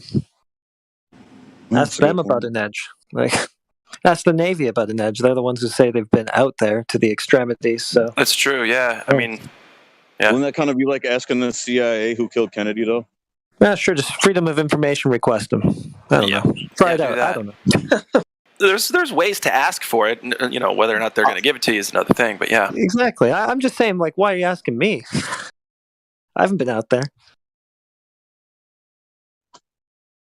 And I'm pretty sure you couldn't pay me enough to go explore out there, especially with the rules and all that.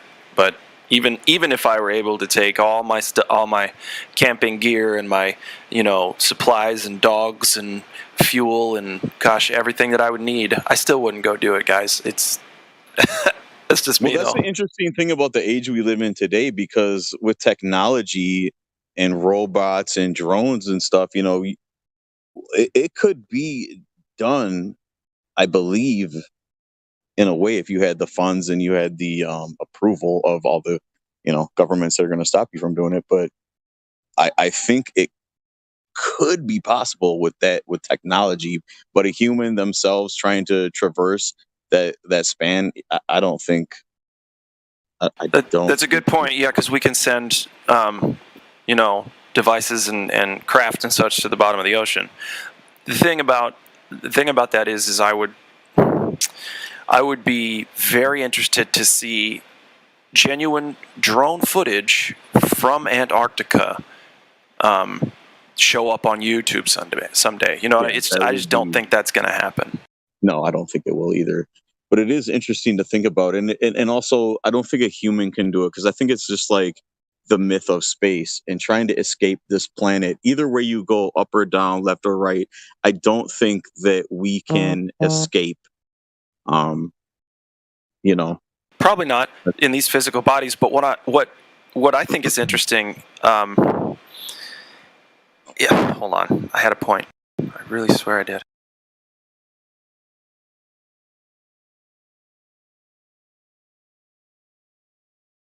Oh, here it is.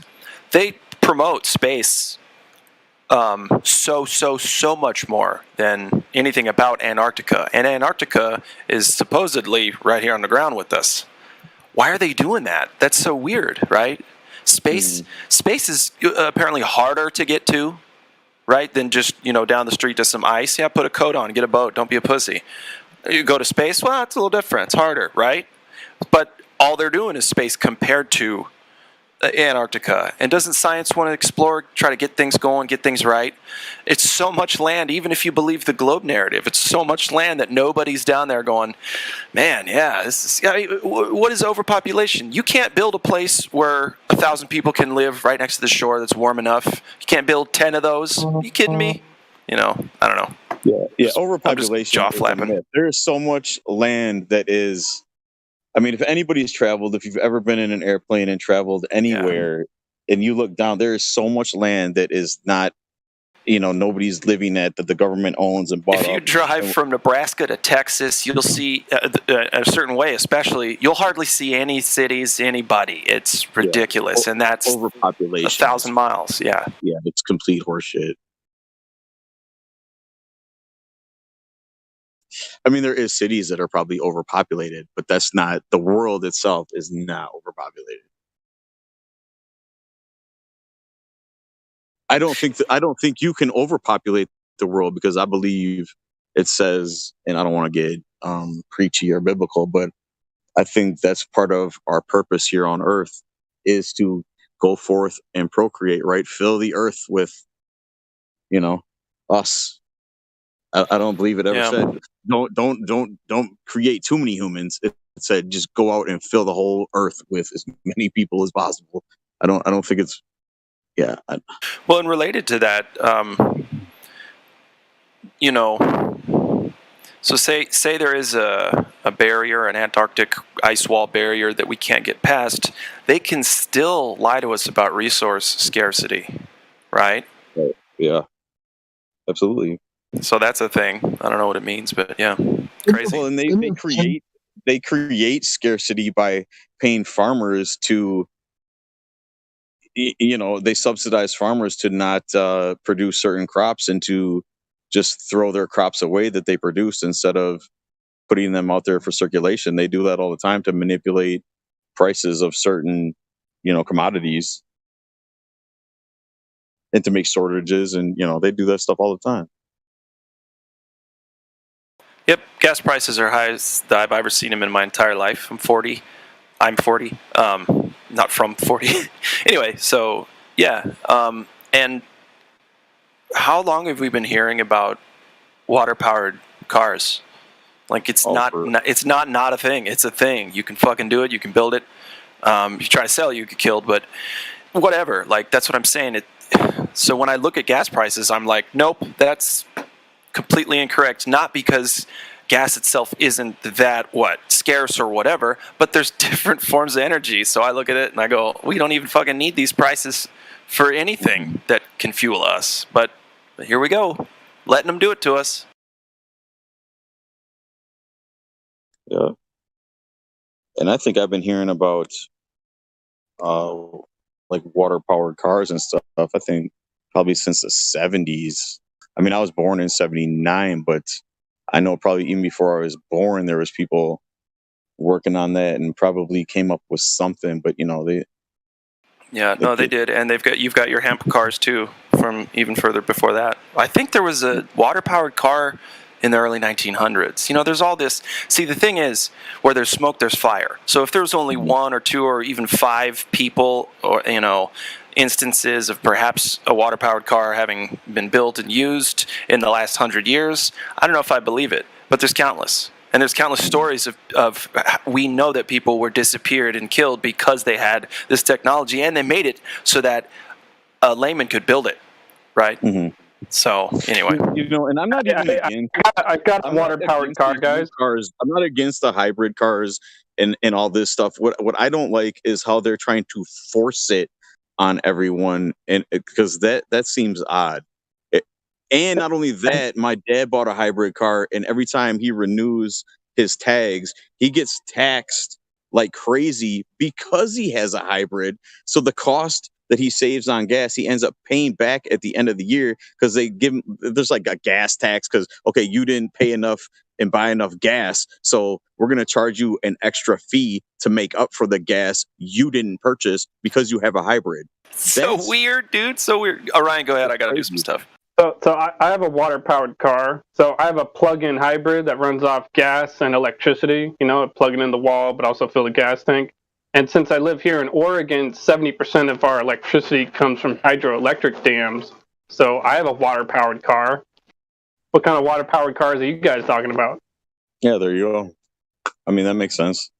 But I mean, seriously though, like if you're gonna bring the term water-powered car to a server like this, you guys, you need to bring you need to elaborate on the design, and not just say that, because otherwise no offense, but you kind of sound crazy.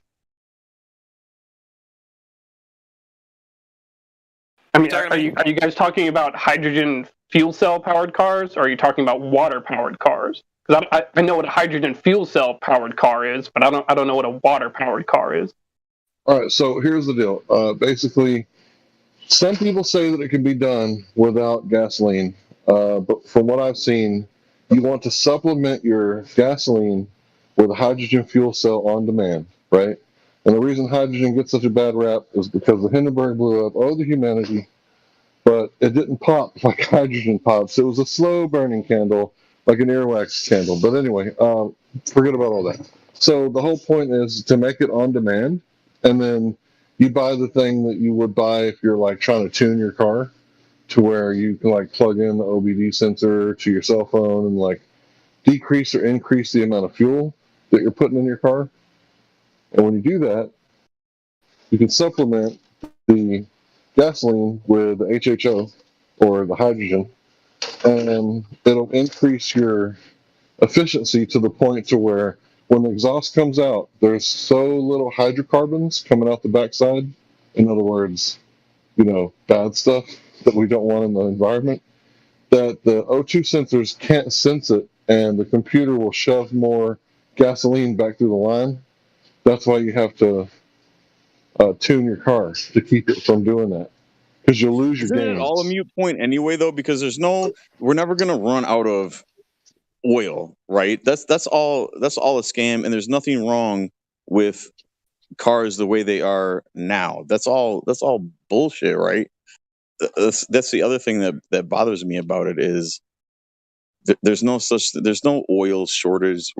Those wells aren't going to dry up. That's all BS.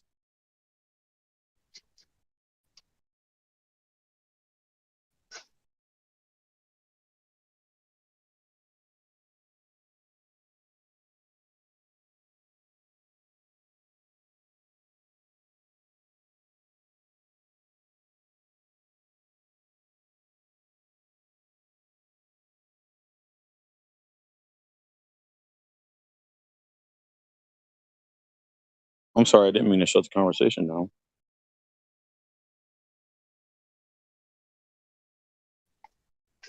No, that's good, bro. Let's give you some room.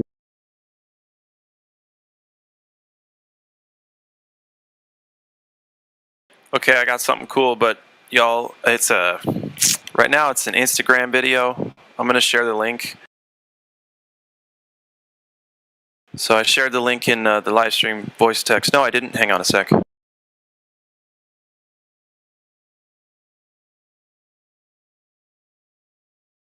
Okay, now it's in the live stream voice text. It's a Instagram. It's a video of. It says the truth about space. And it shows a young lady and a man in a green screen suit next to a green screen, and the man is like she's acting like she's got something in her hands, right? And he's in the green screen suit, so y'all can't see him, and so she and him are teaming up, making it look like this object is floating in space. She does a Fritos bag first. This guy's pretty good at what he does too, I'm not gonna lie, but anyway, yeah, this is look at that. Anyway, they're faking space right there in like someone's bedroom. I think I even see like a cat tower next to it. She's just doing this from home.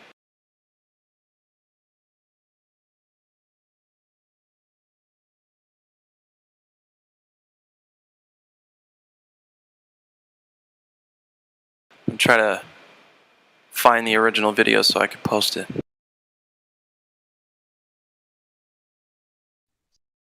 You know what the easiest thing to fake is?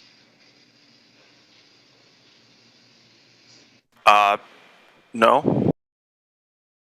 Something that no one has ever seen before. Because if you've seen a $100 bill, they're going to be hard to fake because you had one to compare it to. But if you've never seen space, you don't know what it actually looks like, you've never experienced it, well, I suppose that it'd be pretty hard or difficult to detect the counterfeit, wouldn't it? I couldn't agree more. That was brilliant. Yep.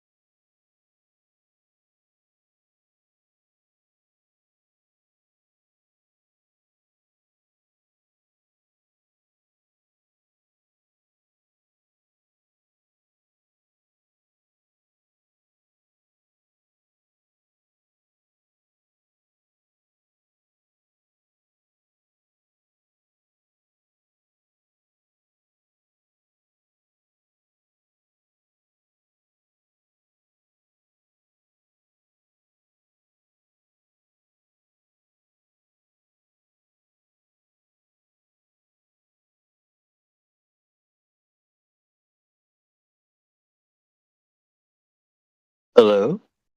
Yeah, hey, what's up? Hello. What's up? I just thought everybody was really quiet for a second. I was It thinking. happens. Yeah. I've been thinking too much. Don't want to get pulled over. But yeah, if you think about it, when you saw like the Lion in the Wardrobe, like when you saw the movie, you didn't go, no, that's not what Narnia looks like, right? Can you imagine like standing up in the theater like, this is bullshit? That's not Narnia.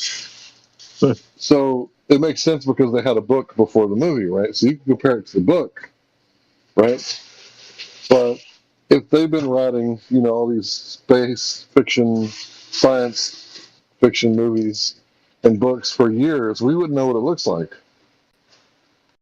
But compare it to what? Well, we've already seen on TV. So that's what we compared it to, what real space would look like, what we saw on TV. So it was a perfect match. You can fool somebody sometime, but you can't fool all the people all the time.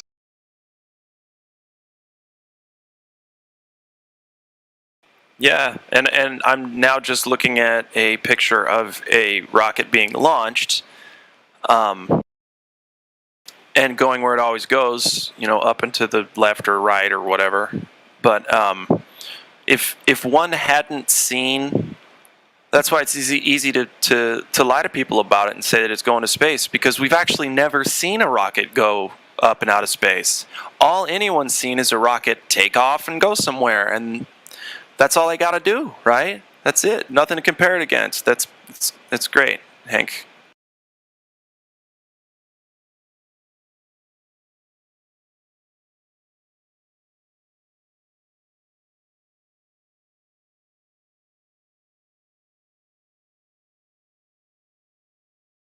The following is intended only for mature audiences. Your discretion.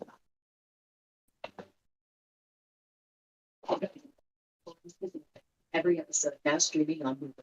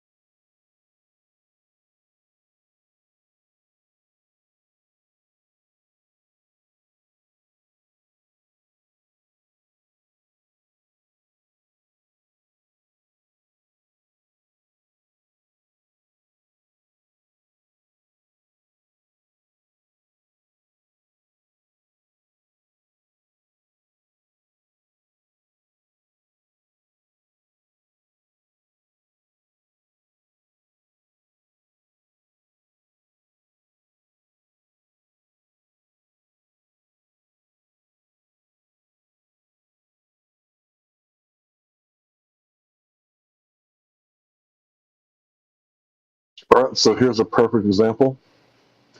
So what would a rocket look like if it came from space and landed? Well, we got a movie from 1959, The Sky Calls, and it looks like we upgraded some atmospheric conditions and smoke and did the exact same thing with SpaceX Falcon 9. But when you compare it to what you see on TV, looks legit. I mean, it looks like the same thing almost. So that's how they did it. They scripted it with, what was it, the guy that invented satellites, and then 7 years later, Sputnik launched, or something like that. So that's how they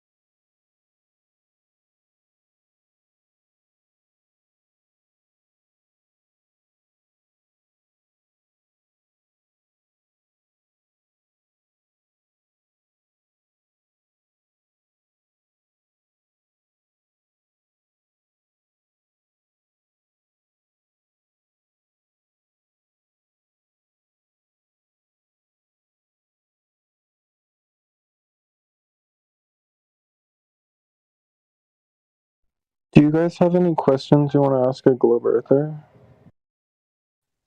Is the globe earther not you?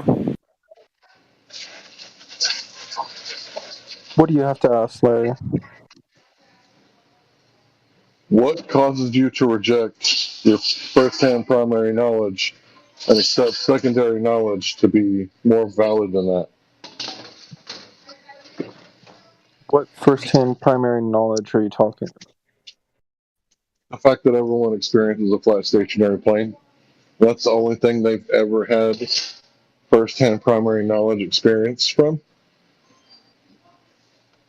I would disagree that that's knowledge. I would say that's sensory information, and I would say it can often be misleading. So you can't trust your senses. Okay, go ahead. Sorry.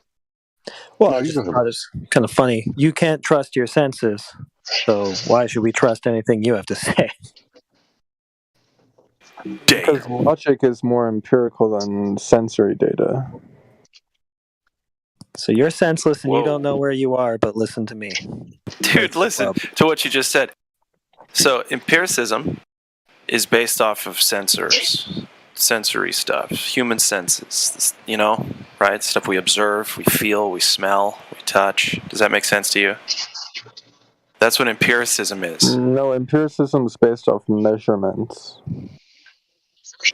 Do we not observe the measurements? Put our hands on them if we want? Yeah, you is that not using your senses? When you're conducting, listen, show me an instance in life when you don't use your senses. Thanks.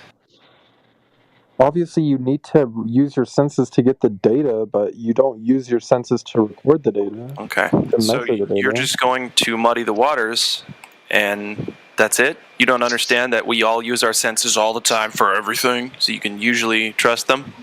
It's not a magic show. Life isn't a fucking magic show, okay? There are, one example of how sensory data can be flawed is there's often illusions. There's optical illusions. There's hearing illusions. Like, sensory data is You can never demonstrate that those are illusions, though, dude. That's the problem with the globe argument, is you cannot demonstrate that you're being fooled by your eyes to make it look flat. The thing is, you can't do an experiment purely with your senses. That's what I'm saying. Okay, well, I just wonder how we see and hear the information if we don't use our senses. How was Cavendish? How was that done? Cavendish was done in a sensory deprivation tank, Hank. I'm sorry, go ahead, guys. I guess I kind of derailed Hank's attack there, but yeah, what secondary information do you have that tells you that Earth's the globe? Secondary information, do you mean like articles, or like, what do you mean by that? Well, you can't directly observe or experience it, so what beyond that is telling you that that's what it is? Celestial poles, I think, are really convincing. So, no Earth curve? The Earth would need to be curved for that phenomenon to be observable. And that's what you're wrong. Tell him what he's won. You just won the bullshit cap. Okay, so here's why that's wrong, right? This is called the phenomenological affirming the consequent fallacy. So the lamp is out. Well, it has to be the bulb again. I changed it last week, right? That's the only thing that it could be. In fact, it has to be the bulb, right? That's what you're saying, right? The only way we can have two poles in the sky, polar regions, is if it's a globe. That's the only way. It has to be because it's a globe, right? Well, what if it's unplugged again, right? Or what if the electricity's out? What if the breaker box, right? The only other explanation for these, observations would be that the sky is spinning in two central points, which I really don't think makes any sense. Hold on, is it an observation or an explanation? Real quick. It's an observation that doesn't work with a flat Earth model. Well, the Earth's not a model. Have you checked whether or not the Earth is curving to see whether your assumptions are correct or not?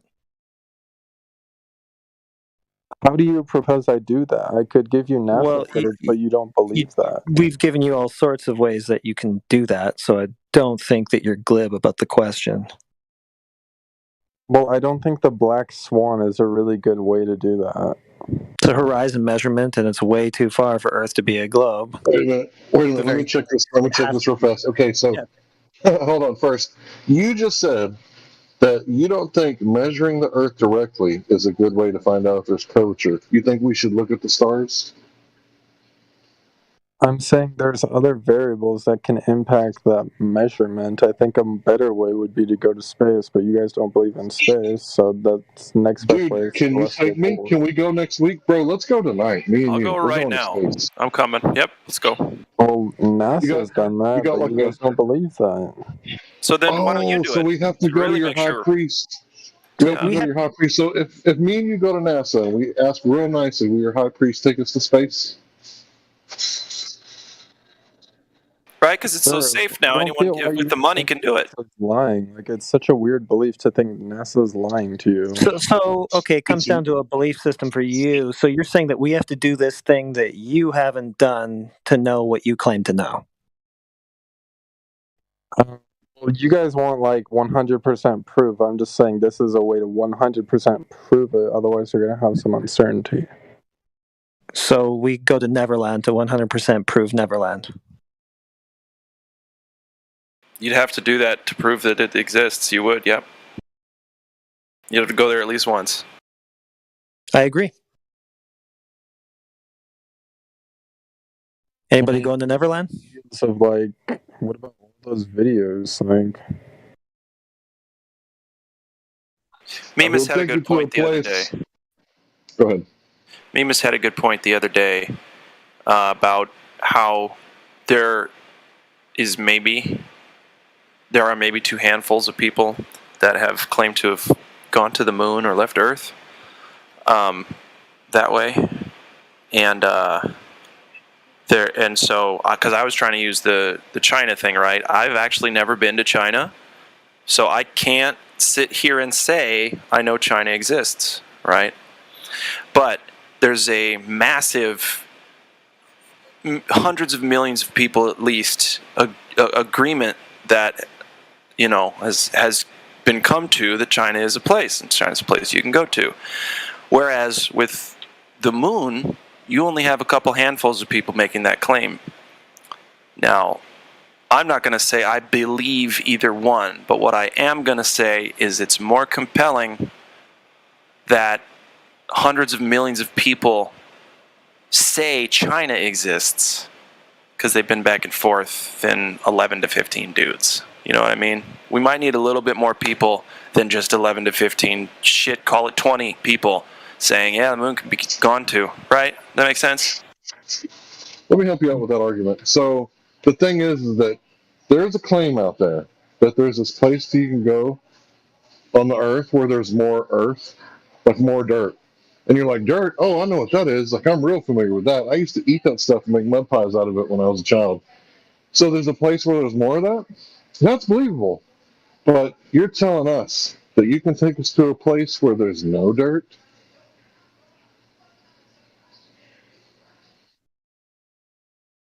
are you talking about the moon? I don't really understand that argument. Is there Earth on the moon? No. Is there Earth on Jupiter? No, sir. Is there Earth in space? So you're telling us you can take us to a place where there's no dirt? That's weird, bro. You have a pretty small sample size. Earth is just one planet. There's like millions of planets. Okay, here's the deal. Hundreds of millions of people aren't saying they went to the moon, and about 15 guys are saying they did. Do you see the difference?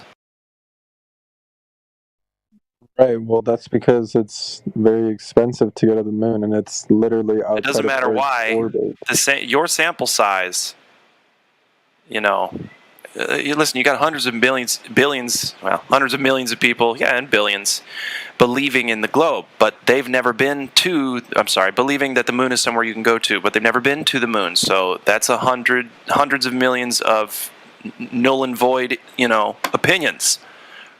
Well, I don't really understand your argument. Like, do you guys think the moon is fake, or like, why do you not trust the moon? No, the moon is. Look up in the sky. There's the moon. It's there. Whatever the fuck it is, it is. It's right up there. We're saying. I'm not going to speak for anybody else. I'm saying the less than 3 handfuls of people that claim to have gone to the moon have less credibility than hundreds of millions of people saying the same thing, right? What if hundreds of millions of people said, "Yeah, no, I've been to the moon and this, that, and the other."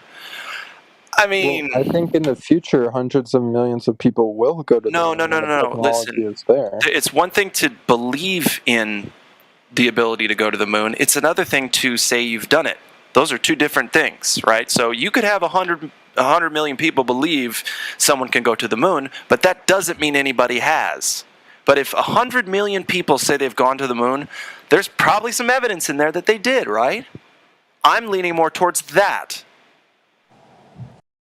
Well, it would be a better argument if you had like an astronaut saying, "Oh yeah, we lied" or something like that. But all the astronauts would do that. No, there are astronauts who do agree with us, the Polish one and whatnot. But basically, you would have a better argument if it was something other than, "In the future, I might have proof," because that's really all you said. Well, I have proof right now, but he wants hundreds of millions. No, you said, "Well, I think eventually we'll get there, and all sorts of people will be out there on the moon, so we'll have it. We'll have what you're asking for." So eventually, I'll be able to prove what I already claim to know now. So I think you would have a better argument if it was something species. not that. Listen, I know I didn't explain it well. This is the last I'll say on it. I'm not going to believe one thing either way, unless I'm sorry. I'm not going to say I know something one thing either way, but it's more than likely China exists than it is that you can go to the moon. I'm going to burst your bubble on this right now, Sasha. That whole story that you buy into of outer space and going to the moon and colonizing the planets all depends on a globe, which depends on curvature, and there isn't any of that. So it's not going to happen. Don't hold out for it for too long. I disagree, and I think it's kind of sad that you guys think space is fake because there's nothing to inspire. Bro, you just said the Earth is a wandering star. When have you ever seen the Earth wandering around up there? And the Earth rotates the sun. I don't know if that counts. Well, that would be curvature you said the Earth is a wandering star. When have you ever seen? When did I say it's a wandering star? I never. You said planet. You said planet. Yeah, it is a planet. So it's a wandering star. That means wandering star. You think we're sad, bro? We're not the one that's saying the Earth is in the sky. Gas. A star is a ball of gas. Earth is not a ball of gas. Well, yeah, it's not. Earth. Yeah. But yeah, when did you see the Earth wandering up in the sky? Earth revolves around the sun. I don't know if that counts. Why are you saying that? Is that what you observed? Who told you that? It's the heliocentric model. Oh, yeah, that needs curvature, so yeah, that's out. Wait a minute. You know that a mouse can be a model for a human during the testing phase of new pharmaceutical drugs, right? Mice actually do make a pretty good, lab rats, they make a pretty good model for humans because if you give them a poison and it shuts down their kidneys, you probably don't want to test that on humans. You know that, right? They use monkeys as a model for humans too. Yep, I understand that very clearly. Is a monkey a human?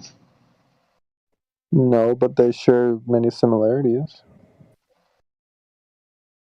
Right, like they have kidneys and teeth, right? But a monkey isn't a man, just like the Earth isn't a globe. That's kind of a weird analogy, but I guess. How is it? Don't they use mice to test pharmaceutical companies? Your argument is basically, because there's different species, Earth is not a globe. Like He's not saying anything about species, dude. Yeah, I'm saying that an animal can be a model for a man, a living and breathing man. But the animal can never be the living and breathing man. Okay, that's what I'm saying. So does modeling a human as an animal make that human an animal? does modeling this flat plane, whatever it is that we live on, as a ball, make it a ball? Definitely gives more credit to the ball argument if your model correctly predicts the future. Okay, so if we do some testing with some rats, right, and we make some prediction, does that make you like related to rats? The predictions, like I predict if we stick this. We share genetic similarities with rats. You do.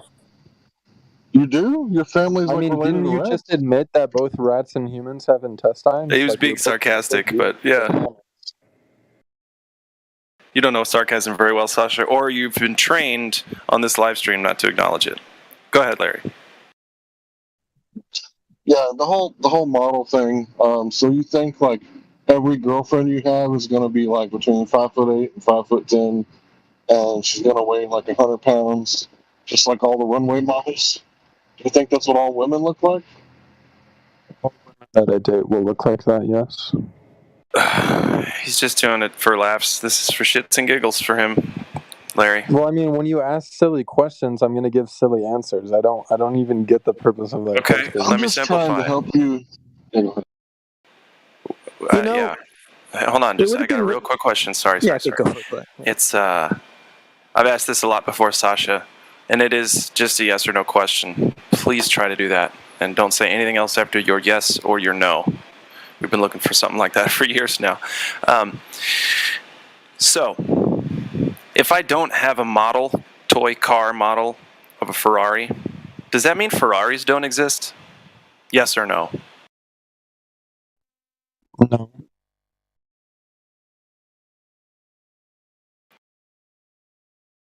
Yeah, good. So you know now that you don't have to model something for it to be real. Did he say yes or no? I cut out for me. I thought he said no. I said no, but that doesn't really help the flat earth. So you said no. Okay, thank you. See, that was intellectually honest of you. Just because I don't have a toy model of a Ferrari doesn't mean I can't go buy a real one. Can't go look at a real one. Okay? Same thing with the flat earth. Same thing with Earth itself. Sorry, go ahead. Okay, But I think I'll make a model. I think what would have given the globe model some credibility is if it could have accurately predicted the distance to the horizon. What about that, Sasha? What happened there? Shouldn't that be like the first prediction it gets right? You know, it's a curving ball. It's curving everywhere. Don't account for refraction. Should be able to get that. Oh, so you make this globe claim, and then the next thing you do is just explain it all away. So it's all basically null and void. Well, you have to argument account just for cancels refraction in a globe. Like, obviously, Yeah, so there's going to be refraction. So refraction, does that use the radius? I Where don't do you get think the radius so. from if you can't even measure any curve on top of this thing because of what refraction's doing? I'm pretty sure you could just, like, I don't know, use the ISS and, like, use the distance. Like, Well, you would need to have the radius before you could use the ISS for anything. So you're going to have to measure it on the ground first. And what you're telling us is because of refraction, you basically can't. And it's really curvy, but it just looks flat because of how curvy everything is.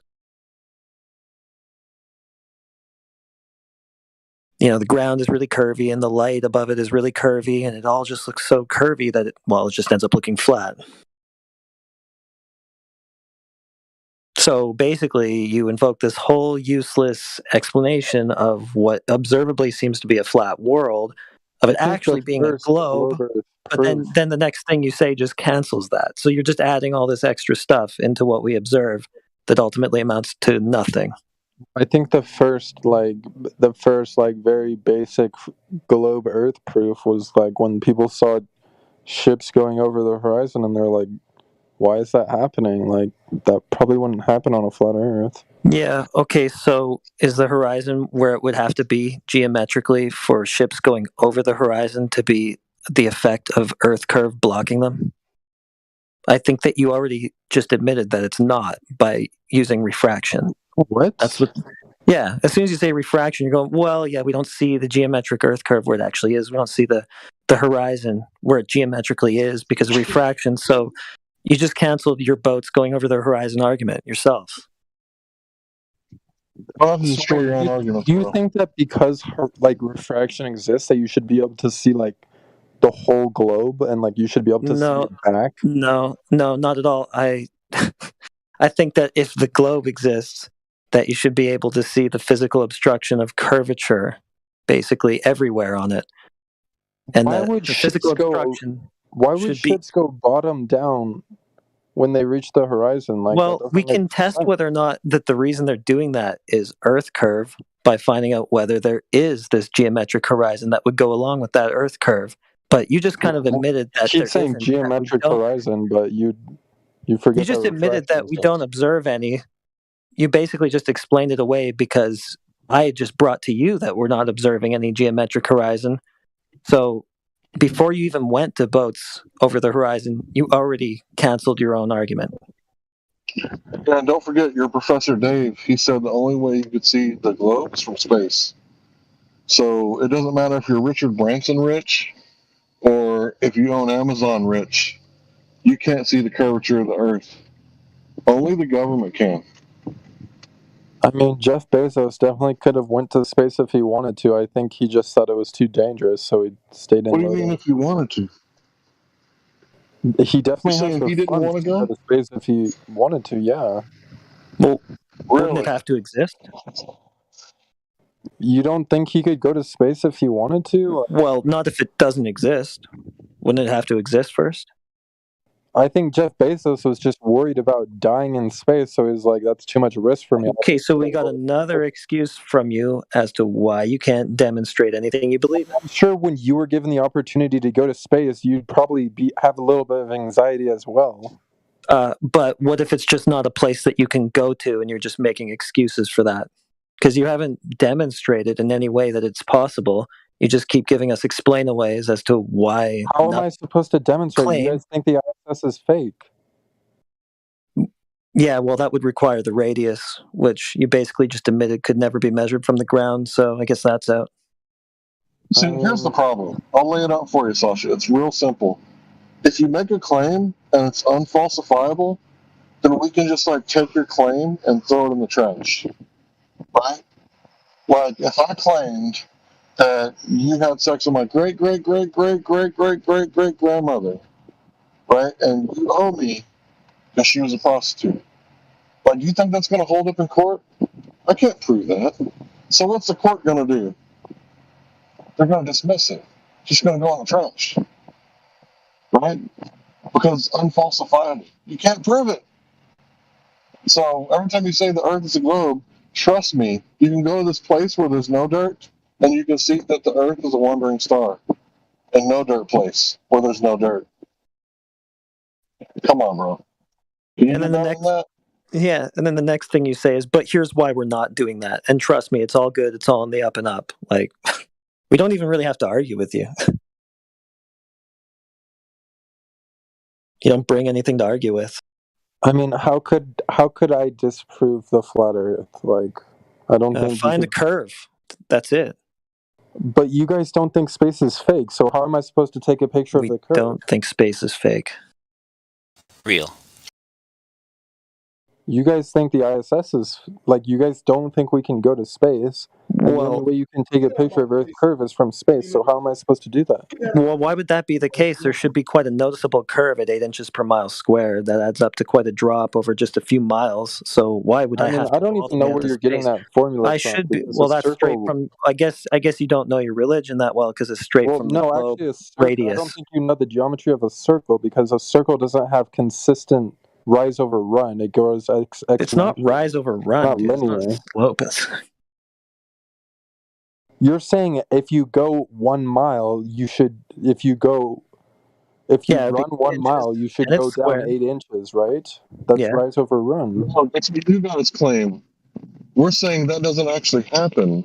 So you guys are the ones showing us, theodolite Well, that's not my claim, a mile dude. away. I never claimed that. Hold on, bro. Hold on.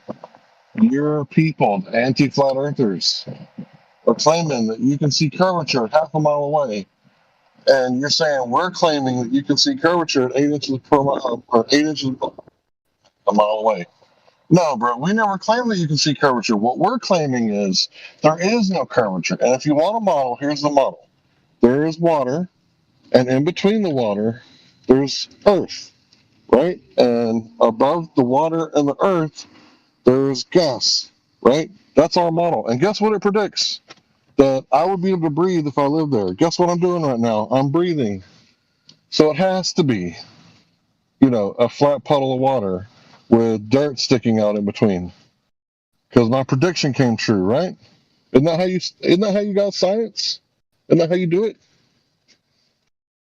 That would help build up your claim, but it doesn't prove it. Sasha, you actually just debunked your own claim again, because a minute ago you argued that we can see Earth curve as it blocks things as they get further away from you. And then right after that you said, well, no, we can't ever see it on the ground. We got to go to space. And if we can't see it on the ground, how was it ever measured in the first place so that they could get R, so they could get orbital mechanics and all these things, like the distance to the outer space vacuum, etc.? I mean, again, you don't bring anything to argue with. You just make statements that are incoherent, that contradict each other, and it all just falls apart on its own. I think the first way they measured it was through sticks and shadows, and then over time they got more robust with their measurements. Well, you've probably heard us argue with that enough times that you know why it's just totally invalid. So what other measurements have you got? I mean, why does the sun set and rise? Like on a flat Earth, wouldn't we see the whole sun on the whole plane? I guess not, depending what the sun is, but check this out. The reason is not Earth curve because the horizon is too far for it to be Earth curve. What? That doesn't even make sense, dude. Yeah, the horizon's too far for it to be Earth curve, so when the sun sets over the horizon, it's got nothing to do with a spinning ball or anything like that, because balls have curvature, and that's where the horizon comes in. Because on a ball, you can only illuminate one side, so... Yeah, but that's not what's going on, because there's no curve, and we know that because the horizon's too far, so the horizon that the sun is setting over has nothing to do with an Earth curve obstruction or anything like that. Well, it has to do with the fact that the Earth is a ball and it's rotating. Well, that's not a fact, because that would need curvature, right? Right, but you're just presupposing that curvature doesn't exist. No, I'm not presupposing. We checked it out. You're just presupposing that it does. We took your model, we tested it, we went and looked and tried to match it to reality and found that there was no match. So I'm not presupposing anything. I did what you won't do because you have this religious need to believe in the globe.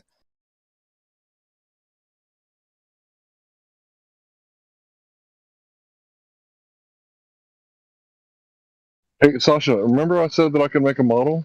Now it's your turn.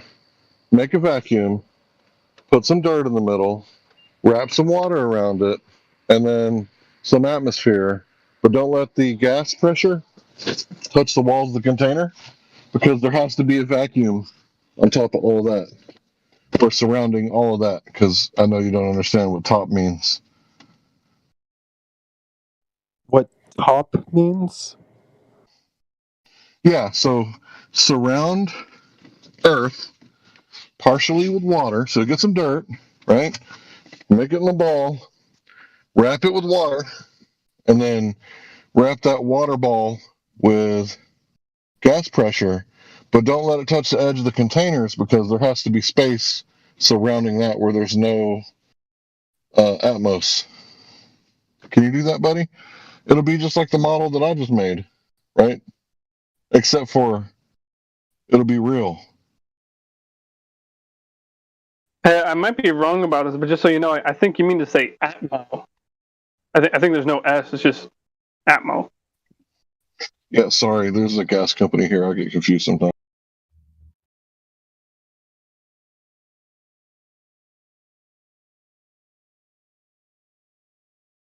Maybe you guys would call it the Atmo plane? Actually, I have a friend who jokingly refers to it as the Atmo flat.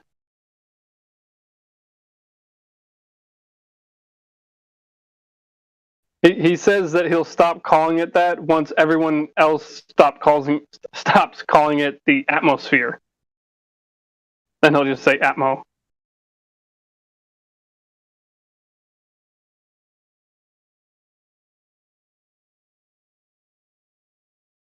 could just say air, really.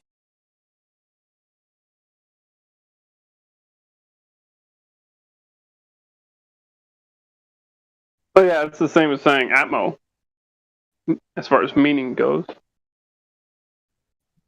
So, Sasha, have you made that model yet? I would love to make predictions with it. Yeah, I'm going to predict that you can't make the gas pressure not touch the edge of the container. And when you fail, like 1,000 times in a row, eventually you realize that you don't live on a spinning water ball floating in a vacuum where there's no dirt.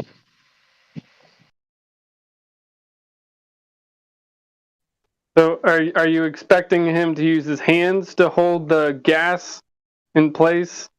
Or are you expecting him to use his telekinesis powers? He's going to use gravity, right? Because that's what he says. Gravity makes the earth, like the dirt, float, and there's water wrapped around it, right? And don't forget the moon. And after you do the whole globe model, then you got to put the moon, and then the sun, and then the stars, and right, you got to make the stars expand. You can do it, bro. You can make this model. Make it like a little clay model. It'll be great.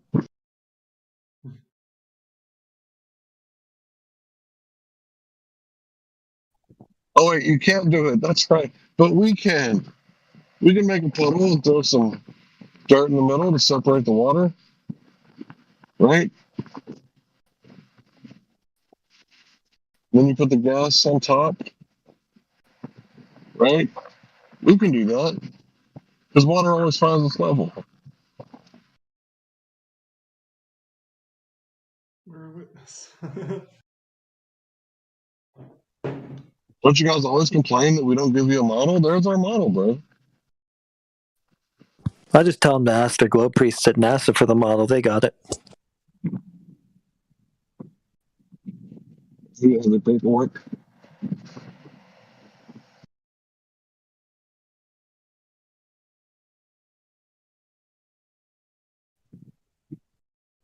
I don't know, man. I can't handle these bootlickers, man. All I can see is like Sasha was there when Bill Nye said that it would be harder to fake the paperwork than to fake the moon landing. And Sasha was just like, oh, let me kiss your boot. Oh, your boot's so wonderful, Bill Nye the Science Guy. Oh, let me lick it. Like, oh, wow, is that clean enough, master? I'll believe anything you The say. bottom of it tastes like bubble gum. It's way harder to fake paperwork and more expensive than to actually fake going to the moon. That's easy. Faking paperwork, fuck.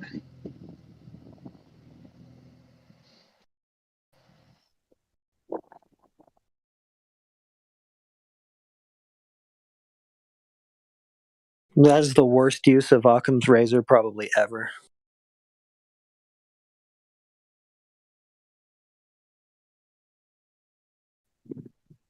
Can you imagine faking the paperwork? That would lead to like a money trail.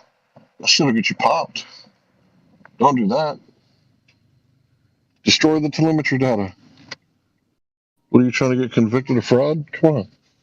You know we didn't go to the moon.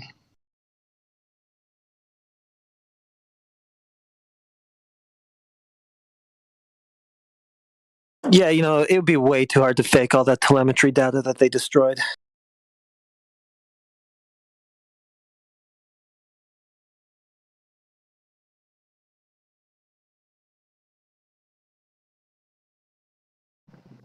Hey, Sasha, why do you believe that the Earth is a planet?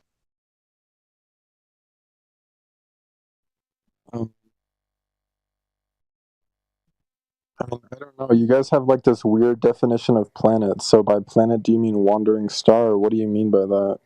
Well, why do you believe that the Earth is a spherical object? Because that seems the most logical explanation. So what's the logic behind that? Celestial poles. The fact that literally millions of people would need to be lying and working together to propagate this globe lie. Like Santa Claus, right? That would never happen. Millions of people all over the world.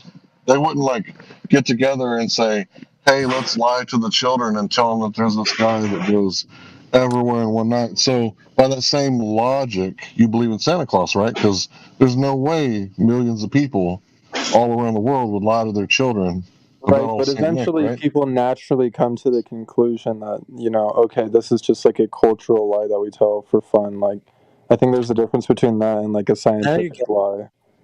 Now Well, you're what's getting it. interesting is how Cultural lie. So Sasha, why can't the globe be a cultural thing also? I mean, isn't that just part of our culture? We were taught it in school. It's just part of our culture, but that doesn't just because it's part of our It's a culture. scientific question. It's not like it has nothing to do with culture. It has to do with science. It's geometry, and what you're doing is sociology. So none of that's science. Yeah, your first proof was like it wasn't even Earth. It was people's opinions of Earth. Yeah, My you just first said because proof millions was of people celestial believe in it poles, which is you what guys your still reason, can't right? respond to.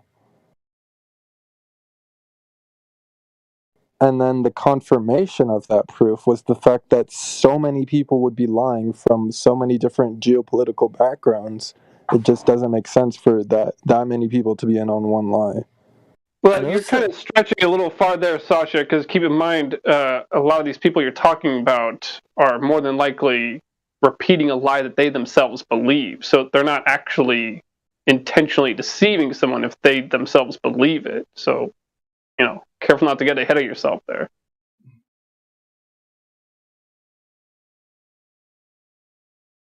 None of your arguments really seem to include anything about the Earth, I noticed.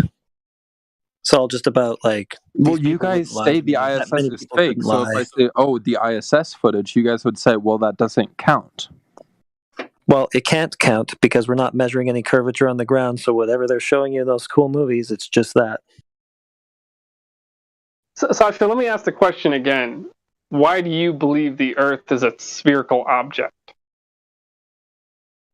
There's many proofs. For example, another one is I think the sphere is the most simplest shape, and when gravity is omnidirectional, a sphere is just the most logical thing that gravity would form. Sphere. Did you check the ground to see if it was curving to make sure whether or not it could actually be the sphere that gravity was supposed to make? I mean, I'm not going to just look at the Earth and then say, "Oh, this is my conclusion." You're not going to just look at the thing that you're saying is this certain shape to make sure it is or not. How am I supposed to look at the Earth and then conclude from that? Like, you can't just look at something and then make a conclusion like that. Like, it's a lot more complicated. Well, yeah, it could be, Sasha, but let's just make sure we have our two separated sections here. So we're starting out with the base axiom. The base axiom is we see the Earth as stationary. I mean, we see the Earth as flat. We feel it to be stationary, and we do not observe gas pressure existing anywhere without containment. So, I mean, dude, just because the horizon is far away doesn't mean that it's flat. Like, that's not you seeing it as flat. You're just it assuming means that your globe is a fairy tale. It was just base. I was just talking about the base axiom. Now, moving on from that, do you have any evidence? But you're building your base axiom off a really flawed, assumption. No. It just. What do you mean building a base axiom? A base axiom just is what it is. It's I said building. What are you talking about? Your base axiom is what you build your whole argument off of. So it's supposed to be really let's make sure we understand each other when we say the words base axiom. Sasha, do you see the curvature of the Earth from your back porch? No, right? You don't see the curvature of the Earth from your back porch, right? Yeah, Earth is a little bigger than that. So yeah. So that's the whole point. What a base axiom is in regards to this subject. So we start with that. But now the question is, since our base axiom is we see the Earth as flat, we feel it as stationary, we observe the luminaries in the sky moving above our heads. So why do you believe the Earth is a spherical object? Is it because millions of other people do, or you got another reason? Really weird base? Most base axioms are something that's undeniably true. 0 is a natural number. Well, yeah, but we're about what you can The sun prove, rises Sasha. in the east. So, Like that's like base Sasha, axiom. You can't like. I know, Sasha. Don't dwell on the base axiom. Don't dwell on that. That's why I specifically said two sections of what we're talking about. That, and then whatever evidence we could ever find to the contrary.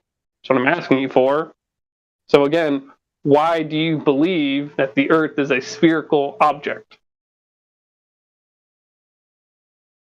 Well, I gave you guys the evidence of celestial poles, and you guys didn't agree with that. So. Well, I mean, the last answer you gave me was millions of other people believe it, so you believe it. But are you going to go with that wasn't celestial my poles answer, dude. That was just like confirmation. That gives me like validation of my belief in the globe. My main proof is the fact that celestial poles exist, and I don't think that could work on a flat Earth. Yeah, Are but celestial poles a reference to prove something a in the flat Earth. sky? Right, it's something in the sky, but it tells us about the Earth that we're on. So, like, there's certain models that Right. that's not possible. Okay. Yeah, that's called So astrology. here we go. Here we go. So celestial poles. So when you have a drone and it's right over your head, 399 feet, right under the legal ceiling in the United States, and you fly it, let's say, to the west, like it's going to appear to get lower and lower and lower. And if you got a really good drone that can go like 10 kilometers away, eventually it's going to disappear into the horizon, correct? Yeah. Okay. So if you had stars, right, we know the further you move away from stars, they get closer and closer to the horizon until they appear to disappear, right? So Like, are you flat talking about when Earth the sun's predicts. setting? No, I'm talking about if you live in Texas and you go to New Zealand, you're going to have different stars over your head, right? Yeah. Okay, so the further you move away from your home, the lower and lower the stars are going to get until they shrink into the horizon, just like the drone, right? So the flat Earth predicts. Well, I don't know if that's because you're moving away from the stars or if that's because the Earth is rotating.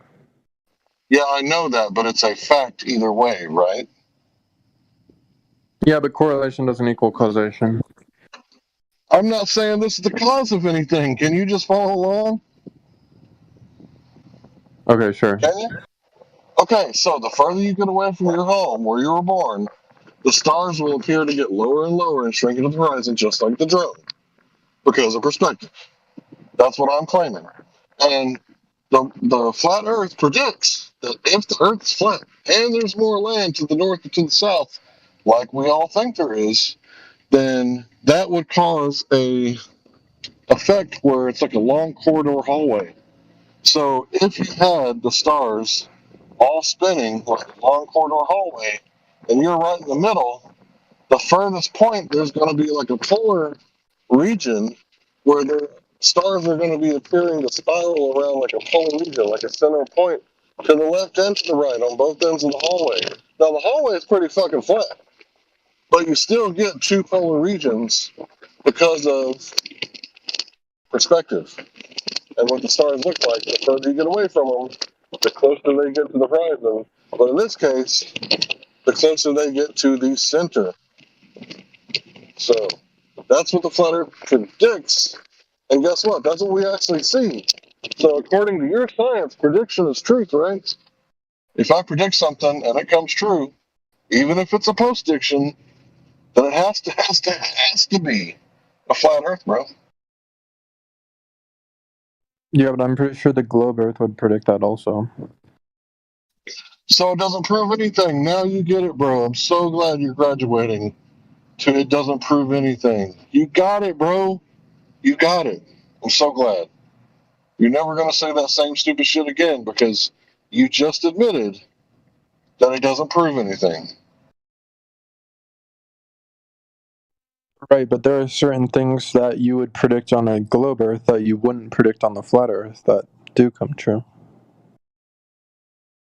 Did anybody ever tell you that your globe priests at the planetarium model the celestial sphere as a dome on top of a flat plane? If you don't get how it can be modeled that way, you might just want to ask them. They got it for you, bro. I don't even know what you're talking about right now. Yeah, I tell know us you- about these proofs. Tell us about these proofs. You just said that there's, all these proofs of things you would expect to see if we lived on a globe you wouldn't see on a flat Earth. Let's start with number one. Curvature. Where's that at? What do you want me to prove curvature? Like Yeah, it's kind of strange that we don't see any curvature on a sphere.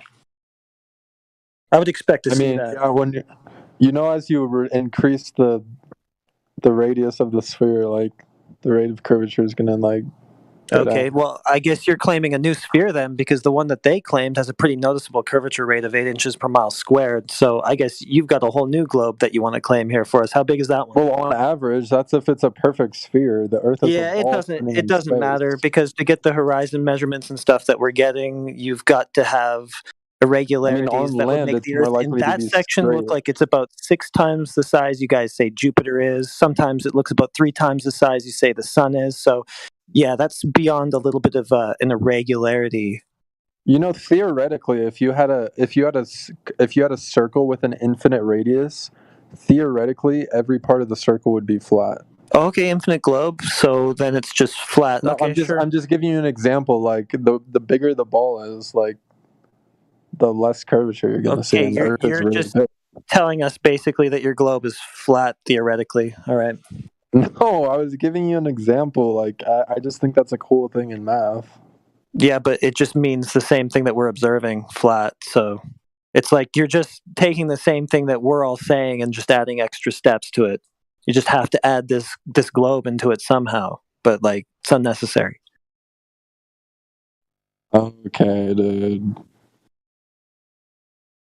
Come on now. Let's talk about number two. What else you would see if the Earth was a globe? You would see the Earth spinning. You ever saw the Earth move? Sasha? Well, I don't know how I would see the Earth move if I'm standing on Earth. Well, why would you claim such a thing that you can't see? I don't know why I would claim there might be ghosts in my closet. I've never seen any I ghosts see in my the closet. I don't sun know. setting. I mean, I'm assuming that we're rotating the sun and spinning, so that's where I would expect the sun to set. So, well, you're making an ass out of somebody. It ain't me. You can assume all you want to. You just can't postulate and call it a theory, like a scientific theory, like you guys do with gravity. Right? That's not fair. Don't lie to the children. Don't use ambiguity. It's a fallacy, bro, to say that it's like a scientific theory. Gravity ain't no scientific theory, bro. Don't lie to the children. There ain't no science involved, bro. In fact, when you actually look into the gravity, it doesn't work at the galactic level. So your galaxies, your deep space, gravity don't work there, bro. That's why you gotta have dark matter and black holes, because your gravity sucks so bad that it takes dark matter and black holes to create enough gravitation to hold your galaxies together, bro. If it wasn't for those theories, they would literally fly off like kids I on a never merry-go-round. said that I Flying believe 10 in times dark too matter fast. and dark energy. Like these are very theoretical You concepts. have to. You have to. If you believe in gravity, you have to believe in dark matter and black holes. Because, like I said, You don't think they there's would an literally alternate explanation? Okay, well, what do you believe? Do you believe in the dark Regarding gravity what? theory? Well, if there's no dark matter and no black holes, there has to be something holding it together. What could it be? I mean, I think there are black holes for sure, but I don't know about dark matter. I think that's like that's still in the theoretical stages. Well, let's call it black matter. Do you believe in it now? You seem to like black holes. Yeah, I mean, I think general relativity proves that black holes have to exist, and I think we've taken pictures of black holes. So I think it's pretty certain. No, that black holes you need. Wait a minute. You're telling me you took a picture of something in the middle of the Milky Way galaxy? You and who else, bro? You got a mouse in the pocket? It's actually a remarkable feat of human ingenuity. Like they created a program with over 1 million lines of code in it, and then they used it to take a picture of the first black hole. So these crackheads got Not as remarkable as NOAD tracking Santa, though. So you got like a million lines of what? Code, like the software that they used to take the black hole, it had like over 1 million lines of code. So I could write you a story with like 1 million sentences about space. Does that make it real? No, Or I'm not isn't code using just that a as a proof language? that it's real. I'm just saying it's very remarkable and it's very interesting. Okay, so they took a picture with code, and that's remarkable to you? No, it's remarkable that we have the technology to accomplish such things, but you guys don't believe that's real. How did they take a Why picture of would- something you can't see? That's You black. can't. I don't know, dude. I don't work for NASA, but they did it somehow. Or doesn't that kind So, of? Sasha, do you think that we believe that they say they have technology that they don't have? Or do you understand that we don't believe in the vacuum of space? Because we're not claiming that NASA, doesn't have some kind of piece of equipment that they do have in real life. We're not arguing about what NASA has or doesn't have. We're arguing about whether or not they're going to the place they claim to be going to, the vacuum of space, because it doesn't exist. You understand that, right? I mean, I guess it just seems kind of absurd to me. Okay, yeah, but you understand that, right? Like, we're not saying that NASA doesn't have X piece of equipment when in fact they do. Like, we're not saying that.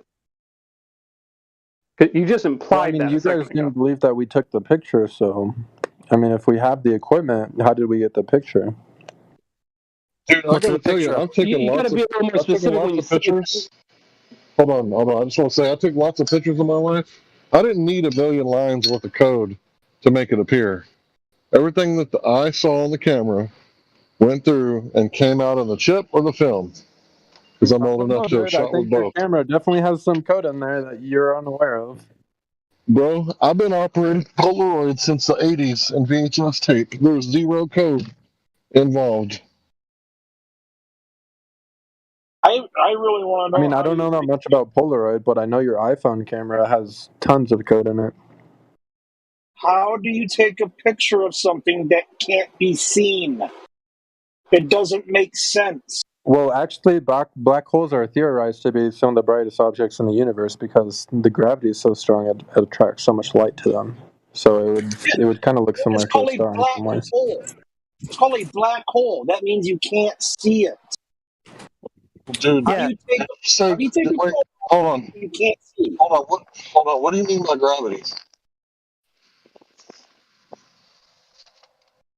Are you talking about mass attracting mass? No, I'm talking about the curvature of space-time, general relativity.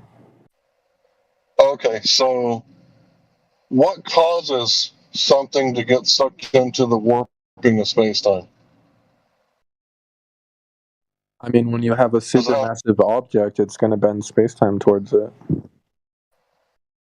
Okay, so you're telling me this massless object, instead of just going straight, Where are you getting massless from? Where are you getting massless from? It's super massive. You ever seen a photon with mass? What? You realize gravity affects photons, right? Show me. Turn on the That's light, strange. grab your cell phone, put it Yeah, in so the far- gravitational field of the Earth. Oh, you're already there. Good. So show me how gravity affects light. Show me. I just told you, like, gravity warps space-time. Light travels through Tell me. I could tell you the unicorn nipples are up above Mount Everest, about 3 miles up, right? But I'm not telling you that. How am I If I had supposed a to show claim you to this make, I would over show you. Discord? What do you want me to do? I mean, I don't think there's, like, I could link you to a scientific article. I don't think I could, like, perform an experiment in front of you, though. Why not? Like, if I were to show you how to go fishing, I could show you how to do it. Like, no problem. I could demonstrate everything I said. I like a visual space time. That's a concept. Both of them are concepts. How can you bend concepts? I mean, we can show you the Earth not being curved. Why is it such a problem for you to back up your claim? I mean, space-time's a little more metaphysical than, the Earth.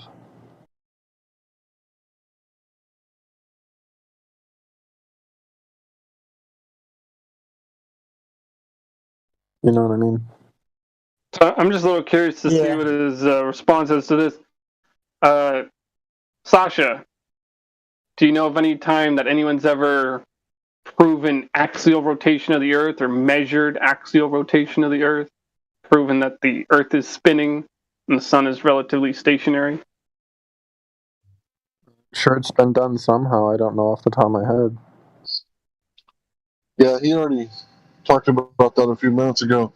He said he's on the Earth, so why would anybody think that they could see it? My question is, if you can't see it, why would anybody believe it? Well, I gave you the example of the sun setting, and yeah, the horizon was too far. So you think that the Earth is spinning around the sun rather than the sun is spinning around the Earth. That was great. You debunked the globe for us right there. The horizon. That's perfect because it's too far for it to be curved. So yeah, that was awesome. Thanks. So Sasha, is your answer the sun is moving, thus the Earth must be moving? Is that your answer? No, that's not what I said. I said the Earth is moving and spinning, right? Yeah, but what's the evidence for this is my question. Well, the evidence is that the sun has a lot more mass compared to the Earth, so we must be orbiting it. Wait a minute, isn't the sun just like a star? It's like a star, right? Yeah. So wait, can you start that over, Sasha? You were kind of breaking up a little bit.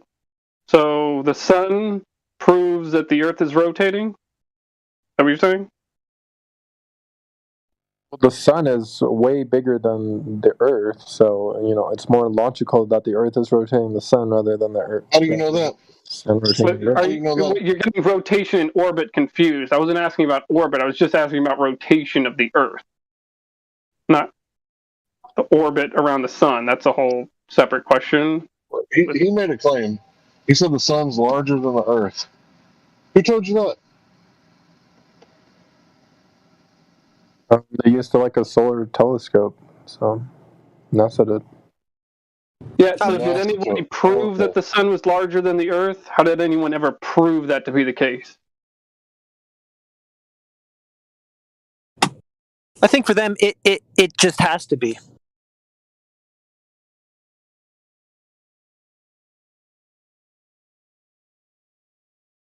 I mean, I don't know this for sure, but I think the way they calculated the size of the sun is they looked at Venus.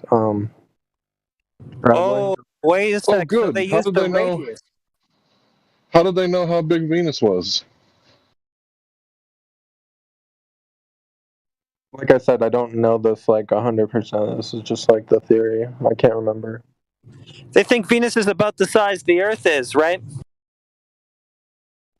Well, you're saying they think that the little dot in the sky during evenings and mornings, after and before the sun goes up and down, they think that that's the same size as the Earth? Why would they think that? The Earth? I don't know. I'm kind of getting huge tired of compared to arguing that. with you guys. I might just go on mute for now. Oh, okay. Well, get you some preparation H. Come back and see us whenever you're ready. I think I know how they figured out the size of Venus. They just asked a woman.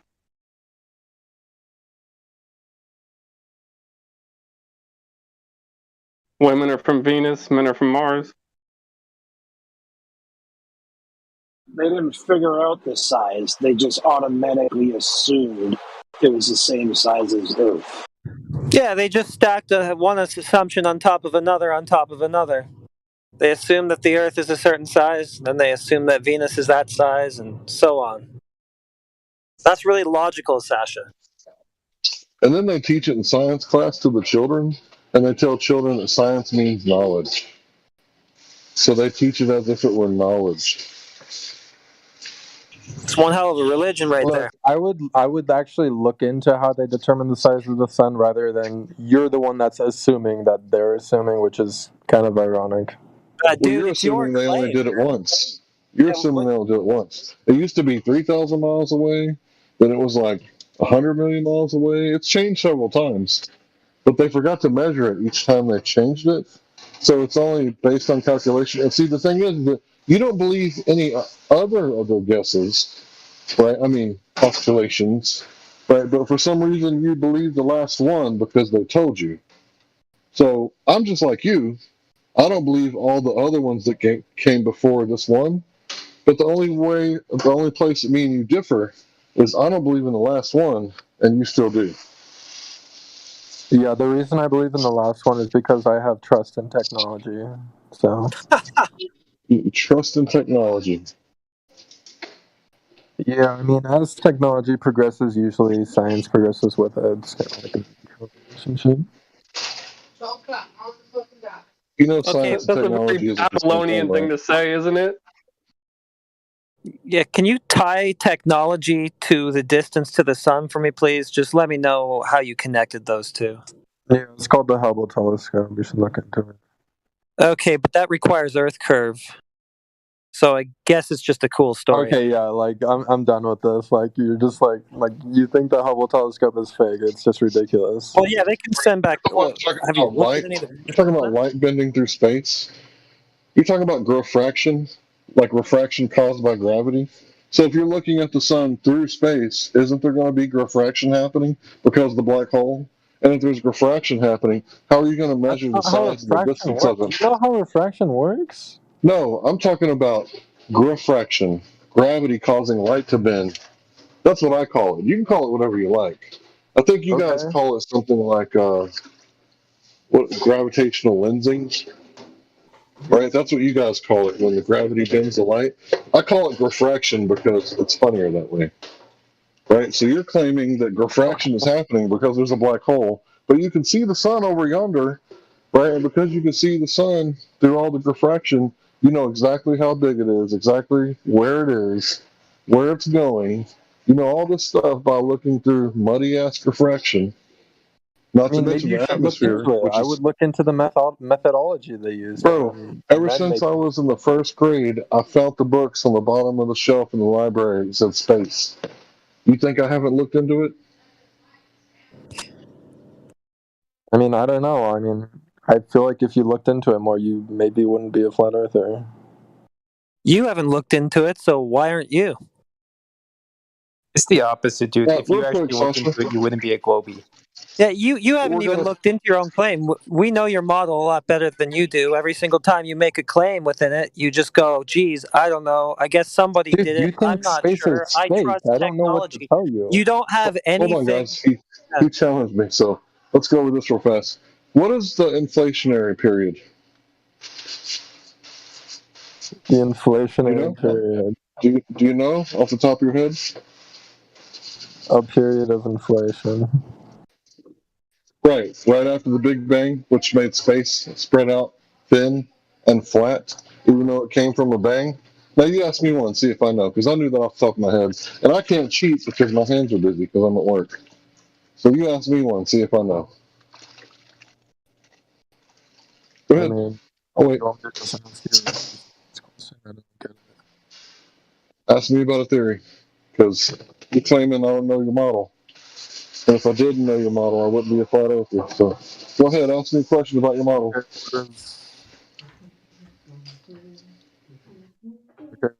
Can you explain the photoelectric effect?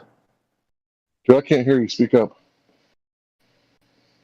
Can you explain the photoelectric effect? The photo. What does that have to do with your model? That has to do with photons hitting paper. Photons are fake or something like that? Is that what I said? Can you rewind the tape and show me where I said that? Or you said like, how is gravity supposed to affect photons or something like that? I can't remember. Yeah, they don't have any mass. There's no mass. Right, but my model doesn't claim mass attracting mass. It claims the curvature of space-time. Okay, so what does space-time need in order to curve? In order to prove what? What does space-time need in order to curve? It needs mass in order to curve, right? Space-time, yeah, it does. Okay, so what does it need to pull against once the space-time is warped? Needs mass. Gotta have it on both ends. That's just It's your model, bro. It's your if you're special traveling relativity. through space-time and it's warped, regardless of if you have mass or not, there's going to be an effect. Like, you need So you mass think to light? warp space-time. I never claimed that photons warp space-time. I'm saying a black hole does. They're like completely different. So the black hole is so powerful, it sucks up light into the black hole. But yet at the same time, it's so powerful that it doesn't suck up stars.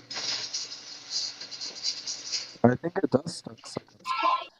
Nothing can absorb light. But Hank, those stars are billions of miles away. Were you stupid or something?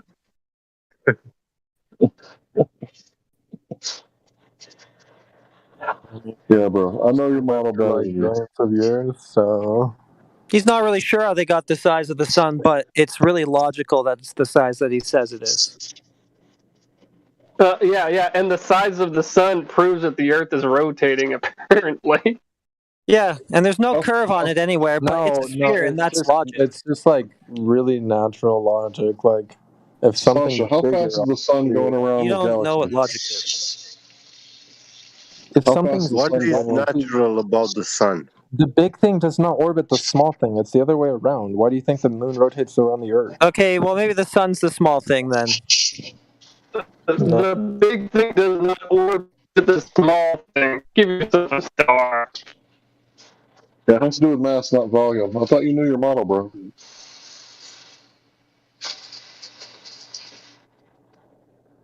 None When you of talk about them orbital knows. mechanics, when you talk about orbital mechanics, yeah, you can have something the size. You can have a star the size of our moon, but if that star is like a round dwarf, our Earth would be orbiting it, even though the volume is the same size as the moon. Earth being 4 times bigger, right? So once again, you don't know your model, bro. If you did, you'd probably be a flat earther. Well, actually, technically, that's not how the heliocentric religion model goes. A brown dwarf would be like the size of Jupiter or something a little bit bigger, but it's just a bunch of stories, fairy tales. That's why I said if, bro. That's how they play the game. Imagine, if you will, if. I did it just like they did, bro. You can't tell me I'm wrong. I said if a brown star was the size of our moon and dense as a brown star. So that's what I said. If.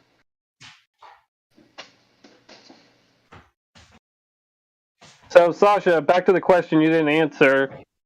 Do you know of any time when anyone's ever proven that the Earth is rotating on an axis, spinning, the Earth spinning? How did anyone ever prove that to be happening? Like I said, I have stuff to do, so I can't really talk anymore. Bye, Felicia.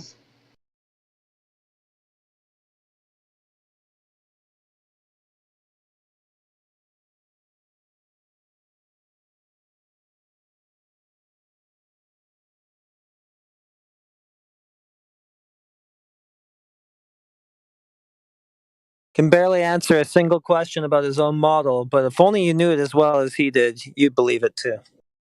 I guess that's true in a way. If we knew it just as well as he does, yeah, we probably would believe it too.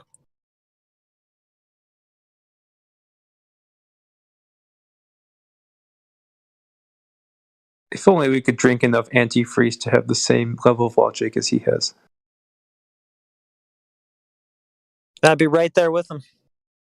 Yeah, and those people that find dinosaur bones, they find dinosaur bones because that's their job. Because they would lose their livelihood if they didn't find dinosaur bones. Like T-Rex. Like T-Rex tailbones or whatever.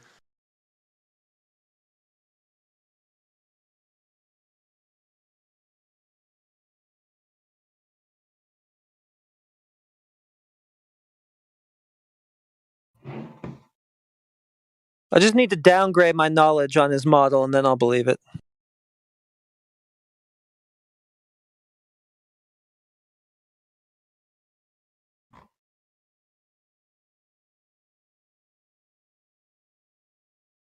No, you just need to not think about it very much, and then you'll believe it. Yeah, just take it all at face value. See, when you look at all the gravitational wells that we're in, including, the galaxy, and we're, and going all these different opposing, random, arbitrary motions, going around the galaxy, around the sun, all this stuff's going on, but we can't feel any of it. But the thing is that all this acceleration is going on, and we can't detect any of it, right? I mean, it's kind of weird. How come we can't detect any of this acceleration? Because the orbits, they're not perfect circles. So we should be able to detect, different weight of different objects on different days, different months, different year. And we would actually have to build that into our scales in order to do, like, proper business. It's like, oh yeah, it's September. Guess what, guys? Go ahead and set your scales, for September, because this time of year, I bet real estate would be more expensive, like maybe closer to the equator. It'd be lighter there, easier to walk around. Yeah, it'd be good for your back, wouldn't it? Or make it weaker. I'm not sure. One of the two. The centrifugal force cross-canceling so-called gravity would make you way lighter, and it would actually be easier for your back.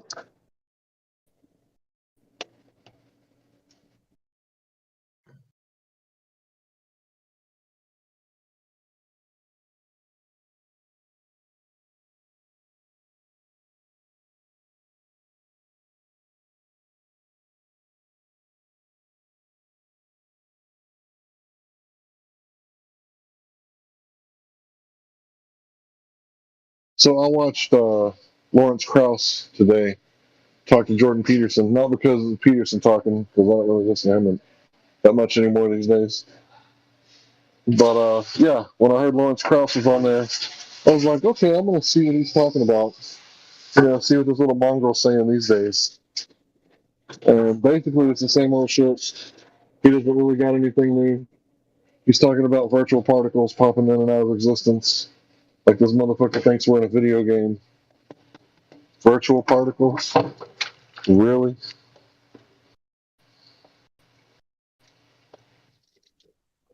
Yeah, that's what people believe. Virtual particles popping in and out of existence. Even though energy can't be created or destroyed, right? But what happens? The virtual particle creates itself. And just like a tiny little black hole, it sucks itself back out of existence. And they really seem to lose the basics a lot.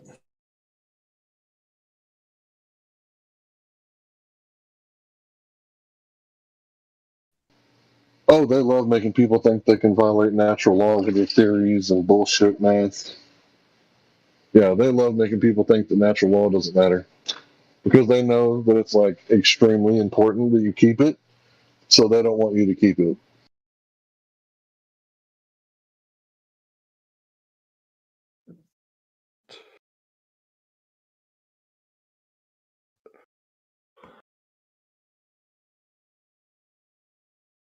Well, that whole virtual particle thing has been around for a long time, since probably like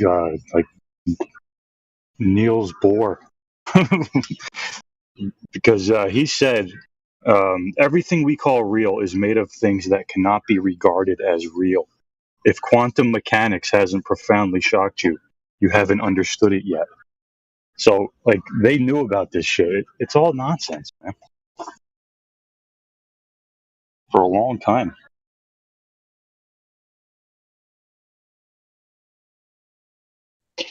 Look, all it boils down to is that if you have a vacuum, there's no material in the vacuum, but there's energy in the vacuum. So we think that, like, material and energy are synonymous. So how could there be energy in a vacuum with no material. Well, it just does, right? They want to come up with all these theories like beer bubble universes popping in and out of existence, quantum foam, virtual particles. They want to come up with all these crazy theories, but it doesn't need the theories. It just is what it is. Any system, no matter what you got, no matter how much you suck out all the material, there's still going to be a charge. 0 point energy. That's all it is, man. You ain't got to make up a whole bunch of bullshit and explain away why gravity still works. It doesn't work. It goes against all the shit they ever thought about gravity, and it's not off by a little. It's off by a number with 120 zeros behind it. So it's off by a lot, like a whole lot. And, no matter what they say, it isn't going to bring back gravity. No matter how many virtual particles they invoke or little black holes popping in and out of existence, sorry, your gravity's gone, bro. Let it go. Let it go, Professor Crouch. Or Krauss. That colossal error aside, you can even just kill him on the first step with that too. Gravity was supposed to make a ball.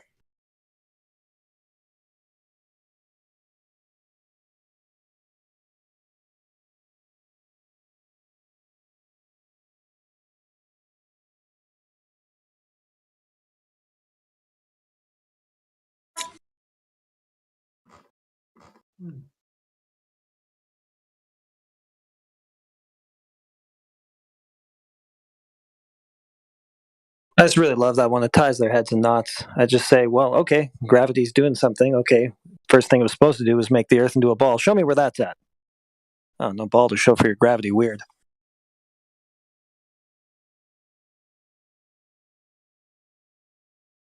Yeah, you could say that, Cavendish passes for, horizontal, but they don't have a ball. They have straight down and horizontal. They're never going to show you a ball being formed in a vacuum because of gravity. It's not going to happen. Think of the crazy logical leaps that are going on there, though, too. Like wooden rods and balls. Therefore, I live on a giant spinning ball in an infinitely expanding vacuum that pulls things towards the center of it. What?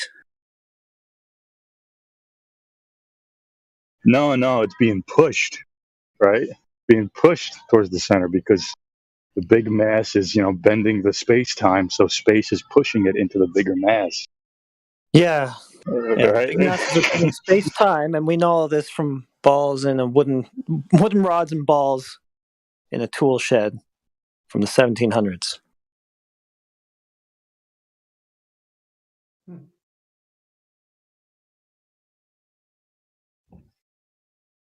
I don't know. I just don't get it. I don't see the connection.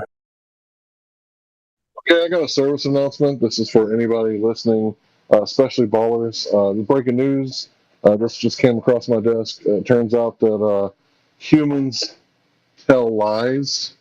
So this may be news to you. I'm sorry that this is breaking news, and it's probably shattering some people's understanding of how the world actually works. But yeah, I just thought I should let you know. Don't trust in men or women or children because people tell lies. This has been a service announcement. Thanks for listening. Don't forget, people lie. Breaking news right here on the internet.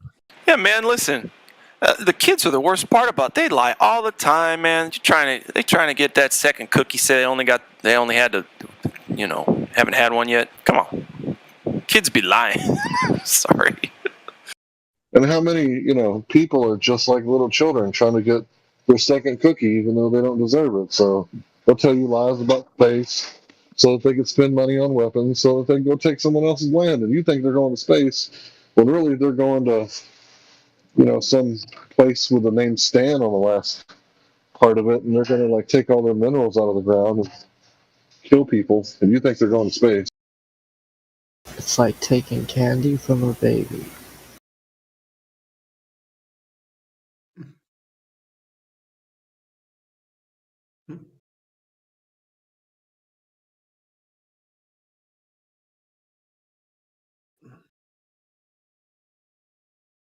I don't know, man. I think the simplest explanation really is that humans can't lie and torsion bar twist equals I live on a giant globular mass, bending and warping space-time around it.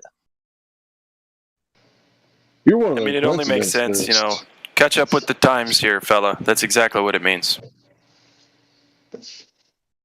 Sense, is it like visual sense or audio? What kind of sense does It's it make? just How do you sense this? logic. Natural logic, I think he said it was. Ooh, yeah. Okay, so I got a question. Is common sense a real sense?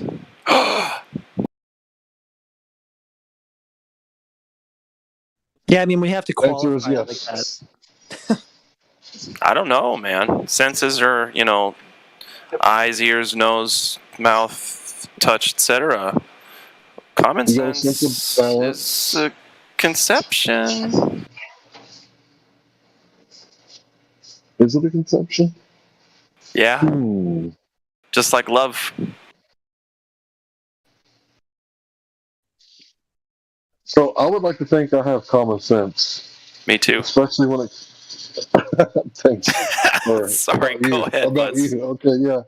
Yeah, so in certain situations, you know, I'd like to think I have common sense, you know, like when people, you know, try to get one over on me, and I'm like, no, we ain't doing that. You know, so how do you prove that you actually have common sense?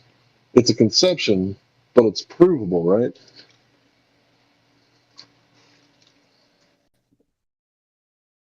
Sorry, I probably went down a whole rabbit village. Sorry, I'm sneezing. I can't answer. All right, I'm done with that.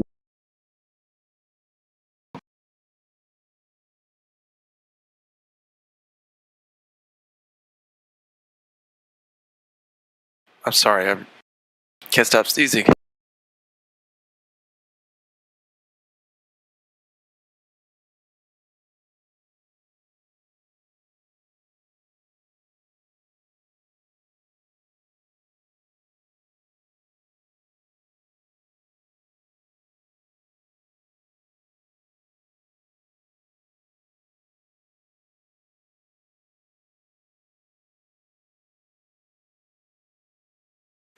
Hank, do you deliver at midnight and past midnight?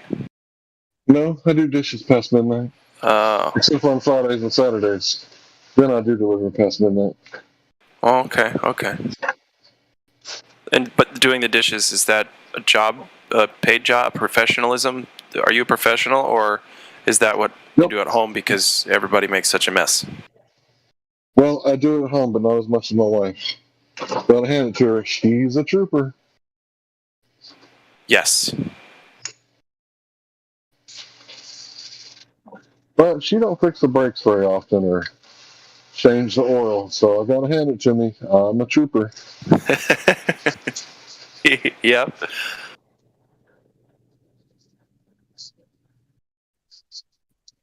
And neither one of us fixed the plumbing in our house because we got people for that. Sure, yep. I could not do my own plumbing. Yeah, it's symbiotic. My wife, she takes care of a lot of stuff in the house, and, you know, it's weird. Sometimes I might mow the yard. I just recently promised my significant other that I would always mow the lawn. So now I'm in that. Yep. Contracts. At least at this house. Yeah. And you know what? I don't mind. It's good exercise and this, that, and the other. It's not that big of a lawn, but you know, there is going to be that one day where it's just getting too long for the push mow, and you know, it has to be that day that I do it, and it just so happens to be the day that the day that year that I don't want to do a fucking thing. Anyway. Well, that day you just, you know, find you a young, eager young man and get him to mow it for you. And get him to do it for a 20 spot. Yeah. No, I can't. Okay. The city you where said you would handle the grass, right? Listen, I'm going to handle the grass. Well, but listen, I won't be able to do that because the town has, I think, 36 people in it. The town I'm moving to, 36, I think, is what the sign said, and none of them are younger than us. The desert. Huh? You going to the mountains or the desert, bro? Farmland. It'd still be farmland. Oh, good, excellent. Yeah. Happy for you, man. Thanks, dude. But there won't be a lot of young whippersnappers that like $20 bills out there, is all I'm saying. Well, you can always get you a virtual lawnmower. You know, just what? Theorize it. Have a good night, bro. Oh, yeah. Absolutely. Virtual lawnmowers.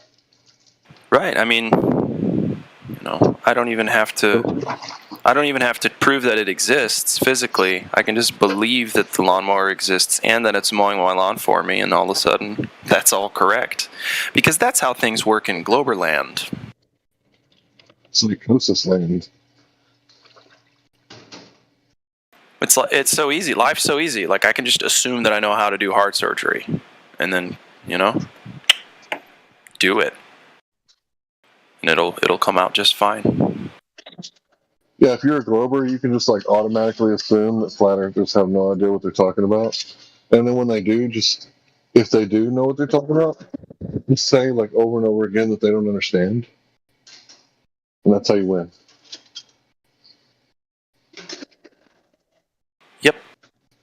Because when they don't agree with your model, it's obvious that they don't understand the model. Because if you truly understood it, you would automatically believe it, because it's that fucking good that they need both dark matter and black holes to make that shit work at the galactic level.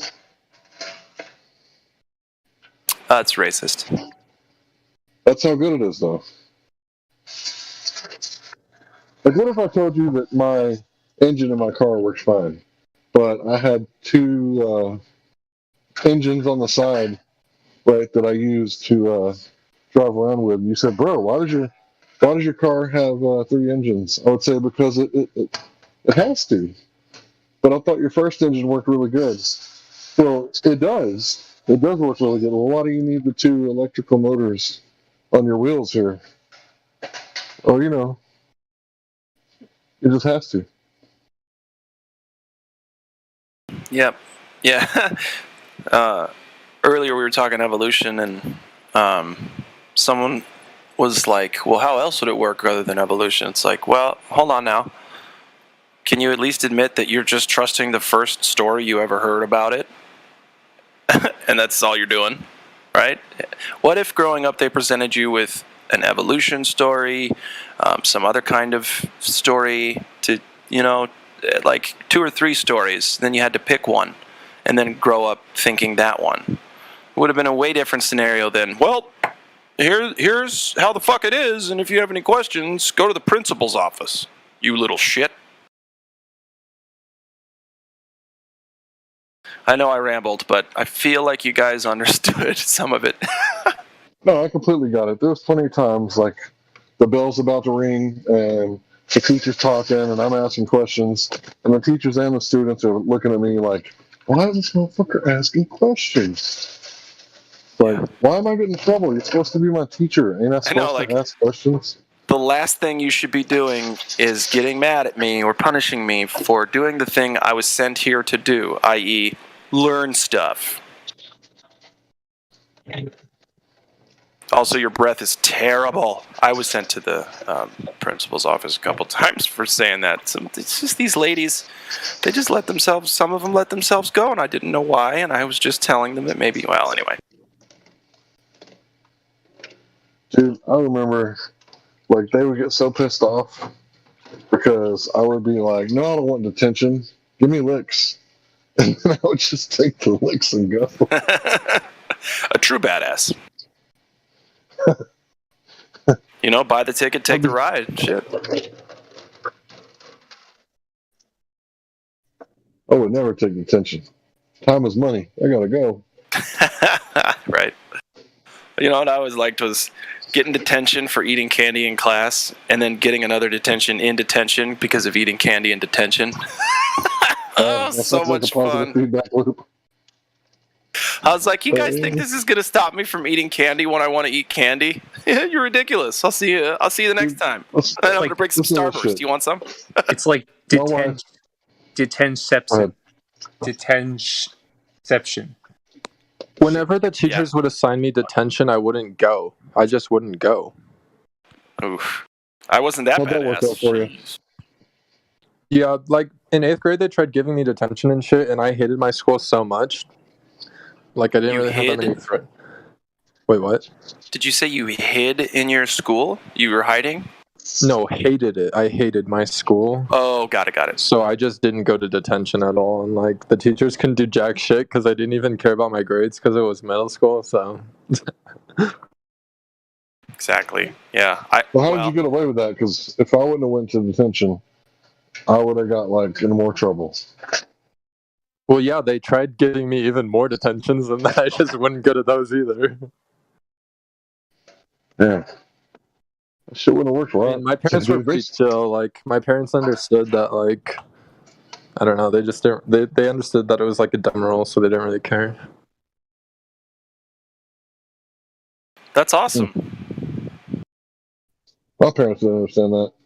My parents never advocated for me in school. Never. Did your parents beat you, Harry, Larry, Hank? Shit. Actually, they should have beat me more, I think. I'm gonna I don't know zip if it my would've mouth done on any that good. one. They should have beat me more. I should have gotten more discipline. I don't know if it would have worked, but they should have disciplined me more, I think. You're like, because I love to just get hit, don't you? I love to get smacked. Shit, I love someone much bigger than me just, being the shit out of me. Yeah, it's the bee's knees, ain't it? That's how you, become a good human being.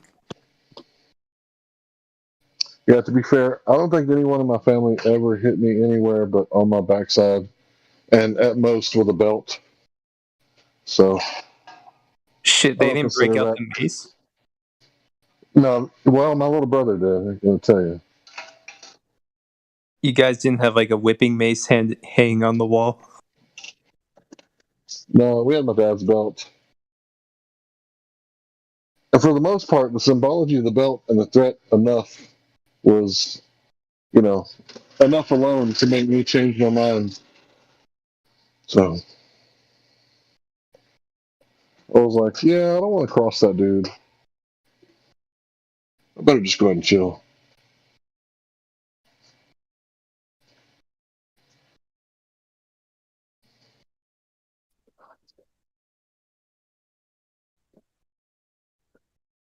I think my teachers and my principals ripped my ass more than my mom ever did. Hell, you could make some money off that right there. I tell you what.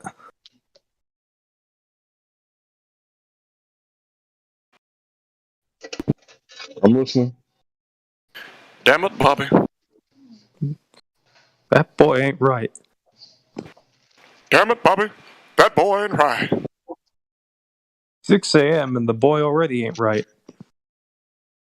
Do you guys think there's a political solution to flat Earth? Do you guys think you could elect a flat Earth president and a two-state solution, a two-Earth solution?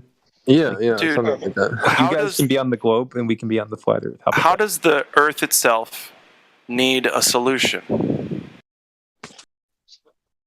Well, don't you think it's as a flat Earth believer, you probably wish that more people we're not believers. Flat Earth. Yeah, man, I don't come here to talk about my belief in the flat Earth. I don't have a mere belief. It's not merely a belief.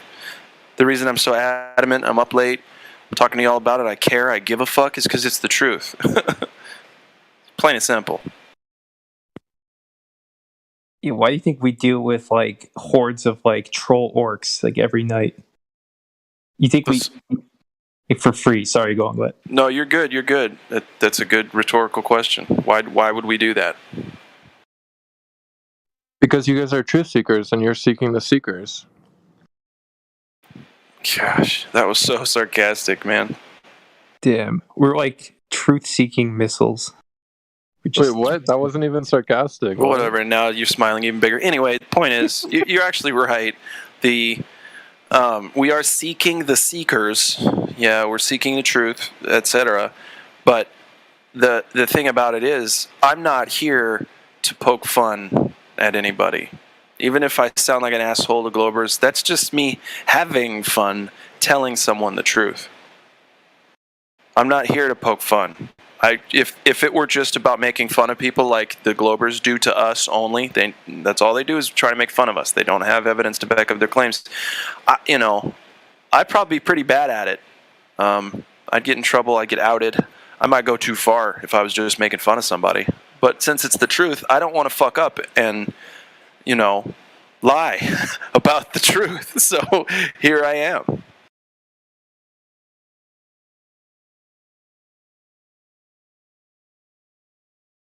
Yeah, today was my last day of finals, so I'm pretty happy right now.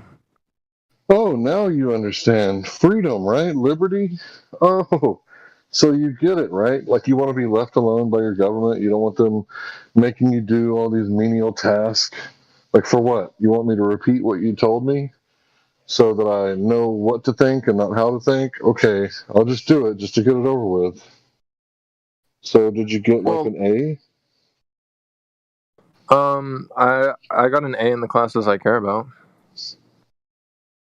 Cool. I also had to take chemistry and Spanish, so I didn't do as well in those classes. But ¿Dónde está mis pantalones? So what are the classes you care about? Like gender studies? What, Scientology? Software engineering and computer graphics. Oh, okay. So like video games. Home economics. Okay. What do you mean? Like that's like an actual job? What is home ec is a job? No, software engineering. Oh yeah, that's for somebody who's never going to get laid. But yeah, totally. Well, I'm gonna make a lot of money, so I'll probably get laid pretty easily. Oh, but gonna make some images of the globe. Gonna make some images of the globe for us. The globe? What? You want me to prove the globe? Did you say? No, make some images of the globe. Gonna make some images of the globe with your software. I mean, maybe I can make the software that takes pictures of black holes that you don't like. Take the software that takes pictures of black holes. I didn't know software took pictures. How's that work? Yeah, that's like the iPhone camera, like that's software. Like that's software. No, that's a camera taking camera stuff. I hope your professor. Right, but you're not. It's not like you're clicking a button that's hardware. You're clicking a button that's software, right? You're clicking. The camera still takes the picture. We get it. What if your professor's listening? He's like, I was gonna give Sasha an A, but now I heard him. Like, no, my professors actually really like me. My professors are cool. I bet they do. I mean, their boots had never been licked so clean. Yeah, you're dude. My classes that I take have nothing to do with the globe. It's just like regular classes. Well, why would they? They don't want you talking about the globe. God forbid, right? You might ask some questions. Yeah, you're way too old to be learning about the globe now. Because if you actually had any kind of critical thought, you wouldn't believe it at this point, bro. Maybe, I don't know. Maybe we'll see. But don't worry, in college you'll learn to crush the last of your soul. Yeah, I mean, college has kind of crushed my soul low key. Like, I'm not gonna lie. Good, ready to be a worker bee for the Hive? I mean, I just want to make money. I just want to make money and then put it all in crypto and get rich and retire. That's my goal. Oh, crypto's not doing so good these days. Well, yeah, okay, let's just a bear market. If you do well with money early and you can retire, like half a lifetime early, what are you going to do with your time? I would like to travel the world. That sounds pretty fun. That's really selfish. What else do you want to do? Oh, okay. I would like to plant trees to stop global warming. Don't lie to me. What are you going to do with your money? Wait a minute. Why would you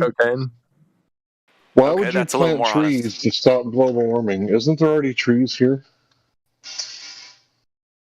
I mean, yeah, but you don't want carbon dioxide in the atmosphere. That's not good. Right, so maybe you should, I don't know, help legalize marijuana, because marijuana grows 10 times faster than trees, produces 10 times the amount of oxygen and paper. Is that true? It produces 10 times the oxygen? Every day. Yeah, there's no way that's true. That can't be true, dude. That's absolutely, dude, it's a weed. It grows like a weed. Like in 6 weeks, you go from a seed to fucking 12, 15-foot stalks, dude. Did you not know that? You can feed, clothe. Yeah, you can feed, clothe, and house anyone with hemp. Thanks. Yeah, hempcrete. I mean, you can't Right? make a It house out lasts. of hemp. Yes, you can. Yes, it's called hempcrete. Lime, water, hemp. You can make a car out of it too. Yep, Henry Ford made a car out of hemp. Guess what? I got some hemp shoes, and if it wasn't for my cousin's dog, like chewing on them and like biting them and trying to rip them, I wouldn't have like that tiny little itty bitty tear on my big toe. And those shoes would have lasted me for like 15 years. Yeah, I got some friends with some hemp clothes, and they're comfy and they're thick and they do their job. Well, as far as keeping you warm and keeping you dry, they'll wick up all the sweat. Especially if you put cotton underneath. You have to replace the cotton every couple of years, but the hemp will last like 15 years, like no lie. But anyway, yeah. It's the plant some only trees, plant bro. that does that, by the way. So don't plant Yeah. trees. Fuck trees compared to what marijuana does. Listen, you can't feed, clothe, and house somebody with maple wood. Wait a minute. Isn't this the guy that was like, the government lies? Dude, the government did a study and found out there was nothing wrong with marijuana under the Nixon administration. And then he said, I want a study that shows what harm it does. So they took Colombian grade marijuana and they hooked these monkeys up to gas masks that they couldn't take off. And they pumped it full of pure smoke with no oxygen for 5 minutes. And when they had brain damage from lack of oxygen, they blamed it on the marijuana. Dude, are you serious? The government wouldn't lie? Are you fucking kidding me? Well, according to Google, bamboo is better for the environment. Like, bamboo. But it's a lot harder to grow, a lot harder to cultivate, more expensive. Bamboo, isn't that like extremely invasive? And it, Not like, only that, you can't soil? eat bamboo. You can't do it. Well, speak for yourself, non-panda. Okay, you can't live off of bamboo. How's that sound? I mean, you could raise pandas and then eat them. Pandas enjoy it. They don't live off it. Get real. I think they probably could if they wanted to. I feel like pandas, like, they eat bamboo because they were chased to like that habitat, and then they just had to eat bamboo because it's like a really terrible. You're talking about evolution, partner. If you think about it. Let's go back to the global warming. So, Sasha, you want to get rid of the carbon, right? There's too much carbon? Carbon dioxide, like... Oh, isn't that the stuff that plants breathe? Or you hate plants? Are you an anti-vegan? Do you like go to the salad bar and just fuck shit up? Sir, it's bad for the ozone. So it creates a hole in the ozone, which is gonna, like, there's gonna be a lot of radiation for the sun, and then it's gonna get really bad. So maybe you should go back to what Harry Anslinger was talking about. We got to get rid of the marijuana, right? Maybe we should like introduce it back into the ecosystem all over the world, and then maybe the carbon would get pulled out of the atmo, and put into the stock, and then when the plant dies, it'll go back into the ground where it's supposed to be. Yeah, I'm fine with that, dude. Like, I don't oppose that at all. Okay, so what's the UN doing? Bullshitting. Like, I've been saying this on the internet for the past 7 years. Like, It's for the the criminalization of marijuana. I don't think they do that. yeah, but they're not trying to get it brought back into the ecosystem either. But they're scared of greenhouse That's not really gases. the UN's job. The UN's more focused on, like, human rights and shit like that. Don't we have the right to breathe clean air? No, more like the right to, like, not live in a war zone and that type of thing. Oh, that's right. They're supposed to make sure that we don't have another world war. So since World War II happened and they said there wasn't going to be another war after the League of Nations, looks like they suck at doing the only job that they're supposed to do, right? Wait, what? Can you repeat that? Oh, you don't know about the League of Nations and the promise that the one world war called the Great War would be the last of all wars? You didn't know about that? Oh, yeah, no, I know about that. I blanked out for a second. And the Federal Reserve said that, we're going to keep inflation down. That's why we need the Federal Reserve Act.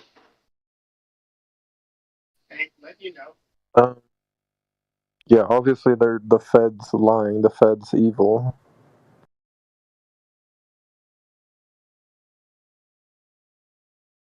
I mean, if you look at, there's a website called What the Fuck Happened in 1971. There's tons of graphs that show us since we went off the gold standard, literally, like, wages started to stagnate. I'm sure really things happened.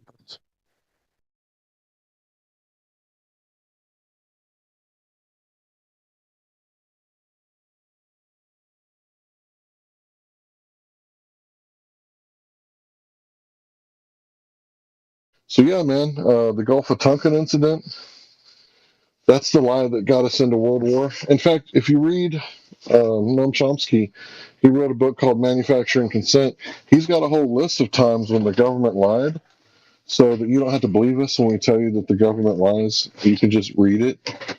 So if you would like take the time to read Noam Chomsky's book, he's a professor. So, why would he lie? Right? 50 cents for me. Like What did he lie about? Noam Chomsky didn't lie. Well, maybe not about this. He talks about how every time we go to war, they have to manufacture consent by pulling off some sort of operation like Pearl Harbor, right? And PNAC, Project for a New America, they just happened to get together in July of 2001, and they talked about they needed a Pearl Harbor-like event in order for the American people to go along with all the stuff that they wanted to do, like all the wars, right? So Project for a New America just happened to have some famous people that you may or may not have heard of, like Cheney, Rumsfeld, all these people, the people that blew it up, and then the people that rebuilt Iraq, because not only did we blow it to smithereens, we also rebuilt it for them again. So yeah, the book is Manufacturing Consent by Noam Chomsky. So since you've never heard of government lying, maybe you should, go to your local library and check that out. No, I've heard of manufacturing consent, but I don't get what you're implying. Like, do you think they manufactured consent with like the globe or something?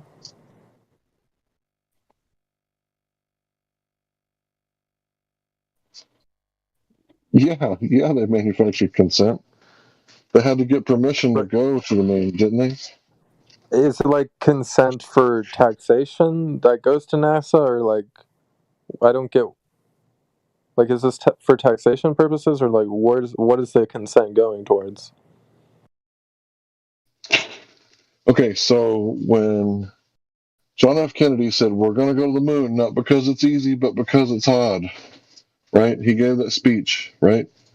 What that means is we're going to go to the moon, not because it's cheap, but because it's expensive, right? You get credit cash. Cash. Right, so then he said, we're going to go to the moon and do the other thing. What was the Are other you thing? at the store right now? Yeah, I'm at the store right now. Dude, every time I'm at work, I'm on here.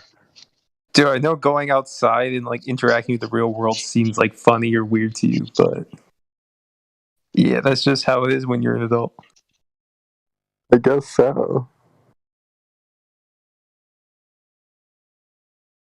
I work from home, so I really don't go outside very much. Really? Yeah. Oh, I couldn't tell. Oh, okay.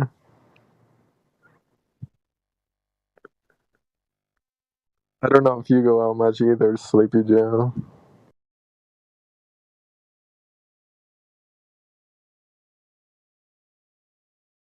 Not the only thing you don't know.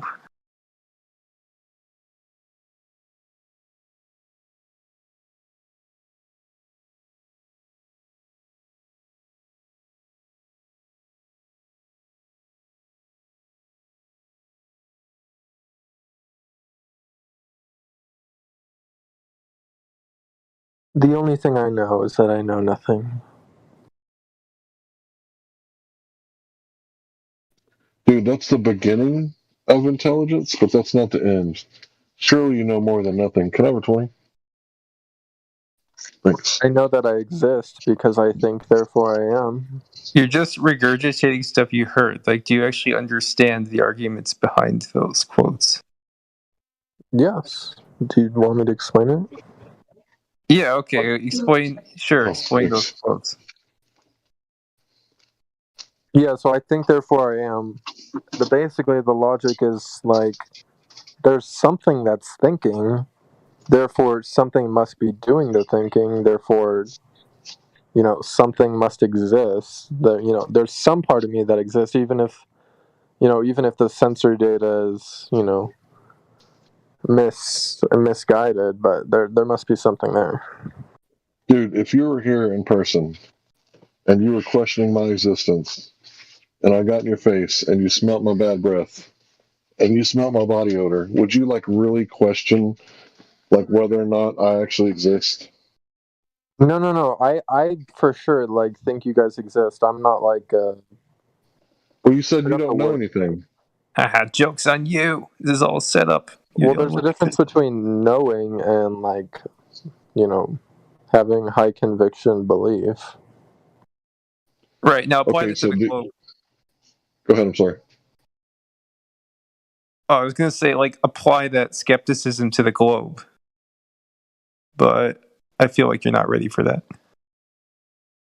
What if you were to apply it to the flat Earth? Yeah, we are. Dude, all of us used to be Globers. We didn't just decide to believe in flat Earth one day. We all were like that for the first X amount of years of our lives. For me, it was 32 years. Mm-hmm. Yeah, we all applied skepticism to the flat Earth, except you. You're the only one. Hold on. You're the only one here that's not capable of questioning your anchor bias, your sunk cost bias. You're the only one that hasn't done that yet. It has nothing to do with sunken costs. I'm just searching for truth, dude. Really, you haven't put any time in researching the globe Earth and all the theoretical astrophysics and stuff like that? You haven't wasted any time? I mean, as long as I would consider having fun not wasted time. Okay, so you have sunk fun time in the globe. It's still sunk cost. This time is the only real currency. You trade your time for paper, so you can buy paper to black your butt with. But the real currency that anything has value is your time. So, like I said, your sunk cost value bias. What about Bitcoin? I say Bitcoin's a pretty good currency. Really? Yeah, my what? So, what happens if the lights go out? What do you mean if the lights go? I don't understand your question. So, the electricity that the Western civilization has provided for you, all the men that go out there in the rain, sleet, or snow and repair all the power lines every time they break, that's not a guarantee. You know that, right? There has been times where people have lost electricity for weeks and months on end across the world. Are you aware of that? Yeah, but we live in a developed country. It's the only way that would, the only logical reason that would happen is if we get attacked by Russia or China or something like that. Oh, and we've been beating the war drums. How long have we been flying that war flag? Have you ever seen the peace flag? Did you know America has the peace flag? Did you know that? What are you talking? Are you talking about the U.S. peace flag? I didn't know that. Yeah. You didn't know about the peace flag because it's only flown for 3 years the whole time the United States has been a thing. Yeah, I mean, that's kind of sad. That's messed up. Oh yeah, flat earthers, do not put a U.S. flag outside of your house.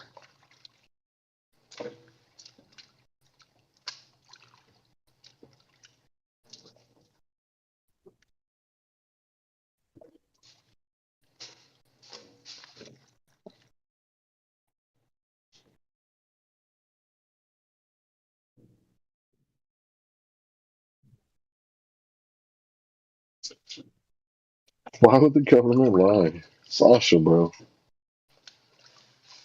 It's okay.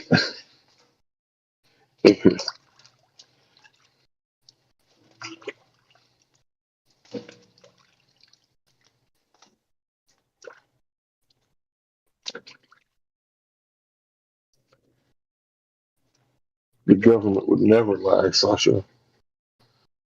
These flat earthers are just deceived by their own eyes. I mean, sometimes I think flat earthers, you know, maybe they might be kind of bored with their life, so they think, okay, what's a way I can make life more interesting? What if the Earth was actually flat? You know, or what's a Yeah, way what if it was actually like a can be sphere, God? and you could go to other planets and like have sex with like green alien chicks, and then you could have like phasers, and anytime Worf like brought out his battle axe, you could like shut him down with a Vulcan neck pinch. What if, huh? That would make life exciting. Or what if you could play golf on the moon? Imagine what kind of swing you could get on the moon. You said Vulcan neck pinch? Yeah, you know. Like that Kung Fu grip? Yeah. How else are you going to stop Worf? Worf has his battle axes, bro. How else are you going to stop him? Right. I am Weasel. I mean, I'm just a truth seeker, dude. There's nothing else I can help you with. Yeah, you just saying that doesn't actually make it true. We're all on our own individual journeys. Share some truth. You said you're a truth seeker. You're on a hamster wheel, sounds like. Well, Sasha, please share your what truth. type of truth do you want? Do you want like a philosophical truth? No, like reality. A theoretical truth, bro. I want a theoretical you want a reality truth. A reality truth is that evolution is true. Okay, don't have define any evolution. evidence. Define evolution. I didn't want to get into like a whole argument. I was just trying to like, you know. No, you know what? Define evolution. I don't want to argue about evolution. Yeah, right now. because That you doesn't can't sound define very it. fun. No, I've had this argument so many times. It's just kind of annoying at this point. Yeah, I'm sure you've lost every single time. I bet you can't even define it right now. Dude, I gotta tell you, when I play video games, like when I play Titanfall 2, like I enjoy playing it because I win a lot. So you're telling us a lot right now that you don't like arguing for evolution because you get crushed. No, it's just repetitive. I don't want to repeat myself over and over. So is Titanfall 2. It's the same Titans. Well, yeah, it's not very rewarding when you argue evolution. Every time I get to kill, you guys don't believe me. Don't talk over me, bro. Don't talk over me, bro. Every time I get a kill streak going, I call a Titan. He falls out of the sky. He's got a force field, and then I hop in, activate the Titan, and then I got like a whole lot more firepower and armor. So then I get like a second kill streak going. And I'm really good at that game, but it's really repetitive, just like you said, arguing for evolution. But I love it because I be murking people like crazy in that game because I got a good computer.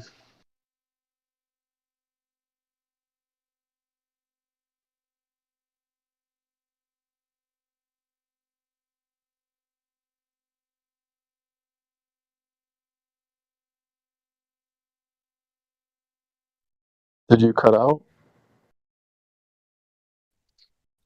I was just explaining how I love playing Titanfall 2, even though it's repetitive, because I have a high-end computer or a low latency monitor. I guess I should say it's not really high-end anymore. But yeah, it's really good at 1 second gray to gray response time. So that means that when I activate the low latency on my mouse and keyboard, I think it's already automatic on my mouse. Yeah. When I activate the low latency on the keyboard and it's all like running really fast, I really do a good job of the game because I'm shooting where they're actually at. And I have fiber optic internet, so it's high speed like all the way around. Like less than 12 seconds, less than 10 seconds on the ping. So yeah, when I play that game, I kick ass. That's cool. And I enjoy playing it. But yeah, if I play a game that I'm not very good at, like Pokemon or something, I'd fucking hate it because I suck at Pokemon. So I feel you. You don't want to debate. I get it. No, it's because I don't want my words to fall on deaf ears. Well, you're in the right server for that. Yeah, you're not hearing No. yourself, so it makes sense. Dude, I was totally wanting to know what the definition of evolution was. Because you like to talk about evolution. Hank, but I've told you're you not this gonna. so many times. Okay, well, go on mute. I'm going to talk about epigenetics. See, genetic expression is really cool, right? Because it's almost like video games, and I want you to like follow me on this just for a second. It's going to sound like I'm making this shit up at first, but think about what I'm saying. So, let's say you have two twins, right? One twin is a couch potato. He doesn't really go anywhere, do anything. He just kind of sits at home and plays video games, and he don't go outside very much. And the other twin, he likes to go outside. He likes to hack down like cherry trees, and he's got like a machete, and he's like working outside and running and working out with weights and stuff. Well, these two twins, even though they're biologically identical at birth, they're not going to remain identical because the one that is enduring more stresses, it's going to unlock certain parts of his genetic sequence that is not getting unlocked on the other twin. And the reason for this is that genetic expression is already built right in. So he's not gaining any new genetic sequence or anything like that. It's already there. He's just activating it, right? So, like the monks that live in the Himalayan mountains, they got like a different cardiovascular system, and evolutionists would love to claim that this is proof of their theory, but they're not gaining any new genetic code. The genetic code they have is already there. It's just being activated because of the stressors. So, because they have a stressful environment, low oxygen, the cardiovascular system reroutes itself in a different way than it does for every other man, woman, and child on Earth because of the altitude at where they live. So it really is kind of like video games in the sense that if you go out into the world and you face dragons being the X, right? The unknown, right? The stress, the weight, the just everyday struggle of being outside and trying to survive in the world, you literally unlock genetic potential that you had hidden in your genome this whole time. But it's crazy because the silly evolutionists, they want to claim that stuff just pops out of like thin air. It just like they adapt without any kind of code being written. It just, creates itself. So it's really weird because we got like these fish, coelacanth, and we thought they were extinct for like a really long time. And we found some recently, and they hadn't evolved, right? So when you tell this to an evolutionist, they'll say, well, the pressure under the water in the atmosphere, that hasn't changed in 65 million years. So because the deep sea hasn't changed in 65 million years, they didn't need to evolve. Oh, okay, so you've been down there for 65 million years, and you've been watching the deep sea, making sure that the environment doesn't change. And that's how we know evolution exists. Oh, you weren't really down there watching. Oh, you just made that shit up. Oh, okay. I see how that works. Yeah, but I don't have to make up shit, right? Because I believe in science. Epigenetics is actually verifiable, so I don't have to make anything else about it. It's actually real. Hey, Sasha. Yeah. Hey, can I ask you a question then? Because I'm trying to get on the same page as you, dog. I'm tired of being a flat earther. I'm not joking. It's really stressful. So let me ask you a question. So with evolution would dictate that whatever it is that evolution is, it made all of us like a boy or a girl, right?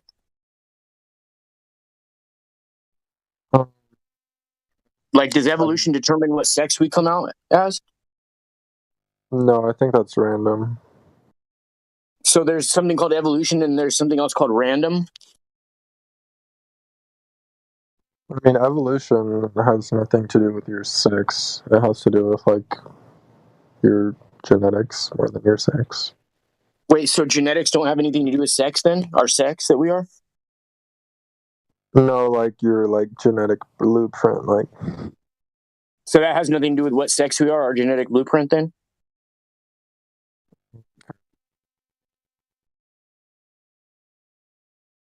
Your sex is random, but, your genetic information is not. You're still going to pass on your genes to your offspring regardless of if they're male or female. I know, I understand that. What I'm saying is though that like, if we came from evolution, then it not only creates the body of whatever being or animal or person, but it would create whether that person, what type of genitalia that person has. Correct? Because that has to do with the body. That's not how evolution works, dude. You don't evolve into a male or evolve into a female. That's random. Oh, what other choice is there? But the future is What? feminine. What are you talking about? That doesn't. What? I mean, you could make the argument that we evolved from asexual beings to sexual beings, if you want to make that argument. Okay. I'm not trying to make any argument. I'm just asking you so I could try to understand better, because I haven't had a good explanation of it, but I'm always open. You know what I mean? So what I'm asking you is that, I have a question, Yeah. Flutterday, because I just came in and heard Sasha say that you were wrong, that it doesn't change. We're pretending that evolution is real, the way that they claim that it's real. Then yeah, there wouldn't. I mean, are you saying that it happened to both male and female at the same exact time? They both changed into something else, and then they mated, and then kept changing. It would have to happen to one or the other, right? So sex would be something that would happen. That was my Next whole. to this random what? Yeah, you're just trolling. If you're not gonna have a serious conversation, like, just stop. Sasha, like, honestly, do you have anything else to say besides just what? What do you mean? Like the chances of your offspring being male or female are 50-50. It's completely random. I don't know how that's a troll. Okay, so you say it's completely random whether we're male or female. You're saying that randomness has nothing to do with evolution? No, there's some randomness that has to do, like mutation, for example, is random. Okay, and so that's like a core component of evolution. Yeah, it's a core component of cancer too. Wouldn't evolution, like what you're saying, as far as the definition of evolution or what evolution does, wouldn't it necessitate that 50% of the time, whatever evolution creates, it's a man, and the other 50% is a woman, correct? It's a 50-50 shot. Well, it doesn't have to be that way. That's just how it is. But like, it could be, it could be like, I don't know, it could be like 90% female and 10% males, and then like something like that. So what I'm trying to say is there's only two things that it creates, right? Man or a woman. No matter what species you are, whether you're a fish or a monkey or a primate or a human, it's only man or woman, correct? With evolution. I mean, I feel like you're trying to make like some like transgender argument or something. So I don't really know where you're trying to go with this. Well, instead of trying to figure out what argument I'm trying to make, maybe you should just answer the question so I could better understand what you mean by evolution. Okay, yes. So far in evolution, there's either sexual organisms like bacteria or asexual like bacteria, or sexual like humans, and sexual, so far we only have males and females, yes. Okay, so would it be fair to say that if somebody's born a certain gender and they're that's not their gender, then evolution could be wrong? Yeah, see, I knew you were just going to be transphobic, so... Wait, whoa, I didn't say that, you did, bro. like what? Like, you're just saying people's genders just stop. are wrong? Okay, Like... you know what? Just stop. You know what? Trying to turn this into like a gender thing, people being transphobic, and then pulling that whole entire game. He's literally saying evolution is wrong if they change their gender. It is wrong. Like... It is wrong. Because it doesn't make sense. That's not transphobic. Like, you're literally religious. Like, you don't want to believe in religious. That's actually science. That has nothing to do with religion. It has to do with science. So maybe you should base things in biology and what actual science actually is, not this philosophical. Yeah, actually, I don't know if you've seen the science recently, but gender's a social construct, so... Yeah, exactly. Thank you. It's a social construct. It is not rooted in biology.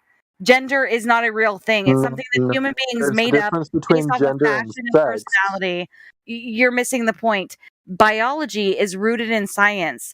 Social science has said, oh, now we have all these genders. There's thousands of them. There could be millions, infinite numbers for every single individual there is. Guess why? Because it has to do with fashion, personality, hobbies, whatever their personality is, that's what gender they are.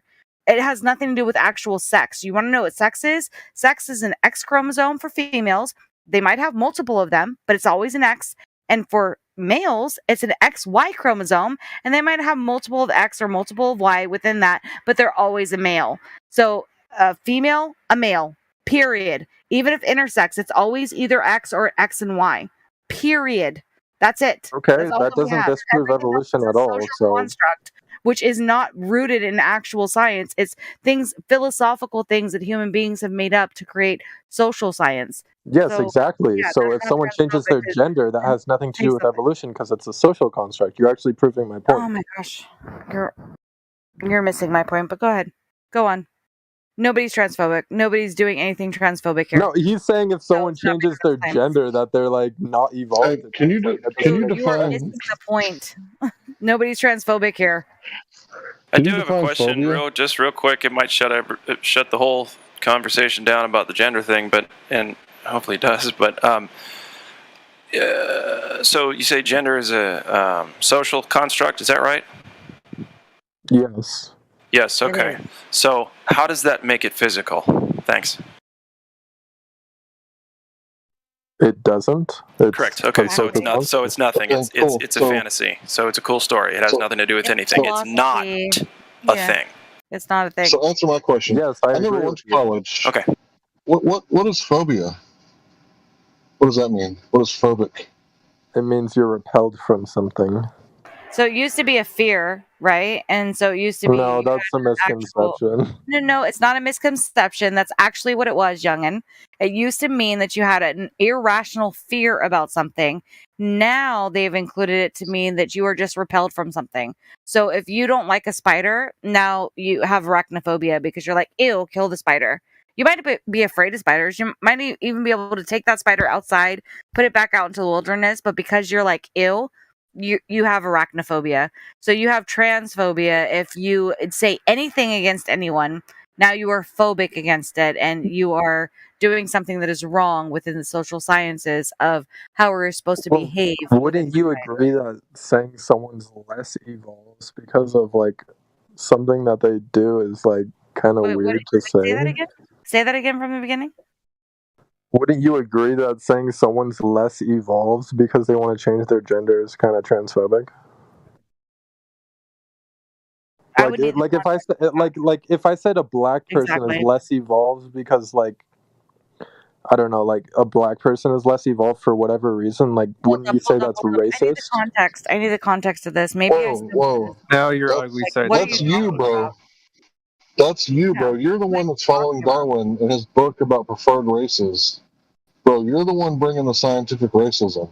Most of us No, I in here, was we believe giving in an a creator. example. I wasn't Hold on, making bro. that I'm argument. I was talking. giving an I'm talking. example. I'm talking. Thank you. Yeah, so we're not the ones that believe in the so-called scientific racism. Most of us believe in a creator, and we believe there's one race. It's you guys that are racist more often than not, because the left is the one that's always talking about race and white privilege and how they have to take care of brown people because they can't take care of themselves. It's usually the left that's racist. Usually the old school that got like a good base and foundation and understanding in life and how it works. We know that everybody needs help. There is no superior race. I mean, when do white people win the Olympics in a foot race? Not very often. We're not superior. There is no preferred races. That's shit that Darwin made up. That scientific Dude, racism, you know evolution it's doesn't all claim about preferred evolution. races. Dude, read the title of Darwin's book to me real fast. Okay, yeah, that's outdated. That's outdated, okay? Really? Racism is outdated? Yes, like what are you trying to say? Dude, racism is prevalent because of people that believe in evolution. Right, Out of it's Africa theory? prevalent. Yeah, It's we're saying the prevalent, but- ideology, the religion you follow is the one promoting racism. Oh my god. Yeah. Oh my god. Should you say "Oh my gravity" or something? Don't you hate God? No, I actually So believe now in Big God, Bang. but you guys wouldn't get it. I just wanted to point out that Sasha was inferring that some people in here said some things that I don't think people in here said. So I just want to point that out. Sasha, like, what? Nobody's talking a bunch of racist nonsense in here, so stop inferring that anyone is. No, I don't think he meant it. Like, I don't think he meant it in a transphobic way, but it did kind of come across a little transphobic. Didn't come across Okay, that well, way at all. great. Move on to something objective. I think you're just projecting your own, inner ugliness onto other people, That's exactly what's happening. and maybe your outer. What are you talking about? I'm a very nice. Oh, did I hit a sore spot? Speaking of inner ugliness, let's see what he has this time around. So let's see. We started off with this. We left off at the second point. So Sasha, do you know of any time that anyone's ever measured axial rotation of the Earth and proven that the Earth is rotating on an axis? No, sir. So you believe it though, but you have no idea how anyone ever proved that the Earth is spinning? Like, I'm not a physicist or an astronomer, dude. Well, you wouldn't necessarily have to be one. You just have to prove it. Come on, somebody did it some point in time, somewhere, right? Confidence that someone did it, but I just don't know how they did it off the top of my head. So why would you believe that somebody did it?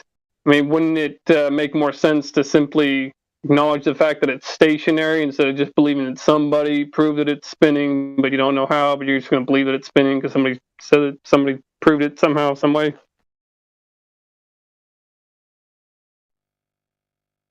Wouldn't it make more sense to just acknowledge it as being stationary? I think so. So are you acknowledging that the Earth is stationary now? No, I said no. I said no. Okay, so you still believe the Earth is spinning, but come on, man, you gotta throw me a bone here or something. Like I don't think it's. Did anyone ever prove it to be spinning the Earth? Like, this is like a basic observation that the sun is setting, so I think that's caused by the Earth spin. Yeah. Okay, so you think that because the sun is moving, the Earth must be moving because the sun is moving. Is that what you're saying? Yeah. So you observe the sun move across the sky as the day goes by, and because you observe the sun move across the sky as the day goes by, the Earth must be spinning because you see a light move across the sky. No, I never said that's like I never said that's the proof. I just said that's the reason why I think the Earth is spinning. Like, that's not a proof. It's just like my reasoning. Okay, but what's the proof? I don't know the proof off the top of my head. I'm sure it's something related to that. Come on, man. This is some pretty weak ass stuff. I mean, you can't ask me like hyper specific questions then just expect me to know it off the top of my head. Like, what? Well, yeah, but the whole purpose of the server is to prove things. I mean, you have Google. You could Google it. Yeah, I have, but I've only come up with a bunch of, philosophy, not like measurements of axial rotation or. Is that how you got to Instead of questioning me, how about you tell me the proof of how the Earth is stationary? Is there any proof for that? Is there any proof that it's spinning? Yeah, it feels stationary. I don't feel it spinning, and I have no evidence that it's spinning. It's always in the same position. Always is. And physicists have tried. Sorry. Physicists have tried to measure the Earth's movement, and to great failure. Very prominently, there are several experiments that failed to detect any motion of the Earth, which spawned basically this whole relativity, this whole concept of relativity, kind of spawned from the failure to detect any motion of the Earth. Yeah, so Sasha, you just asked me to prove something that's self-evident. It's self-evident that the Earth is stationary, I grew up being told something different, that it's my not friend. stationary. So That's I'm an just, illusion. Your sensor, We your also have sensors Aries deceive you. failure. We have a bunch of things that scientists have actually done in the past to prove that it is, not us moving. It is actually the stars above us that are rotating. So we can get into that. But yeah, no. There is no evidence whatsoever to ever prove that the Earth is actually rotating. And Oh, actually, no. I have a good proof that for would be the Earth great. rotation. Go ahead. I have a good Go ahead proof. then. What is it? The celestial poles. Oh, so there's two said that now? like an hour Wait a ago. minute, just God. just an hour ago he said it doesn't prove anything. Wow. Have you forgotten already? What? That must be your genetic expression. You get to forget things like real easy. Like we went over an hour ago. What I said That the doesn't prove pulse anything. doesn't prove anything. I said if your model predicts the future, that doesn't prove anything. That's not what you said. That's what you were talking about, and I agreed to it, yes. No, what I said was that there's long corridors to the north and to the south. There's more land, more map, more water, right? And the evidence for that is the hall-like effect. If you're looking north and looking south, the hallway's rotating, right? Like turning circles. It's going to look like a pole, a celestial pole, because your eyes can only see so far. So that proves that it's the sky that's rotating and not the earth. And it proves there's more land, because that's what you would predict if there was more land. You'd predict corridors of starlight. So that proves that it's flat, right? I mean, I did say so. Right? You guys get to use that one. Don't you guys use that one all the time? Like, I said so. So saith the king. Ooh.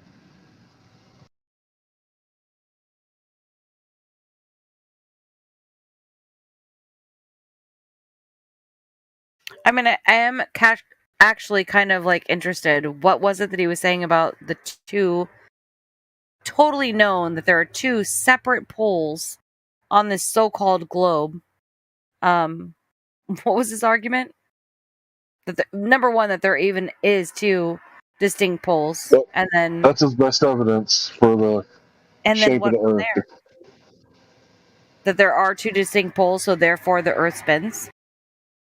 Well, why would there be two distinct poles on a flat Earth? It's because There aren't. Number one, there isn't. Number two, if there were, well, it's that an could still observed be phenomena, so there has to easily be. explained. Even if there were two distinct poles, it could still be easily. Have you never laid down a magnet and had one side and one side, north and south, on a flat table with a flat magnet, horizontal, level, straight? He wasn't even talking about those kinds of poles. He was talking about lights in the sky. Yeah, celestial poles. Oh, celestial poles. So you see, lights in the sky are doing things, thus the Earth must be spinning. Yeah. Interesting. That is what you call fallacious logic. Uh-huh. Do you understand that, Sasha? It's not fallacious because I think it's a lot more fallacious to assume that there's two random poles in the sky that just somehow randomly emerge. It's not fallacious because exactly. I It's think because or the I Earth is feel spinning. is fallacious. Shush.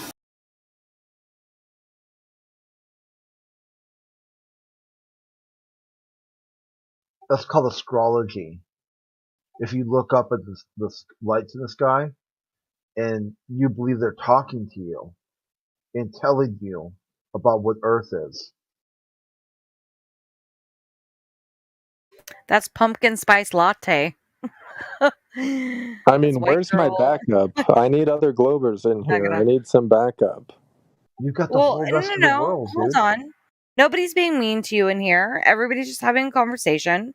If you were able to hold your own, I can go into a room of Globers and hold my own. You should be able to hold your own. Like, if you're going to be strong with this, all you're doing is I am sharpening your holding sword my in own. here. It's just kind of So, annoying having you know, to repeat myself. It shouldn't be Yeah, annoying. you really aren't, and you know that. If you really are standing on actually something that is truthful and factual, you should not need backup. You should be able to stand here like a Spartan and be like, nah, this is what it is. You guys are all totally lame. You don't understand it. Blah, blah, blah, blah, blah. And be able to spit out all the facts. You shouldn't have to call for backup or feel uncomfortable. You should just stand in your truth and be like, this is exactly what it is. Because it is the reality truth, not my truth, this fantasy that people have. Oh, this is my truth, my truth, my truth. All these different truths. No, no, no. This is the factual reality truth. You shouldn't need backup. You shouldn't be annoyed. You should just be like, you guys are all crazy and it's ridiculous that you think that. And you should be able to back up your claims. But I'm not hearing that.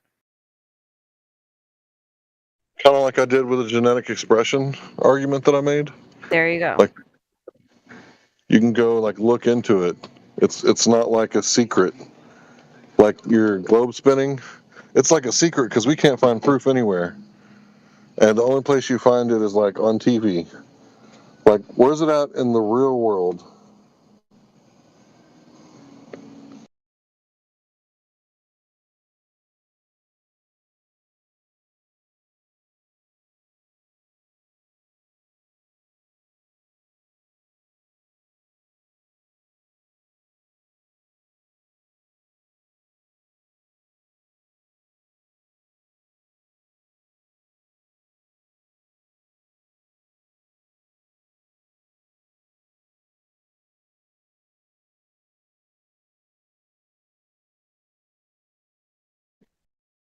You got any of that curvature, bro? Yeah, the ISS footage. Okay, so if you see footage of something, then that's enough for you to believe it? I mean,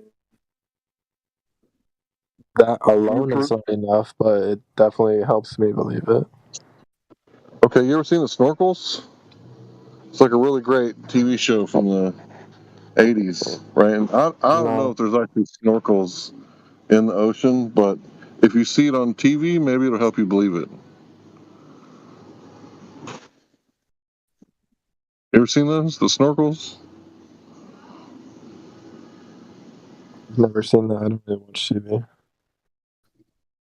Well, you should watch it because it's on TV, and I want you to believe things that are true. So watch TV. You can always tell the truth is on TV because it has to be, right?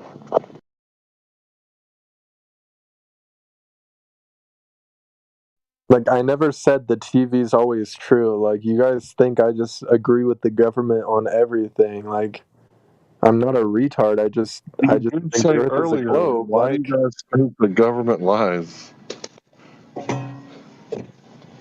Let's go ask a random stranger on the street. Hey, sir, excuse me, can I have a moment of your time? I just want to let you talk to the audience. Has the government ever lied? Okay, yeah, okay. Thanks, guy. Have a good one. Yeah, so there's a little bit of evidence for you. The government lies, bro. You didn't know that? I just said I know the government lies. What do you... I think that's cool. Next time you talk to a stranger, you should tell them the Earth is flat. See how they react to that.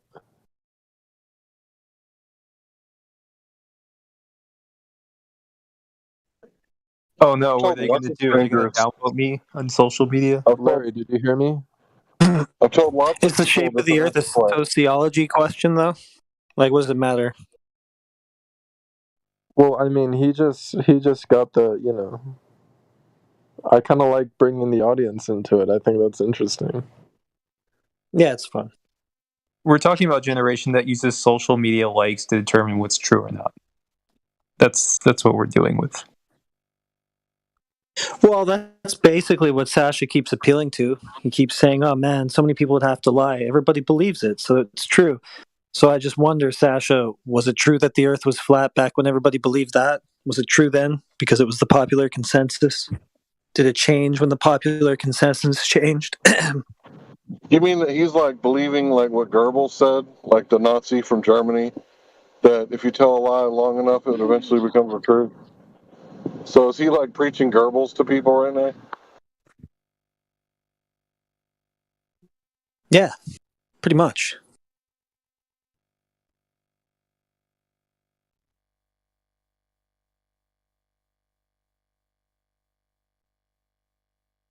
Wait, did he really just post that?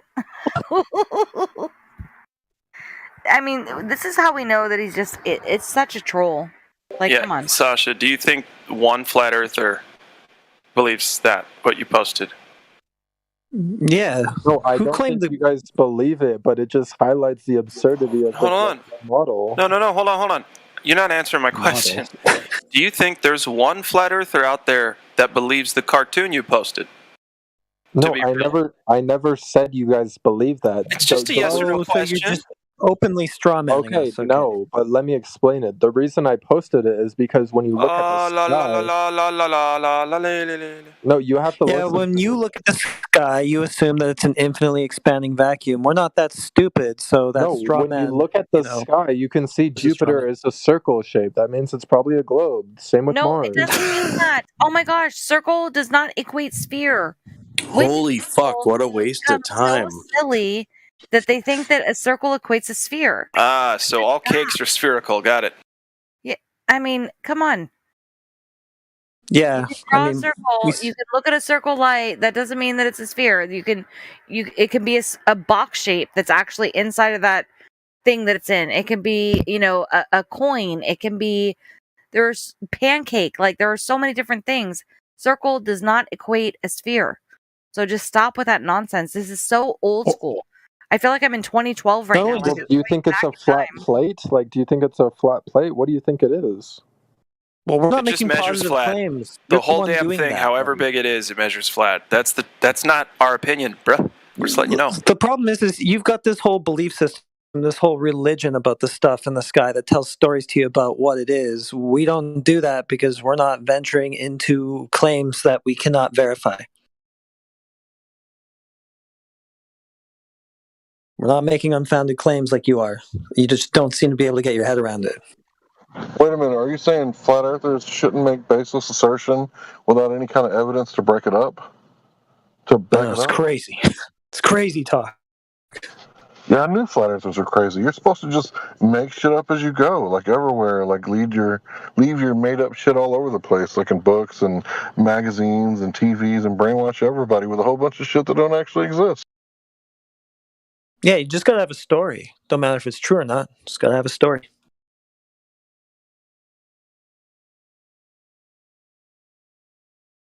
Earlier I saw a deer, so I figured I must be a deer. Wee-oo. I didn't know deers could use the computer. Also, I didn't know deers was a word. Okay.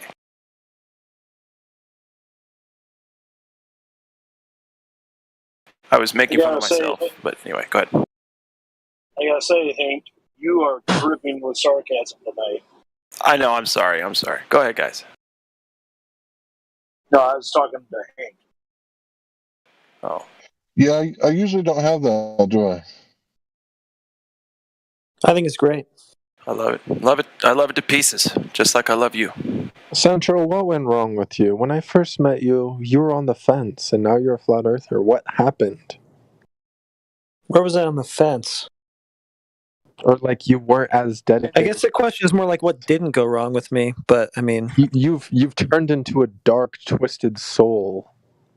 Yeah, why didn't you follow the path of Sasha? So therefore, Earth Globe, you're mad and upset. So Earth Globe, is that what you're coming back with? It's now? actually an overused argument. Yeah, he's mad at me. I'm a bad person because I'm not with him in his religion now. Yeah, you're not. I don't think I ever was, but I guess he was just, I don't know, hallucinating then too. You're not validating his cult, dude. So he's gonna get angry. You actually accept reality as you see it. Mm-hmm. Yes. I don't see the problem. You're simply not using your imagination. Yeah. I mean, I'm that. No, the problem is imagination, you're using your imagination too much. By doing measurements of the ground and comparing it to... You're imagining a flat Earth. So if we don't find it on Google, that's like just... It means it's in our imagination. Are you saying that Black Swan picture of a 10-mile horizon, that's just something we're imagining? It's just imaginary? Like, what are you saying? He's trying to imagine that away. That's what he's doing. I'm I saying think I the know what he's Earth doing. isn't He's just flat. You guys are projecting just his imagining. imagination onto us. Like you guys are imagining that there's a dome keeping you like from outer space. Like Why do you always do that, Outer dude? space. Nobody claims a dome. He's imagining outer space, though. The projection. What you guys so always say that there has to be a container, right? Right. The word is container, not dome. What the fuck? Okay, you're imagining the container. No, we're not. No, you are imagining the outer space vacuum you think is adjacent to the air that you're breathing. Can you imagine gas pressure without a container? I sure can't. Yeah, you're imagining somehow like gravity, which is supposed to be the weakest force, according to you, is acting as a container, a physical container for all this air next to a vacuum. Like, you're out of your mind, dude. You don't even realize. Yeah, you're so far removed from reality that reality looks like imagination to you. It's a real problem.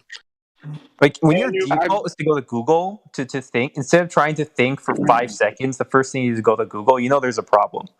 At least we know there's a problem. I don't think you do. And you also believe that planes can fly backwards. I've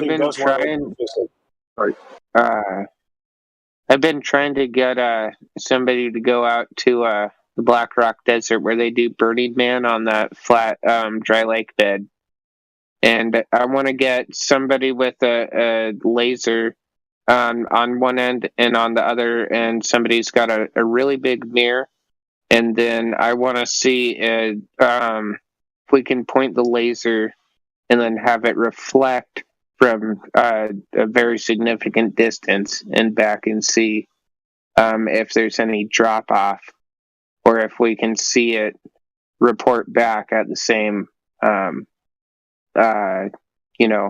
the same level. If anybody's actually in the area and would want to do it, I think this might be the place. I'll find somebody to do it with me. This could be the first time anybody's ever found drop-off. I think there's other things that could be done out there. When in the winter time, there's a little bit of water on there, and it creates a reflection. We could do some experiments with that too, but it would require actually going out there. So if anybody's willing to do that, I'm close enough to actually go out there and do this stuff if anybody's interested. But it's a 2-man operation. I can't do it by myself unless I want to go set up. Maybe I could do it myself, some of this stuff myself, if I set up the mirror and then point the laser. Yeah, maybe I don't actually need somebody on the other end. You should get Sasha 2.0 to go with you. I was just going to say He needs to see this for himself. Yeah. Well, do you guys think it's a valid experiment if I get a high enough powered laser and a really big mirror, so I can, I don't have too hard of a time aiming it? Like, do you see a like how you could get some useful data out of this, or do you think it's like pointless, or do you think there's something to it and it's a good location to do experiments like this? What's well, first of all, they're not experiments; they're observations. What's the it's semantics, if you ask me. I just want to see whether there's a observable drop off if we point a laser at a mirror from a really far distance, like where someplace that's relatively flat, like the dry lake bed, or we could do it somewhere else, like Utah, like on the salt flats. Wait a sec. Did you just say a dried up lake bed? Yes. How the fuck are you going to determine whether or not that's level? Well, we'd have to go out there and check, so that's what I'm saying. I don't know. Why not just go with a full lake? Then you know it's level. There's whatever. He's gonna fill it back in, Glatt. He's gonna fill the dry lake with water, and then he'll check its level. Okay. No, guys, you missed part of the story. You missed a critical part. He wasn't just talking about any dried up lake bed. He was talking, and I've thought about doing exactly what he's talking about right now. I've thought about doing this, so I'd be kind of right there with him. But the idea is that it's where Burning Man takes place, this dried up lake bed. So if you could, get it low enough to the ground or whatever, and, show that, you're hitting a target that you shouldn't be hitting, the point is you'd have a crowd of people there to watch it. That's about 500,000 people. Ooh, I like that. Except for they're super restrictive, like you're either in the gate or you're out, and if you get anywhere close to the fence, they'll send guards after you. They don't want people sneaking in. But afterwards, maybe it would have to be like right after the event when everybody's leaving. Or get there first. Or first if you want, but I think the crowd leaving is bigger than the entry crowd. But either way, it'd be a turnout. Good time to do it. That's smart. I like that idea. So the way I was thinking about doing it at this place would be to have a few different, maybe 5, 10 more, I don't know, 3 at least, places where you'd have just a stand set up, like a wooden stand with an elevated pole and a ring, like a big bright colored ring that's a marker to demarcate distance and have a level on it to show that it's perpendicular to the ground, the pole. And then to have like a handful of these set out, maybe, so I'm not sure, I can't remember exactly how many miles across it is, but I know it's more than 2 miles across, I think. But yeah, or somewhere around there or more. I could be wrong. I need to go look back on a map because it's been a long time since I've looked at a map of that place.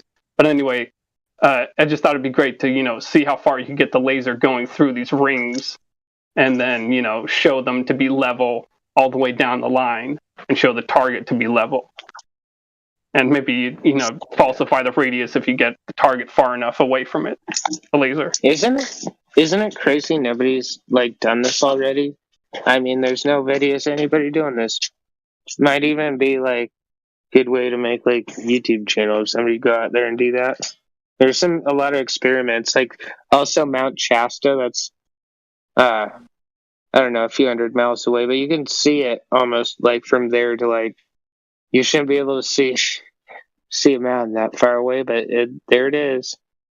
Well, the thing is that most people are globers and their ideology relies on not measuring the Earth, so you may have noticed that they avoid that like the plague. I didn't. You didn't? No, Okay, so you have a direct measurement of the Earth's surface showing drop over distance. Well, I've never seen that, ever. It doesn't exist. Well, I took my theodolite up to the top of Mount Scott in Oregon, which is at 8,934 feet or something, and I measured the vertical angle to Mount Shasta, which is 105 miles away. Mm-hmm. That's great. And you know what that's not? That's not a measurement of curvature. Yeah, straight line measurements. Well, but I mean, I can't tell you whether it was the Earth curving or the light curving, but there was missing angular height, right? Well, something's missing, but I think it might just be in your head. Well, no, I mean, I used a precision surveying instrument. I measured the angle, and actually, even though Mount Shasta is 14,179 feet tall, it was actually below eye level, even though it was like a mile above me. And it was... We appreciate the effort, buddy. You're really things get small. Things get smaller with distance, right? Right, but it was still... But you'd always have to look up for something that's above you, right? Even if it's far away, it won't ever appear. No. Okay, so what path... Well, if it's further than the vanishing point, why would you have to look up to see it? So what path would the light follow to start out at 14,000 feet and then swoop down below me and then reach me from below me at 9,000 feet?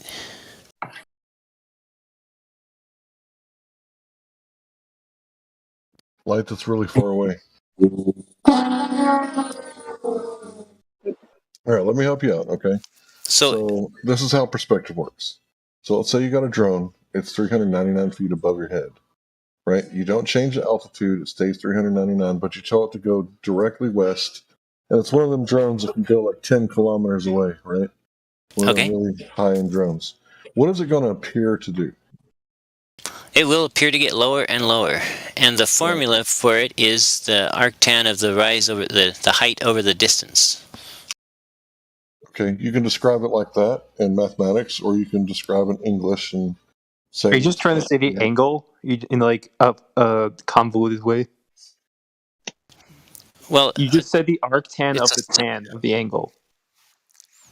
The arctan of the arctan of the height divided by the distance is the angle in degrees or whatever you choose. So even if the drone is 400 feet above you and 100 miles away, it's going to be a very, very shallow slope, but it's still a positive slope, because if you were to stretch a line from you to the drone, it would rise 400 feet, right?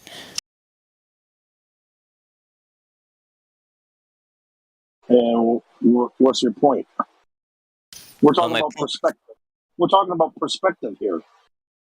Things get smaller as with distance due to perspective. Right. So what would be the angle above or below eye level of the drone that was 400 feet above me and 100 miles away? What does it matter? Well, it matters. I don't. Go ahead. Sorry. Well, it matters because it's something. An angle of light arriving is something I can measure, and it's very simple geometry or trigonometry that I can then use. And I know the slope, and if I know the height, then I can know the distance, or if I know the distance, then I can know the height. Jesse, if you got a measurement that you thought was going to be, excuse me, acceptable for yourself, right? You found out which one to do, or ones to do. Would you actually go out and do them? I'm not sure I understand the question.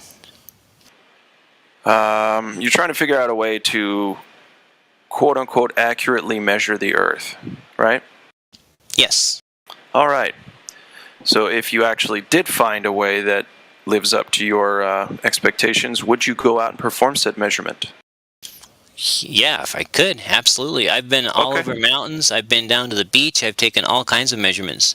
I would be delighted to. I mean, obviously, I'm not rich, so if it costs a lot of money, I can't do it. If it means traveling long distances, I can't do that. No, you know what? The best part is that it doesn't take a lot of work at all, or money.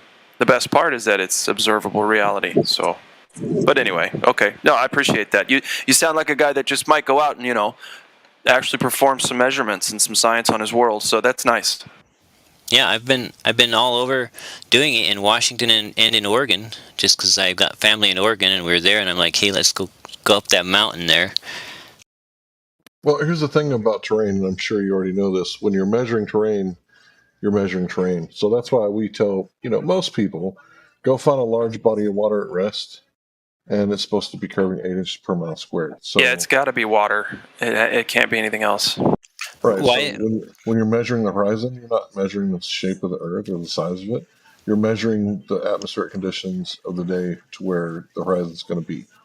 So just like you can't measure the horizon to tell the distance of the Earth, it's very difficult to measure the curvature of the Earth when it's all topography, because it could be curving at 8 inches per mile squared. That could be the topography of the area. You know what I'm saying? Or it could be flat like Kansas. That's why we say do it over the water, because the water can't lie. It's going to tell you the truth. If there is a sphere with a radius of 3,900 feet 9 miles, then it's going to exhibit those characteristics because the water flows, right? So are you saying that my measurement to the angle of the top of Mount Shasta from the top of Mount Scott would be meaningful, except we don't really know what the actual heights of those two mountains are? I guess... No, I'm just saying that for most people, it's not going to prove anything. Yeah, it's just an observation. It's not You're measuring over mountains and terrain. So water, like if there's a disturbance, right? it's going to wave and then it's going to settle, right? With land, if there's a disturbance, it's going to wave and not settle. So you're measuring that wave that happened, 10,000 years ago, an earthquake or something. You get it? Oh, I'm not using the horizon. I used a theodolite to just measure the absolute angle from the one mountaintop to the other mountaintop, and I measured it was a downward slope towards a mountaintop, which was 5,000. It's what? It's not how you measure curvature. Well, why not? Well, it kind of goes right back to what I started out this conversation by saying, which is that Globers will do anything to avoid directly measuring the surface of Earth. And here we go again. Just directly measure drop over distance. That's it. Right, and the best way to measure a distance that you can rely on is water, because water is always level at rest when it's sought its equilibrium, i.e. at its most natural state. That's why it's really easy to do. Yeah, did you guys notice? I have a question for him that might help him realize how it's not measurement of curvature. So, you know how they tell us this radius value we were taught in school? About the globe Earth, the radius value and all that? I was never taught it, but I have to Google it every time I need to know it, yeah. Right. Well, so my question is, how would you take whatever angle or whatever it is you got from whatever it is you did, how would you take that and derive a radius from it, or a circumference? So I can't rattle the math off the top of my head, but I have done it and I could figure it out, and it is solvable. I mean, that doesn't mean it's the Earth that's curved. Maybe it's the light that's curving, but given a distance and a drop, you can calculate a curve of the one or the other. I'm sorry, Jesse. Can we go back? You said you're a surveyor at some point, right? No. I am not licensed nor trained as a surveyor, neither. But I just have some of the equipment. And I understand how it works and how to use it. Okay, so you're doing all these experiments and you're telling me you didn't know what the supposed radius of the Earth is. I mean, I know it's like around 4,000 miles roughly. Around 4,000. Is that good enough for your calculations? No, I look it up. In arctans and tans. No, I look it up when I'm going to do a calculation. Okay, so you just haven't looked it up enough, namely more than 0 times, to be able to know what the radius is supposed to be. No, I just don't remember names or dates. That's why I'm still single. Okay, I didn't go there. But no, I mean, I deal with a lot of numbers, and I don't memorize most of them. I know where to find them when I need them, and I look them up. But it's a pretty fundamental number, if you're going to test. Certainly not girls' phone numbers. But I guess he was joking about himself. Sorry. I guess we've sidetracked a little. If a mountain is, if a mountain 105 miles away is it's cool. Is at a much lower angle than it should be, what that could indicate curvature, right? Assuming that someone has measured the height of the mountain relative to sea level, and we know what it is, right? I am assuming that. You can't assume anything, right? So if I said that I had size 13 shoes, right, and you wanted to prove it, would you measure my head? Right, no, and I understand that. If you're saying that we don't know the heights of those mountains, then okay, I get that. But we probably do. But is that what you're saying? Is that my measurement is invalid because we don't know the actual heights of those mountains? I'm saying that if the Earth is covered in water by 70%, the water has to be curving, right? Right. And if you take the number we're given for the radius, it has to be curving at that rate. Right? Right. Okay, so we should be able to easily detect 66.6 feet of curvature over 10 miles in a bay. Right? Because water always does what? It seeks its own level, right? Right. So if water always does that, which it's not just once on Sundays, not just only on, it's every day, all day long. Water at rest will lay down for you. So if it's curving, it'll lay down curved. If it's not curving, then it'll lay down flat. And you don't have to believe anybody. You just go and look at the Earth itself, and it tells you. Right. So let's say I have a body of water, and I'm trying to shoot a distance of 100 miles, but I kind of suddenly realize that me standing on one shore at 100 miles can't see my buddy on the other shore 100 miles away, and it's like, okay, I got to get up higher. So I build a tall ladder, and for each of us, and we each both go up our tall ladder until finally we can see each other. That way, we can measure the drop of the water based on the height of the ladders, right? Dude, you're not going to see your buddy at 100 miles away. It's very unlikely you'll see through that much gas. You won't see anything at 100 miles. It'd be too small. Yeah. Like, why do you have to go so far past the globe geometry to try to falsify it? Okay, how about 8 miles? Have you ever seen the Black Swan photo? Oh yeah, we were over that yesterday. Well, 8 miles in the Black Swan photo. Well, there's a boat in the Black Swan photo somewhere, probably around 8 miles between the two rigs. We can see that, so there you go. Anyway, sorry, go ahead, Matt. Right, so, but my question is, if I can measure for drop based on the level of the surface of the water, why can't I do that from a tall ladder on both sides of the water? If my ladders are both... Do you play guitar? If the ladders are both, say, 50 feet tall, one on each side of the lake, and... I'm trying to explain to you why it doesn't work. Are you familiar with guitars? I mean, like, I know what they are. I know a couple chords, but I don't really play. There has to be a certain amount of curvature in the neck of the guitar. So if you were to go with me and say, hey, Larry, help me get a guitar, a nice one, that's going to stay in tune, right? So I know what to look for. The neck has to be curved. Now, am I going to, like, look at it on the table to see if it's curved? No. I'm going to hold it up to my eye like a rifle. And I'm going to look from the bottom to the top of the guitar, down the neck. That Z-axis is the sweet spot for detecting the curvature. You see what I'm saying? Uh-huh. So if I just look at it X and Y, I can't see it. I can't tell if it's there. Because it's just the slightest amount of concaveness to where you don't have too much action and you don't have a buzzing going on. Right, yeah, I understand that. Okay, cool. So that's how you look at the water. You get in the water or put your feet in the water. That should be between 5 or 6 feet. And you just use the Earth Curve calculator and see what you can see. And the weird thing about it is that you don't need anybody's help. Like, you just do it by yourself, or have a friend with a spotlight or a laser. It's really easy to do. Yeah. And the thing is that if you look at other people, ask a globe earther, how do you tell if the Earth is a sphere? They'll tell you to look at the sun, the moon, the stars, shadows. I'll be the first one to tell you that 99.99% of Globers rely entirely on popular opinion and authority. Right. So I'm telling you how to remove all that, right? Like Jesus. Like, you don't need a priest. Like, talk directly to the man, right? You don't need, a college. Ask the Earth yourself.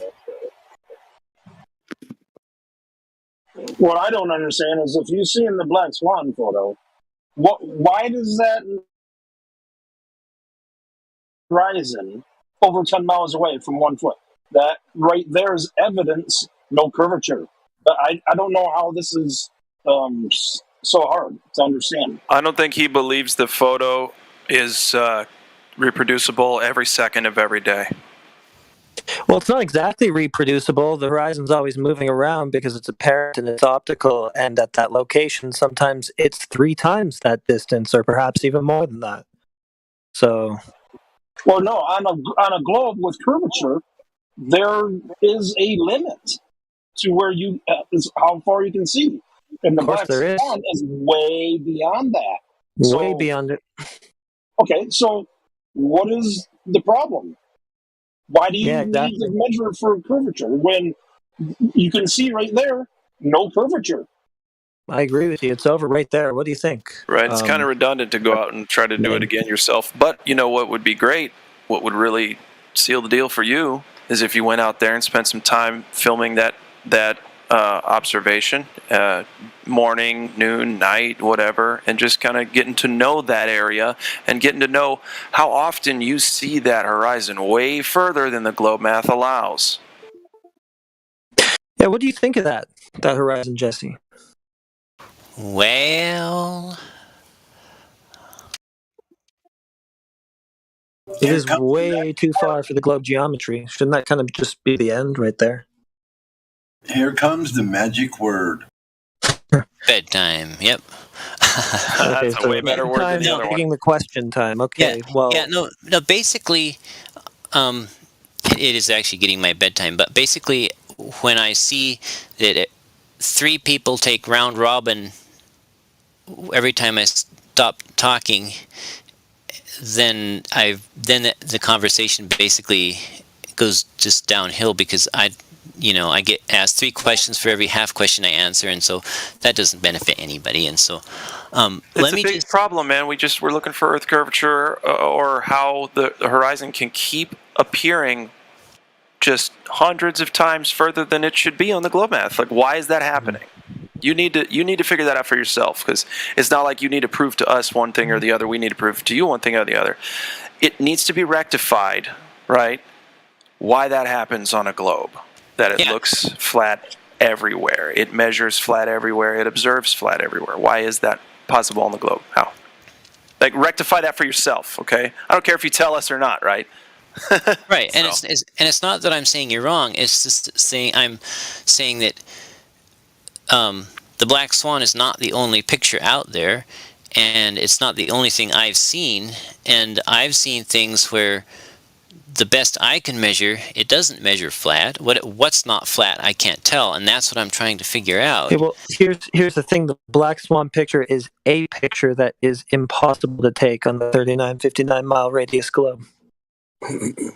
That's the problem with it. Well, that's the problem that the globe has with it. And that's called the black swan. And Mount Shasta, 6,000 feet lower than it should be, is impossible on a flat Earth. Did you measure both of those mountains yourself? No, I did not. Okay. But come on, you see what it's sloppy if you didn't, Yeah, but listen. We don't know that your measurements are right. But look, do you know? I just wonder if you understand just the scale of the error for the globe and the black swan. Like, do you know how far out you are, or are you one of those people that just thinks like it's just this little, error margin that it's within or something? How far out? Which is? The black swan horizon, just like how far off the globe is with its predictions with that. Oh, it's infinitely off. In fact, well, yeah, I mean, well, it's not really infinite, but it's a long way off. Yeah. In fact, well, it is actually, in fact, reality infinite being a flat horizon, but I just mean the horizon where it's showing up. For that to be geometric, the Earth has to be 6 times the size the globe model says Jupiter is. Maybe bigger, maybe flat. Yeah, could be even bigger. Yeah, that's maybe concave. It's just at 10 miles. Yeah, it could be even further than that, and then it's even worse. Yeah. So, a few days ago, I actually went down to the beach and I set up my theodolite on the beach and measured the angle to the waterline on a ship that was probably like 8 or something miles out there, and it was about 30 feet above eye level. Okay. So I was literally seeing a concave Earth. I was looking up to this ship that was in the water. Show me. Yeah, I don't really know what to do with that information right now. Let's see. Did I get a screenshot of that?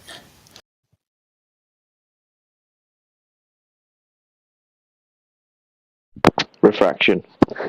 Concave Earth totally blows away the globe too. Yeah, I mean, it's the wrong curve, exactly the wrong kind of curvature, but... There, I just... We don't really know the whole realm that we live in is completely flat, but we just know the globe is 100% fake. Right, so you can see... did you see that picture? It's like 3 pictures. Just checking. 1 sec. You didn't have to include the top one, but it's cute. Sure. I had someone earlier accusing me of lying about owning that instrument. Well, what if it's just not leveled right? Surprised I wasn't asked. It's a measurement error. Yeah, we could see it skewed just from the photo, dude. Yeah, so the crosshairs in the middle picture represent eye level at about 3 feet above the water, whatever that is. And you can see the ship appears entirely above eye level. And when I move the crosshairs up to match it so I can measure the actual angle, it's 3 arc minutes above eye level. Which also should be impossible on a globe and a flat Earth. That should Could that be? Was it? Could that be an example of looming? I was just gonna say, is that not looming? Come on. It sure is. And look what else you can see. You can see the bow wave. So are you trying to tell us that because of looming, we won't be able to ever know whether or not what we're seeing at the horizontal horizon is curvature? Well, I mean, help me out here. I just went out to the beach. I took careful measurements, and this. If you're gonna blame every Tom, Dick, and Nancy for the fucking Earth looking flat instead of it just being flat, we're done here. I don't understand Is this a perfect measurement that you did, though? There's no such thing as a perfect measurement except for counting integers. But the instrument is. Can you even get those things perfectly leveled? Did you get it as level as you could have? It's actually got an autocorrector in it. Mm-hmm. So it should be very level. It's how many variables in between you knowing the thing and the thing existing? So far, we got a theodolite, we got crosshairs, we got your opinion. I mean, come on. So I have a very important question to ask him. What are we supposed to be doing with this information that you're telling us? Well, I'm trying to help you understand why the Black Swan photo doesn't just clinch it for me, because I have personally. Proof. Hold on. Stop. We're not trying to prove the Earth is flat with a photo. We told you to go outside and measure it, and you said that you've been doing that. Good job, buddy. You made it a lot further than a lot of anti-flat earthers have so far. A lot of people can't even get that far. So keep sharing what you find. We love it, right, when you share what you find. And don't worry about what people say. Keep coming back. Keep sharing your photography. And maybe somebody will be inspired enough to go where you live and make our own measurements. Thanks. Can you tell me what these numbers are? HAVASDX. Yeah, sure. 0242. Yeah. So HA is horizontal angle, VA is vertical angle, and then that's the degrees, the minutes, and the seconds. And the horizontal angle is just like you pan it to the right or the left. That's just some arbitrary number that was, it comes up as 0 when you turn it on, and then you turn it and it turns. But the vertical angle is the important one. That's how far up or down from straight true eye level it's pointed. Okay, so what did you, from looking at this ship, you have 2 pictures, and I guess your camera is 3 feet, 4 feet? A theodolite, I think it was about 3 feet, yeah. And you're correct, this is a black swan in that I should not have been able to see that white frothy bow wave at the front of that boat. Because the boat was like 8 miles roughly, and I was down low to the water. Do you know how many feet of curvature it should be on a globe? I think there was supposed to be like 20 feet of missing height or something. I can look it up real quick. Look it up, and then how tall is this boat? The boat has got to be like 30 or 40 feet above the water, because I've been on boats like that, and there's like 3 story. There's like the deck, and then there's like 3 stories above that, and the deck's usually about 8 to 10 feet above the water, so that big waves don't just come. Medium waves don't just come over the deck, and so the boat that sticks out of the water is probably about 30 to 40 feet, which is approximately how much the whole boat appears above eye level. And it looks like the distances are different. The top looks farther than the bottom. So how far away is the difference with the top and the bottom? The top what? Well, we're showing 2 different pictures, one on top, one on the bottom. Is one farther away? No, the one one picture has the theodolite pointed straight and level, almost straight and level, like 3 arc seconds up. And then the other picture has the theodolite pointed at the waterline on the ship. And it's showing like a couple arc minutes up, a few arc minutes up. So, and that gives you a different observation, just doing that? No, it just allows me to, the middle picture shows where eye level should be. In other words, where the waterline should be. I should be looking at the ship 2 feet above the waterline there. If the Earth were flat, I should be, and with no refraction, I should be looking at the side of the ship 2 feet up on the ship. However high the theodolite is above the water, that's how high the crosshair should be. And then the last picture shows the angle that I have to point the theodolite up to point the crosshairs at the waterline on the ship. Yeah, I mean, these pictures disprove the globe pretty well, right? Well, no. Yeah. Should be 40 feet of drop there, blocking your view, line of sight to that. It's either curving uphill or it's flat. I mean, it's not arcing in the globe direction. It doesn't prove the globe, but it demonstrates light curving or something. It's got to be light or concave Earth. It just seems like yet again, like curvature drop is not a factor. So I don't know. We already all know that, but how could the ship? I'm going to ask the same question I asked a minute ago. How are you supposed to take this information you're giving us and then derive a radius value or circumference from it? Yes, what I've been wondering. No, this one does not. This one is totally useless for deriving a circumference or a radius. Yeah, it's useless, period, I'd say. Well, no, somebody asked me, and I don't remember who, I'm sorry. Somebody asked me, they said to me, you've seen the black swan photo. You know that could only be possible on a flat Earth. Why are you still bucking it, And so I'm trying No, hold on, buddy, hold on. No one here is going to say that, hopefully not. Anyone's going to say that. It's not that the black swan is only possible on a flat Earth. It's that the black swan falsifies the radius we were taught in school. 3,959 miles. It falsifies that claim. Okay? So make sure to get that clear, all right? Because we're about very specific language here. So I think at this point in time, it's a good point to, ask you, do you know of anyone ever measuring curvature of the Earth directly? Like an arc segment of it? The curvature of the Earth you believe in? Well, do you know how anyone's ever measured it? I mean, I know of lots of measurements, but you probably wouldn't call them direct. Although they're just as direct as the black swan measurement, I guess. Well, it's not a measurement, it's an observation, but yeah, anyway. So do you know how anyone's ever directly measured the Earth curvature, do you believe in? Well, I've measured a curvature. I'm not saying you're wrong. I'm not saying what the curvature is. It could be the air at this point, or the light curving in the air. But I have measured for missing height at different distances from like 8 miles, at multiple different distances, all the way out to 105 miles, and in different directions and in different locations in Washington and Oregon. And I guess that one was into California, even though I was in Oregon.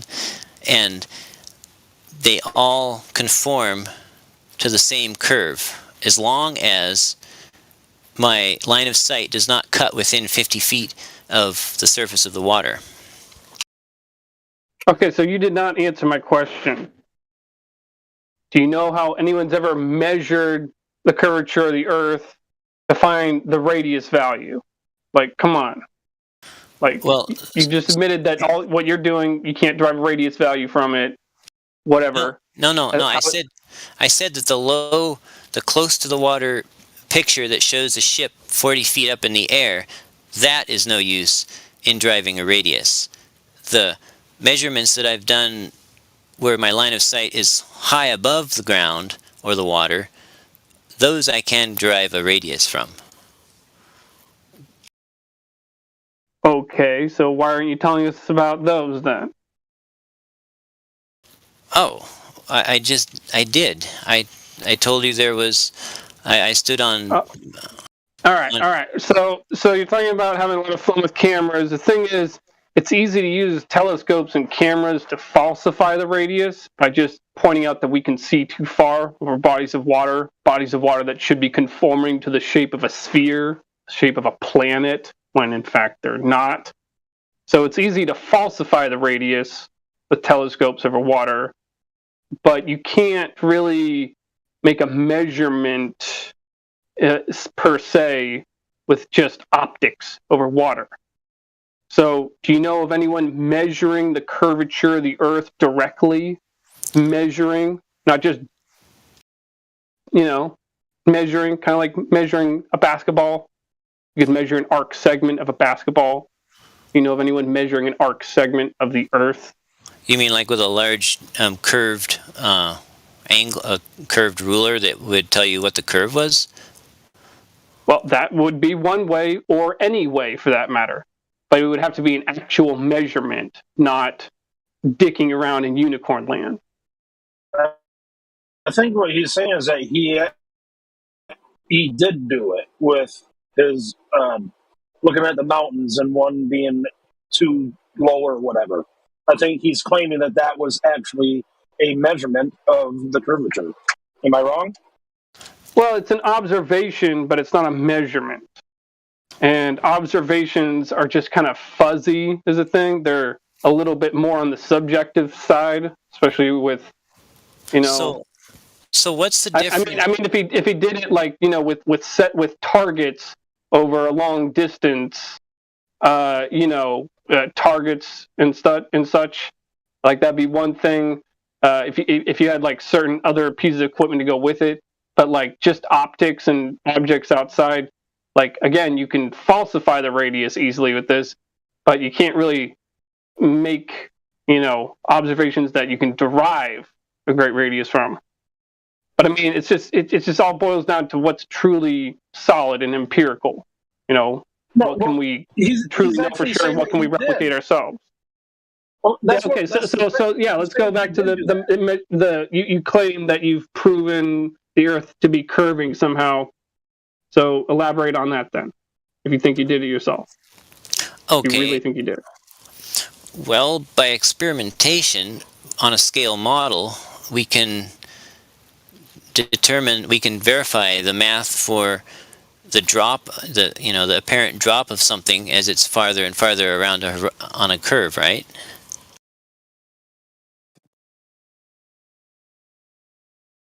I don't know. This is why I'm asking for an arc segment, because I barely understand. Like, I don't really know what you just said. Seemed like word salad to me. But again, this is why an arc segment measurement is key, and anything less than that is, ultimately speaking, just irrelevant bullshit.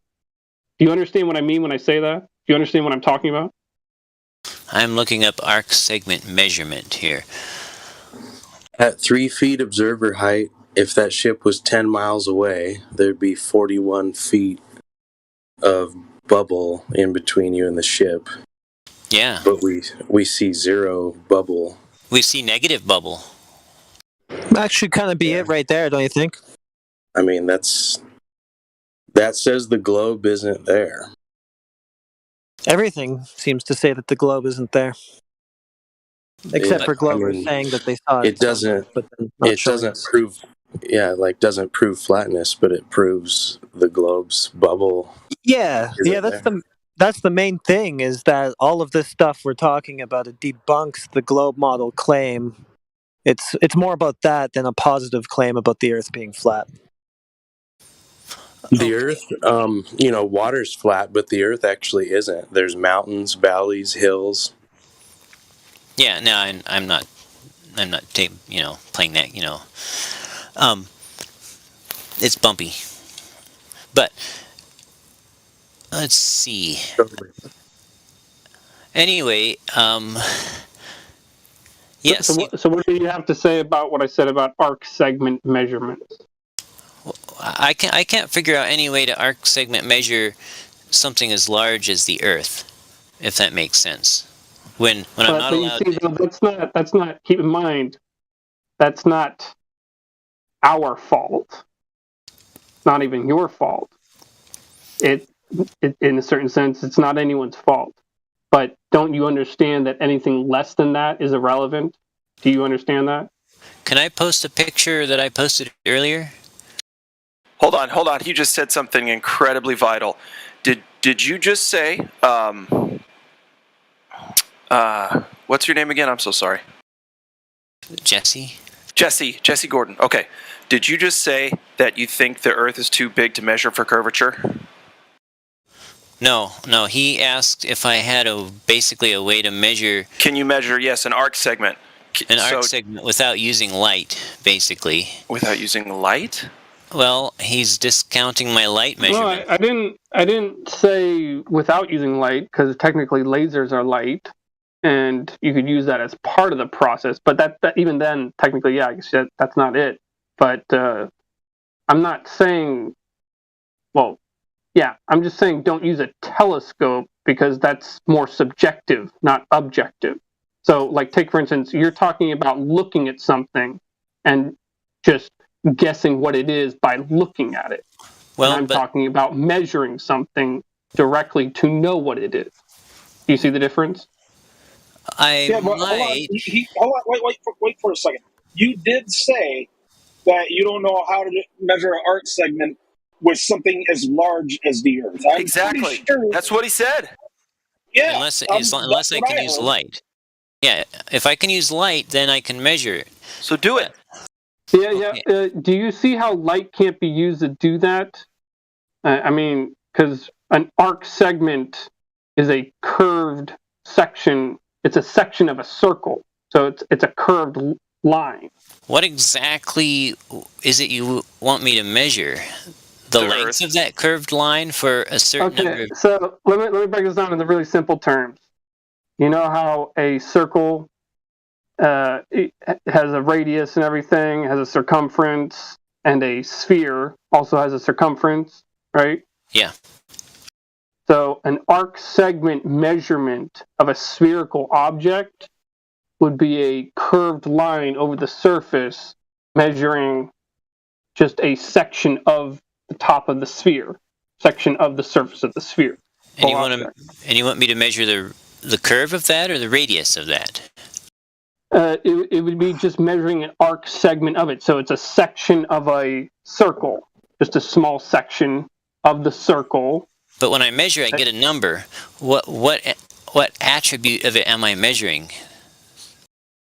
So you'd be measuring distance.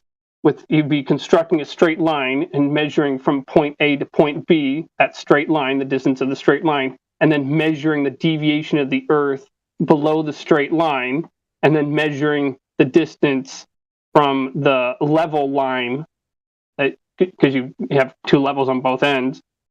So you'd be measuring the distance of the arc segment underneath it. You understand? Okay, so I set up, I sight straight, true and level out at eye level, a certain distance, and then I have a ruler standing up, and I see how much of that ruler is below eye level to get an idea of the... No. I'm talking about constructing with materials or whatever you can, because this is an arc segment measurement, not just an optical, not just staring at stuff. You understand that? So if I were to, hold a piece of paper up to a basketball and trace the basketball, and then cut out a piece of paper and hold the piece of paper up to the basketball and, measure. Oh, man, I feel like this is going back to like Horizon. 4th grade, 5th grade math, geometry. Like, come on, don't you understand what I mean? Don't you know what an arc means? Arc, that word? I do know what an arc is.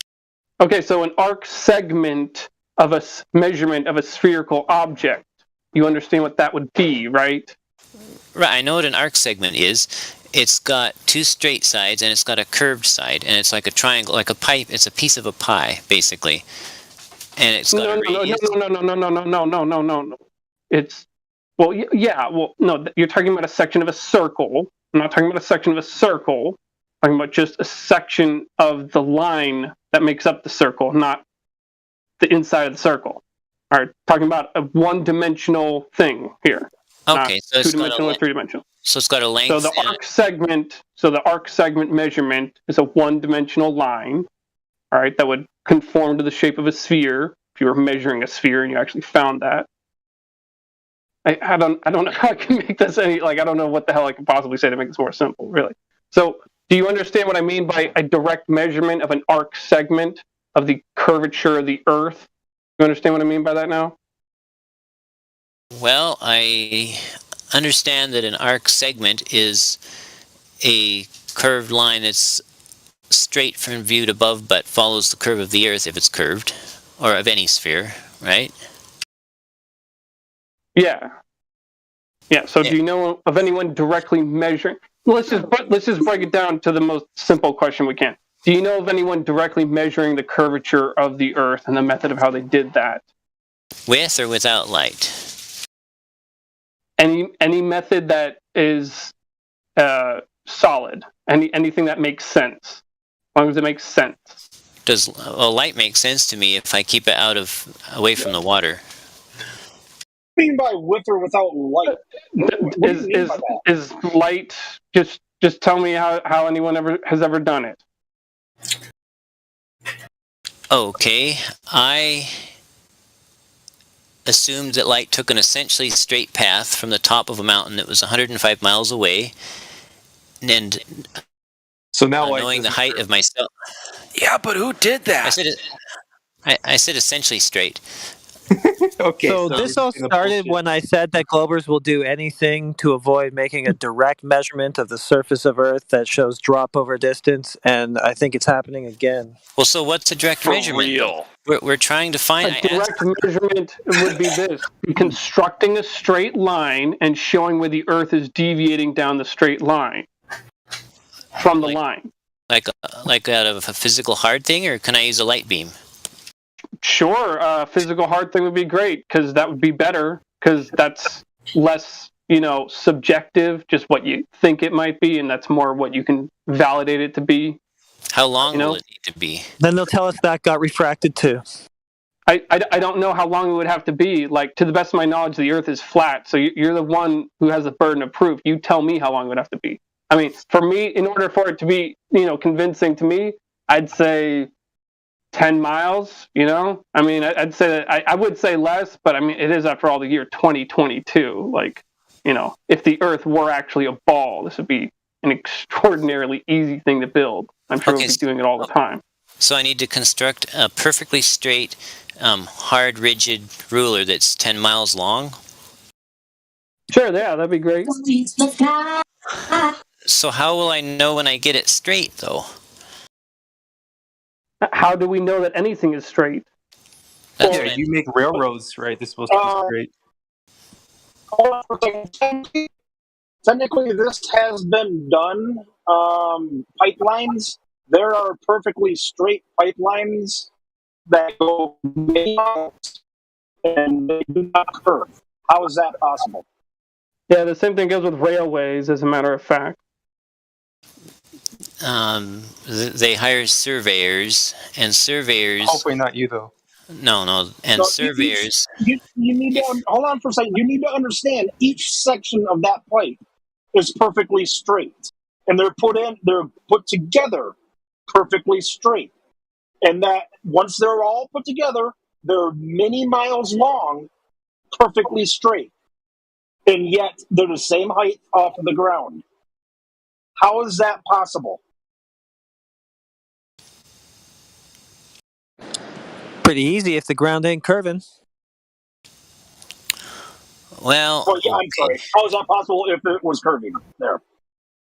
Okay, well, could I show you something that's sort of a segment deviation measurement?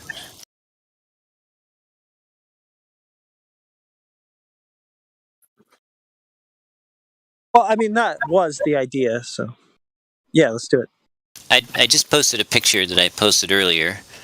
I went to a mountain peak and shot the angle with a theodolite to a little lookout on a mountain peak across the lake, about 8.04 miles, I guess. Land. That's still over land. Warning. And then I went to the other end and shot back.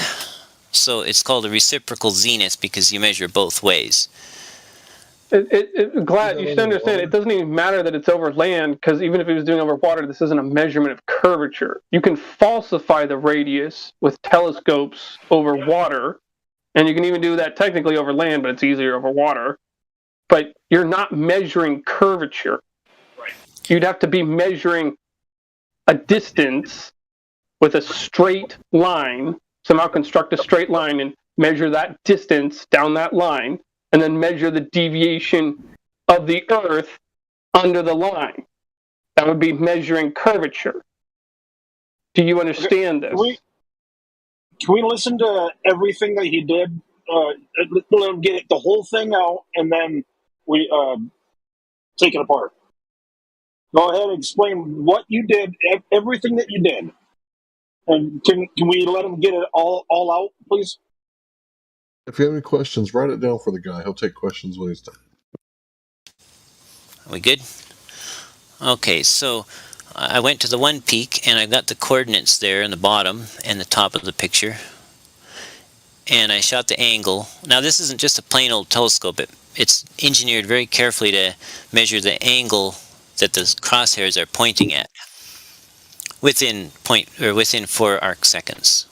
And so then I went to the other and measured, and I should have gotten, if the Earth was flat, I should have gotten, and if the Earth and the light were both straight flat, I should have gotten the same reading. You know, if you're 6 foot and you got a 7 foot friend and you're standing there looking at each other, one of you is going to be looking up at the other, and the other will be looking down, but the slope will be the same because the height of difference is the same, right?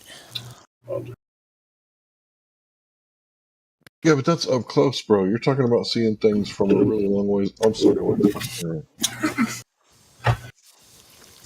So there was a difference of 0.093 degrees over even 8.04 miles. And so in this case, it doesn't matter how much, whether the mainstream claims of mountain height are accurate or not, because I was measuring the difference between them and I shot it both ways, if that makes sense. And so this is relatively easy to calculate because I got 0.093 degrees in 8.04 miles, so all you have to do is extrapolate that for 25,000 miles, and that's the radius, not correcting for any standard atmospheric refraction, but it is a radius. Which you didn't compute. What's that? Which you did not compute, apparently, because you didn't know what the radius was, despite you doing all these calculations. So, if I compute the radius without accounting for atmospheric refraction, it'll make the Earth a little bit bigger than the mainstream. But I can calculate that for you. What about the curvature of space-time and quantum tunneling and all that stuff? And dark matter? Did you account for that? No. I don't know where you're going with those questions, but I was going to ask him to just start over because I don't understand how this is a measurement of Earth curvature. I don't see how it is. Can you start over and hopefully I'll understand it this time around? Yeah, definitely. So, see the number, the 1.272 degrees down on the left above my head?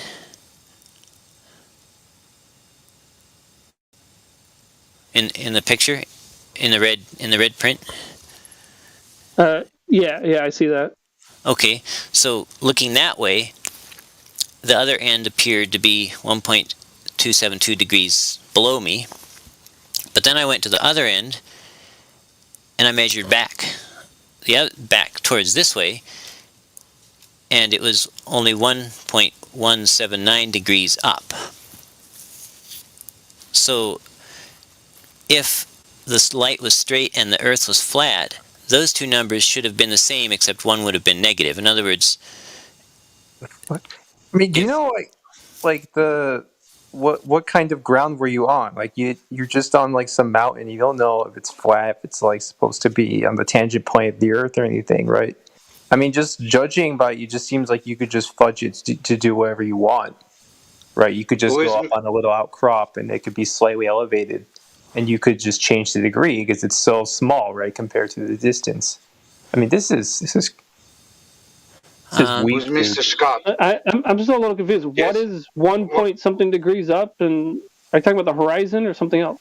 No, there's a lookout tower. Do you see the little insets on the right and on the left top corner? Oh, I have a question. Who is Mr. Scott? Mount Scott, sorry. Oh, that's okay. Yeah, Mount Scott. Okay. Yeah, the coordinates. So you did this? Yes, you did this? Yes, that's me in the picture too. It's the closest I've ever come to doxing myself.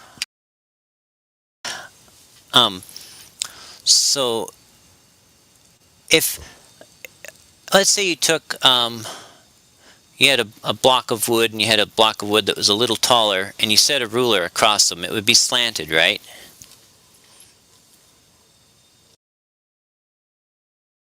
Does that make sense? If you had like just a block of wood and you had a little taller block of wood and you set a yardstick. I don't see where you're going with the blocks of wood. I don't see where you're going with this picture and pointing at the tower and saying it's a couple degrees this way or that way. I don't see where you're going with any of this. Scrat asked me to explain it, and because he was trying to understand it, and that's basically what I did. Is I used the path of light, as a straight edge ruler to lay across the two tops of the mountains, and then I measured the slope. You know, the incline of that path. Does that make sense? So you did an angle elevation, right? I did an angle reading, yes. Angle reading. Yeah, you need a flat surface for that, right? Well, the theodolite has a built-in level that's engineered to provide sufficient leveling, so it's got its own flat. I understand that, but requiring an angle measurement, right, requires a flat surface. Can't get an angle from a curved baseline. Well, the angle, there's a glass. Yes or no? Yes or no? Can you or can you not get an angle from a curved baseline? You can get an angle from the tangent to the curved baseline. In other words, if you have a curve, there is a point. So no, right? You can't get an angle from a curved baseline. Well, you can get an angle from the center of the radius of the curved baseline. He answers question. Can you or can you not get an angle measurement of a curved baseline? I can with a distance.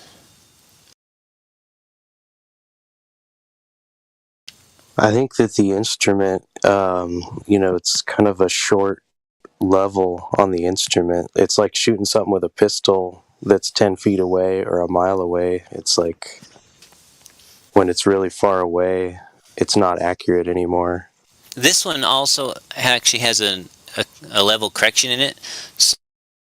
So you actually, all you got to do is get it within plus or minus like 3 arc minutes, and then it will fine-tune for the rest, just all on its own.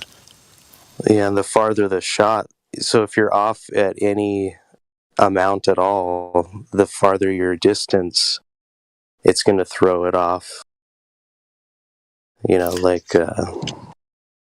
just don't know that is a super accurate thing at a long distance. Yeah. So what is this is a theodolite, right? Yes, it's actually a total station, but that's basically just an upgraded theodolite. Right. And what is the maximum distance you can use for theodolite? The manual didn't Factory say. settings. The manual didn't say a maximum distance for measuring angles. It just gave an angular accuracy statement. Because that's all it does, is it actually measures the angle of the light coming in the lens, and then it reads out that angle on the readout. So is an angle measurement a measurement of the curvature of the Earth? The curvature of the Earth causes an angle measurement to be different than if the Earth wasn't curved, as well as curvature of light would cause the angle measurement to be different, if that makes sense. But wouldn't you have to have two Earths to know that? A flat one and a curved one?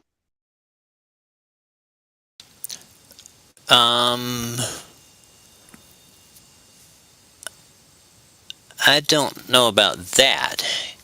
Ideally, you would take a pipe and, like a mile-long pipe, and suck all the air out of it with a vacuum pump, and then measure for horizon dip inside there, so you weren't having to deal with light bending in the air. But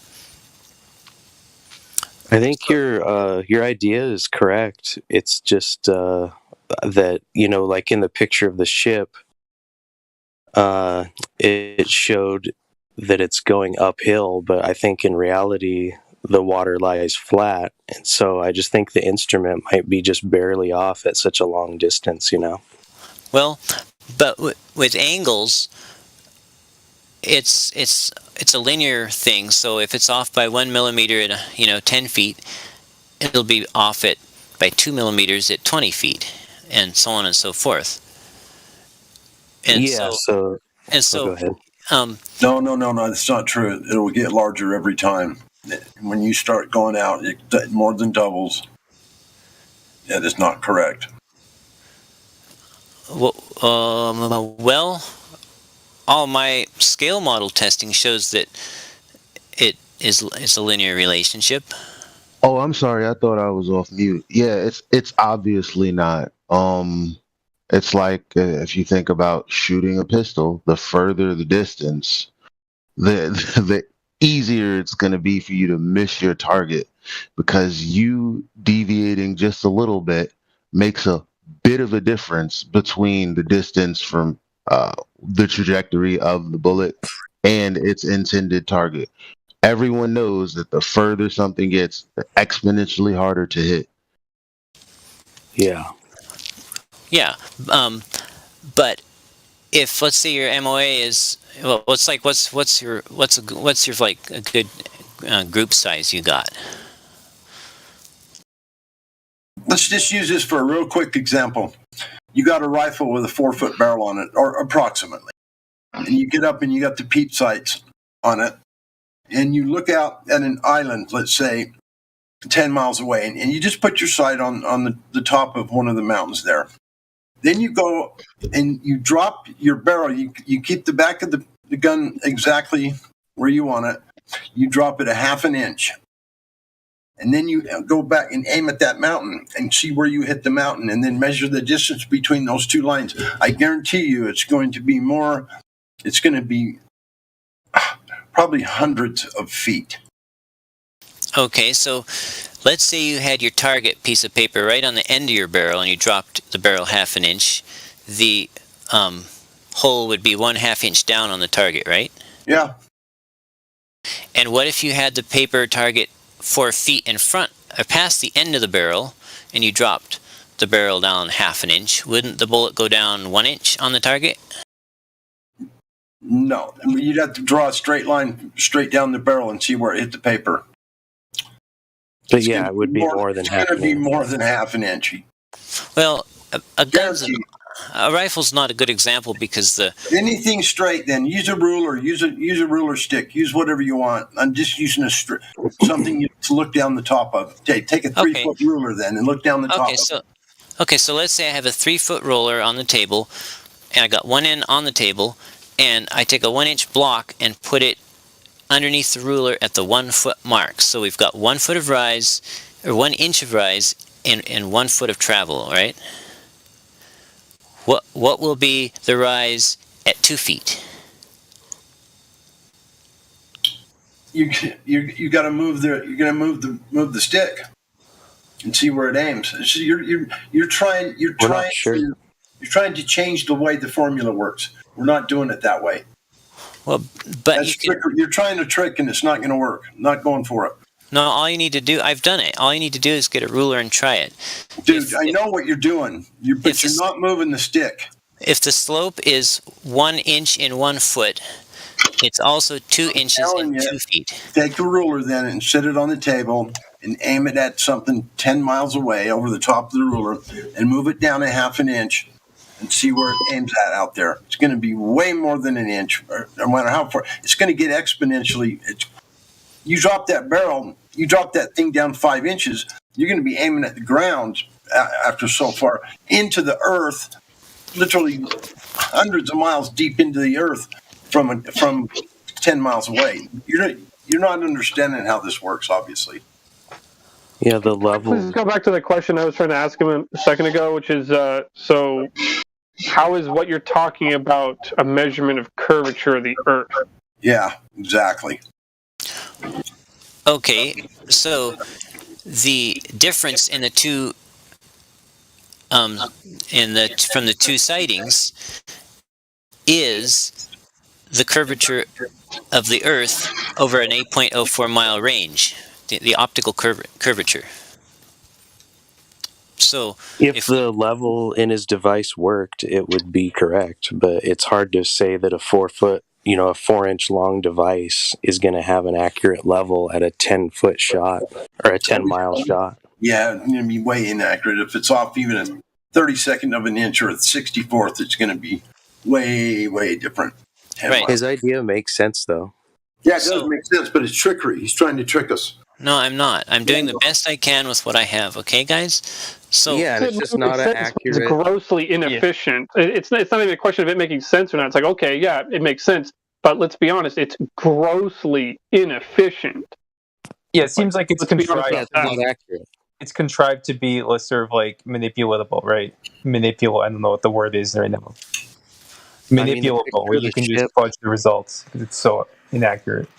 The pictures of the ship show that it's not accurate because water is a level, and it didn't come up with a level horizon, Well, I think there was an increased density gradient at the surface of the water because the water was cold and the air was warm. And I think that's what caused the ship to appear higher.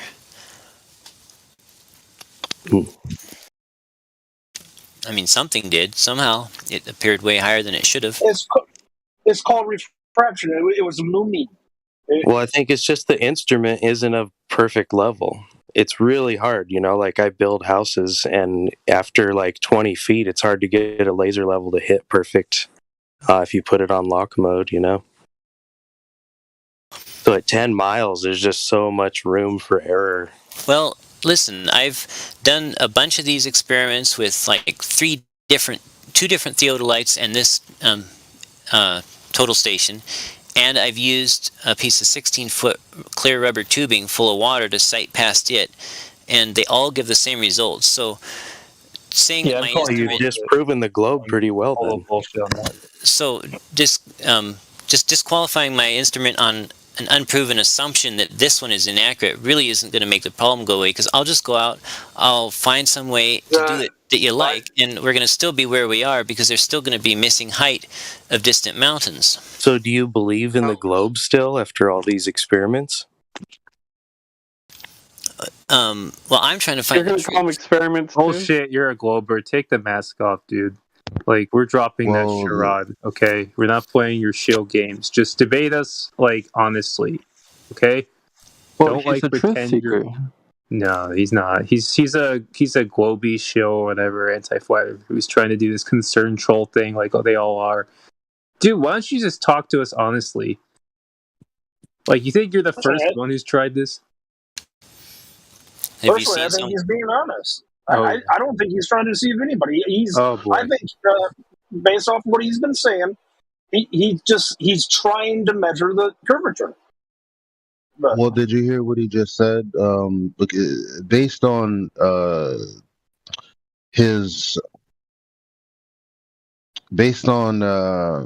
acceptance of this method with the theodolite or the total station, he's going to assert that the reason that buildings or the reason that mountains are this many feet hidden beyond the curvature of the earth is because it's the curvature of the earth. The problem with that is you would have a geometric horizon to be at a specific location for there to be a hidden. And so we already know that the horizon is not geometric. Therefore, your argument is invalid once further investigation is done.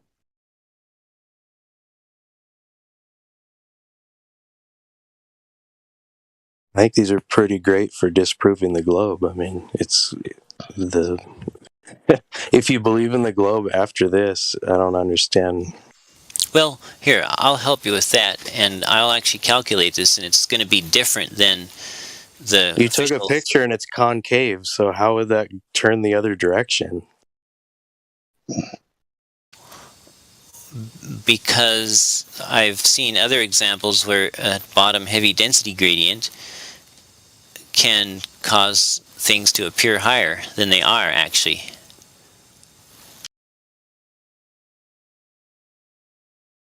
Do you get paid for every minute that you waste our time or something? I the wish. Magic refraction again. The magic refraction again. Yeah, it's just a merry-go-round of fucking. Just you're not letting us get to the point and destroy you, and that's the only thing that that you're here to do. Listen, it's either you can measure Earth curvature and demonstrate to any of us that there is Earth curvature to be found, or stop talking. Like, God.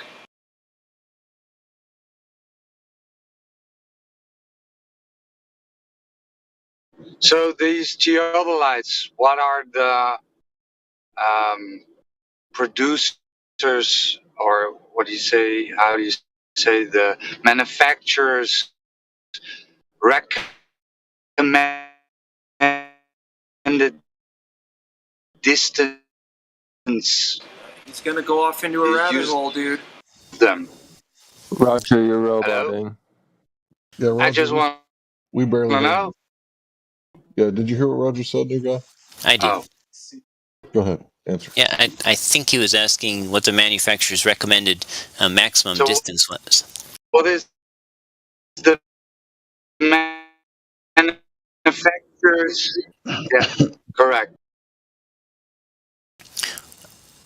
I didn't see any mention of that in the manual. I can send you the manual if you want.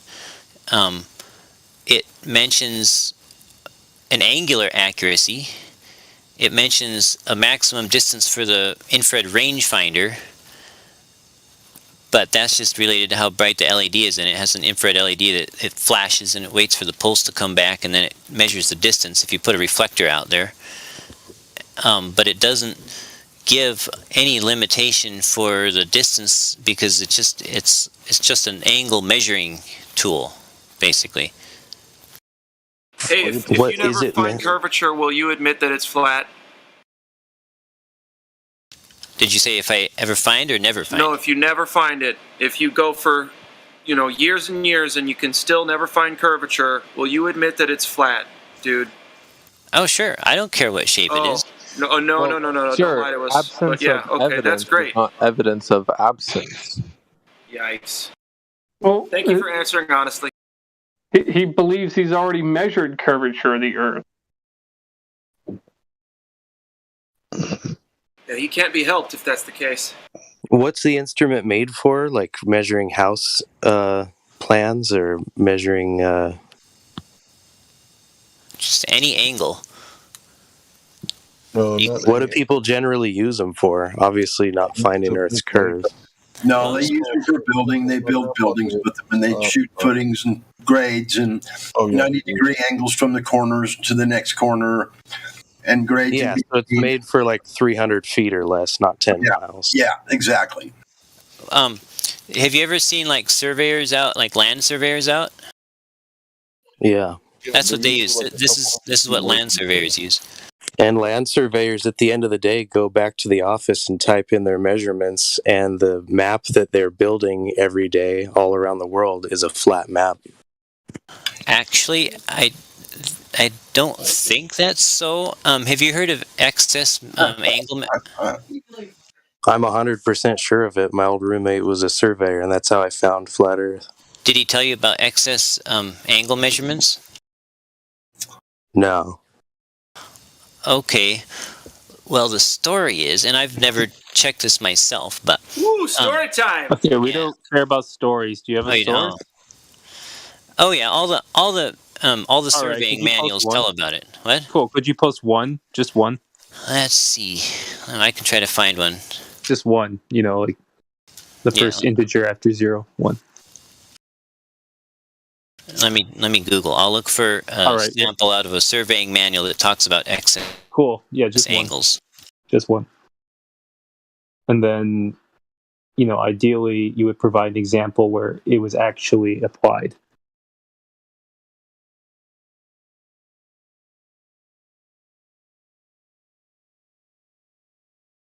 Research flat Earth.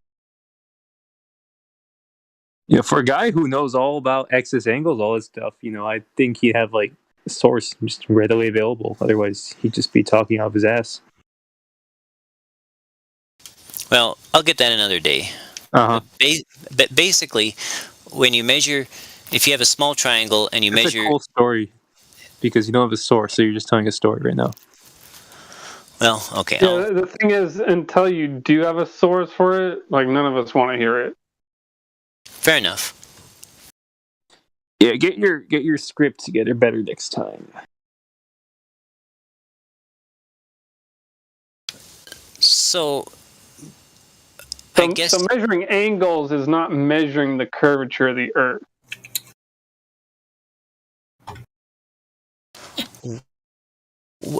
Well, now wait a second. But curvature causes a difference of angles, right?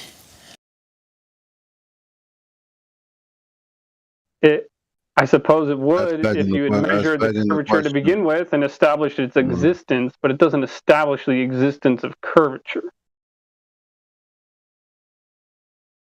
What does it establish? Well, I mean, the light has to curve, or something has to curve, right? Missing height requires something to have curved or bent, right? I suppose. I mean, so far it seems to me like you're just talking about dicking around with surveying equipment and looking at illusions in your mind or something. I don't really know what you're doing, but you're not measuring curvature. I understand that's not what you're doing. You're certainly not measuring an arc segment of it. You're sure as hell not doing that. Well, let's say you had a large ball. Let's say you had a surface, you didn't know what it was. It was just a surface, but you had a straight edge, and you set the straight edge on it, but you noticed that the end of the straight edge wasn't touching it.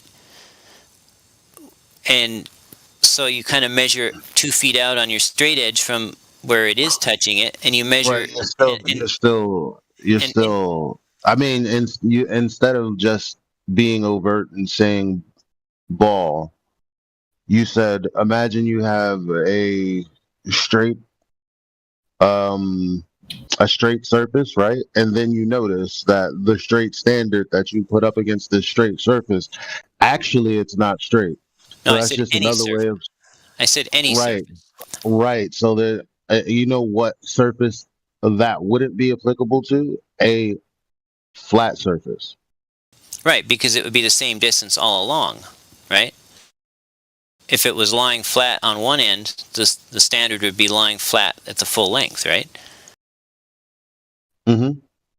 But what if it wasn't lying flat and you measured the deviation? Obviously, there would be a deviation, but a ruler is not this total station, and you don't have anything to judge this off of, like reference it from.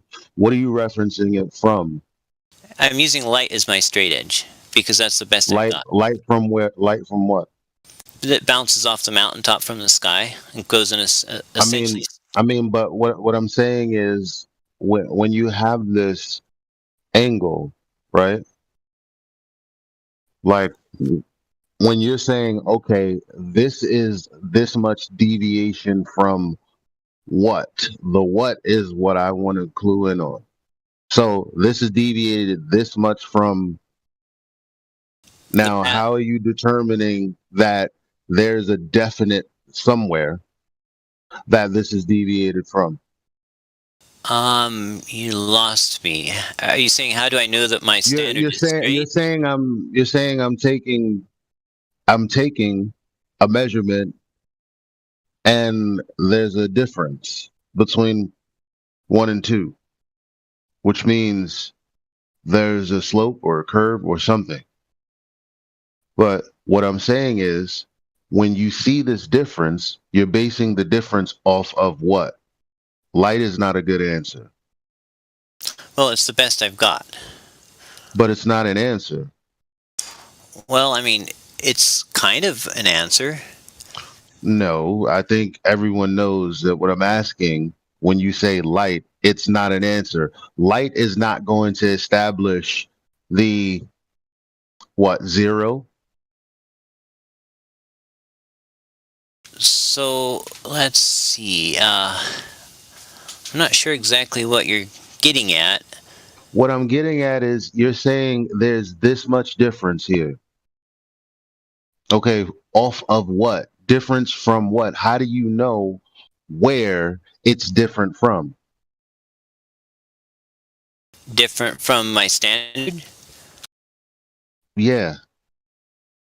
Because the theodolite measures the down tilt to the distant mountain peak, or the up tilt, whatever the case may be, compared to level. My level. Yeah, but you're using an optical device that clearly, if you've seen Skunk Bay, you couldn't do that because there would be variation, which is why you take a whole bunch of measurements and then you use the what?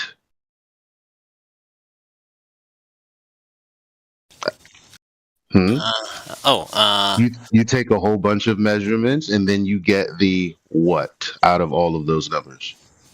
I'm not sure I'm following what you're asking. Because there's variance in your measurement, quote unquote, you take a bunch of them for accuracy, and then all of those numbers equate to what? I can't figure out what you're asking for. I'm sorry. Wow, man. Well, you're talking about total stations and you don't even know what I'm talking about. Yeah, I don't know what you're trying to communicate. I'm not trying to be obstinate. I don't know what you're trying to ask. So yeah, post the manual. Okay, I actually did earlier. Let's see. Is there a way to see my previous messages without having to scroll up all that? Yeah, I'll walk you through it as I do it too. What's your name? Jesse Goodwin. Okay. Hello. Nice to meet you. Nice meeting you, sir.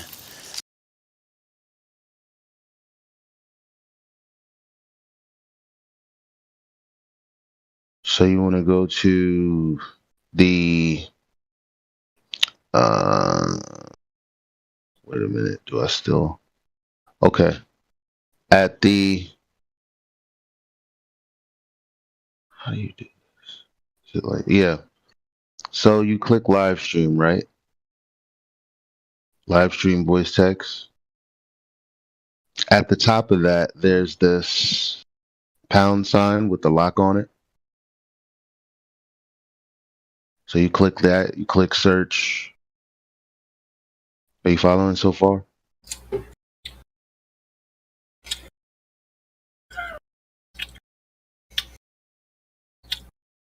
Yeah, I got it. It's in the live stream. All right, what is this? Let's see here.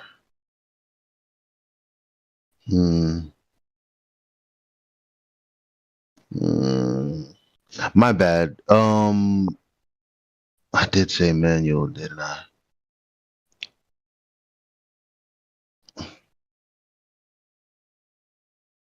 Can I get like, any information on when the method was applied and how they came to their conclusions? That's what I'm asking for. I'm sorry. When what?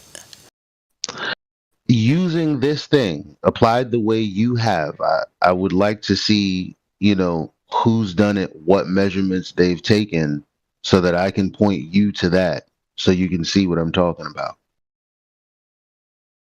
This is what he did. No, this is just a manual on total station. This isn't the method being applied with one. Like, just like if you have a manual on sextants, that's not telling you how to celestial navigate. Yeah, just Google how to use a theodolite. There's some really great tutorials. They go through all of it.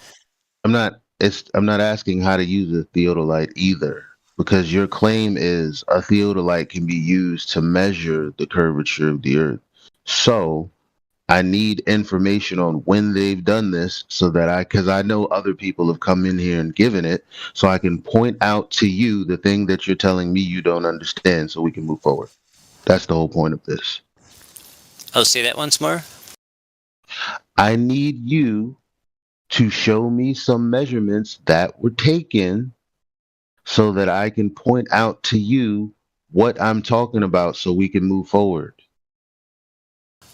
Okay, what kind of measurements do you want taken? You mean like by bro, you said you could use this to measure the variance between the standard and the drop, which would be the curvature of the Earth. If we say it's not, you say, well, what is it then? Whatever, right? So I said, well, first of all, they take a whole bunch of measurements, and then they use what? You said, I don't know what you're talking about. So I said, okay, why don't you go get an instance where they did some measurements to determine what the differential was between the standard and the curvature of the Earth over distance, and then let me see that, so I can point you to what I'm trying to tell you, so we can move forward.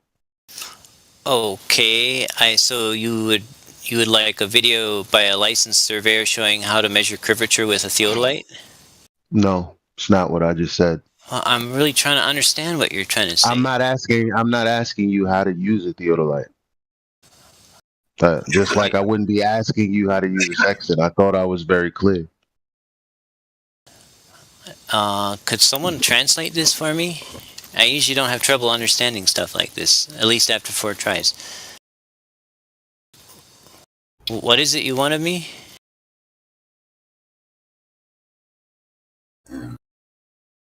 Pull up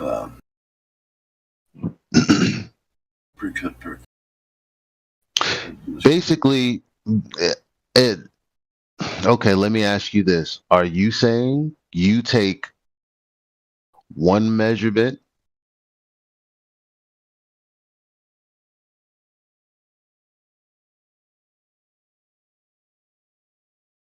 Is that a question? Yeah, when you're using the theodolite to figure out how much of a mountain is below curvature, right? Yes, if you know Do you take one measurement?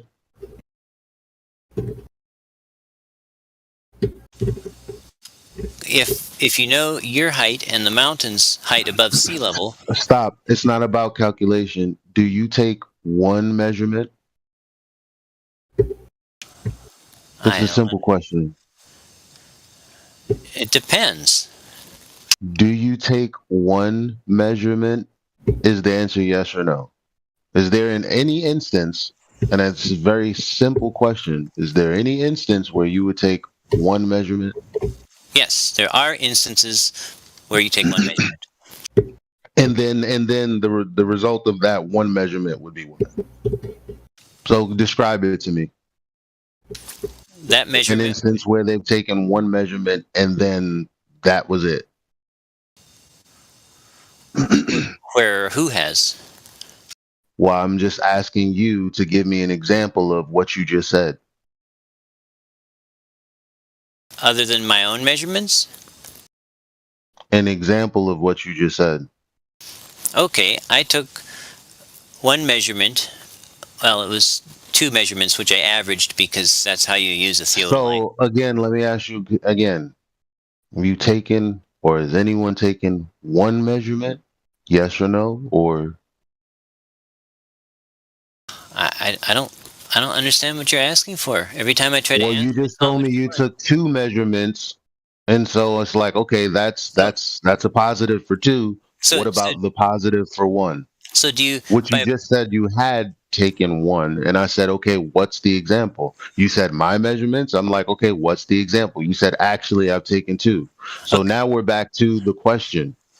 Is there an instance in which you would take just one measurement for this method? Do you mean one sighting or multiple One sighting? angle measurement. Oh, one angle measurement. Okay, so in surveying, this is why I was confused. In surveying, one angle measurement from one point to another single point consists of two or more actual submeasurements, and then they're averaged, and then that increases the accuracy.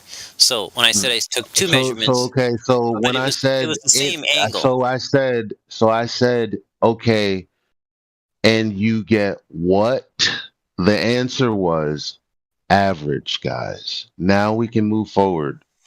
Or you didn't understand? I'm not sure I understand. After you take a bunch of measurements, you get what? So let me rephrase it. After you take a bunch of angle measurements, you get what? You get an average. Yes, there's a point to be made, and it could have been made 15 minutes ago. So don't act like I'm being exasperated when actually, when I asked you 15 minutes ago, you could have said yes, and I could have been 95% complete with my point. Well, I don't think you asked if I averaged. I think you said I do what, and I didn't know what you were fishing for. Is all. Well, I asked you for measurements. I said when you're taking measurements, you're taking multiple measurements, and then you get what? I asked you multiple times. Anyway, we don't have to argue about that, because if you make me go back to the live stream, your conversation with me is done. I'm just going to play that part where it was very clear, and then the conversation is going to be over. So let's just take it as read, and that I did tell you that I was asking for the average so that I can move on with my point, which I would like to move on. So you just spent 10 minutes trying to get me to say average without you saying the word? Yeah. Oh, that wasn't nice. Anyway, I wouldn't do that to you. Anyway, okay, so when you see in my pictures that there's two numbers, that means I average those two. Okay, like in the top left of that last picture I sent, there was two VAs on the left. So it's an average off of what? It's an average of the two readings that I took. But when you're saying you're getting an average, it means that an average to what? Well, an average of what level? You're saying average of what would be straight but isn't straight? Like where is like an average of what? Why would I take multiple readings? Why would you've taken multiple readings, which then indicts the whole issue. The issue being that you have no starting reference to say it's off of this or off of that. You're taking an average of something that moves ultimately, and you're saying, well, this is how I know that this is hidden behind this much curvature. Well, it's just that the way the instrument is designed. Of course, were you the one that had a roommate that was a surveyor? No. Oh, okay. So the way these are designed, they're designed to be accurate. And accurate, but when you say accurate, what does accurate mean? What's the definition of accurate? Within a specified plus or minus error. A margin of error. Plus or minus, right? Yeah. Off of something that is actual, right? But the thing that is actual, that's what you don't have. That's the point I'm trying to make. The actual thing to plus or minus from is the thing you're begging the question about. I'm not sure what question I'm begging, but anyway, the way Oh my theodolites God. are used is Wow. you take one. You're begging the question by saying that there's a rate of drop that can be measured by this method that is obviously flawed, as I've just pointed out. No, because first of all, you don't have anything to plus or minus from. I don't know why not. Because you're averaging something that is deviating to begin with. Well, no. So let's say I climb on the bathroom scale and it says 150.1. The next day I Let's climb not. and it says Let's not. 152, Let's then not. 151, and it's like I can average it, and it's like, okay, it's 151.5. It's neither individual reading was invalid, but the average is more accurate. But this is a trick, though. This is a trick because actually you have an actual weight. The thing I'm asking you is the plus or minus. The thing that you're plus or minusing from is the thing that you actually don't have.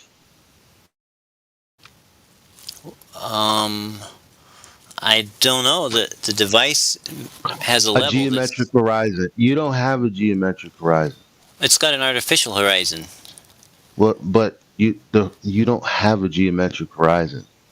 The horizon is not geometric. It's not fixed. But there's a level. You can't presume it's fixed and then say when I get some kind of deviation from this, that means Earth curvature. No, can't do that. Well, see, That's so not a here's measurement of curvature. because my instrument is unable to measure such angles. Is that why? This is not a method for measuring curvature. Is it because I think he's talking about refraction. Like, there's not a geometric horizon because, like, refraction changes the distance. No, it doesn't change the distance. It just moves things up and down, which is the angle he's reading. The variance between the vertical. So would this be a good measurement if I had an accurate way to measure the angle of that light coming from that far? No, if you had a geometric horizon or something to actually reference the difference off of, then we wouldn't be questioning it. We would just be it would just be what it was. I'm a little But confused. He never used hold on. He never used a horizon. He's talking about when he took a measurement. He was on two different mountains, and he wasn't measuring how much mountain was below the curvature. He was measuring how He did say how much angle he was. said how much was hidden. Okay, I don't remember him saying that, but I I don't remember remember him saying that. anything about that. I My remember him understanding saying is that. okay. Well, my understanding is that he was just measuring the slope of the angle from the mountain that from its height and everything. But What height would it be when you're looking at it? What height would it have to be? What do you mean? It and then once you've established that it's a specific height, but you're already looking at it at some other angle, right? So it's not at the height it's supposed to be, which you're claiming. It's at the height that is deviated from where it was supposed to be. What do you mean where it was supposed to be? What are you talking about? No, you're viewing it through optical equipment. You see it how you see it.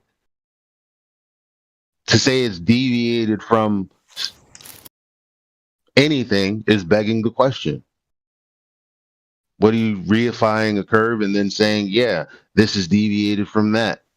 no, that's not what he was doing. But why don't you explain what he did? That's what he's saying. I know what he did. I understand the method. Yeah, this is the interpretation of it. So, may I ask a question then? Well, I'm done. I'm gonna go back to Call of Duty or something. Oh, okay. Have fun. Thanks a lot.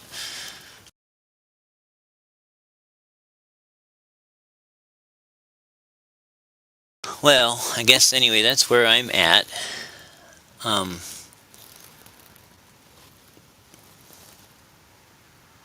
Yeah, because if you had an 8 mile long super straight rigid ruler and you laid it across those mountains and you had a little inclinometer that measured the slope and you went to one end, you'd expect to see the same slope as you saw at the other end, unless the inclinometer was pointing to a different down, basically, I guess. And that's what I found that the slope that I measured at the two ends was different by an amount that was sort of close to the alleged globe curve.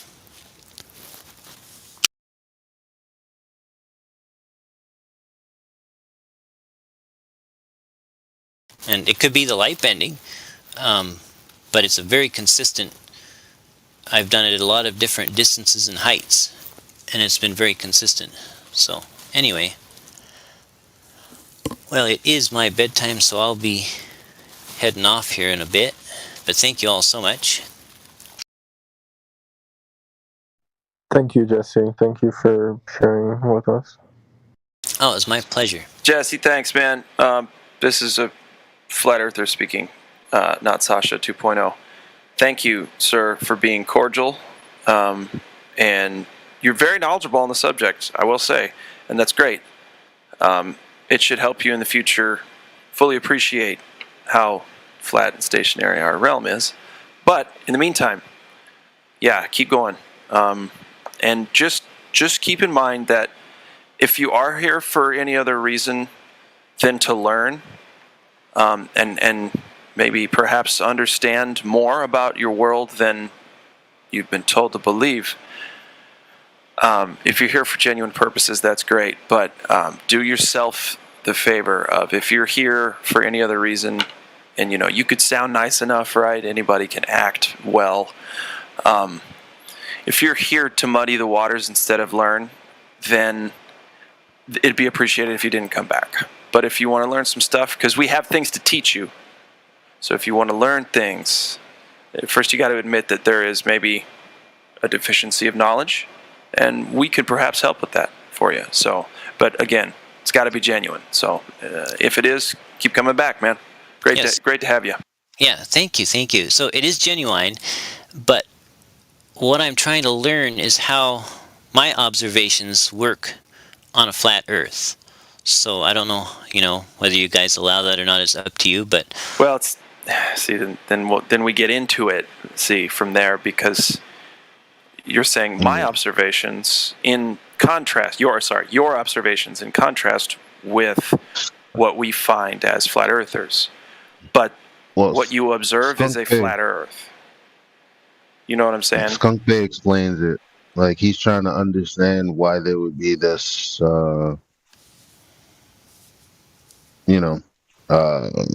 whatever he's talking about, why there would be this difference, if there was a difference, because you haven't produced any actual data. Yeah, just look at Skunk Bay. But anyway, you haven't produced any just data. Keep looking into it. So we'd be able to help you out if you actually had that.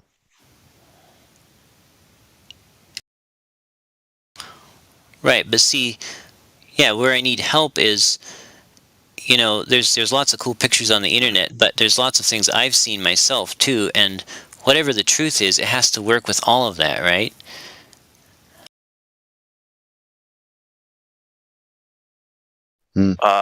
No. The truth, it stands on its own. It doesn't have to work with anything. If you have an inability to be able to communicate to somebody else, how you're seeing it, that's not our problem, I guess.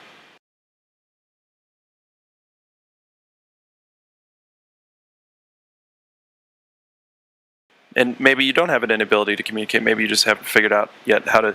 So basically, you're saying your observations and your data and your work is in contrast with Earth measuring flat, right?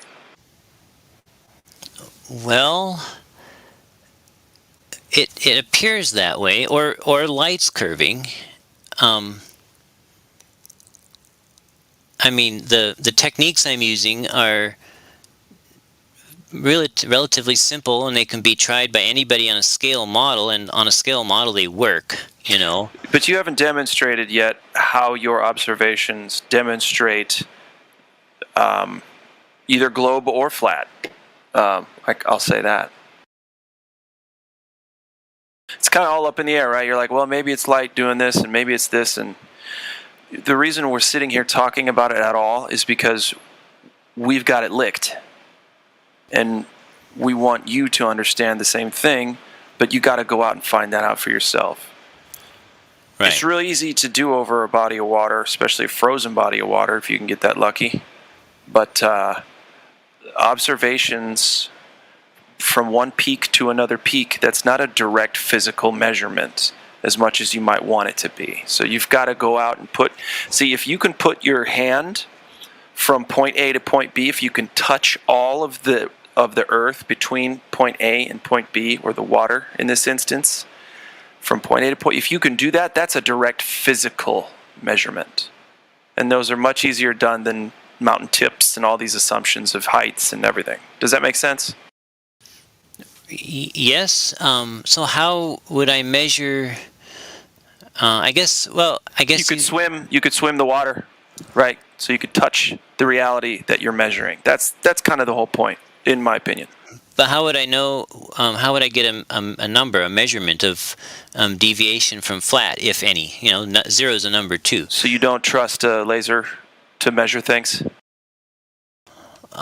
Just yesterday, one of your mods showed me a picture of a green laser above a lake curving up. Do you trust lasers to get accurate measurements? Not or there's no way to get an accurate measurement over distance? I'm sorry. So yes or no, do you think lasers are accurate in measuring distances? My experience has been mostly with the line of, or the path of light, rather than shining a laser around. But I've personally seen. What? Listen, A to B. Hold on, A to B, right? That's a distance. That's a physical distance you can go and touch. So just do that.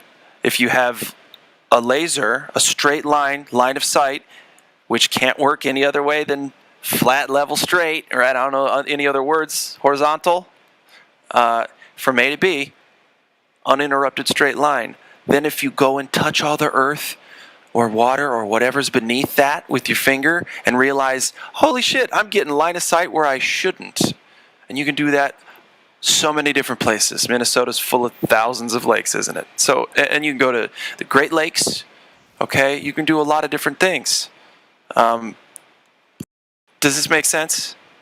Are those measurements of the flatness, or are those just debunking of or invalidation? Technically, it's an invalidation of globe math, current narrative globe math. Yeah, okay. The accepted globe math, right? But it also is Earth, because you're on Earth, measuring flat as well. So not only does it debunk the globe math, it also is another instance of the Earth itself measuring from A to B flat. But what are you using for a standard? I don't know. Did I explain it well? Go ahead, Elijah. Line of sight. A to B, there's no, it's level. It's just, you're seeing from A to B. There's no hump in the way, no hill in the way, no obstruction in the way. Namely, again, the geometric horizon, the thing that was meant to obstruct things doesn't obstruct things. There is no obstruction between line of sight things, aka, and hence, line of sight.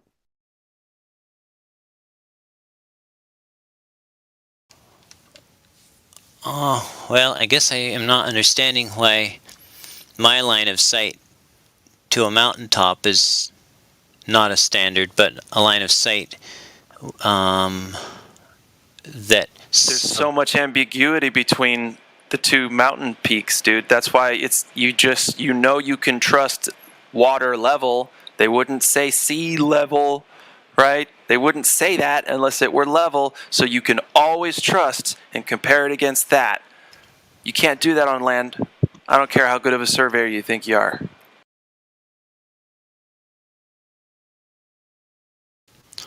And honestly, it makes me tired just trying to explain this to y'all, but I gotta go to bed. I love you guys. I'll talk to you later. Take it easy.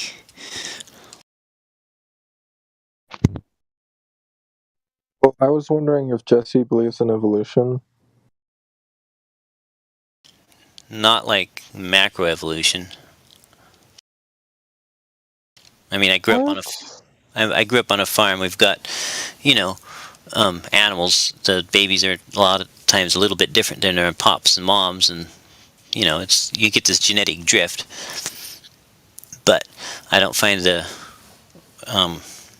evidence for speciation very good at all, nor for abiogenesis.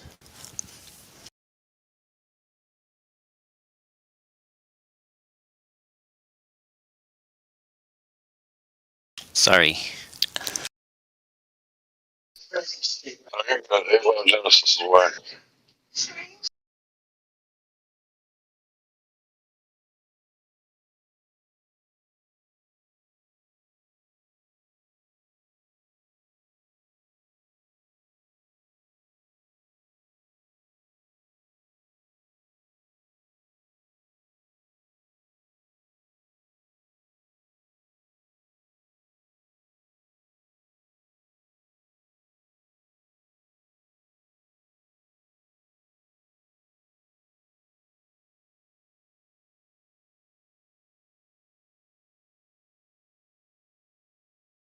Jesse, is there ever going to be a standard that's up to your qualifications? That's what I wanted to ask before I went to bed.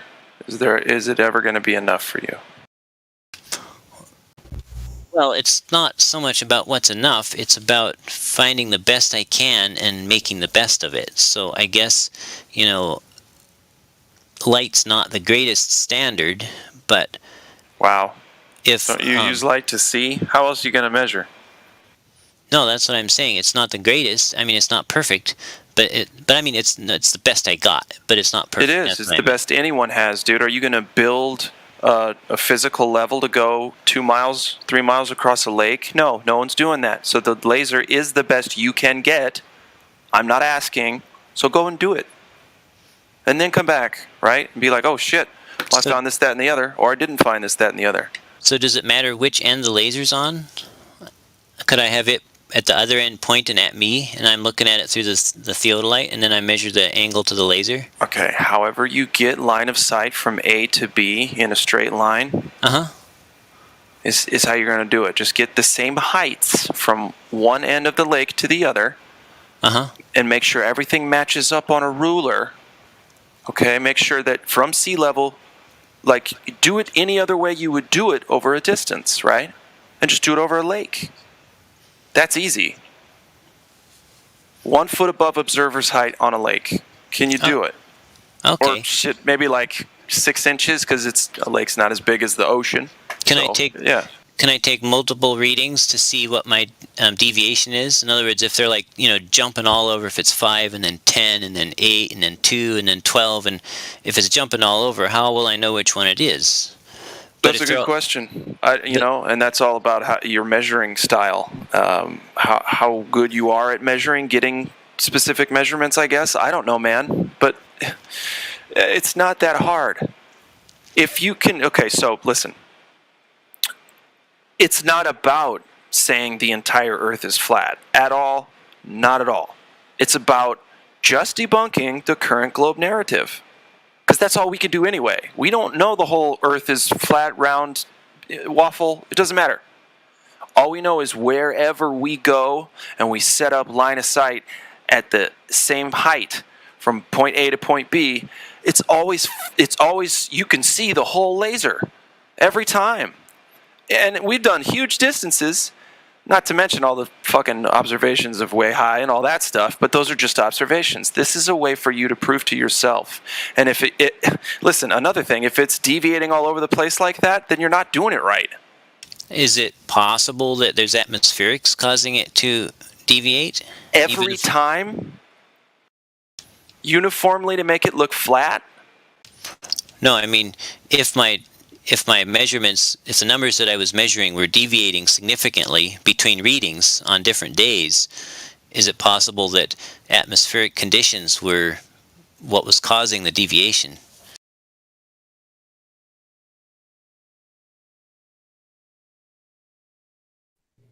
I suppose, but if you go and do it 100 times, then you'll probably see that it doesn't matter what is or isn't between point A and point B.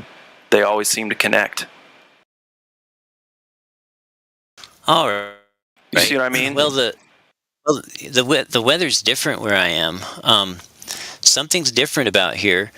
I can be 40 feet above the water, and a guy with a laser could be 40 feet above the water on the other side of the straits, and it's calm, no more than 1 foot waves, and we're both 40 feet above the water, and I still can't see him. I don't know. I'd have to be there with you doing that, man. I can't talk about it unless we're doing it. Yeah. Understandable. Did you say you're in the mountains? What mountains? The Smoky Mountains? Me? Mm-hmm. No, someone else was in the Smoky Mountains. I'm in Sequim, Washington, by the Strait of Juan de Fuca. Just across from Canada. Okay, I ain't gonna lie. I have no idea where that's at. Any Great Lakes where you live? There's no Great Lakes, but there's some long lakes. There's one that's a couple miles long. It's kind of long and skinny. No, you don't need a couple miles. You need at least like 5 or 10 miles. So you don't live next to the ocean? No, I'm like 5 hours from the ocean, but there's big waves out there. Yeah, it makes it even worse, the big waves. But the Strait of Juan de Fuca is 20 miles wide, and then there's Canada on the other side, and I can see Victoria, the city, across the water. From what height? What's that? If I'm 50 feet high, then I can see the tall buildings in Victoria, and they're standing on 50 feet also.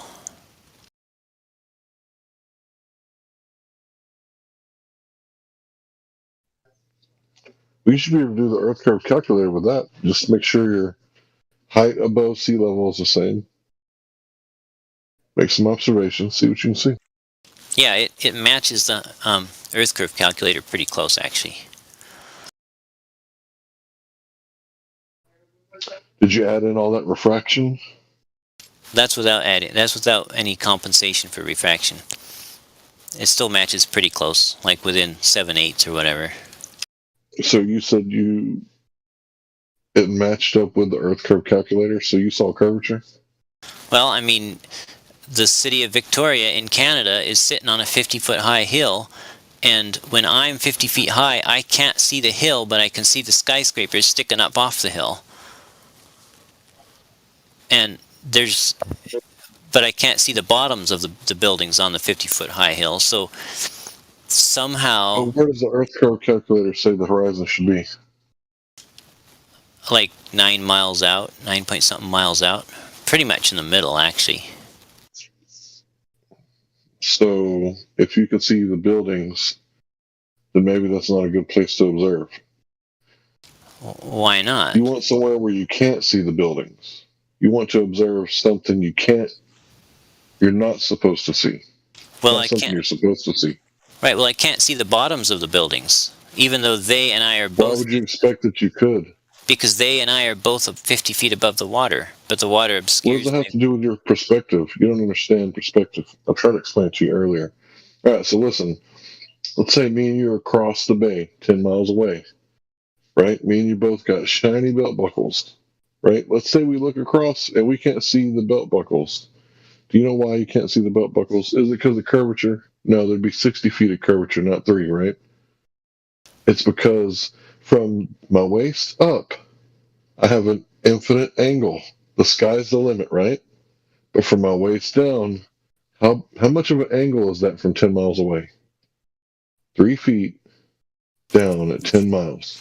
Hold on just a second. I'll get that.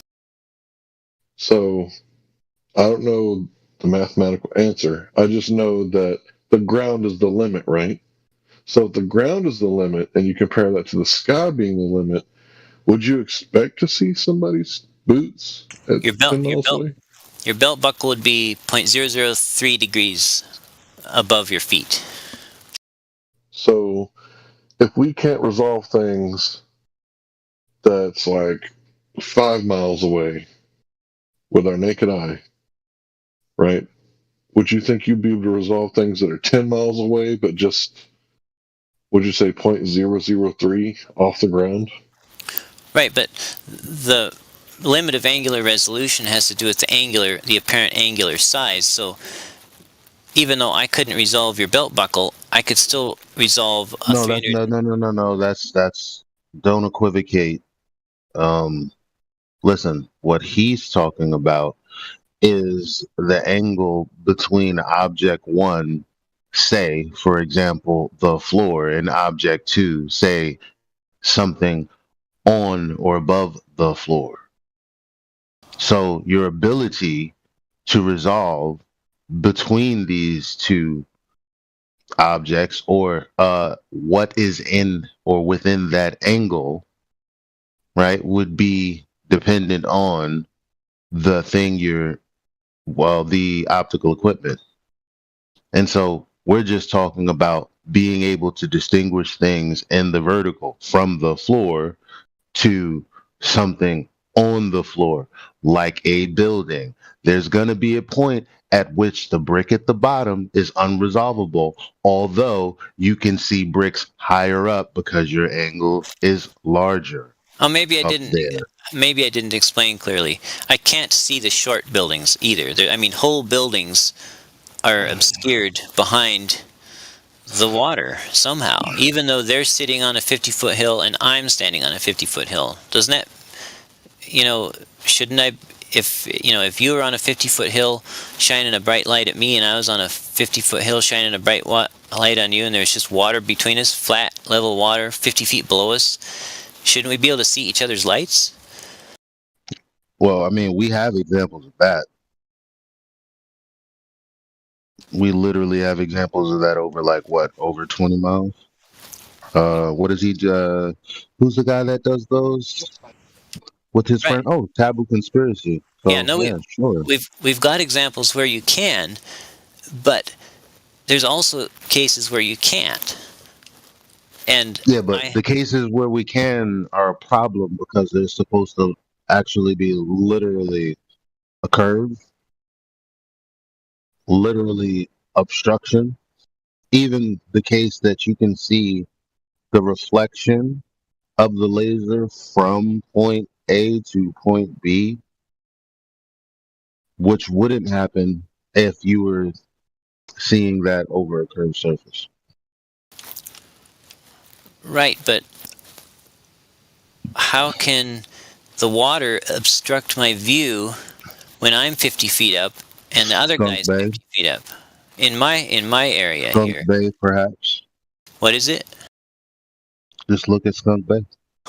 So, in other words, the light would be curving down and getting hit by the water? No, just wait a second. I'll post it. I'm looking for it right now because you're not seeming to get what we're saying. No, So I've seen Skunk Bay. Oh, you have? Yeah. So you see the What's time going lapse. on in Skunk Bay? What's going on? Like You tell us. Yeah, I saw that earlier. So yeah, what's going on in Skunk Bay? That's the question. Yeah, see, that's why I don't like to depend on line of sight near water surface. That's why I want to get up above because No, but the question is, what is going on? Looks like density gradient refraction to me. Well, can you in descriptive words kind of describe what you see? Like if someone was punching someone in the face, you would just describe person reaching out with a left hook to someone's jaw, right? Oh. That'd be very easy to. So, can you just describe what you see in the time lapse? Oh, the shoreline's going up and down, the buildings are going up and down, and the trees are going up, Right. the mountain range is going up and down, and there's boats going by. How's that? So that's the answer to your question. Except I took a time lapse in this view and I didn't get that. So whatever's going on in my situation is very stable, if that makes sense. Well, you would have to produce the data though, right? Like we discussed earlier. Oh, you would want to see the time lapse? I mean, I would want to see whatever data you're talking about, the measurements, all of, like, dude, you're making claims which means you've applied a method, and I'm just asking you, well, give me the data from what you did, and you keep saying, well, are you asking me if I asked you what I asked you about? I don't know, 10 times.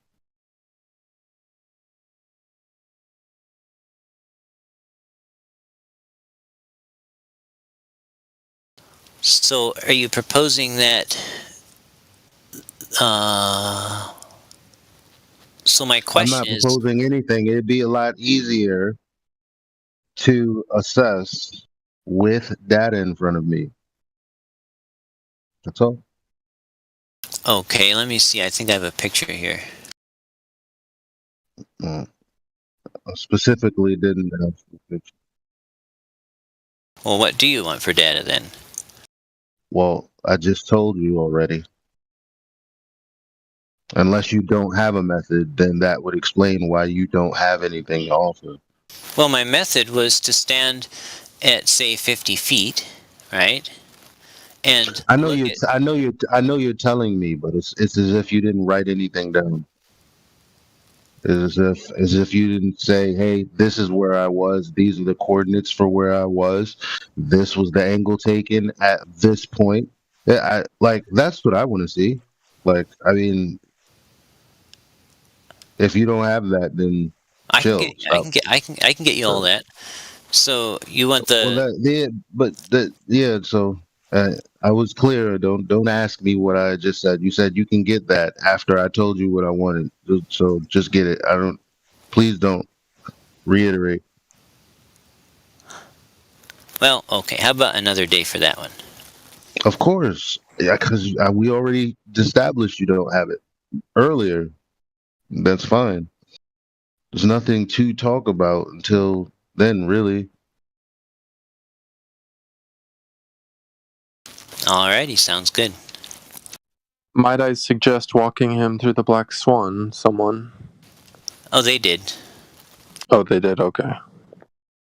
But I have my own Black Swan picture, which shows a big ship 40 feet above eye level. Oh, you have a white swan. Well, no, and I can also see too far. This ship is like 8 or so miles out there, and I've got the camera down by the water, and it's actually, I can see the white bow wave, and there should be like 30 feet hidden, but the whole ship is there, kind of like really compressed looking, and the angle to it is above eye level. So yeah, that's a white swan. Yeah. Mm-hmm. But no, I mean, I can see it. I should not be able to see most of that ship, and I can. So that's what makes it a black swan. But it's also puts a question in my mind about the black swan picture, the official black swan picture, because if a shot across the water, close to the water, can cause a ship to look 40 feet up in the air, then... No, that's not analogous. Well, something is making that ship appear at a higher... Yeah, but that's not analogous, because the argument in the Black Swan is that the horizon is displaced laterally, not up in the air, aka vertically. But see, we don't know, because nobody actually measured the absolute angle. No. Did somebody measure? What I said was what I said. The horizon out in the distance is laterally displaced, and we know that's true because we know where the oil rigs laterally, like distance wise, right to left. So we know that why do you guys say this? Like laterally can't be forward and back. Oh, I guess I had always thought that lateral meant side to Or side. just Let Google me it, look at. bro. Okay, let me. Anyway, the point is, yeah, Google it right now. The point is, yeah, now that you understand what I'm saying, it's like really like, man, wow. But Okay, so so lateral. Okay, so this is Oxford's dictionary of, at, toward, or from the side or there you sides. No, it says side or sides, one or both sides. A side, but go. there's other definitions Oh here. my Um, god. Oh a my god. side part of something, Oh my especially a god. shoot or branch growing out from the side of a stem. Um, oh, in the U.S., a throw a football in a sideways or backward. Listen, So, listen, okay. listen. Stop. Stop. Right. Number one. There you go. Second of all, Oxford, like you said, of, comma, at, comma, toward, comma, or from the side or sides.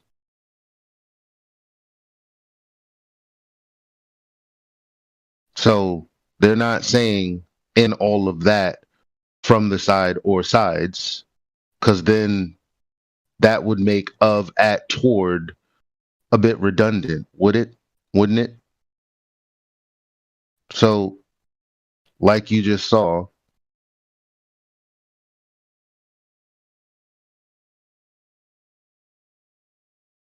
throw a football in a sideways or backward direction, right? A lateral. He tried to lateral a kick return, but fumbled, right? So, like the fact that we just the fact that we just had to talk about this is crazy, because you already knew what I meant, and you just wanted to say I thought lateral meant this, and yeah, well, you're corrected. So laterally, it's displaced. We know that because the oil rigs, we know the distance to the oil rigs. Therefore, we know that the horizon where it appears to be a greater distance than that.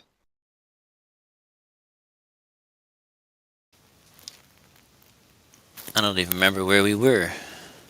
Yeah, you said, well, something Yeah. about vertical displacement, and I said that was not analogous. But see, if the continuing surface of the water was raised up further and further in the distance due to Then it would block. Then it would block what it could do that. anything beyond. It would shorten. It would shorten your ability to see. It would shorten the distance you could see, basically, if that were actually happening. You know why? Because the geometric horizon is closer. So that would actually also be rising up to obstruct your vision. But there is none there. That's the problem. That's the point. Well, there gives every appearance of one being in my area, and that's what I'm trying to reconcile. What? I mean, sure, just produce the data, bro, like I keep saying. Yeah, I'll get some more pictures and some GPS coordinates another day. Right. It'll be fun. Alrighty.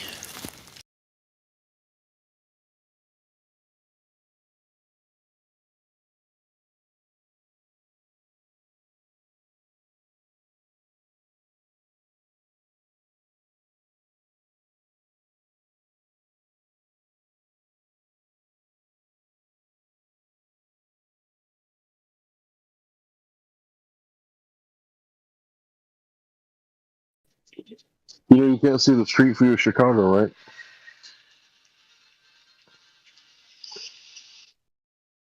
From Michigan. You say something to me? Yeah, you can't see the street view of Chicago from Michigan. You know that? Is it you can't see the street view of Chicago from Michigan? Yeah, you can't see the shore. You can't see all the cars from Michigan. You can only see the buildings. Oh, because they're too tiny? Right. But the thing is that it should be 1,800 feet of curvature, but the tallest building is 1,600 feet. You know what the Glober said to us over and over in 2015? How come you can't see the street view? How come you can't see the bottom of the buildings? It's like, dude, we shouldn't be able to see any of the buildings. Sometimes you can see the bottom of the buildings from the dunes. Okay, that may or may not be true, I don't know. But my point is, just because you can't see the bottom of something doesn't mean that it has to be the curvature cutting it off. For example, we got a RC boat, not the one that was just posted, but the other one that was posted a few days The one ago. I posted, Hank? Larry? Yeah, that was a battleship that you posted, right, Roger?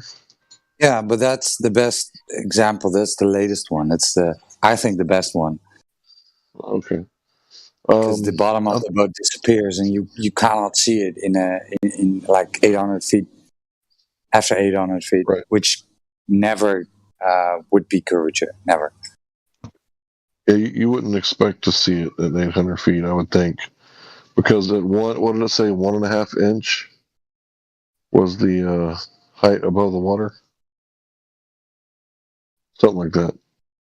So yeah, I mean, how would you resolve 1.5 inch above the water from that far?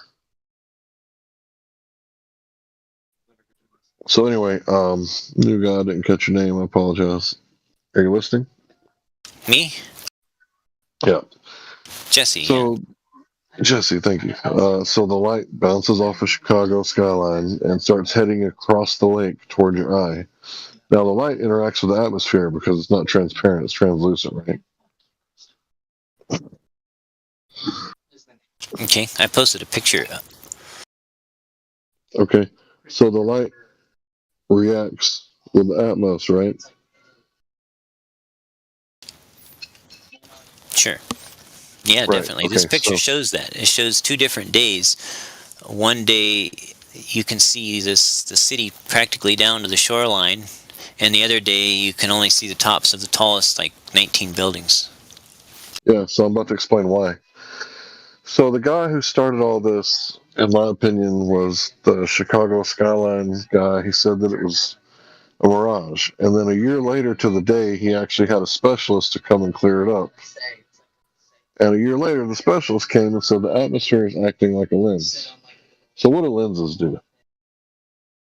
They bend light. Correct. Okay. So as the light is going 60 miles across the lake, it's, traveling because it reflected off the building, right? Right? Or it's interacting silhouetted. with. No, in this case, I'm talking about reflecting. Okay. It's daytime. Okay, so the light is going across, it's interacting with the molecules because when light hits, material, it diverges, right? So you know what I mean? You got a laser beam, right? You shine it on your palm right in front of your hand, like less than an inch away. It's like a couple centimeters in diameter, right? But when you shine it across your house, it's like an inch across, right? It's like an inch in diameter, right? Right. So if the atmosphere, according to the specialist in this field, the guy, he said if the atmosphere is acting like a lens, it's magnifying the image because you shouldn't be able to see Chicago from that far away because the image is diverging in all directions, it's spreading out.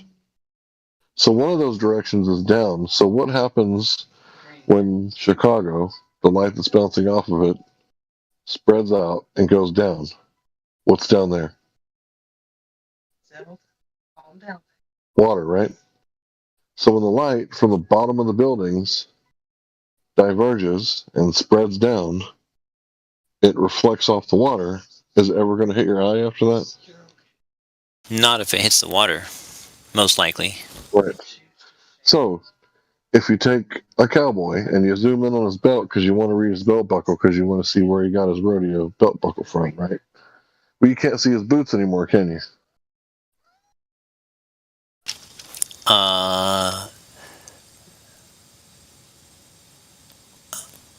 I'm not sure where we got from Chicago to the Cowboy. Okay, so the atmosphere is acting like a lens, right? Yeah, more like a prism is what that guy was actually trying to say, which is why the apparent width of Chicago isn't changed, just the apparent height of the lower parts. So you saw the video and you think that that guy was saying that the lens is a prism. Even though he didn't use a prism to demonstrate it, yeah, it's just that was some TV talking head. I don't know that he was an expert, and I don't really like quoting Dude, he was the expert from the college. Oh, the optics guy, yeah, but yeah. Did you see the picture? You're saying like a prism. He said like a lens. So do people wear prisms in their glasses? I do. I'm cross-eyed, so my glasses actually are prismatic to help with the cross-eyedness. But a lens is actually a round prism. It's like a whole bunch of little prism wedges, all with the thick part or the thin part in the middle, depending on whether you're nearsighted or farsighted. And what does this cause the light to do? Specifically, more than bend. What does it cause it to do? Well, depending on the shape of the profile of the lens, it can focus the light or defocus the light, or in other words, it can compensate for the focal length of your eye's lens. But if you just take a simple wedge, in other words, a prism, it simply bends the light a fixed amount in a given direction, but doesn't change the size of things. Let me help you out. Have you ever been swimming at night and you see the light from the pool across the pool, and the light looks really big, but when you actually change the bulb, you see that it's not a round light at all. It's actually a rectangular shaped light. But you wouldn't know that because the way that the light interacts with the water. Do you know what I'm talking about? I don't really swim in pools, so I don't know. You've never seen a light at night underwater? Just my flashlight. From a distance? No, I just would stick it under the water and shine it at the fishes. Oh, well, I guess you would have to see it. But what happens is the light looks huge because the way that it spreads out as it interacts with the particles. The same thing's going on above the water, except to a lesser degree. When I say to a lesser degree, it's still spreading out because that's the nature of light. If you look at the inverse square law, its nature is to spread out like a grenade exploding in all directions. Right, but the only light we actually see is the light that actually follows the path, which then ends up going in our pupils, right? Right. All the light that diverges too far down would be cut off from the waves, and we wouldn't see it. Because Chicago's too little to see from 60 miles away. Yeah, those buildings are really big, up close and personal. But from 60 miles, the angular resolution, they should be too small to see. But what happens is there's atmospheric magnification. And we know this because Rob Skiba was on the Michigan shoreline taking pictures of Chicago at the same zoom as to when he got to Chicago, and he compared the buildings, and they were apparently the same size. In appearance only, of course. Well, they're actually the same size, and apparently the same size, at the same zoom. So that tells us that the atmosphere has to be magnifying the skyline for it to make it that distance and not shrink in apparent size. So you're... Oh, height or width, or both? Both, height and width. I did not see that video. I saw the ones where he was looking at height, but I didn't see any where he showed the width remaining constant when you reduced your distance. It's the one where he went across the lake and like then came back. Like in a little motorboat? Yeah. It's that one. It's a classic. Should be easy for you to find. Well, I think the width increased as he got closer, but I'll go back and check sometime.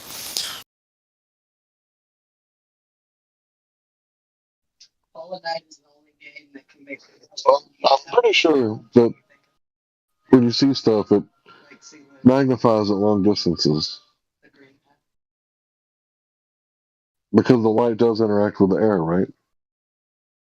I have not observed widthwise magnification, just vertical, like looming or stretching or shrinking. Yeah, it stretches. I think I can. I don't know if I still got the images. Let me see if I can find them. Wouldn't that violate the laws of perspective, though? I mean, the laws of perspective say that if something is twice as far, it appears half the size, right? And if it's half the distance, then it appears twice the size, right? Well, do things shrink in the distance? Yeah, if they're twice as far, then they're about half the apparent size. But if they Right, but what if it's a really thick, foggy day? well, you wouldn't see them. Let me find the GIF. Take a second.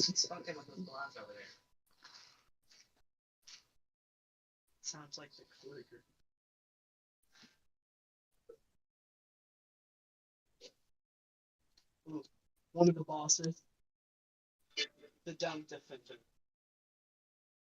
He's a dumb. There it is. It's known as the dumb defender. He's one of the bosses of the City of Tears. He's in the sewers. So once you access the sewers, you meet him. You can actually find his house here in the sewers. He has. Check that out. So the boxes that are colored are the same size, and they're overlaid over the different objects, so you can see that the size has changed. Exact same location, elevation, different days.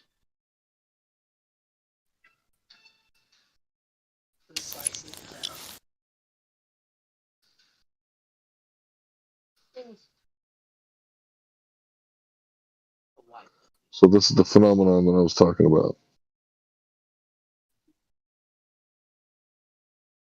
See how the one on the right, where it's in red, it's filling the whole rectangle, but you can't see the bottom, right? And then look at the rectangle on the right that's red. It's not filling the whole thing, but you can see the bottom. So if you take that image and unstretch it back to its original shape over there, you'll see that the bottom won't be cut off anymore. Yeah, I'm looking. So this is atmospheric magnification. This is what I was talking about. So you can't see the bottom of the structure on the right because the image is stretched to the point to where it's stretching down, and when it stretches down, it bounces off the water, never hits your eyes. On the right, where it's... Go ahead. Looks like the structure on the smaller structure is a lot lower in one picture.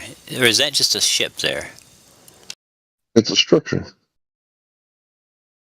Yeah, that's what I'm trying to tell you. The structure on the right is stretched out. See how it fills the whole red rectangle? But on the right, it does not fill the whole red rectangle. There's maybe 1/6 of the rectangle that is not filled. Can you see that? I'm looking at it here. On the right, 1/6 of the rectangle is not filled because it's not stretched out all the way.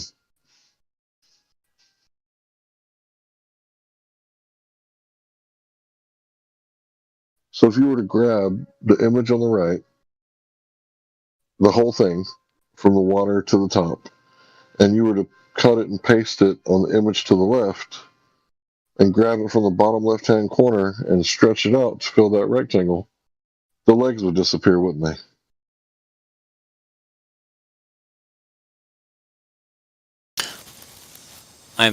I can't study this and listen at the same time. I'm sorry.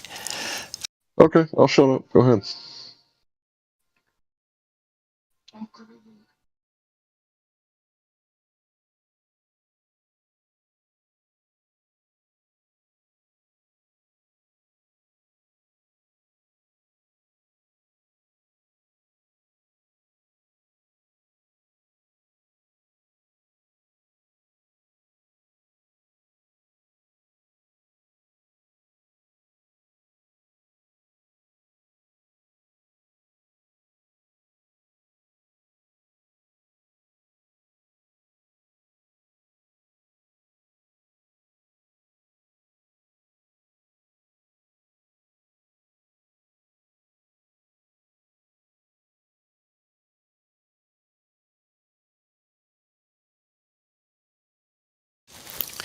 Do you have the video to that? That's something I've never seen before. Sorry. That's your issue.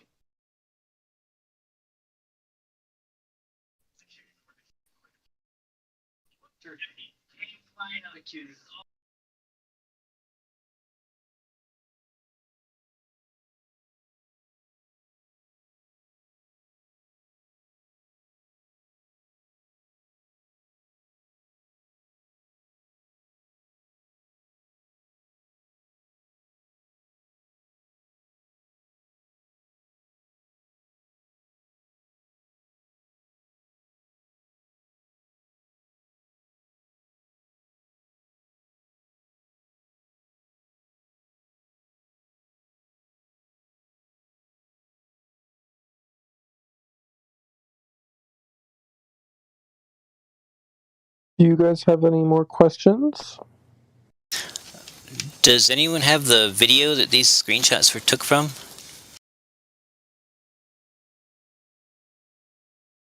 Are you talking about the Black Swan screenshots? Yeah, the one with the colored boxes and stuff. Well, Yeah, I do not know where this original thing came from. I just saw it in the stream one day, and I recorded it. I have no idea. I feel bad that I don't have the original for you, bud. But I just don't have I it. think it's on Quantum Eraser's Black Swan video. Look at this shit. All of that, instant death. Go back. Yeah, But I I'm don't see not. any tags. I don't see any tags, watermarks, or anything, so I couldn't tell you where it came from. oh well, it would be interesting to look at the uncropped whatever. Look at the more raw data or the raw image and see what it was like. But anyway, I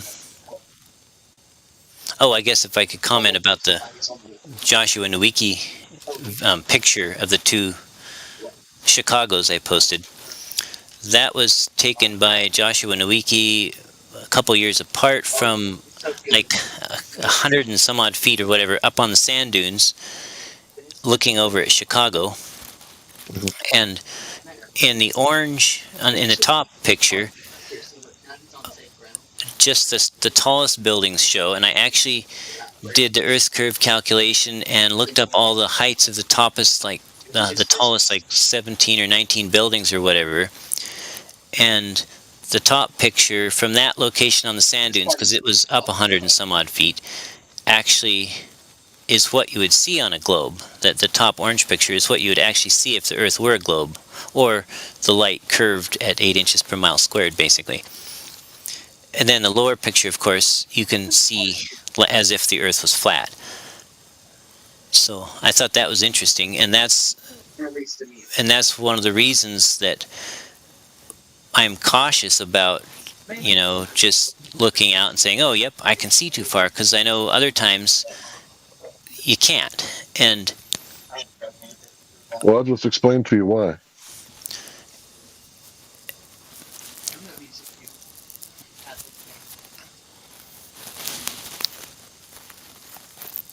The atmosphere acts like a lens, causes the image to stretch out, just like the laser beam. And laser beam is collimated light. It's light that's not supposed to spread out. What do you think the light bouncing off these buildings is doing? It's spreading out, right? Right, but at least vertically, because the apparent width of Chicago in this case wasn't really distorted, but the height was. Mostly the lower buildings were stretched up, basically, it looks like. But anyway, my point is, whichever one represents reality, the other doesn't. Do you see what I'm saying? Well, I mean, if there's supposed to be an edge to the Earth that boats go over that prove that it's a globe, then that edge can't move around. It's geometric, right? It can't move. It's like if you have a square table, your table is always going to be square. It's not going to be moving around from circle to square. Right? The globe isn't breathing in and out. It's not growing and shrinking every day.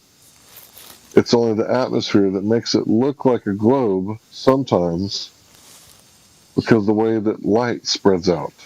So if you got a laser and say you put it on the ground, right? If you shine it, a couple 100 feet away, maybe 300 feet away, eventually the laser light's going to start touching the ground, and you're not going to see the full circle on the wall 300 feet away. Why? You're right, because they hit the ground. Right, because the light was diverging in all directions and went down. So it's not that your eye can't resolve it, it's that light doesn't travel that way. It doesn't travel in like perfectly collimated beams, like rays, like ray tracing on computers. That's not reality.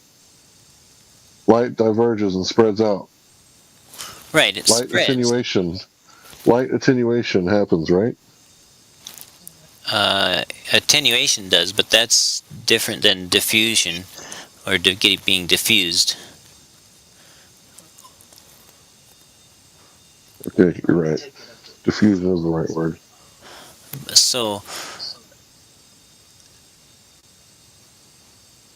But how can I determine that the difference between it being flat and the light tricking us and giving us a visual that looks like it's curved, or it being curved and the light tricking us and giving us a visual into it being flat? Does that make sense?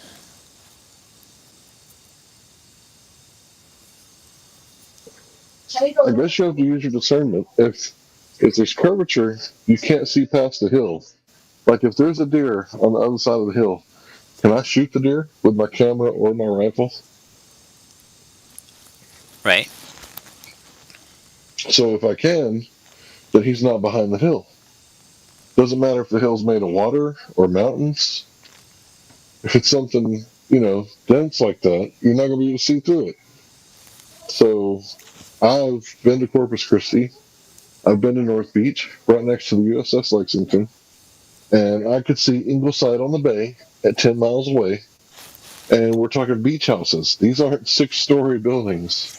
They're not 7-story skyscrapers that are, above 66.6 feet above the water, right? These are beach houses on stilts. So I should have been able to see that at 1 foot above the water. Because I'm assuming there was 1 foot wave. So I shouldn't have been able to see that. Right, and even my own picture of the ship that was up in the air, I shouldn't have been able to see its bow wake. It should have been like 30 foot hid. So I'm not at all denying that there aren't circumstances where it looks flat or even concave. But now I lost my train of thought. But if none of the anti-flat earthers do deny that we can see too far, we all agree on. Right, but I guess if light can bend enough to hide in most of Chicago as if the Earth were curved at the stated rate, then how do I know it couldn't also curve the other way at that same stated rate to reveal an entire city that was behind the curve, if that makes sense? You just said that light bends. Light travels in a straight path until it reaches a separate medium, and then when the angle of incident is correct, it's not hitting it like a square, it's hitting it like an acute or obtuse angle. That barrier causes the light to change directions. It doesn't bend like a piece of rope. Okay? So look at the laser light shining on the floor. Right? So right when it leaves the apparatus, it's headed towards the wall, but the bottom part doesn't make it because it's spread out. It didn't bend. It's spreading out. So at what angle did it spread out, and how far did it take for it to spread out at that angle? That's how you need to think about the properties of light. Think about it like you're shooting a shotgun, right? You shoot a shotgun that has a choke on it. The BBs are going to have like a real tight little pattern, right? But the further and further and further your targets get away, they slightly spread out. The further and further your target gets away. It's not bending. They're not bending. The BBs are spreading. Right, and the one that reaches the target is the one that will hit it. But you said that light travels straight, but unless it gets to a boundary between two densities, right?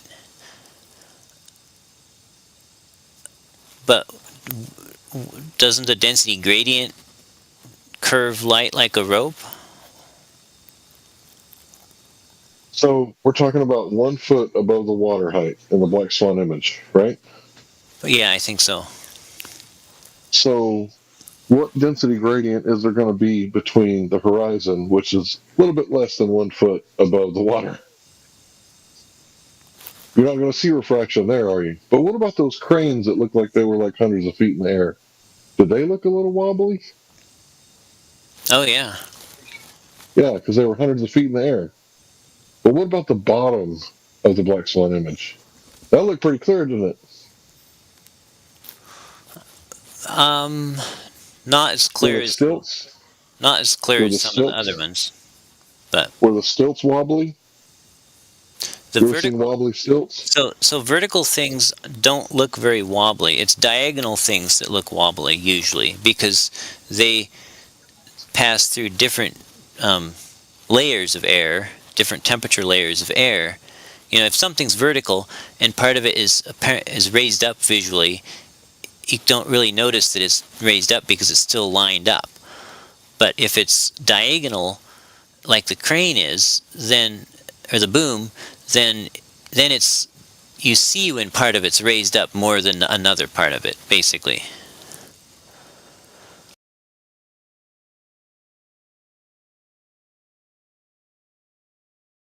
I don't know if that's true. That may or may not be true. Well, you could tell that different parts of the crane were raised up different amounts because it wasn't straight, right?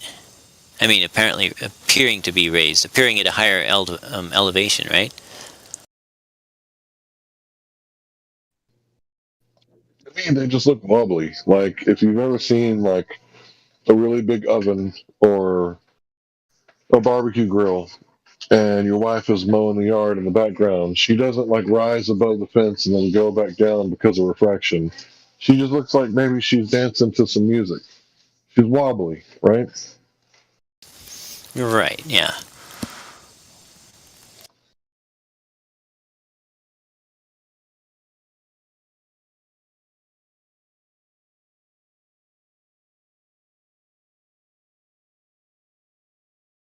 Alrighty, sir. Well, I do need to get to bed. Let me put it this way. Yeah, you get to bed after this. One last thing. Let me put it to you this way. If you're in your backyard and your neighbor mows the yard in her bikini and you want to see the neighbor, is there anything that you could do with your grill to make the atmosphere, make her rise above the other side of the fence? That way you could see your neighbor mowing without the fence being in the way. There's nothing you could do with your grill to make your neighbor appear above the fence, is there? Is the neighbor on the far side of the fence? Yeah, she's on the other side of the fence. You're on this side of the fence. You got a grill. There's nothing you could do to make her pop up on the other side of the fence because it's a privacy fence. The globe Earth curvature is the privacy fence. There's nothing you could do to bring it back once it goes over the curve. Unless I had a prism that I set on top of the fence. Then I would look up. Yeah, I mean, and the prism would redirect my sight over the fence and then back down to the neighbor. Yeah, but obviously this is for educational purposes only. Don't do this to your neighbors. They deserve privacy. Everybody, this was only for, entertainment purposes. Yeah, we wouldn't want to do that to our neighbors. I actually built a little thin prism out of glass and clear glue and set up a blockade so that I couldn't see the neighbor's empty house. No one lives there. And I set the camera up, and then I set the prism on top of the blockade, and the camera could literally see over the blockade through the prism and see the neighbor's house. I'll try to find some way to share that with you one of these days. Yeah, but all that was artificial and never would occur in nature. What's that? But I get what you're saying. All that you did was artificial and wouldn't occur in nature. But what I'm pointing out is that if a boat goes over the horizon, you can't bring it back. right? If a what? If a boat goes over the horizon due to Earth curve, you can't bring it back. It's on the other side, right? Unless I can put a prism between me and it, or if the atmosphere forms a prism between me and it. How would the atmosphere form a prism? Well, if it's more dense at a lower, if it's colder and denser near the water and warmer and less dense up above, then that creates a density gradient, which steers rays of light downwards, which allows things to appear higher than they are and would allow you to see around a curve. It's really cool. If you ever do that, make sure you do it back both ways.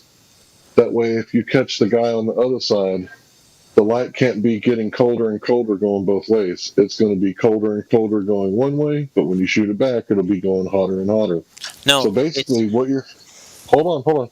What you're claiming is that the density gradient caused by the atmosphere, it'd be like walking into a shotgun walk-in freezer. Like at the door, it's going to be like 60 degrees, but 10 feet in, it's going to be like 50, and then 40, and then 30, and then 20, and then at the back of the freezer, it's going to be like 0 degrees, right?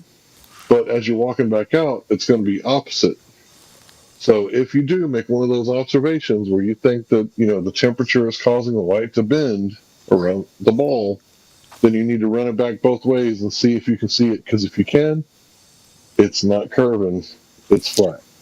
Right, no, the way a temperature gradient interacts with light, I guess the other way around, but it's when you have a more dense layer above or below a less or more dense layer, and the light is going along crosswise in the density gradient. Does that make sense? Crosswise? Can you use a different word? Well, like let's say you had like a really cold water, just theoretically speaking, a really cold water, and then you had warm air above it, but at the few inches near the water were cold from the water, and then it got warmer gradually as it went up, like layers kind of, but a continuous gradient. Mm-hmm. It's not that light gets bent if it comes straight down and cuts through all the layers straight on, but it's when the light passes horizontally in that gradient that it gets steered towards the more dense region. Okay, just prove that. Go verify it somehow. Yeah, it works. Well, I don't want to get banned, but it works in the sugar water density gradient. But I do have plans. That's 3 media. Right. So what my plans are is to get a big fish tank and put cold salt water in the bottom, and then a black. Well, we don't live in salt water, right? Do we live in salt water? Well, the black swan picture was taken over salt water, and so the salt water would just be to provide a cold mass in the bottom, just like the ocean, but the light would be passing in the air above the water, if that makes sense, to see if it curves it as it passes through the air over the water.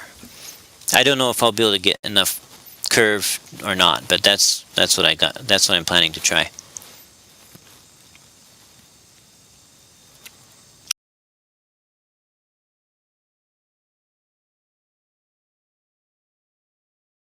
All right, good luck with that. Good night. Thank you. Good night.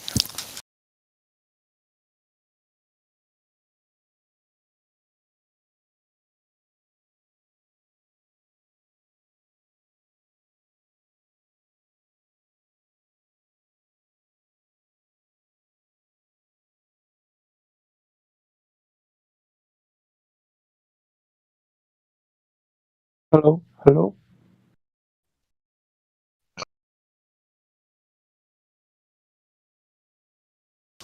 We're all just calling it a night.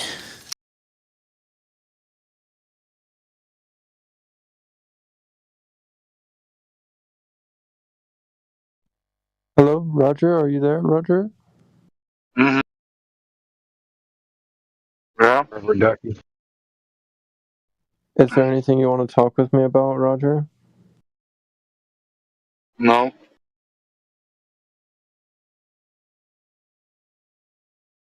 We could talk about the globe. What altitude does gravity engage with helium?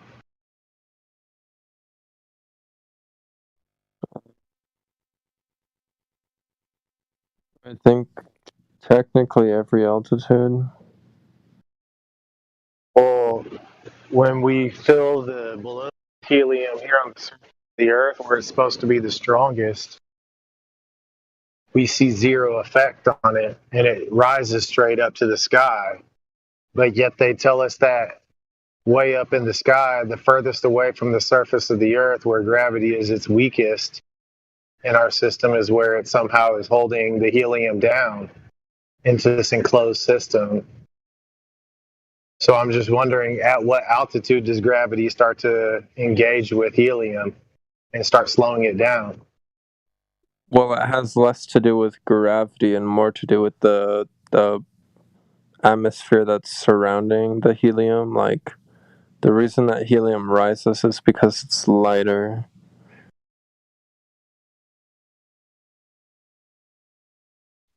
Sounds like you're starting to understand. Except for you said it has more to do with, it only has to do with the medium.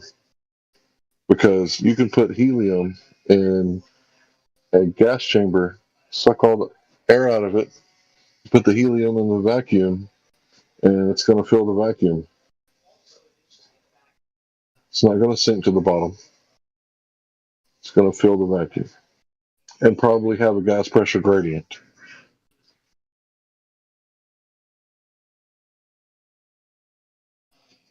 Probably towards the top.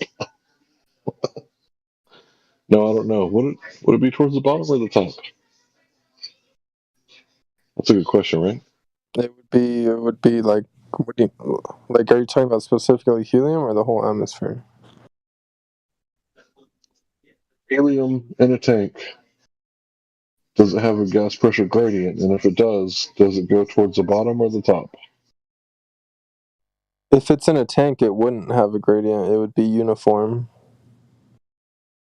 It would try to meet its equilibrium. Maybe it might have like a slight gradient towards the top, but it'd mostly be uniform.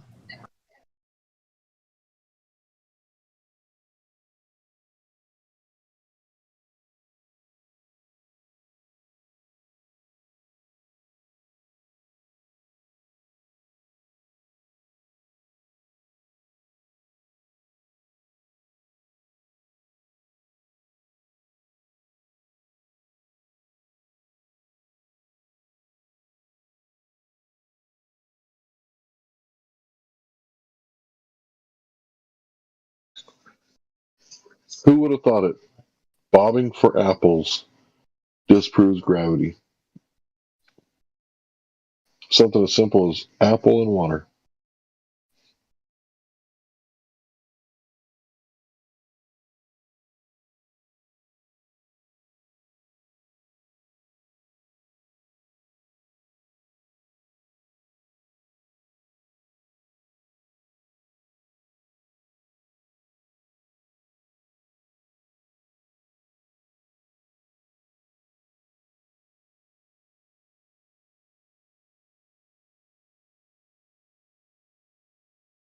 But yet they claim that there's a measurable downward force even on helium that's rising. They say everything that rises still has a measurable downward force.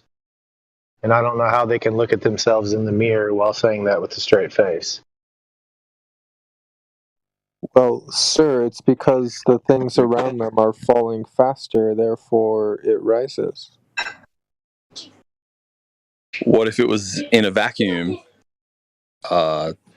Wouldn't it float faster? Well, if it was in a vacuum, the helium would form a ball.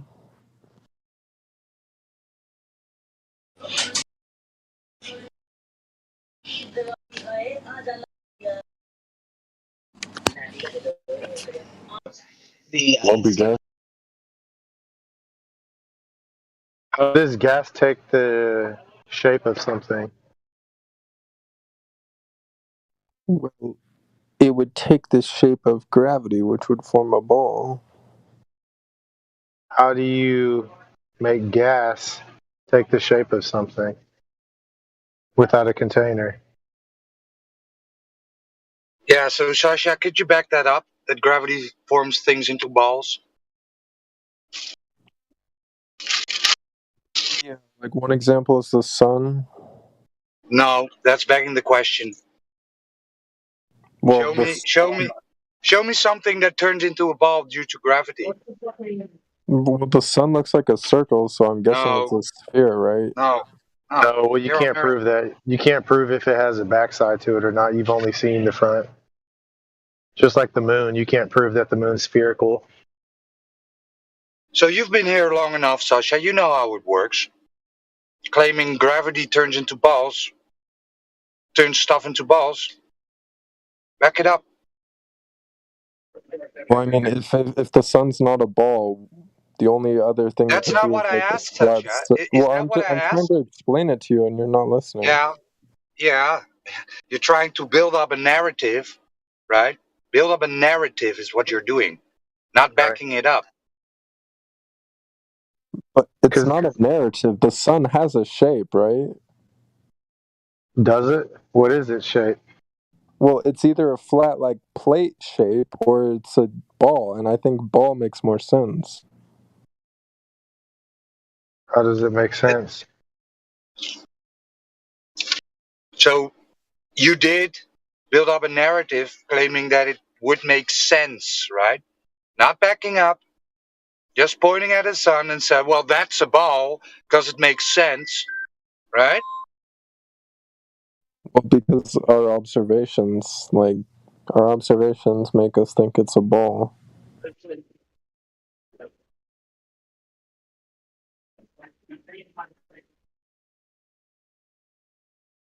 I mean, I'm open to interpretations. It's just like, that makes the most sense. I don't see how. Any observation I've made of the moon is the front side of a flat disk, it looks like.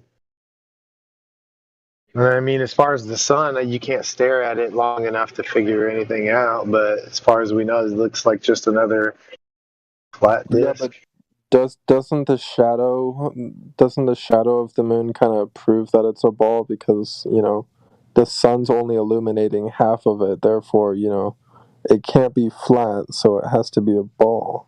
Well, the fact that you're saying that a spherical object is being illuminated halfway and there's a terminator line, you should stop there and think about that and go back to art class in like 6th grade when they teach you about light reflecting off of spheres, and go back and look at those diagrams and then look in the sky and see if that's what you see or not. Because that's not the way that light reflects off of a sphere. And you can't have a terminator line. Yes, it is. What are you talking about? Not at all. You can't have a terminator line on a sphere from a light source. It's not how light works on a reflection. It's not reflecting, it's illuminating. Oh, it's not reflecting off of the moon's surface? Now it's just illuminating the surface? Yes. No.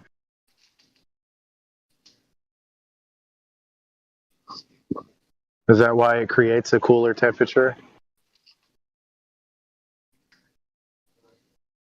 What you're referring to, sir? Well, the moon produces a colder light than the shadows, which is the exact opposite. Colder light than what shadows? Are you talking about like the shadow of the moon? The shadows at night, yeah. So you've got direct moonlight, and then when you're in the shadows from the moonlight, the shadows are actually warmer than the direct moonlight.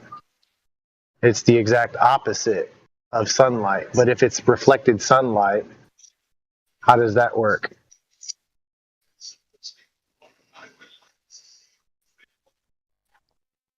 I've never seen a shadow casted by moonlight. You've never seen shadows at night? I've seen shadows from the sun, but not from the moon. Well, here's a shocking news story for you. Shadows exist at night as well. It's a crazy thing whenever you've Those are got probably any from kind like of light source, street whether it's lamps. like Those are from what, street lamps, bro. They're not from the moon. from street lamps. Oh, so the street lamp is more prominent of a light source than the moon? Yes, that's why we have street lamps, so they can What's light up the street. So what do the street lamps have to do with the temperature? I don't know. You're the one that brought up the temperature, bro. I don't even know what. Like, this doesn't even make sense to me. What you're talking about? It's measurable. So, like, if you step outside and there's clear skies and you got a full moon, there's going to be moonlight. And then if you like look underneath a tree, that tree is going to cast shade from the moonlight, right? Just like it would if it was the sun. The tree's going to cast shade because it's blocking the light. You see how that works, how shadows work? And so then if you go and you measure the direct moonlight, it's actually colder than if you were to go into the shadows away from the direct moonlight and measure and take a temperature. It's going to be warmer in the shadows. But during the daytime, it's cooler in the shadows. And so if it's not replicating the same results, then the only theory there left to go off of is that the moon is producing a cooler light than the sun is.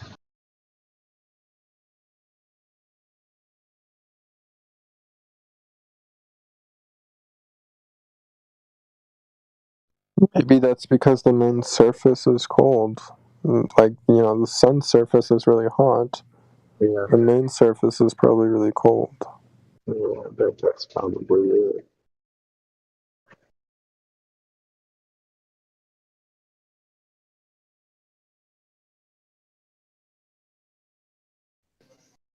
Unless the good old days when the Glober said, "Nuh-uh," and then you actually go and measure it. It's like, yeah, huh?